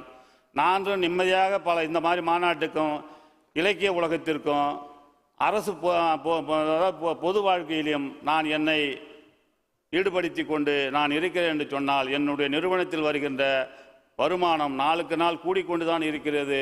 என்னுடைய விலாசம், என்னுடைய கம்பெனி, என்னுடைய தொழில் நிறுவனத்தினுடைய விலாசமும் உயர்ந்து கொண்டு தான் இருக்கிறது என்பதை நான் இந்த நேரத்திலே பணிவன்போடு இங்கே உங்கள் முன்பே சொல்லிக்கொண்டு கடமைப்பட்டிருக்கிறேன். ஏனென்று சொன்னால் ஒரு வணிகன் என்பவன் எப்படி இருக்க வேண்டும், அந்த வணிகத்தின் மூலமாக ஏனென்று சொன்னால் இன்றைக்கி அரசு எவ்வளோதான் திட்டங்களை போட்டு, காலையிலே கூட அமைச்சர்கள் சொன்னார்கள், திட்டங்களை போட்டு எவ்வளவுதான் செயல்படுத்தி கொண்டிருந்தாலும் ஒரு வணிகன் தான் இன்றைக்கு நாட்டினுடைய முதுகெலும்பாக இருக்கிறான் என்பதை நான் இங்கே கூறிக்கொள்ள கடமைப்பட்டிருக்கிறேன். ஏனென்று சொன்னால் ஒரு குறிப்பிட்ட மக்களை இன்றைக்கு அவருடைய வாழ்வாதாரத்திற்கு உறுதுணையாக இருப்பது வணிகர்கள் மட்டுமே தான் என்று நாம் சொல்ல முடியும். அப்படிப்பட்ட நிலையிலே இன்றைக்கு வியாபாரத்தை நாம் சிறப்பாக செய்து இன்றைக்கு பல நிறுவனங்கள் எல்லாம் இன்றைக்கி சொன்னாங்க இன்றைக்கி வியாபாரத்திற்கு நம்முடைய சென்னை மாநிலம் மிக சிறந்த ஒரு இடத்தை பெற்றிருக்கிறது. அனைவரும் இங்கே நம்பி வந்து தொழில் செய்வதற்கு ஈடுபடுத்தி கொண்டிருக்கிறார்கள். உண்மையிலேயே பாராட்டப்பட வேண்டும் என்று சொன்னால் தமிழனுக்கு ஒன்று மட்டும்தான் தானும் வாழணும், பிறரும் வாழ வைக்க வேண்டும் என்ற ஒரு நிலையிலே அவர்கள் செயல்படுவது நம்முடைய இந்த மாநாட்டிற்கு ஒரு உந்து சக்தியாக இருக்கும் என்பதை நான் இந்த நேரத்திலே கூறிக்கொள்ள கடமைப்பட்டிருக்கிறேன். இன்றைக்கு வியாபாரத்தின் மூலமாக இன்றைக்கு சென்னைக்கும் புதுச்சேரிக்கும் ஒரு எப்பொழுதுமே ஒரு நெருங்கிய தொடர்பு உண்டு. ஏனென்று சொன்னால் அரசியலாக இருந்தாலும் அங்கே இருக்கிற ஆட்சியாளர்கள் தான் இங்கே தலைவர்களாக இருப்பார்கள். இங்கே இருக்கிற கட்சி தான் அந்த மாநிலத்திலையும் ஆளக்கூடிய நிலையிலே இருக்கும். அதே மாதிரி மொழி இதிலையும் இன்றைக்கி இங்கே தமிழகத்திற்கும் புதுச்சேரிக்கும் ஒரு தனிப்பட்ட ஒரு தொப்புள் கூடிய உறவாக அது தமிழகமாக இருந்தாலும், அது பிரிட்டிஷ் அரசாங்கத்தில் இருந்தாலும், இது பிரெஞ்சு அதிகாரத்தில் இருந்த காலத்தில் இருந்தாலும் கூட இன்றைக்கு உறவு முறையிலே, தொழில் முறையிலே நம்முடைய கலாச்சாரம், பண்பாடு, பாரம்பரியம் அத்தனை நிகழ்வுகளுமே இன்றைக்கு தமிழகத்திற்கும் புதுச்சேரிக்கும் ஒரு நெருங்கிய தொடர்பு இருப்பதை நாம் கண்கூடாக காண்கின்றோம். இன்றைக்கு பல தொழிலில் இருக்கிறவர்கள் புதுச்சேரியை சார்ந்தவர்கள் தமிழகத்திலே இருப்பதும், தமிழகத்திலே சார்ந்தவர்கள் புதுவையிலே வந்து தொழில் செய்வதும் இன்றைக்கு ஒரு பெரிய நிகழ்வாக நடந்து கொண்டிருக்கிறது. இன்றைக்கு உலக அளவிலே இன்றைக்கு நம்முடைய இந்த மாநாடு மிக சிறப்பாக வெற்றியடைவதற்கு நம்முடைய பிஆர் சம்பத் அவர்களும், நம்முடைய அபுபக்கர், நம்முடைய தொழிலதிபர் சந்தோஷம் அவர்களும், ஏனென்று சொன்னால் இன்றைக்கு நம்ம அனைவரையும் கொண்டு சேர்க்கின்ற ஒரு நிகழ்வாக இந்த நிகழ்வு நடைபெற்று கொண்டிருப்பது உண்மையிலேயே பாராட்டக்கூடிய ஒன்றாக இருக்கும் என்பதை இந்த நேரத்திலே நான் கூறிக்கொள்ள கடமைப்பட்டிருக்கின்றேன். அதுபோல இன்னும் தொடர்ந்து நாம் இந்த நிகழ்வுகளை நாம் உலக நாடுகளில் அனைத்து நாடுகளிலும் கொண்டு சேர்த்து நம்முடைய உறவுகளையும், நம்முடைய தொழில் அதிபர்களையும் நம்முடைய அனைத்து பகுதிகளிலும் கொண்டு சேர்த்து இந்த நிகழ்வு மூலமாக இன்னைக்கு அனைவரையும் ஒன்று சேர்க்கின்ற ஒரு பெரிய பொறுப்பை நாம் ஏற்க வேண்டும். இன்றைக்கு காலையில் கூட அமைச்சர்கள் அவர் சொல்லும்போது, துறைமுகம் சொல்லும்போது, இன்றைக்கி எந்த துறையிலே நாம் இருந்தாலும் அது மற்றவர்களுக்கு பயன்படக்கூடிய தொழிலிலே நாம் ஈடுபட்டு கொண்டிருக்கிறோமா, மற்றவர்களை ஒன்று சேர்த்து அவர்களுடைய வாழ்க்கை உயர்வதற்கு நாம் பாடுபட்டு கொண்டிருக்கிறோமா என்பதை நாம் சற்று கருத வேண்டிய சூழ்நிலையிலே நாம் இருக்கிறோம். ஏனென்று சொன்னால் இன்றைக்கு வருகின்ற இளைஞர் சமுதாயம் எல்லாம் வேலை தேடுவதிலையும் படிக்கிறார்களே தவிர, படிப்பு என்பது வேலை தேடுவதற்காக மட்டுமல்ல, பலருக்கு வேலை கொடுக்க வேண்டிய நிலையிலே அவர்கள் படிக்க வேண்டும். தான் வேலைக்கு செல்ல வேண்டும் என்பது தான் வேலைக்கு செல்ல வேண்டும், தன்னுடைய வாழ்க்கையை செம்மையாக்கி கொள்ள வேண்டும் என்பது சிந்திப்பதை விட, நாம் படித்து நாம் பல பேருக்கு வேலை கொடுக்கின்ற ஒரு படிப்பை அவர்கள் படித்து இன்றைக்கு அவர்கள் தனிநபராக இல்லாமல் பல பேருக்கு வேலை வாய்ப்பினை கொடுக்கின்ற அளவிற்கு அவர்கள் தன்னுடைய வாழ்க்கை நிலையை உயர்த்தி கொள்ள வேண்டும் என்று கேட்டுக்கொள்கிறேன். இந்த 5வது நிகழ்விற்கு என்னை தலைமை பொறுப்பேற்று என்னோடு இங்கே பேச இருக்கின்ற அருமை எல்லோருமே மகளிர்களாக இருக்கிறார்கள். அது உண்மையிலேயே ஒரு பெருமையாக இருக்கிறது. இன்றைக்கு நான் ஒரு வணிகனாக இருக்கிறேன். ஒரு இலக்கிய அமைப்பிலே புதுச்சேரி கம்பன் கழகத்தினுடைய செயலாளராக இருக்கிறேன். அரசிலே 10 ஆண்டுகள் அரசிலே இருந்திருக்கிறேன். இலக்கியத்துறையிலே இருந்திருக்கிறேன். சமுதாய வாழ்க்கையிலே சமுதாயத்திலே நான் தலைமை பொறுப்பில் இருந்திருக்கிறேன்.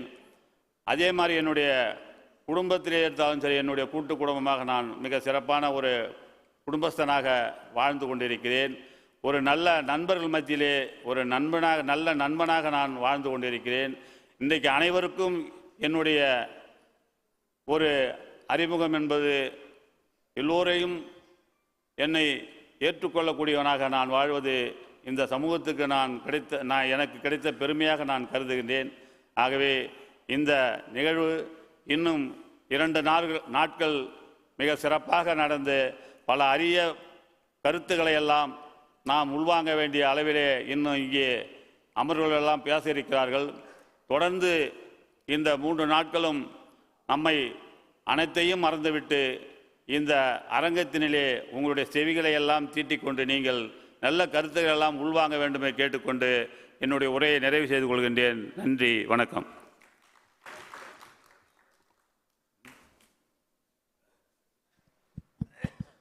வணக்கம். இந்த அவையில் 3 புகழ்பெற்ற மகளிர் அமர்ந்திருக்கிறார்கள். இதில் குறிப்பாக அமெரிக்காவிலிருந்து வந்திருக்கின்ற பேராசிரியர் டாக்டர் கலைமதி அவர்கள் ஒரு புகழ்பெற்ற தமிழ் குடும்பத்தைச் சேர்ந்தவர். மலேசியாவிலே அவருடைய தந்தையார் கலிய பெருமாள் என்று சொன்னால் அனைவருக்கும் தெரியும். அந்த அளவுக்கு புகழ்பெற்ற கவிக்குயில் கலிய பெருமாள் என்று அவர்களை கூறுவார்கள். அவருடைய மகள் இன்றைக்கு புகழ்பெற்ற ஒரு பேராசிரியராக புளாரிடா பல்கலைக்கழகத்திலே பன்னாட்டு பல்கலைக்கழகத்திலே பணியாற்றி வருகிறார்கள்.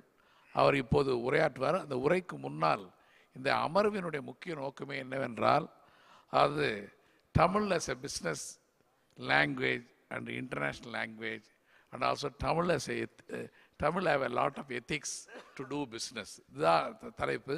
தமிழில் சொல்ல வேண்டும் என்றால், தமிழ் ஒரு பன்னாட்டு மொழி, தமிழ் ஒரு வணிக மொழி, தமிழ் ஒரு நெறிமொழி, வியாபாரம் செய்வதற்கான வழிகாட்டுகின்ற ஒரு நீதி போதனை சொல்லுகின்ற மொழி. அப்படிப்பட்ட மொழி என்பதை பற்றிய கருத்துக்களை சொல்வதற்காக 3 புகழ்பெற்ற பெண்மணிகள் வந்திருக்கிறார்கள். ஒருவர் அவர் தமிழ் மீது ஆர்வம் கொண்டவர். ஆனால் அவருடைய பின்னணி மைக்ரோபயாலஜி. இருந்தாலும் தமிழ் துறையை ஆரம்பிப்பதற்காக முன்னோட்டமாக அவர் புளாரிடா பல்கலைக்கழகத்தில் பணியாற்றி கொண்டிருக்கிறார். அவரை ஒரு சுருக்க உரையாக 10 அல்லது 15 நிமிடத்திற்குள், ஏன்னா நம்ம 7 மணிக்குள்ளே முடிக்கணும், அதுக்கு தகுந்த மாதிரி நீங்கள் பேசுமாறு கேட்டுக்கொள்கிறேன். மகளிருக்கு கொஞ்சம் டைம் கம்மியா சார்? மகளிருக்கு அல்ல, மகளிருக்கு அல்ல. நான் 10 மினிட்ஸ் டைமர் போட்டுட்டு பேச போகிறேன். தேங்க்யூ. வணக்கம் சார். அறிமுகத்திற்கு நன்றி.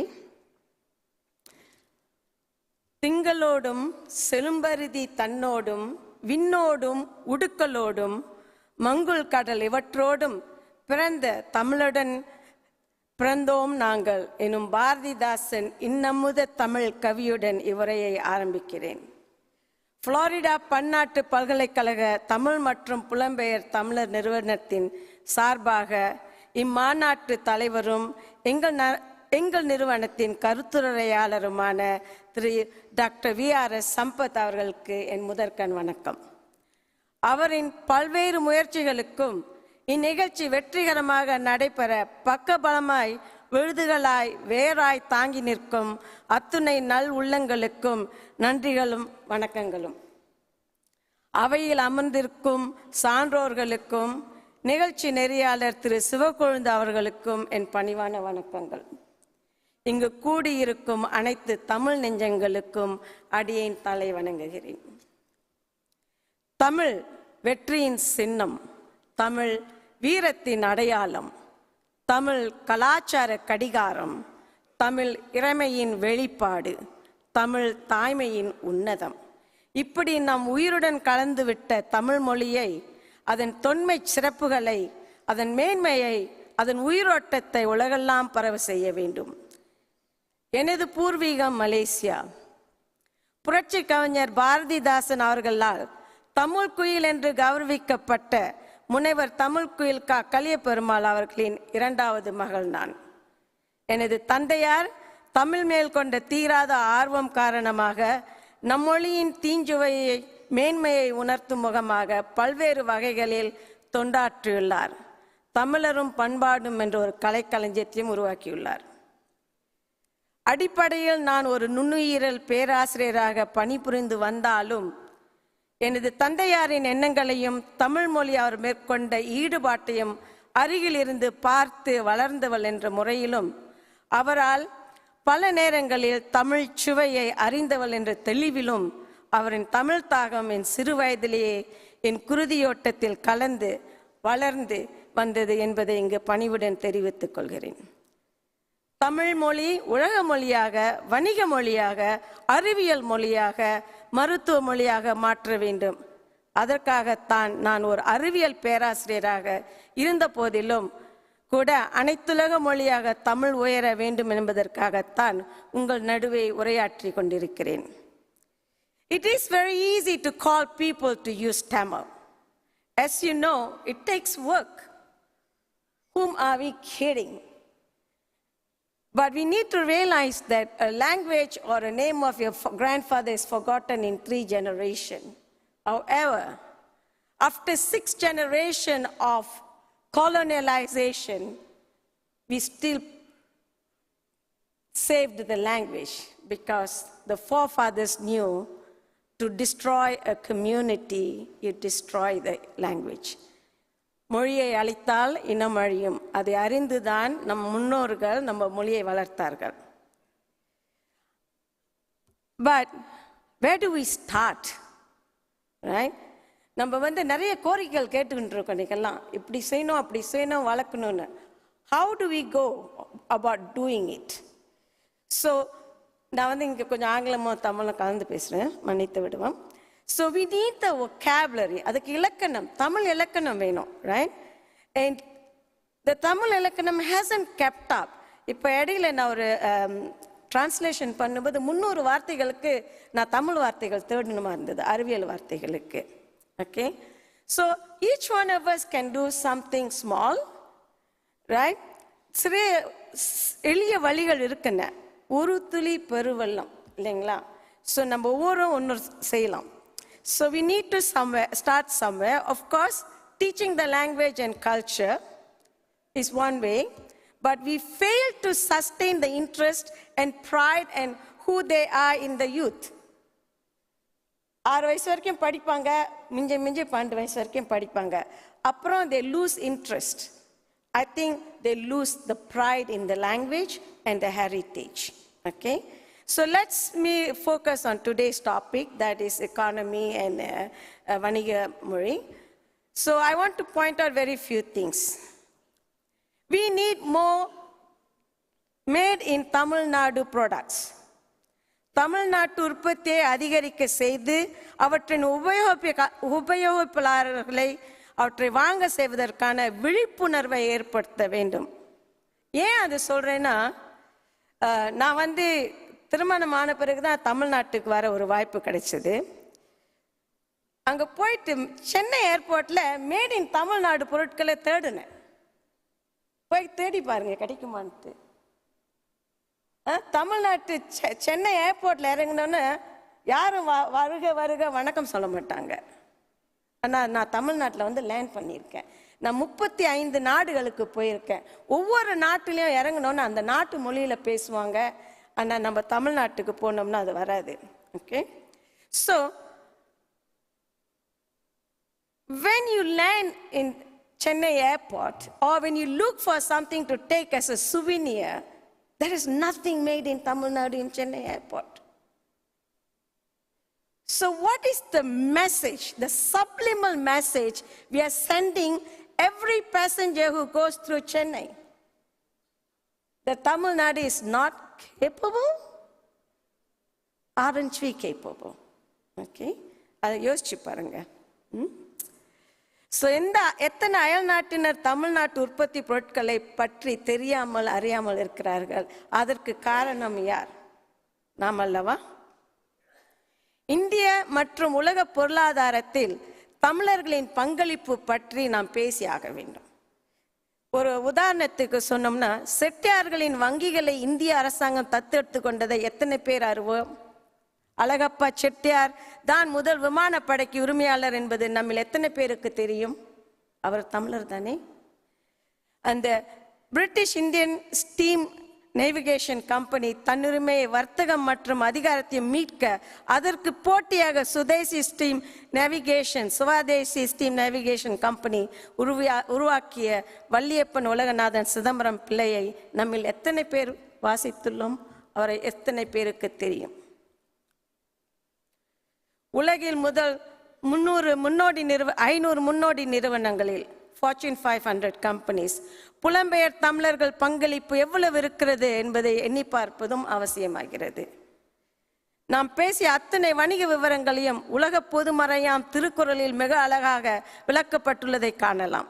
வழிகாட்டுதல்களை கொண்டுள்ள குறள் உள்ளிட்ட இலக்கியங்கள் நமது தமிழ் கல்வி பாடத்திட்டங்களில் மேலும் அதிகமாய் கொண்டு வர வேண்டும். ஆங்கிலத்தில் கற்றுக் கொடுக்க வேண்டும். ஏன்னா நம்ம தமிழர்கள் ஒன்றின் தமிழ் தான் பெருசு, தமிழன் தான் ரொம்ப சக்சஸ்ஃபுல்னு சொல்லக்கூடாது. சொல்லணும், சொல்ல வேணா சொல்ல. அதே சமயத்தில் மற்ற மொழி பேசுகிறவர்கள் Tamil, what is the contribution of the Tamil language and the Tamil is so important to protect, preserve the language and our heritage. Tamil மொழி சட்ட மொழியாகவும் கொண்டு வரப்பட வேண்டும். இந்தியா மற்றும் தமிழகத்தில் உள்ள அனைத்து சட்டங்களும் ஆங்கில மொழியில் தான் ஏற்றப்பட்டுள்ளன. சாமானிய மனிதன் ஆங்கில அறிவு பெற்றிருக்க வாய்ப்பில்லை.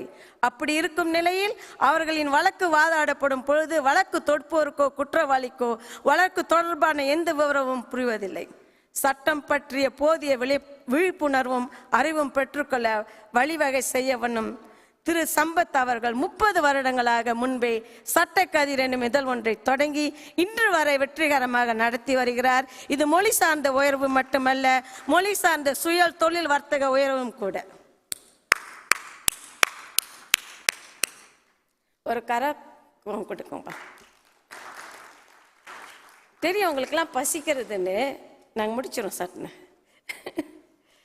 இதை செய்யாவிடில் எதிர்கால தலைமுறையினர் தங்கள் அருமையை அறியாமல் தன் பெருமையை மறந்து தமிழ் அன்னையை விலகி போய்விடுவர்.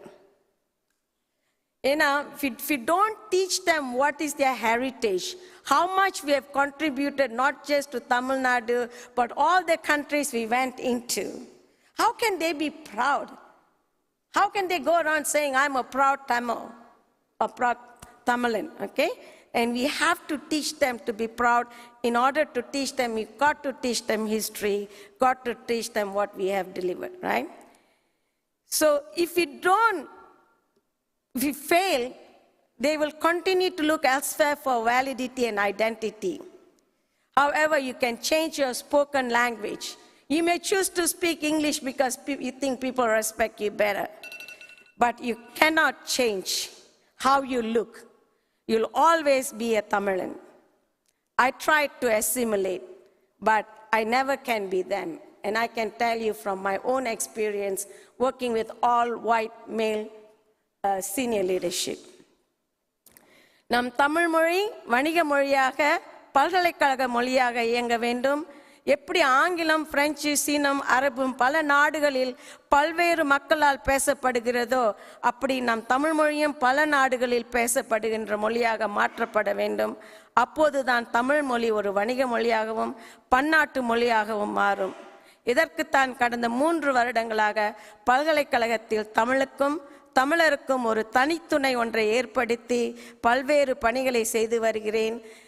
இந்த நிறுவனம் உலகில் உள்ள தமிழர்கள் அனைவருக்கும் ஒரு கலங்கரை விளக்கமாக இருக்கும் என்று நம்புகிறேன். தமிழன் என்று சொல்லடா, தலை நிமிர்ந்து நில்லடா, தரணியை நீ வெல்லடா, அதற்கு நீ வகை செய்யடா. மீண்டுமாய் அத்துணை தமிழ் உறவுகளுக்கும் எங்கள் பல்கலைக்கழகம் ஃப்ளோரிடா இன்டர்நேஷனல் யூனிவர்சிட்டி சார்பாக நன்றியை தெரிவித்து அவையில் அமர்கிறேன். நன்றி. நன்றி. ஒரு புகழ்பெற்ற உரையை நிகழ்த்தியிருக்கிறீர்கள். உங்களுடைய உரை பல எழுச்சியான கருத்துக்களை எங்களுக்கு வழங்கியிருக்கிறது. நீங்கள் தொடங்கவிருக்கின்ற அதற்கான முயற்சி செய்து வருகின்ற தமிழ் புலம்பெயர் தமிழர் ஆய்வு நிறுவன முன்முயற்சிக்கு எங்களுடைய வாழ்த்துக்கள். நிச்சயமாக புளோரிடா பன்னாட்டு பல்கலைக்கழகத்தில் நீங்கள் துறையை தொடங்குவீர்கள். அதற்கான உதவியை தமிழ்நாடு அரசாங்கமும் மற்றும் பலரும் வழங்குவார்கள் என்பதில் எந்த விதமான சந்தேகமும் இல்லை. அதற்கான முயற்சி நிச்சயம் வெற்றி பெறும். உலகத் தமிழர் பொருளாதார மையமும் சென்னை வளர்ச்சிக் கழகமும் தொடர்ந்து உங்களுடன் பயணம் செய்யும் என்பதை இந்த நேரத்தில் தெரிவித்துக் கொள்கிறேன். அடுத்து பல்வேறு நாடுகளில் அதாவது ஆன்லைன் எஜுகேஷன் என்று சொல்லுவார்கள். அதாவது நீங்கள் ஆன்லைன் எஜுகேஷன் ரொம்ப பாப்புலராக இருக்கிற நேரத்தில் சவுதி அரேபியாவிலே போய் இங்கே சென்னையிலும் திருத்தணியிலும் கல்லூரி பேராசிரியராக பணியாற்றி சவுதி அரேபியாவில் போய் அங்கே பணியாற்றி திரும்பவும் சென்னைக்கு வந்து இன்றைக்கு புகழ்பெற்ற ஒரு தமிழ் பேராசிரியராக விளங்கி கொண்டிருக்கின்ற டாக்டர் பாக்யலட்சுமி வேணு அவர்களை உரையாற்றுமாறு அன்புடன் அழைக்கிறேன்.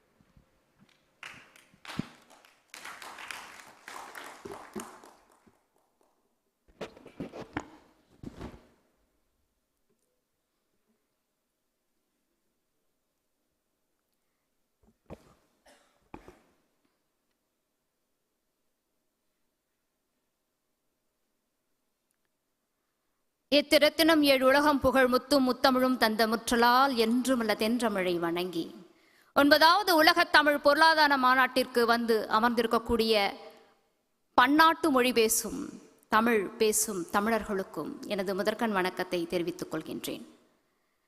இன்னைக்கு பொருள் அப்படின்றத பற்றி நம்ம பார்க்கணும். ஏன்னா பிஸ்னஸ் லாங்குவேஜ் அப்படி என்று சொல்லக்கூடிய ஆங்கிலம், பிரெஞ்சு, ஸ்பானிஷ் போன்ற மொழிகள்லாம் காலோச்சி கொண்டு இருக்கக்கூடிய இந்த நேரத்தில் நாமளும் இப்படி தான் இருந்தோம். வணிகத்தில் மிகச்சிறந்த ஒரு பொருள் ஈட்டி கொண்டு இருந்தோம். வணிகத்தில் மிகச்சிறப்பாக வீர நடை போட்டு கொண்டு இருந்தோம் அப்படிங்கிறதையும் அறிந்து கொண்டு நாமளும் வணிக மொழியை பேசியிருந்தோம். மிகச்சிறந்த உயர்ந்த பன்னாட்டு மொழியை நாம் பேசியிருந்தோம் அப்படிங்கிறத பற்றின ஒரு தெளிவை ஏற்படுத்தி கொண்டு அதன் பிறகு பன்னாட்டு மொழியாக நாம் என்னெல்லாம் இப்போ செஞ்சிட்ருக்கோம் அப்படிங்கிறத பற்றியும் நம்ம ஒரு புரிதலுக்கு வருவோம் என்று கூறி, முதலாவதாக சங்கத்தமிழருடைய ஆட்சி பரப்பு அப்படிங்கிறத பற்றி நம்ம பார்க்க போகிறோம். இந்த லெமூரியா கண்டம் அப்படிங்கிறது 1ஆம் நூற்றாண்டிலேயே வணிக தொடர்பை ஏற்படுத்தி கொண்டவன் தமிழன். லெமூரியா கண்டத்தில் குமரி கண்டம் என்று சொல்லக்கூடியதில் இமயம் முதல் குமரி வரையிலும் நம்மளுடைய நிலப்பரப்பு இருந்ததாக அறிகின்றோம். அந்த இடத்தில் இருந்து கொண்டு பல்வேறு நாடுகளுக்கு நம்ம முசிறி, பூம்புகார் போன்ற நாடுகளுக்கெல்லாம் நம்ம வணிகம் செய்திருந்தோம் என்று இலக்கியத்தில் படிச்சிருக்கோம். ஆனால் அதற்கான ஆதாரங்கள் எல்லாம் நமக்கு ஒவ்வொன்றாக இப்பொழுதுதான் கிடைத்து கொண்டிருக்கிறது. அந்த மாதிரி இந்த லெமூரியா கண்டம் அதை பற்றி நம்ம அறிதல் அவசியமாகின்றது. அது தென்குமரி வடபெருங்கல் குணகுட கடல் எல்லையாக குன்று மலை காடு நாடு ஒன்றுபட்டு வழிமொழிய என்று புறநானூற்று இலக்கியம் கூறுகின்றது. அப்படி என்றால் குன்று மலை காடு என்று சொன்னால் இந்த வடபெருங்கல் அப்படிங்கிறத ஒரு சின்ன ஒரு விளக்கம் கொடுத்துட்றேன். நம்ம மைல்கல் என்னுவோம் தூரத்தை எல்லாம். மைல்கல் 1 மைல்கல் தூரம் அப்படின்னு சொல்லிட்டு தமிழில் நம்ம வழக்காக பேசுவது உண்டு. அப்படின்ற கல் என்று என்ன சொன்னோன்னா தூரம் என்கின்ற ஒரு பொருள்படக்கூடிய மைல்கல், 1 மைல்கல் தூரம், 10 மைல்கள் தூரம் அப்படின்னு சொல்லிட்டு நம்ம தூரத்தை அப்படி அளவெடுத்து கொண்டு இருக்கின்றோம். அப்படி வடபெருங்கல் அப்படிங்கிறது இமயத்தை தான் குறிப்பிடுகின்றார்கள் அப்படின்ற புரிதலுக்கு நம்ம வருகின்றோம். அப்போ நம்முடைய பரப்பளவே பார்த்திங்கன்னா குமரி முதல் நம்ம இமயம் வரையும் நம்மளுடைய பரப்பளவு தமிழர்களுடைய பரப்பளவாக இருந்தது என்ற ஒரு ஆய்வு நோக்கில் இதை பார்க்குறோம். அப்புறம் பாறைகள் தோன்றிய காலம் அப்படின்னு பார்த்தீங்கன்னா அப்போ தான் மனித இனமே தோன்றுச்சு. அதனால தான் நம்ம இந்த லெமூரியா கண்டத்தை பற்றியெல்லாம் புரிதல் இல்லாமல் இருந்தது. நாவலந்தீவு அப்படின்ற ஒரு பேர் இருந்தது. ஏன்னா நாவலந்தீவு அப்படின்னா நம்மளுடைய அந்த நேரத்தில் நம்மளுடைய நாடு இந்தியா என்று வருவதற்கு முன்பாக நாவலம் தீவு என்ற பெயர் பெற்றிருந்தது நம்முடைய இந்த குமரி கண்டம் என்று சொல்லக்கூடியது. அந்த இமய மதில் குமரி வரையில் இருக்கக்கூடியது. அதனால தான் 49 நாடுகள் நம்முடைய பரப்பளவில் இருந்ததாக கூறப்படுகிறது. ஏழ்மந்தெங்க நாடு, ஏழ்மதுரை நாடு, ஏழ்முன் பலை நாடு, ஏழ்பின் பலை நாடு, ஏழ்குன்ற நாடு, குணக்கரை நாடு, குறும்பனை நாடு அப்படின்னு மிகப்பெரியதொரு பரப்பலை கொண்டு இந்தியா முழுவதும் ஆட்சி செய்தவன் தமிழன் என்று சொன்னால் அது மிகையாகாது. இன்றைக்கு பார்த்தோம்னா நாமளுமே பல நாடுகளுக்கும் புலம்பெயர்ந்து சென்றிருக்கின்றோம், பல நூற்றாண்டுகள் கடந்து அப்படின்னு சொல்லிட்டு. இந்திய பெருங்கடல் அப்படிங்கிறத நம்ம பார்க்கும்போது, இந்திய பெருங்கடல் அதை வந்து நம்ம எரித்ரிய கடல் அப்படின்னு சொல்லிட்டு பழங்காலத்தில் நம்ம அதை சொல்லிட்டு இருக்கோம். அதை வந்து எரித்ரிய கடல் அப்படின்ற ஒரு பெயர் இருந்ததாக பார்க்கின்றோம் இந்திய பெருங்கடலுக்கு. ஏன் இந்த மாதிரியான ஒரு பெயர் வந்திருக்கு அப்படின்னு சொன்னால், அந்த பூஞ்சைக்கு, அதாவது கடல் மேலே ஒரு பூஞ்சை இருக்குமா, கடல் மேலே, இந்திய பெருங்கடல் மேலே ஒரு பூஞ்சை இருக்குமா, அது அழிகின்ற வரையிலும் நெருப்பு எப்படி பற்றி எரியுமோ அது போல இருக்குமாம் அந்த பூஞ்சை அது மேலே இருக்கும்போது, கடல் மேலே இருக்கும்போது. ஆனால் ஆய்வாளர்கள், ஆங்கில ஆய்வாளர்கள், மற்ற பிற நாட்டு ஆய்வாளர்கள் என்ன சொல்கிறாங்கன்னா, டெக்கோடிசம் அப்படிங்கிற ஒரு பூஞ்சையினால தான் வந்து அந்த பூஞ்சைக்கு அறிவியல் பெயர், அதனால தான் அதை வந்து நம்ம வந்து எரித்ரேயன் சி அப்படின்னு முன்னாடி வழங்கியிருந்தார்கள் அப்படின்னு சொல்கிறாங்க. ஆனால் எரித்திரை, அதாவது எரித்திரை அப்படிங்கிற பொருள் இருக்கக்கூடிய ஒரு சொல் என்னன்னா நம்மளுடைய தமிழில் தான் இருக்குது. எரின்னா எரியறது, திரைன்னா திரைக்கடல் ஓரியும் திரவியம் தேடு, அதாவது கடல் அலை எப்பவுமே அடிச்சுட்டு இருக்கோம் இல்லையா, அந்த மாதிரியானது. அப்படியாக நம்ம தமிழர்கள் திரைக்கடலோடியும் நம்முடைய திரைக்கடல் தேடி நமது பொருளினுடைய மதிப்பை அவர்கள் அறிந்திருந்தார்கள். வாழ்வதற்கு பொருள் வேண்டும் இல்லையா, நம்மளுடைய பொருள் வந்து நம்ம வாழ்வதற்கு நமக்கு பொருள் மிக அவசியம். அதை தமிழர்கள் மிக நன்றாகவே உணர்ந்திருந்தார்கள்.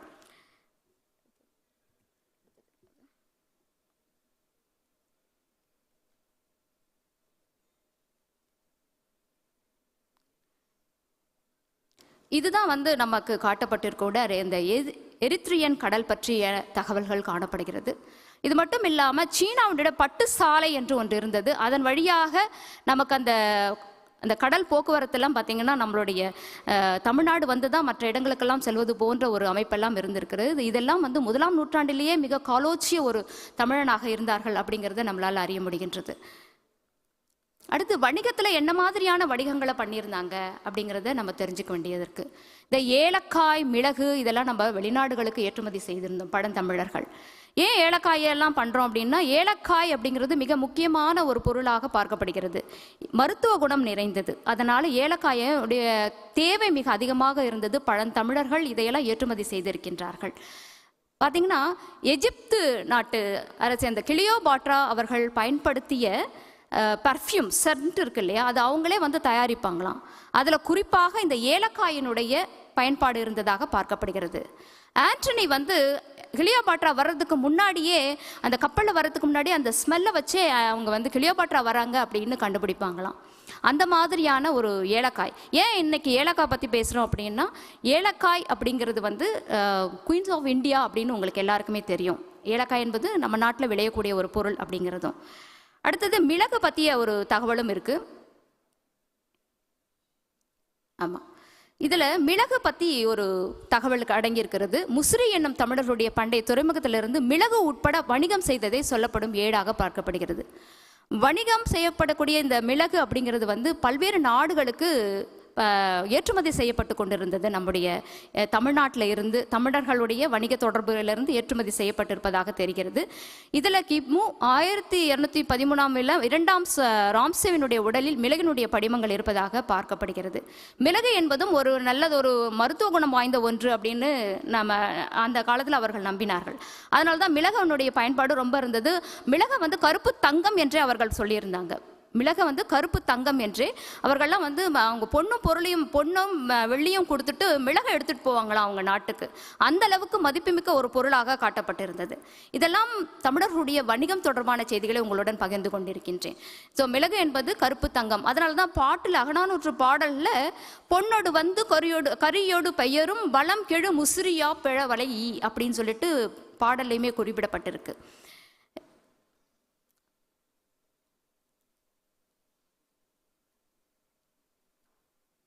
இந்த ஒரு ஒப்பந்தம் இது வந்து ஒரு தமிழனுக்கும் இன்னொரு வெளிநாட்டில் இருக்கக்கூடிய ஒருவருக்கும் ஆன ஒப்பந்தம் போடப்பட்ட ஒரு ஏடு. இதனுடைய ஒரு பாதி மட்டும்தான் நமக்கு கிடைச்சிருக்கு. எப்போ நம்மளுடைய முதல் நூற்றாண்டிலேயே அவர்கள் ஒப்பந்தம் போட்டு நமக்கு வணிகத்தை செஞ்சுருக்காங்களாமா. அப்படியானது இந்த ஏடு. இது வந்து எப்படி அப்போ என்ன செஞ்சுருக்கணும்னா, அந்த நாட்டு எவனவ நாட்டு மொழியில் அவர் பேசி அவர் வியாபாரத்தை ஏற்படுத்தி கொடுத்துருக்கிறதா சொல்லப்படுகிறது. இப்படியாக நம்மளுடைய இன்றைக்கி தான் நம்ம வந்து பல்வேறு நாடுகளுக்கு போய் புலம்பெயர்ந்த தமிழர்களாக நம்மெல்லாம் போயிட்டு பொருள் ஈட்டி கொண்டு இருக்கின்றோம், கல்வி பயின்று கொண்டு இருக்கிறோம் அப்படின்னா நினைக்கிறோம். அப்படி இல்லை. இதெல்லாம் வந்து ஏற்கனவே நம்ம பழந்தமிழர்கள் இதெல்லாம் நல்ல ஒரு செல்வாக்கு பெற்றவர்களாக இருந்தார்கள். வணிகத்திலையும் சரி, மொழியிலையும் சரி. நம்ம நாட்டு மொழியை மட்டும் பேசல, அவங்க பிற நாட்டு மொழிகளையும் அவர்கள் பேசியிருந்தார்கள் அப்படிங்கிறத அறிய முடிகின்றது. இன்னைக்கு காவலன் மொழியில் இருக்கக்கூடிய அந்த சொற்களை எல்லாம் நம்ம பார்க்குறோம். காவலன் மொழியில் இருக்கக்கூடிய சொல் அப்படிங்கிறதாகட்டும், அதை தொடர்ந்து சமை அப்படிங்கிறதெல்லாம் கூட நம்மளுடைய மொழியான கலப்பு அதிகமாக இருக்கிறது.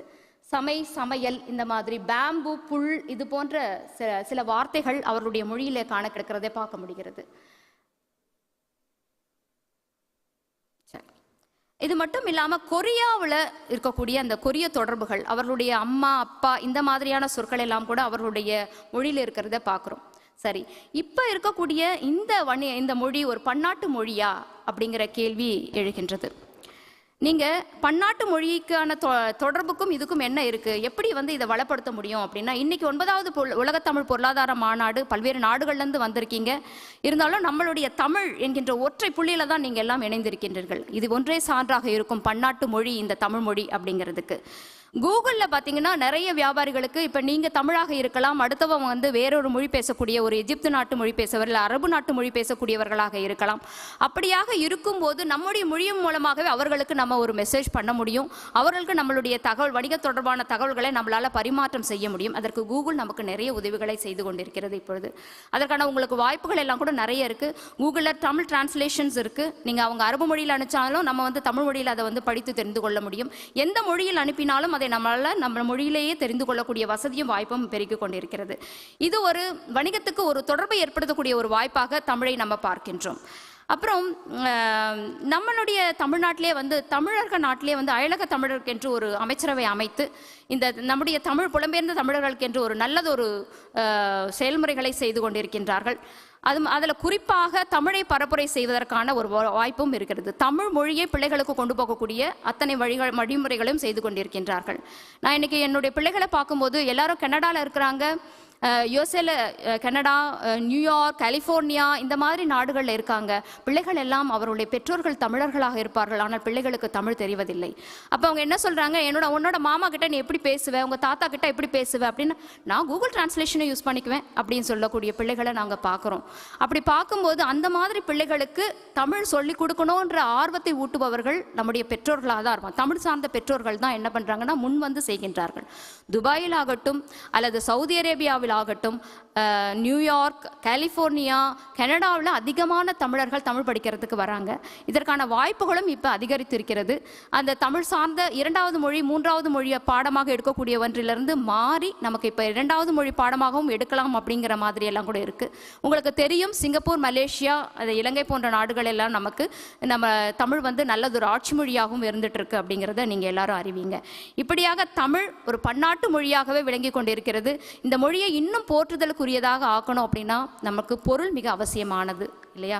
பொருள் இருந்தால் நம்முடைய மொழியை இன்னும் நம்ம வளமாக்க முடியும். எந்த வழியில் நம்ம உருவத்தை எப்படி நம்ம ஏற்படுத்தி கொள்ள முடியுமோ அப்படியாக ஏற்படுத்தி நம் பிள்ளைகளுக்கு அதை கொண்டு செல்ல முடியும் என்று கூறி நல்லதொரு வாய்ப்பினை வழங்கி உங்கள் அத்தனை பேருக்கும் நன்றி, வணக்கம்.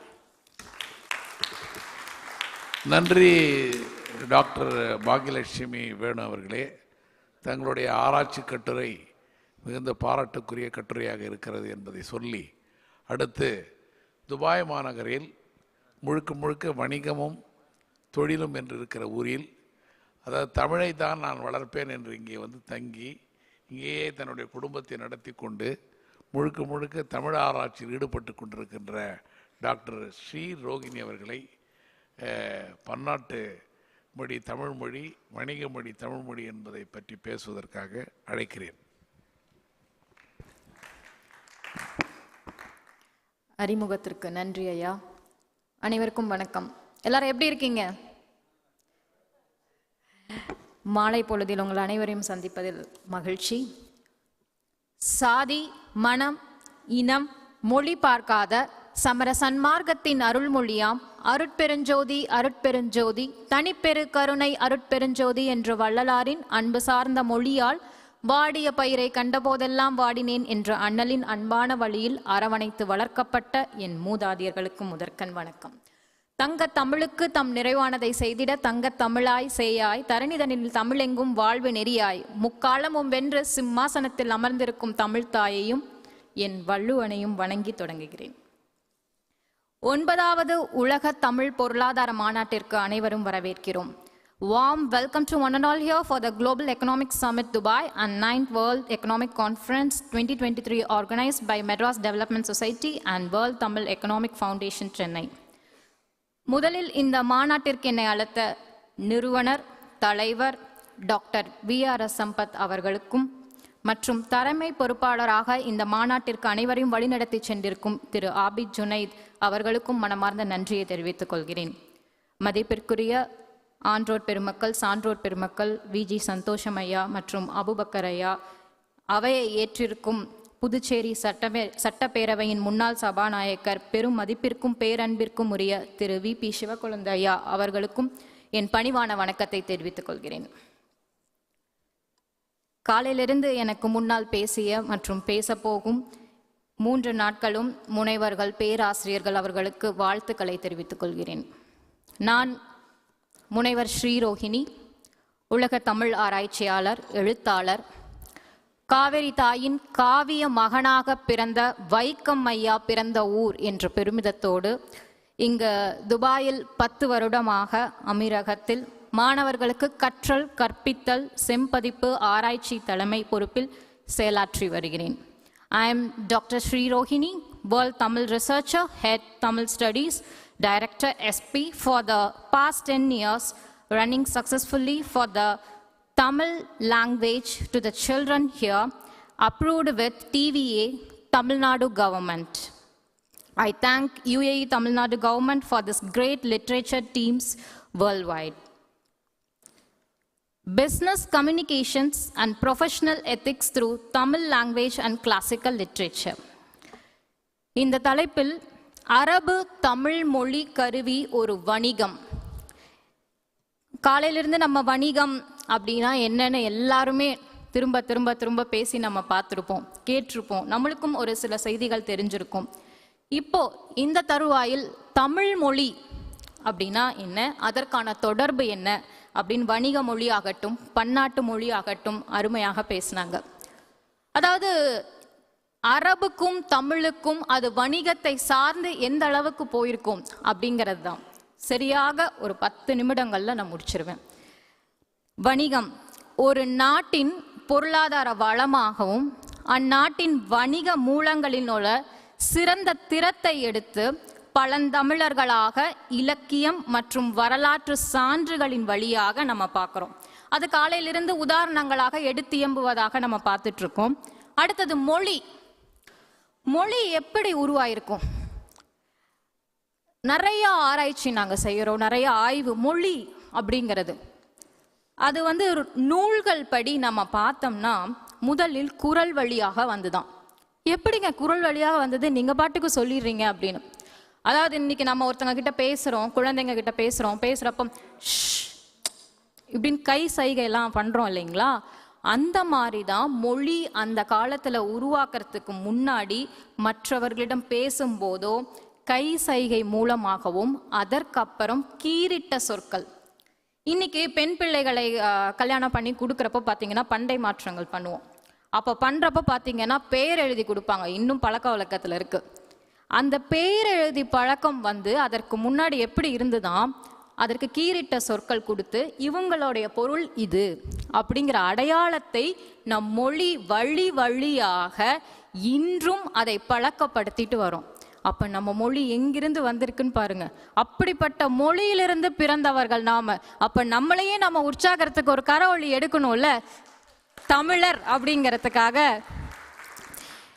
Tamil language has a very old history as a member of the Dravidian family of languages spoken in India. Tamil is one of the greatest classical literature and traditions of the world greatness and richness of Indian culture. Dravidian culture and traditions were portrayed in every literature with reference to its context, application, and situation. Literary works of different nature are present in this language via devotional, social, philosophical, ethical, and business. இன்று பழந்தமிழர் செல்வம் ஈட்டும் பொருட்டு உலகின் பல நாடுகளுக்கு கடற்பயணம் போகிறோம். திரைக்கடல் ஓடியும் திரவியம் தேடு ஔவையார் சொன்னது இது எல்லாருக்கும் தெரியும், எல்லாரும் உதாரணம் சொல்லிட்டாங்க. ஆனால் நம்ம சம்பத் சார் வந்து அவருடைய அந்த புக்லெட் போட்டிருக்காருல, அதை அப்படியே பாருங்க. திரைக்கடல் ஓடியும் திரவியம் தேடு, தேடிய செல்வத்தை வளர்ச்சி பணியில் போடு. எவ்வளவு அழகா எல்லாருக்கும் ஒரே டேக் லைன்ல சொல்லி கொடுத்துட்டாருங்க நமக்கு. இதை விட வேற என்ன நம்ம சொல்லணும்? நம்ம வளர்ச்சி பணி, அந்த வளர்ச்சி பணி தான் நம்ம ஆதி காலத்திலிருந்து பழந்தமிழராக நம்ம வந்துட்டு இருக்கோம். புகார் வணிகர்கள் நடுநிலை தவறாதவர்களாகவும் நம் தொழிலை மதிப்பவராகவும் கொண்டு சென்றிருக்காங்க. எங்க அப்படின்னு பார்த்தீங்கன்னா இலக்கியத்துல பட்டினப்பாளையில சொல்லியிருக்காங்க. பட்டினப்பாளை பெரிதாக நீங்க அந்த பாடல்ல பார்த்தீங்கன்னா, the houses of merchants who trade according to tradition are in Kaveri Pumpattinam. They have good hearts, just like the center of the truths, respecting their goods. ரொம்ப அழகா ஆணித்தரமா அதனோட நெறிமுறைகள் கூட அங்க கொடுத்துட்டாங்க, அவ்வளவு கிளியரா. புறநானூற்று பாடல்ல இப்போ எனக்கு முன்னாடி பேசின பாக்கியா அவர்களும் சொன்னது போலதான் நிறைய சங்க இலக்கியங்கள்ல நம்ம எடுத்தோம்னா, கப்பல்கள் புகார் துறைமுகத்தில் வரத்திற்கு முன்னாடி செல்வம் கடல், அதாவது கடல் வழியா தானே வாணிகம் கொண்டு போறாங்க. அப்ப கடல் வழியா ஏத்திட்டு போறப்போ சில பொருட்கள் செல்வம் எல்லாம் கடலுக்குள்ள விழுந்துருமா. அப்ப அந்த கடலுக்குள்ள விழுந்தாலுமே அந்த வாணிபத்தை செல்வந்தர்கள் வந்து நிறைந்த சோழ நாட்டின் அரசன் மூலம் அதை பெற்றெடுத்து மக்களுக்கு அதை உதவுவாங்களாம். எவ்வளவு ஒரு மனசு பார்த்தீங்களா? நம்ம மக்கள் அன்னைக்கே வணிகம் தாண்டி மக்களுக்கும் அதை கொடுக்கணும் அப்படிங்கிறது தான் தமிழரோட பெரும்பன்மையாக இருக்காங்க. வணிக பொருட்கள்ல இப்போ அரபு நாடு, இப்போ நம்ம எல்லாருமே ஐக்கிய அரபு அமீரகத்துல இருக்கோம். ரொம்ப பெருமையான நாடு, எங்களுக்கு செகண்ட் ஹோம் அப்படின்னு நான் சொல்லணும். ஏன்னா இந்த அரபு நாட்டுக்கும் தமிழுக்கும் உள்ள வித்தியாசம் என்ன அப்படின்னா, என்ன கடற் வாணிகம் பண்ணியிருப்பாங்க அப்படின்னா முத்து. You have heard about pearl. அந்த முத்து தான் முதல்ல ஒரு வாணிபத்தில் ரொம்ப உயர்ந்த ஓங்கி இருந்த காலம். அதாவது 7000 ஆண்டுகளுக்கு முன்னரே முக்கிய தொழிலாக முத்து குளித்தல் தான் இருந்திருக்கு. அதற்கு பிறகுதான் மீன் பிடித்தல், ஒட்டக வளர்ப்பு, பாலைவனச்சோலை, பேரிச்சம், காய்கறி விவசாயம் இந்த மாதிரி போயிருக்காங்க. எண்ணெய் கண்டறியப்பட்ட நிலையில் அதற்கு பிறகு எண்ணெய் திறம்பட பயன்படுத்தின பிறகு அதை சோலை வனத்தில் இருக்க முத்து எடுக்கிறது கம்மி ஆயிடுச்சு. ஆனால் அது வரைக்கும் முத்து எடுத்து தான் இருந்தாங்க. அப்படி முத்து எடுக்கிறதுல முக்கியமான ஒரு செய்தி ஆய்வின் தரப்படி நான் சொல்கிறேன். பாரசீக வளைகுடா வளத்தில் சேகரத்தில், அதாவது முத்து குளிப்புதல், ஜப்பானில் பெண்கள் முத்தெடுக்கும் தொழிலில் இருக்காங்களாம் 2000 ஆண்டுகளுக்கு. அதற்கு பெயர் வந்து அமா அப்படின்னு சொல்லுவாங்களாம். அப்போ பெண்களும் அங்கே வணிகம் செய்திருக்கிறார்கள், இங்கும் அதை நடத்தி இருக்கிறார்கள். கடல் பகுதியில் முத்தெடுக்கும் முயற்சிகளும் சரி, முத்து குளித்தல் தாண்டி ஒரு மாபெரும் தொழிலாக அடுத்தது எண்ணெய் வளர்ப்பு உற்பத்தியும் அதை தொடங்கி இருக்கிறாங்க. தொடர்ந்து, அதாவது கடற் வாணிகத்தின் சார்ந்து ஏன் நான் கடல் அப்படின்னு நான் சொல்றேன் அப்படின்னா, முதலில் தொடங்கியது கடல் தான். அதற்கப்புறம்தான் எல்லா வழியாக துறைமுகம் மூலமாக நம்ம வந்தது. அதற்கு பிறகு அரபு தீபகற்பம், இந்தியாவின் மேற்கு கரை பிரதேசம், மலையாள கரையில் அரபிகள் வந்து மப்பர் அப்படின்னு ஒரு கிழக்கு கரை பிரதேசம், இலங்கை தீவு, இந்த இடத்துல வணிகம் தென்பட்டிருக்கு. அப்போ வந்து வணிக தொடர்பு காரணமாக அரபு குடியேற்றங்கள் போறாங்க. அப்போ முதலில் காயல்பட்டினமும் கீழைக்கரை பகுதியில்தான் அரபு குடியேற்றங்கள் அதிகமாக இருந்திருக்கு. நம்மளுடைய இலக்கிய வரலாற்றிலே இந்த வளர்ச்சியை, பாரம்பரியத்தை தமிழ் மொழியின் மூலம் வணிகத்திற்கு கொண்டு செல்ல ஒரு மொழி கருவியாக பயன்பட்டு இருக்குது அப்படின்னா, அரபு மொழியும் தமிழ் மொழியும் தலை நிறந்து ஓங்கி ஒழித்திருக்கு. எந்த அளவுக்கு ரொம்ப பெருமையாக இருக்குது. ஒவ்வொரு ஆய்வும் நான் படிக்கிறப்போ ரொம்ப பெருமையாக இருக்குது. அப்படிப்பட்ட ஒரு நேர்காணலில் தான் அரபு ஒரு சகோதரர்கிட்ட கேட்குறாங்க, எந்த அளவுக்கு நீங்கள் கடற் வாணிகமும் மற்ற வாணிகமும் ஒரு நெறிமுறைகள் வச்சுருப்பீங்கல்ல, உங்கள் வணிகத்திற்குன்னு ஒரு நெறிமுறைகள் இருக்குல்ல, அது என்ன பண்ணுனீங்க அப்படின்னு கேட்குறாங்க. அப்படி கேட்குறப்போ அவர் சொல்கிறாரு, முதல் கட்டமாக நாங்கள் பேச்சுவார்த்தையின் ஆரம்பமாக நாங்கள் பண்ணுவோம். அதாவது கட்டடத்தின் பணிகளோ இல்லை அதை சார்ந்த பணிகளோ அதை நாங்கள் தொடங்குவோம். அதற்கு பிறகு தகவல் பரிமாற்றம்னா மொழிக்கு மொழி பரிமாற்றம். ரொம்ப அழகா அவர் சொல்லியிருந்தாரு. அதுல என்னன்னா, கட்டிடத்தில் ஒரு ஆரம்ப கருத்து, அதாவது கட்டிடம்னா நான் ஓங்கி உயர்ந்த கட்டடம் சொல்லல, ஒரு நெறிமுறைகளை வைத்து அவர்களுக்கான ஒரு ஆரம்ப கருத்தை ஒரு நிலைப்பாடாக தீர்மானிக்கிறோம். மூன்றாவதாக பகுப்பாய்வாக நாங்கள் பண்ணுறோம். இந்த மாதிரி வணிக பொருட்களை எடுத்து அதை நாங்கள் தொடர்ந்து செய்கிறோம். இதுதான் எங்களுடைய நெறிமுறைகள். அதாவது தொடர்ந்து செய்யணும், முயற்சிகள் நாம் தொடர்ந்து செய்தால் தானே அடுத்த பலன் நம்ம எதிர்பார்க்க முடியும் அப்படின்னு சொல்கிறாங்க. As corporations embarks on global market for competition, demands for global ethical standard expanding, it's around, researchers says, it is about the classical Tamil language.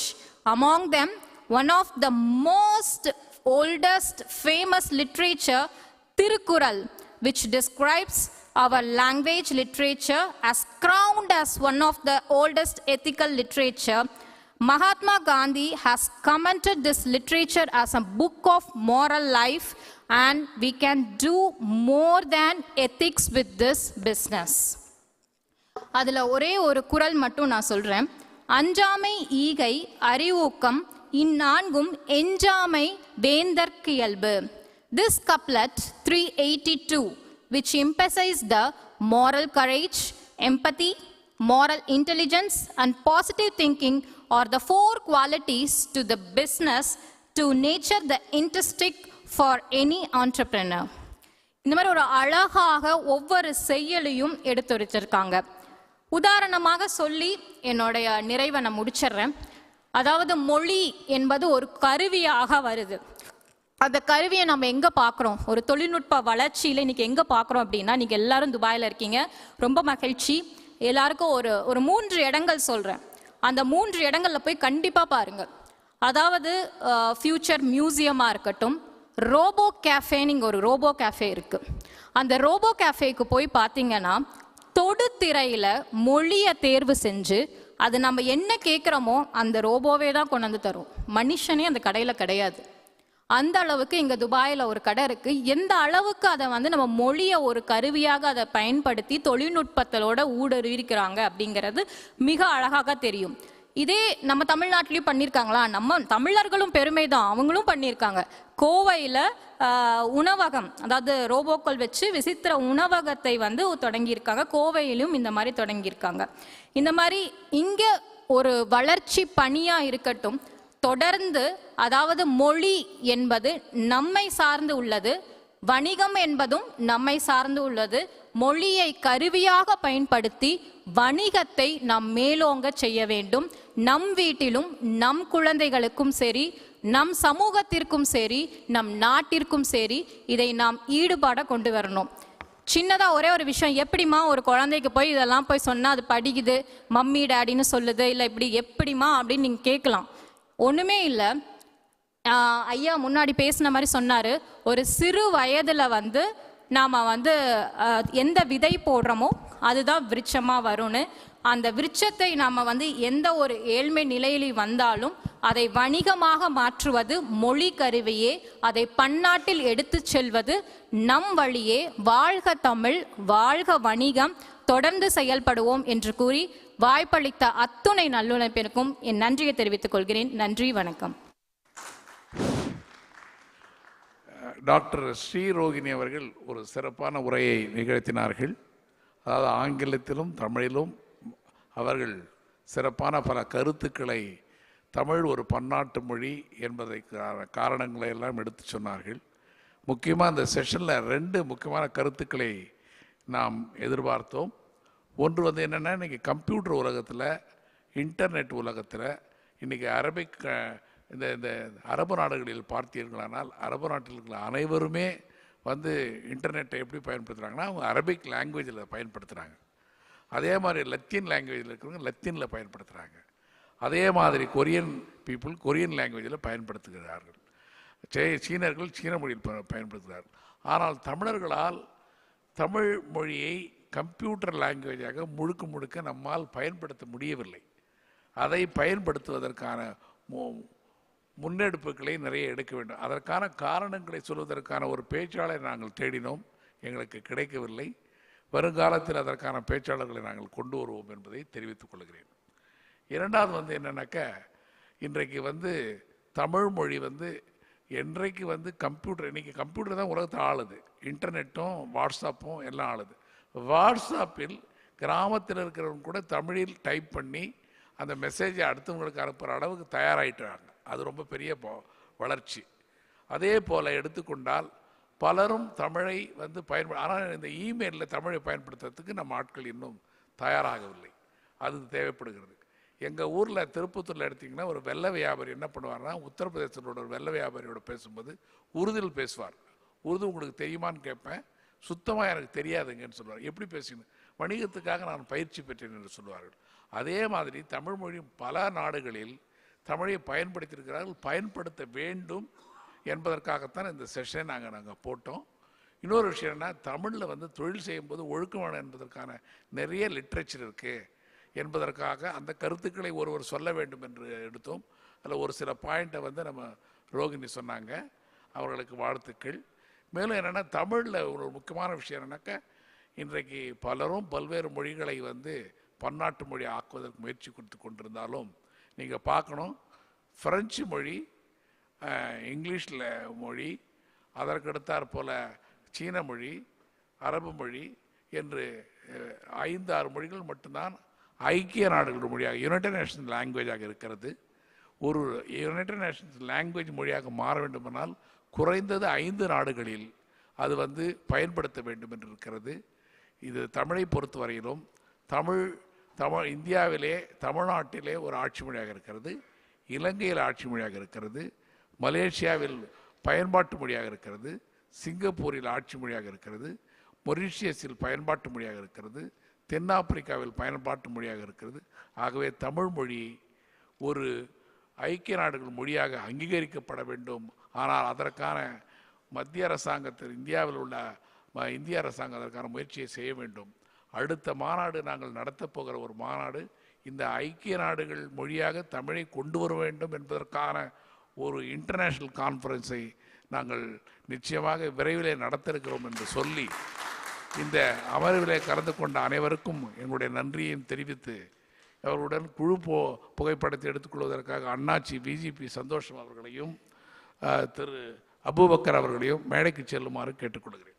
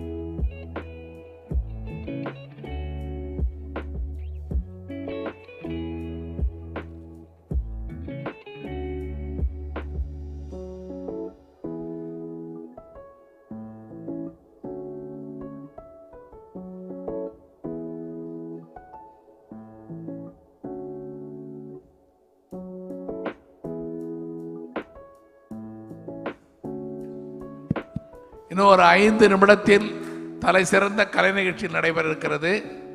தென்னாப்பிரிக்காவிலிருந்து வருகை தந்துள்ள சிவானி சின்னப்பன் அவருடைய நடன நிகழ்ச்சி இருக்கிறது. தமிழ்நாடு அரசாங்கத்தால் அனுப்பப்பட்ட ஒரு மிகப்பெரிய நடன நிகழ்ச்சி இருக்கிறது. அதற்கடுத்தது அதாவது ஃபோக் மியூசிக் இருக்கிறது, அதாவது பறை மேளம் இருக்கிறது. ஆகவே அனைவரும் நிச்சயமாக உள்ளே அமர்ந்திருந்து கடந்த அடுத்த 1 மணி நேரத்திற்கு பார்த்துவிட்டு அதற்கு பிறகு நாங்கள் இரவு உணவாக இங்கேயே நீங்கள் அனைவரும் கலந்து கொள்ளுமாறு கேட்டுக்கொள்கிறோம்.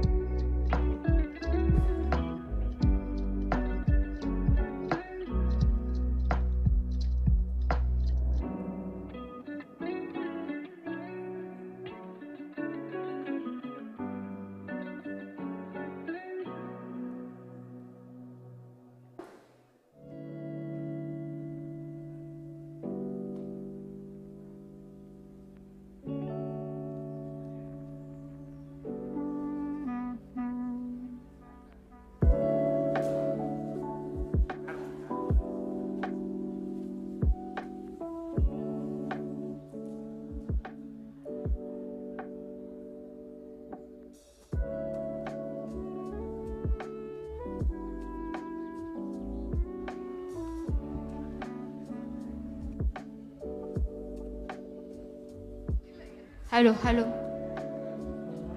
அனைவருக்கும் வணக்கம். ரொம்ப களைச்சு போயிட்டு இருப்போம், நிறைய பேர் பேசி பேசி மூளை ரொம்ப வேலை செஞ்சுருக்கோம். கொஞ்சம் அதுக்கு ஓய்வு கொடுப்போம். எல்லாருமே ஒரு கலை நிகழ்ச்சிக்கு தயாராகும், அவர்கள் செய்வதையெல்லாம் பார்ப்போம். மேடம்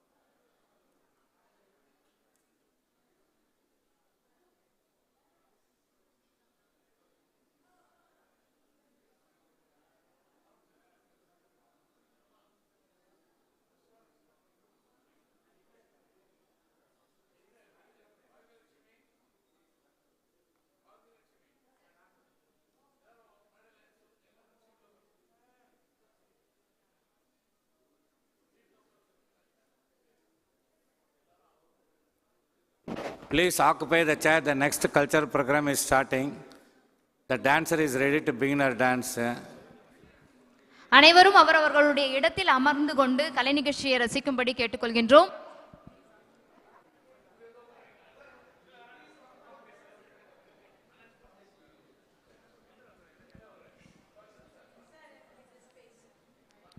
கலை நிகழ்ச்சி நடத்துவதற்கு நீங்கள் தயாரா? நாங்கள் தயாராக இருக்கிறோம் பார்ப்பதற்கு.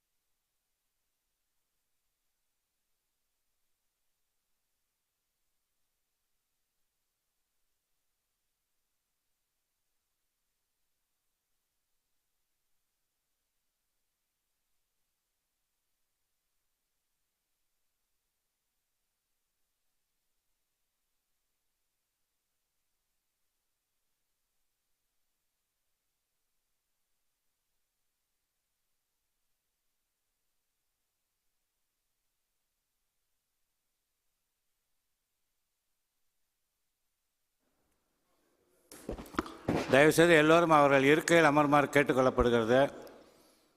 நீங்கள் உட்காருவதற்காக நாங்கள் காத்து கொண்டிருக்கிறோம். Please be seated in your seat, ladies and gentlemen. Please come inside. Those who are standing outside, please come inside. The program is yet to start.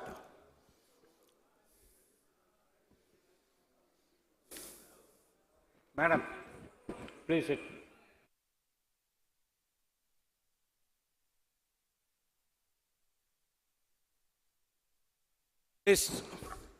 Please be seated. The program is to start.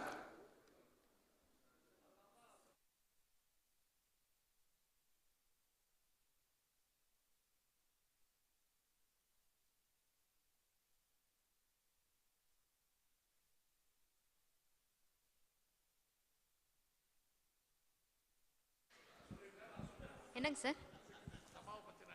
ஓ கொடுங்க sir. ஏதாவது paper இருக்குங்களா? Paper இருக்குங்களா? கொடுங்க. நான் paper இருந்தால் நான் சொல்கிறேன் sir. கொடுத்துருக்காங்களா? இல்லைங்க சார். அந்த அம்மா யாரு?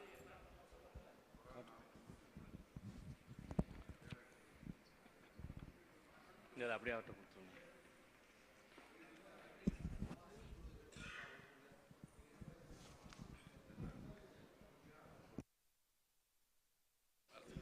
வணக்கம். இப்போது முதல் நிகழ்ச்சியாக தென்னாப்பிரிக்காவிலிருந்து வருகை தந்துள்ள சிவானி சின்னப்பன். சிவானி சின்னப்பன் என்னுடைய தந்தையார் தமிழில் டாக்டர் பட்டம் பெற்றவர். அவருடைய தந்தையார் அதாவது தென்னாப்பிரிக்காவில் தமிழ் மொழியை காப்பாற்றி கொண்டிருந்தவர். சென்ற ஆண்டு தான் அவர் காலமானார். அவருடைய மகள் சிவானி சின்னப்பன் அவர்கள் தலை சிறந்த தமிழ் காவலர், தமிழ் மொழியை அங்கு தமிழ் பள்ளிக்கூடத்தை நடத்தி கொண்டிருப்பவர், தமிழ் நடன பள்ளியை நடத்தி கொண்டிருப்பவர், தலை சிறந்த நடனமணி. அங்கே நடக்கிற எந்த ஒரு நிகழ்ச்சியிலும் சிவானி சின்னப்பனுடைய நடன நிகழ்ச்சி என்று சொன்னாலே அந்த நடன நிகழ்ச்சிக்கு ஒரு பெரிய பாராட்டும் ஒரு புகழும் கிடைக்கும். நான் அவருடைய நடன நிகழ்ச்சியை பல நிகழ்ச்சிகளை நான் கண்டு ரசித்திருக்கிறேன். அவர்கள் பிரத்யேகமாக 2017 தென்னாப்பிரிக்காவில் டர்பன் நகரில் நடைபெற்ற உலகத்தமிழர் பொருளாதார மாநாட்டில் அவருடைய நடன நிகழ்ச்சி நடைபெற்றது. அதே போல் 2018 நாங்கள் பாண்டிச்சேரியில் நடத்திய உலகத்தமிழர் பொருளாதார மாநாட்டிலும் அவர்கள் நடனமாடினார்கள். இன்றைக்கு அவர்கள் இதற்காகவே தென்னாப்பிரிக்காவிலிருந்து அவர்கள் சொந்தமாக செலவழித்து டிக்கெட் வாங்கி கொண்டு இங்கே தங்கி இந்த நடன நிகழ்ச்சியை நிகழ்த்த வந்திருக்கிறார்கள். அவர்கள் இன்று மட்டுமல்ல, இன்னும் நாளையும் கூட நடனமாட வேண்டும் என்று நான் கேட்டுக்கொள்கிறேன். இன்று அவர்களுடைய நிகழ்ச்சி தொடங்க இருக்கிறது. நம் மாநாட்டிற்கு வருகை தந்துள்ள அனைத்து பேராளர்களும், பேச்சாளர்களும், நண்பர்களும், பார்வையாளர்களும் உள்ளே அமர்ந்து அந்த நிகழ்ச்சியை கண்டுகளிக்குமாறு கேட்டுக்கொள்கிறேன். Ms. Shivani Chinnapan is one of the popular dancer in South Africa. She is a very popular personality to preserve Tamil culture and Tamil language in South Africa. I am inviting Shivani Chinnapan to come to the stage to perform the dance.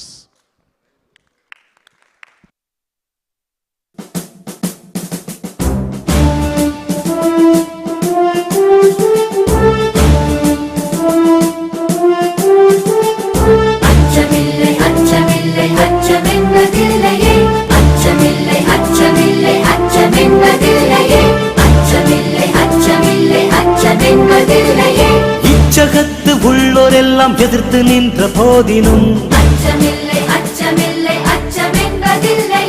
உச்சி மீது வானிடிந்து வீழுகின்ற போதினும்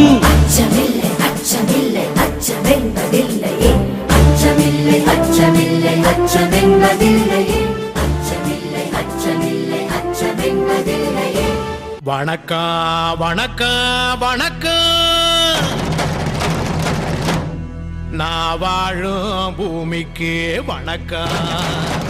இருக்கோ இல்லையோ தெரியாது, ஒருவேளை இருந்தா சாமிக்கு வணக்கம். குத்த வச்சு கூத்து பார்க்கும் உங்களுக்கு வணக்கம். உச்சியிலே பார்க்கும் நிலாவுக்கும் வணக்கம்.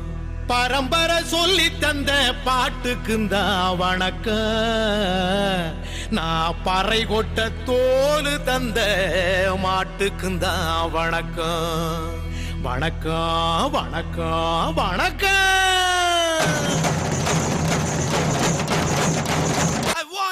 I wanna sing. I wanna dance. Machi ready-ya? Machi ready-ya? Machi ready-ya? Okay, 1, 2, 3, 4.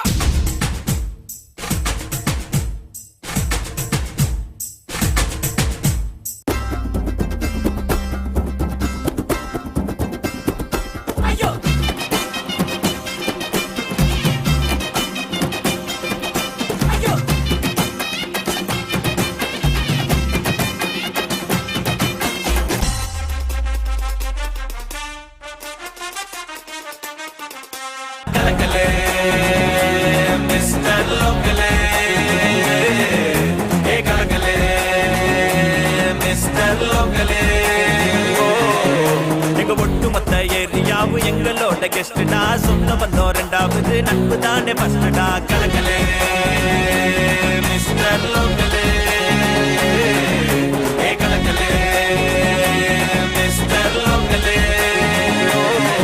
வெள்ள வந்தா வருவோம், உள்ளதெல்லாம் தருவோம், எங்க மக்களோட தேவையெல்லாம் போராடியே பெறுவோம். இஷ்டப்படி உழைப்போம், கஷ்டம் வந்தா சிரிப்போம், முட்டி மோதி மேல ஏறி உச்சத்துக்கே பறப்போம்.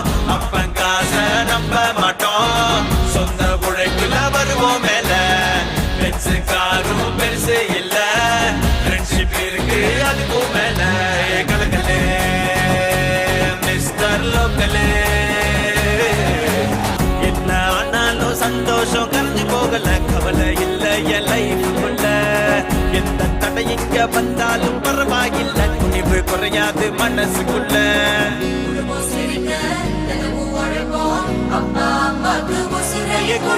கலக்கலே மிஸ்டர் லோக்கலே, கலக்கலே மிஸ்டர் லோக்கலே.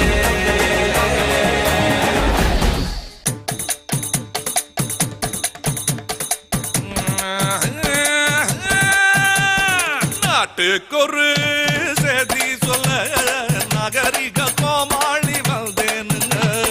ஆட்டமாடி பாட்டு பாடி அழகாக கதை சொல்ல வந்தேனுங்க.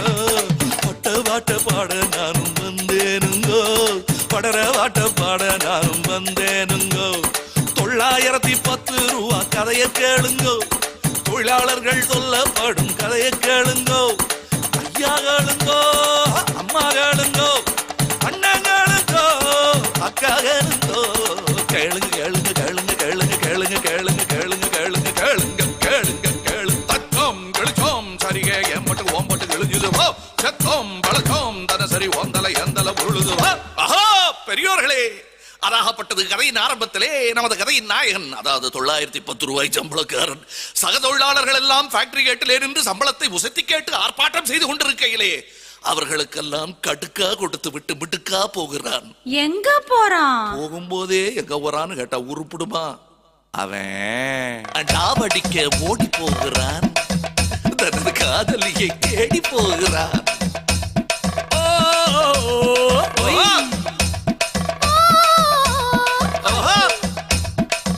மூஞ்சிக்கு மஞ்சா பூசி மயக்கிற பொண்ணு, உன் மொழி ரெண்டும் மிரட்டு தடியும் பொண்ணான கண்ணு. ஏமாங்கா மூஞ்சிக்கு மஞ்சா பூசி மயக்கிற பொண்ணு, உன் மொழி ரெண்டும் மிரட்டு தடியும் பொண்ணான கண்ணு. டவுன் பஸ் போகுதடி காலியா, நாம சினிமா கொட்டா போய் வரலாம் ஜாலியா. டவுன் பஸ் போகுதடி காலியா, நாம சினிமா கொட்டா போய் வரலாம் ஜாலியா. வாங்குறதோ சம்பளம் 910, குடும்ப பாரம் சுமக்க உனக்கு ஏதையா சத்து? ஒன்ன போல தொழிலாளி, ஒன்ன போல தொழிலாளி தெருவில் நிற்கிறான், போராட்ட கொடிய பிடிக்கிறான், சம்பளத்தை வசதி கேட்கிறான். இப்போ உனக்கு காதல் எதுக்கு? அட இப்போ உனக்கு காதல் எதுக்கு? வழி விட்டு ஒதுங்கு, யூனியன் நாளோட இறங்கு, போராட தெருவுல இறங்கு, போராட தெருவுல இறங்கு. இவ்ளோ கம்மியா சம்பளம் தந்து தொழிலாளிக்கு நம்பளம் தந்த பெரிய மனுஷன் யாரப்பா? அது அங்க பாருப்பா. முடிந்தது 910 தான். கொடுக்க முடியாது நீ ஒரு பைசா சேர்த்துதான். இவங்களை எப்படி சமாளிக்க போறீங்க முதலாளி? I have planned a new venture. Our problems will be resolved in the near future. Oh, oh, oh, oh, it's a good news at this juncture.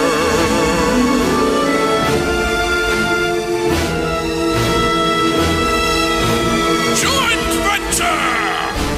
Multinational company-யோட அவங்க நாட்டில இருந்து ரா மெட்டீரியல்ஸ் நமக்கு அனுப்புவா. இறக்குமதி பண்றோம், ரிஃபைன் பண்றோம், பேக் பண்றோம், brand பண்றோம், market பண்றோம். மார்க்கெட்டிங் ஸ்கோப் இல்லைன்னா வாங்குவோம் உத. இறக்குமதி பண்ண போவது எது?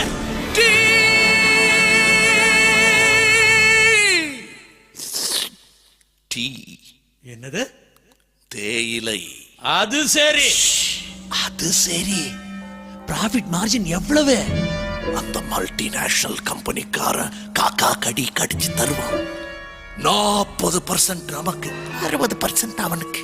அப்போ உள்ளூர் தேயிலை விவசாயிகளோட கதி? அவங்க எக்கேடு கேட்டா நமக்கு என்ன? நமக்கு நம்ம வெளிநாட்டு முதலாளிங்க தான் முக்கியம். அவங்களால கிடைக்கிற லாபம் முக்கியம். சதுரங்க ஆட்டத்திலே முதலாளிகள் காய் நகர்த்த தொழிலாளிகள் கைகள் என்ன பூ பறிக்குமா இல்லை காய் பொறுக்குமா? நாம தனிமரம் இல்ல, தோப்பு வைக்க போறோம் பாரு. நமக்கு தேவை நல்லதொரு முடிவு. இந்த நாடகத்துல மட்டுமல்ல, எல்லாத்துக்கும் தான் நல்ல முடிவு வேணும்னா நாடகக்காரன் நாங்க மட்டும் மனசு வச்சா போதாது. நான், நீ, அவர், இவர், அவங்க, இவங்க, அதோ நாடகத்தை கெடுத்துக்கிட்டு ஹாரன் அடிச்சிட்டு கார்ல குறுக்க போறாங்களே இவங்க, நாம எல்லாரும் மனசு வைக்கணும், முடிவு எடுக்கணும்.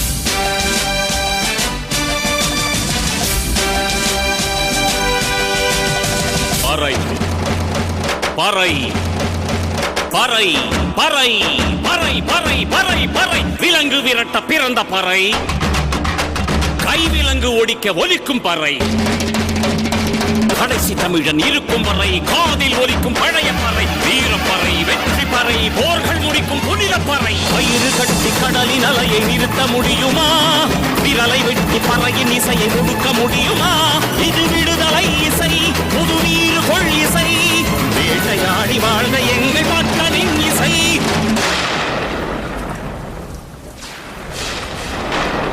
என் பாட்டை முப்பாட்டங்களோட போய் சேர போறேன். இப்ப நான் மறுபடியும் அம்மா கற்பப்பையிலேயே படுத்துக்கிட்டேன்.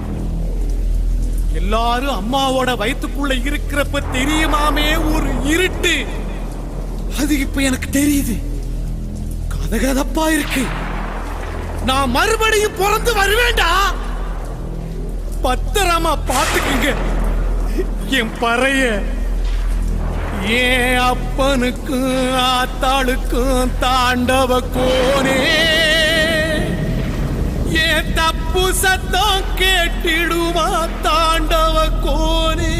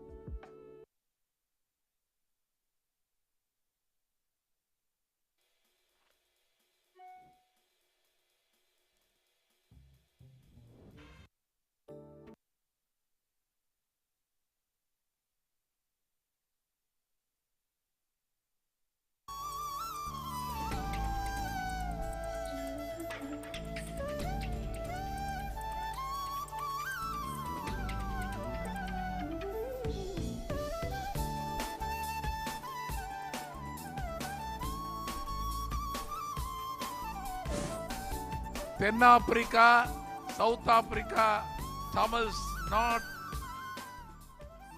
even any other Ten Africa Tamils always top in everything. This is proves for their cultural talent. Not only this type of the dance, they very much talented on South African Tamils in Tamil music, Carnatic music, cultural programs, even in other activities also. My best wishes to Shivani Chinnappan. I know entire family very well. I know her father, my close friend. I witnessed many other programs in different forum. Today, excellent performance she performed today. Wonderful program. வாழ்த்துக்கள்.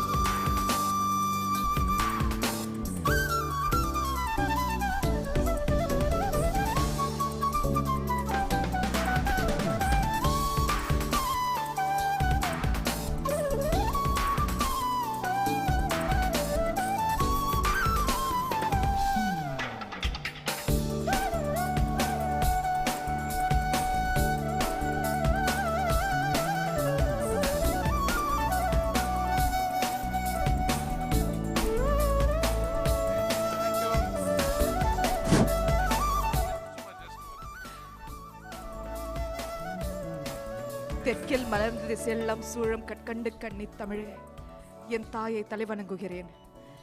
பெரியோர்களே, தமிழ் நண்பர்களே, வணக்கம். ஐயா doctor Sampath, மிக்க மிக்க நன்றி இந்த வாய்ப்புக்கு. அடுத்த தமிழ் வேர்ல்ட் கான்ஃபரன்ஸ் 10th கண்டிப்பா வருவேன். கடவுள் அருளால கண்டிப்பா வருவேன். நன்றிமா. அதாவது இன்னைக்கு இதே ஒரு தலை சிறந்த திரைப்பட நிகழ்ச்சி ஒன்று இந்த ஊரில் நடக்குது. அதனால தான் நிறைய பேர் அந்த நிகழ்ச்சிக்கு பார்க்க போகணும்னு சொல்லி எங்கிட்ட பலரும் சொல்லிட்டு இங்கேருந்து போயிட்டாங்க. அதனால தான் இங்கே இன்றைக்கி இந்த கூட்டம் குறைச்சலாக இருக்குது. I am requesting Shivani Chinnappan should perform tomorrow also.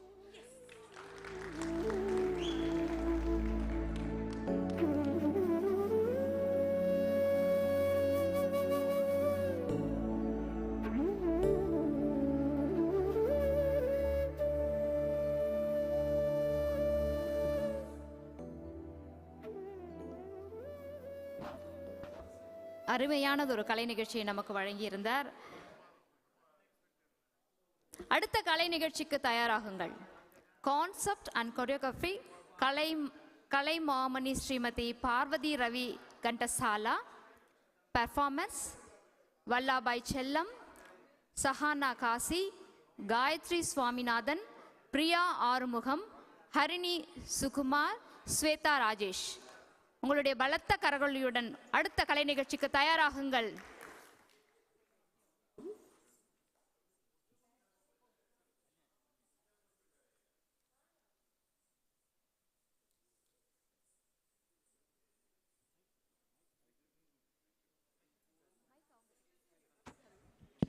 Hello.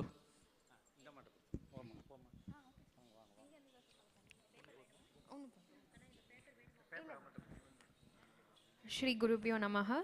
இங்கு குழுமி இருக்கும் அனைவருக்கும் எங்களின் மாலை வணக்கத்தை தெரிவித்துக் கொள்கிறோம்.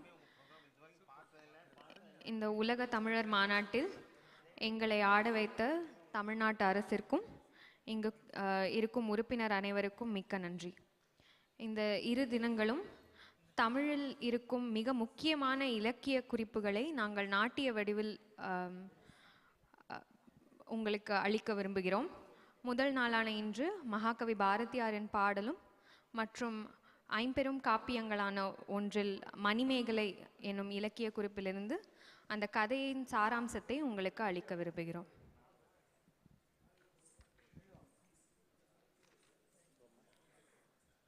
முதலாவதாக யாமறிந்த மொழிகள். பாரதிக்கு 8 மொழிகள் பேசவும் எழுதவும் படிக்கவும் தெரியும். சொல்லல் உயர்வு தமிழ் சொல்லே, அதை தொழுது படித்திரடி பாப்பா என்கிறார். காலம் மாற வளர்ச்சி பெற்று வரும் நாட்டில் புதிய சொற்கள் கண்டுபிடிக்கப்பட வேண்டும் என்கிறார். தமிழை வைத்து பிழைக்க நினைக்கவில்லை அவர், தமிழை பிழைக்க வைக்க வேண்டும் என்று நினைத்தார். அதுதான் பாரதி. அடுத்ததாக யாமறிந்த மொழிகளிலே என்ற மகாகவியின் பாடல்.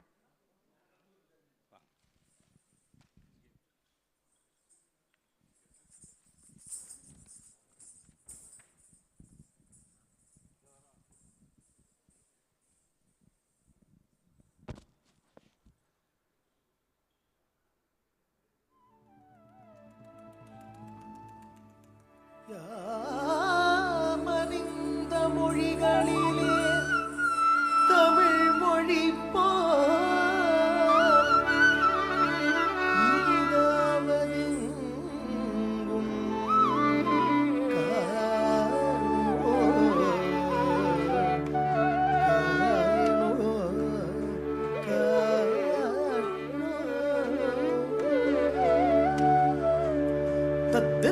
தஜம் தத்தஜம் தக்கிட்ட தக்கதா தி கிடதகதரி கிடதும் தக்கது தரி தஜம் தத்தஜம் தக்கிட்ட தக்கதா தி கிடதகதரி கிடதும் தத்து தரி தஜம் தத்தஜம் தக்கிட்டதா தரி தஜம் தத்தஜம் தக்கிட்ட தக்கது தரி தஜம் தத்தஜம் தக்கிட்ட தி தரி தஜம் தத்தஜம் தக்கிட்ட தத்து தரி தஜம் ஜம் ஜம் தக்கிட்ட தக்கது தரி தஜம் ஜம் ஜம் தக்கிட்ட தத்து தரி தஜம் ஜம் ஜம் தக்கிட்ட தக்கது தரி தஜம் ஜம் ஜம் தக்கிட்ட தத்து தத்தன்னு தாக தத் தத் தத்தன்னு தாக தத் தி கிடதகதரி கிடதும் த தி கிடதகதரி கிடதும் த தி கிடதகதரி கிடதும் தத் தத்தன்னு தாக தத் தத் தத்தன்னு தாக த தி கிடதகதரி கிடதும் த தி கிடதகதரி கிடதும் த தி கிடதகதரி கிடதும் தத் தத்தன்னு தாக தத் தத் தத்தன்னு தாக த தி கிடதகதரி கிடதும் த தி கிடதகதரி கிடதும் த தி கிடதகதரி கிடதும் யாமறிந்த மொழிகளிலே தமிழ் மொழி போல் இனிதாவதெங்கும் காணோ காணோ காணோ யாமறிந்த மொழிகளிலே தமிழ் மொழி போல் இனிதாவதெங்கும் காணோ காணோ காணோ பாமரராய் விலங்குகளாய் உலகனை நிகழ்ச்சி சொல்ல பான்மை கேட்டு பாமரராய் விலங்குகளாய் உலகனை நிகழ்ச்சி சொல்ல பான்மை கேட்டு நாமமது தமிழரென கொண்டு இங்கு வாழ்ந்திடுதல் நன்றோ சொல்லீர் நன்றோ சொல்லீர் நன்றோ சொல்லீர் நாமமது தமிழரென கொண்டு இங்கு வாழ்ந்திடுதல் நன்றோ சொல்லீர் நன்றோ சொல்லீர் நன்றோ சொல்லீர் தேமதுர தமிழ் ஓசை தேமதுர தமிழ் ஓசை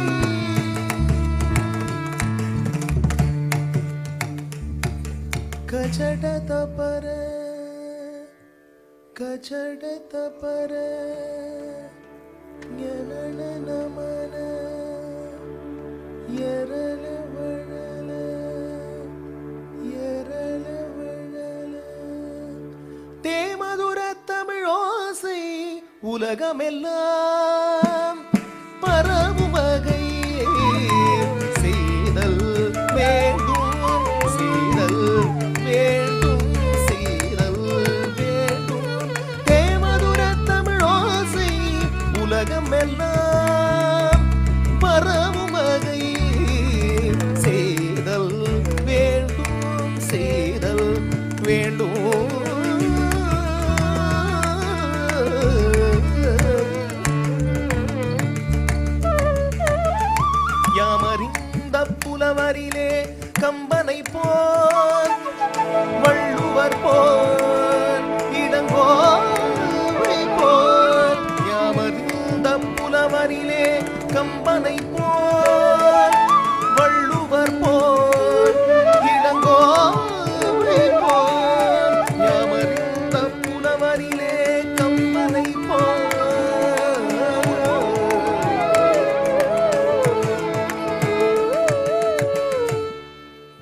யாவையும் தாமுளவாக்கலும் நிலைப்பெறுத்தலும் நீக்கலும் நீங்கலாம் அலகிலா விளையாட்டுடையாரவர் தலைவர் அன்னவர்க்கே சரண் நாங்களே.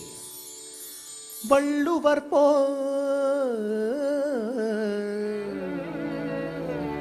அகர முதல எழுத்தெல்லாம் ஆதிபகவன் முதற்றே உலகு கற்க கசடர கற்பவை கற்றபின் நிற்க அதற்குத் தக இளங்கோவை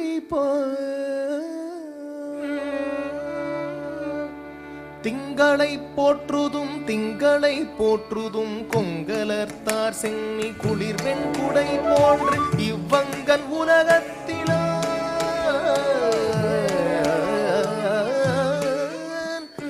ஞாயிறு போற்றுதும் காவிரி நாடன் திகிரி போல் பொற்கொட்டு மேது வலந்திரிதல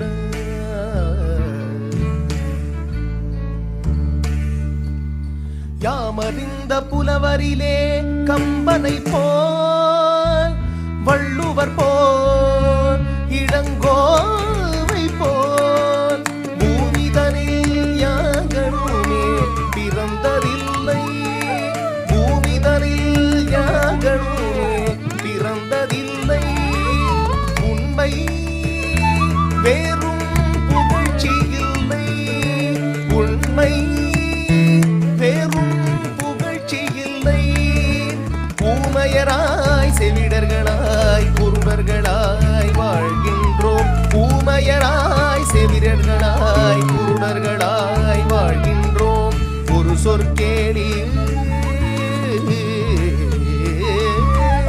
ஒரு சொற்கேளி ஊமையராய் செவிடர்களாய் குருடர்களாய் வாழ்கின்றோம் ஒரு சொற்கேளி ஒரு சொற்கேளி சேமமுற வேண்டுமேனில் சேமமுற வேண்டுமேனில் தெருவெல்லாம் தமிழ் முழக்கம் செழிக்கச் செய்வீர் தெருவெல்லாம் தமிழ் முழக்கம் செழிக்கச் செய்வீர் தெருவெல்லாம் தமிழ் முழக்கம் செழிக்கச் செய்வீர் சேமமுற வேண்டுமேனில் தெருவெல்லாம் தமிழ் முழக்கம் செழிக்கச் செய்வீர் செழிக்கச் செய்வீர் செழிக்கச் செய்வீர்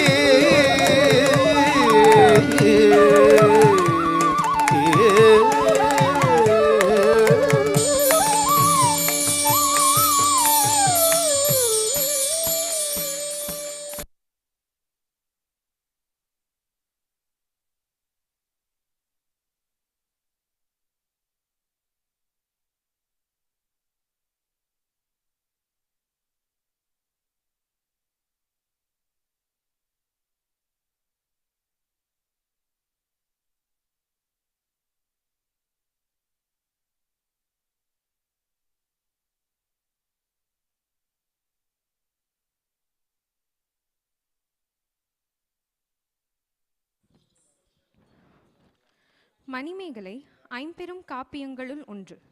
இதனை இயற்றியவர் சீத்தலை சாத்தனார் ஆவார். இக்காப்பியத்தின் நாயகி மணிமேகலை சிலப்பதிகாரத்தில் வரும் மாதவியின் மகளாவாள். தான் கடந்த காலத்தில் வாழ்ந்த முறையையும் நினைவுகளையும் மாற்ற நினைத்த மாதவி அவற்றின் சுவடுகளும் உலக சுகங்களும் இன்றி மணிமேகலையை வளர்க்க எண்ணி புத்த சமய மடம் ஒன்றில் அவளை சேர்த்து வளர்த்தாள். அவள் வாழ்ந்து வந்த நாட்டு இளவரசன் மணிமேகலையின் மேல் காதல் கொள்ளவே அவனிடமிருந்து மறைந்து மணிபல்லவ தீவுக்கு சென்று புத்த சமய துறவியானாள். அங்கு அவளுக்கு பசி பிணி போக்கும் அக்ஷய பாத்திரம் கிடைத்தது. அன்று முதல் மக்களின் பசியை போக்குவதையே தன் கடமையாக கொண்டு வாழ்ந்த மணிமேகலை அவள் மறைவிற்கு பின் தெய்வமாக போற்றப்பட்டாள். இந்த கதையை மையமாக கொண்டு இயற்றப்பட்ட நடன படைப்பு அடுத்ததாக உங்கள் பார்வைக்கு வருகிறது.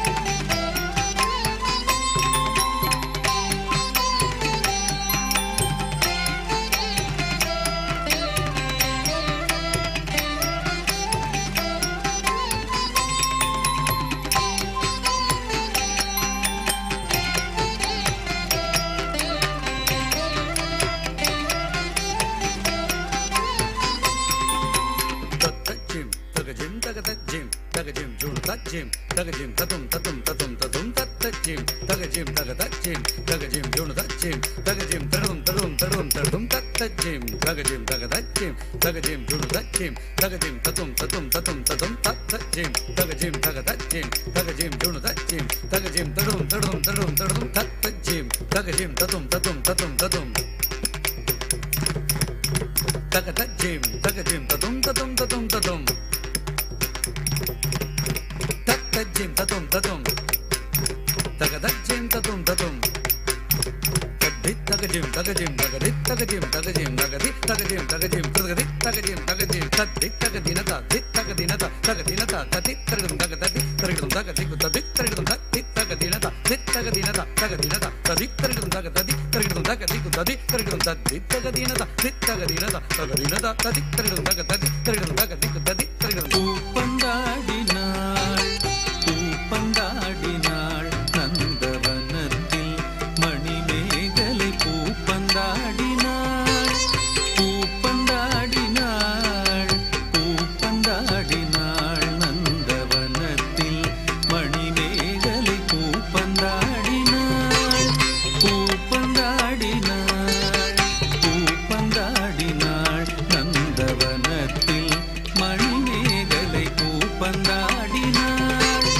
பூப்பந்தாடினாள் பூப்பந்தாடினாள் நந்தவனத்தில் மணிமேகலை பூப்பந்தாடினாள் எண்டிக்கும் மணம் பரப்பும் பண்ணிசைக்கும் தேன் மொய்க்கும் எண்டிக்கும் மணம் பரப்பும் பண்ணிசைக்கும் தேன் மொய்க்கும் பூச்செடிகள் பூத்து குலுங்கும் தோட்டத்தில் தோழிகளுடன் பூச்செடிகள் பூத்து குலுங்கும் தோட்டத்தில் தோழிகளுடன் பூப்பந்தாடினாள் பூப்பந்தாடினாள் நந்தவனத்தில் மணிமேகலை பூப்பந்தாடினாள் பரிகாசமும் சிரிப்பும் சேர்ந்த பரிவார தோழிகளுடன் பூப்பந்தாடினாள் பூப்பந்தாடினாள் பரிகாசமும் சிரிப்பும் சேர்ந்த பரிவார தோழிகளுடன் பூப்பந்தாடினாள் பூப்பந்தாடினாள் நந்தவனத்தில் மணிமேகலை பூப்பந்தாடினாள் நந்தவனத்தில் மணிமேகலை பூப்பந்தாடினாள்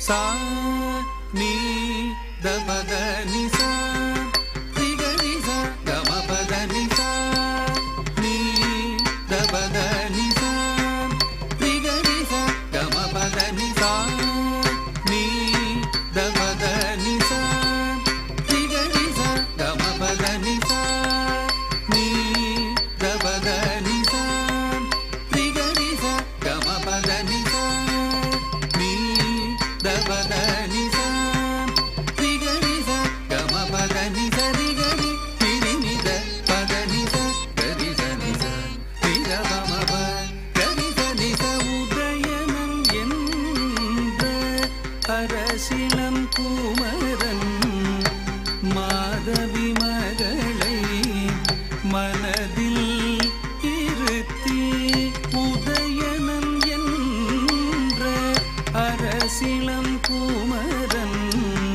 மாதவி மகளை மனதில் இருத்தி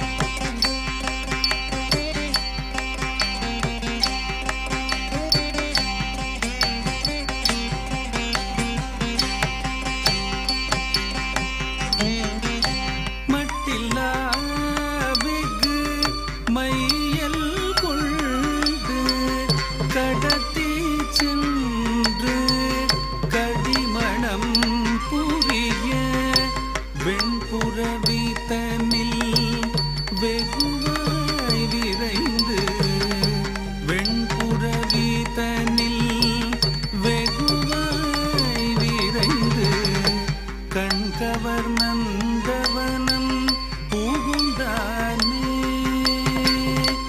வெண்புறவி தன்னில் வெகுவாய் விரைந்து கண்கவர் நந்தவனம் புகுந்தானே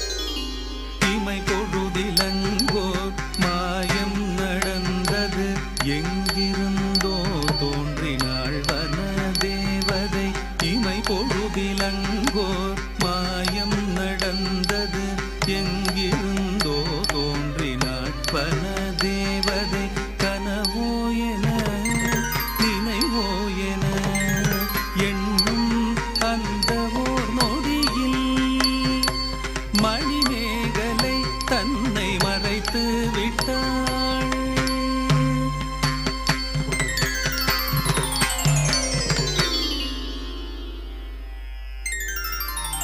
கண்ணை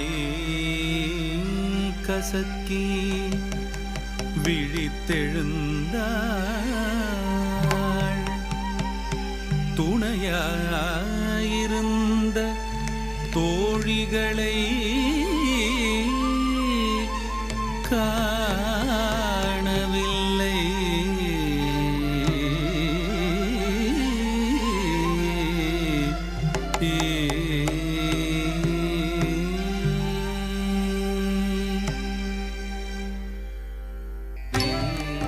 ரிகம பமகம ரிகரிச பமகம ரிகரிச ரிகம பமகம ரிகரிச பமகம ரிகரிச ரிகம பமகம ரிகரிச பமகம ரிகரிச ரிகம ப மதனித கமரிகரிச நிதத நிதப கமரிகரிச எண்ணிலடங்கா ஏழை எளியோர் இன்னல் அகற்றும் ஓர் புனித இடம் கண்டாள் எண்ணிலடங்கா ஏழை எளியோர் இன்னல் அகற்றும் ஓர் புனித இடம் கண்டாள் கருணையோடு சேவையே தனது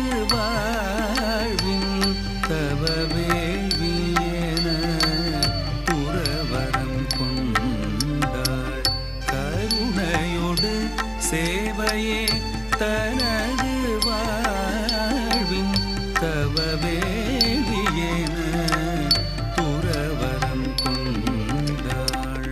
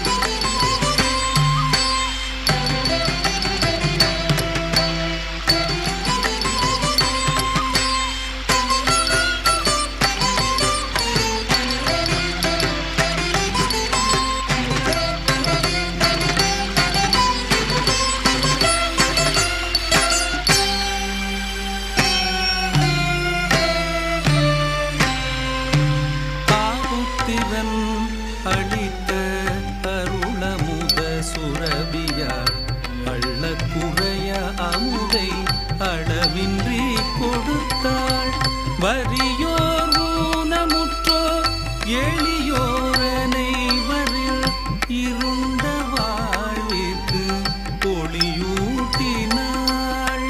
மணிமேகலை ஒளியூட்டினாள்.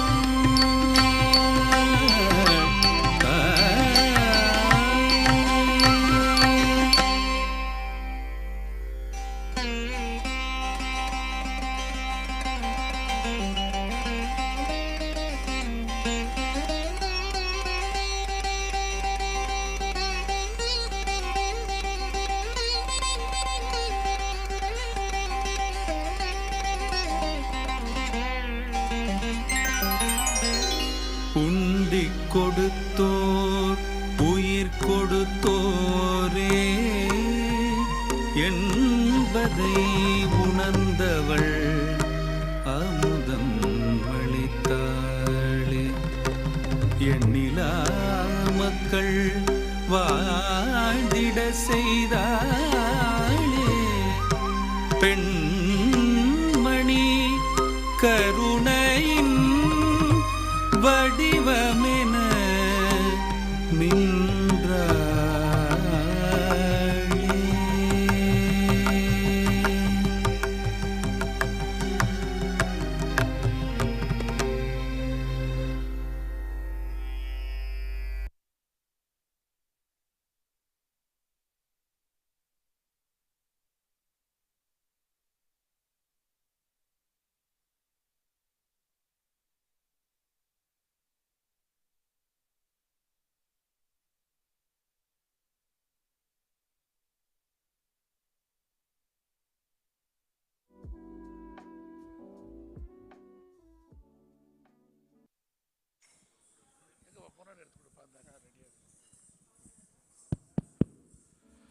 தலை சிறந்த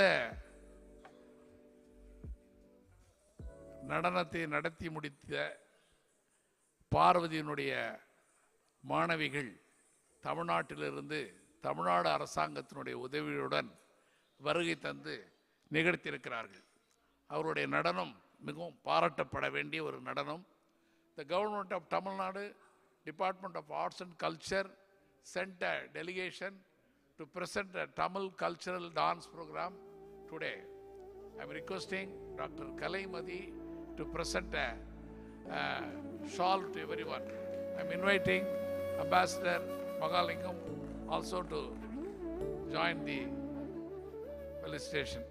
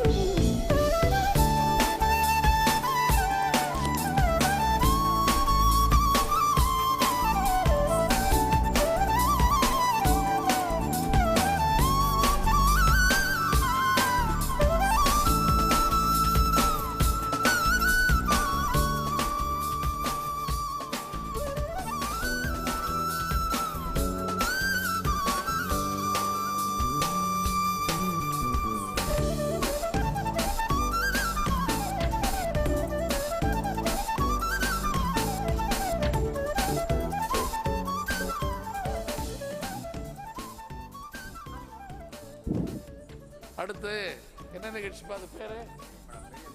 பெரிய மேளம். எந்த ஊர்ல இருந்து வந்திருக்காங்க? திருவண்ணாமலையிலிருந்து வருகை தந்துள்ள பெரிய மேளம் நிகழ்ச்சி. யாருடைய டீம்? முனுசாமி அவருடைய குழுவினர் இப்பொழுது அருமையான ஒரு பெரிய மேளத்தை இப்பொழுது நிகழ்த்துவார்கள்.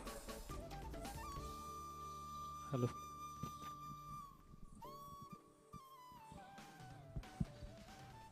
ஆதி தமிழ் குடியினுடைய தொன்மையான இசை பறை இதோ உங்கள் முன்னால்.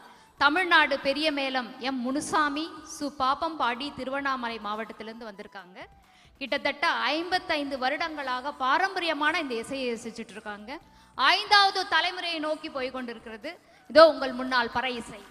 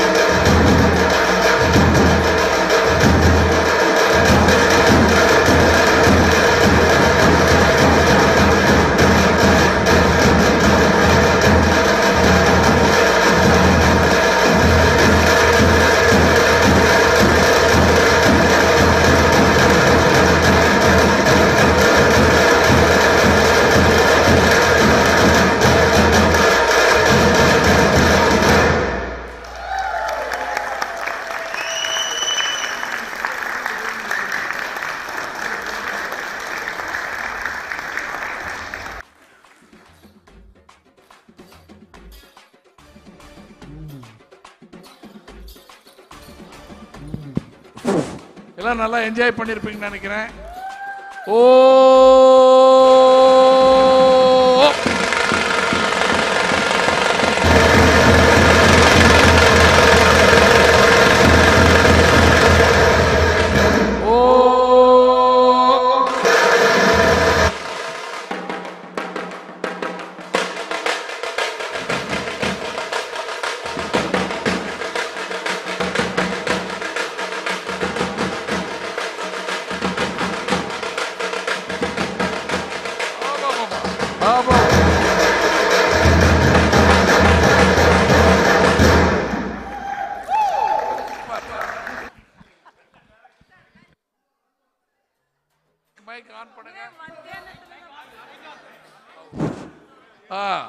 I'm inviting Mr. Logi Naidu to present a shawl to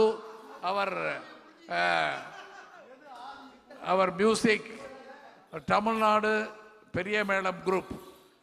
Mr. Logi Naidu, the former deputy mayor and also the former chairman of our conference group.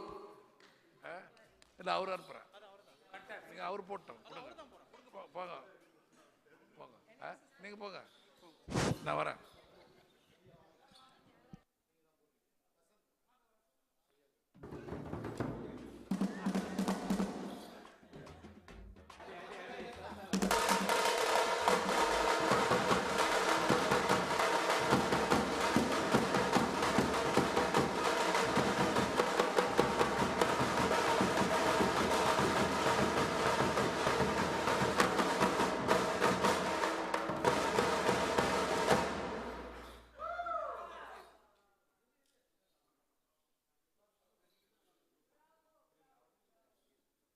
எல்லாருக்கும் லோகி நாயுடு போத்துவார்.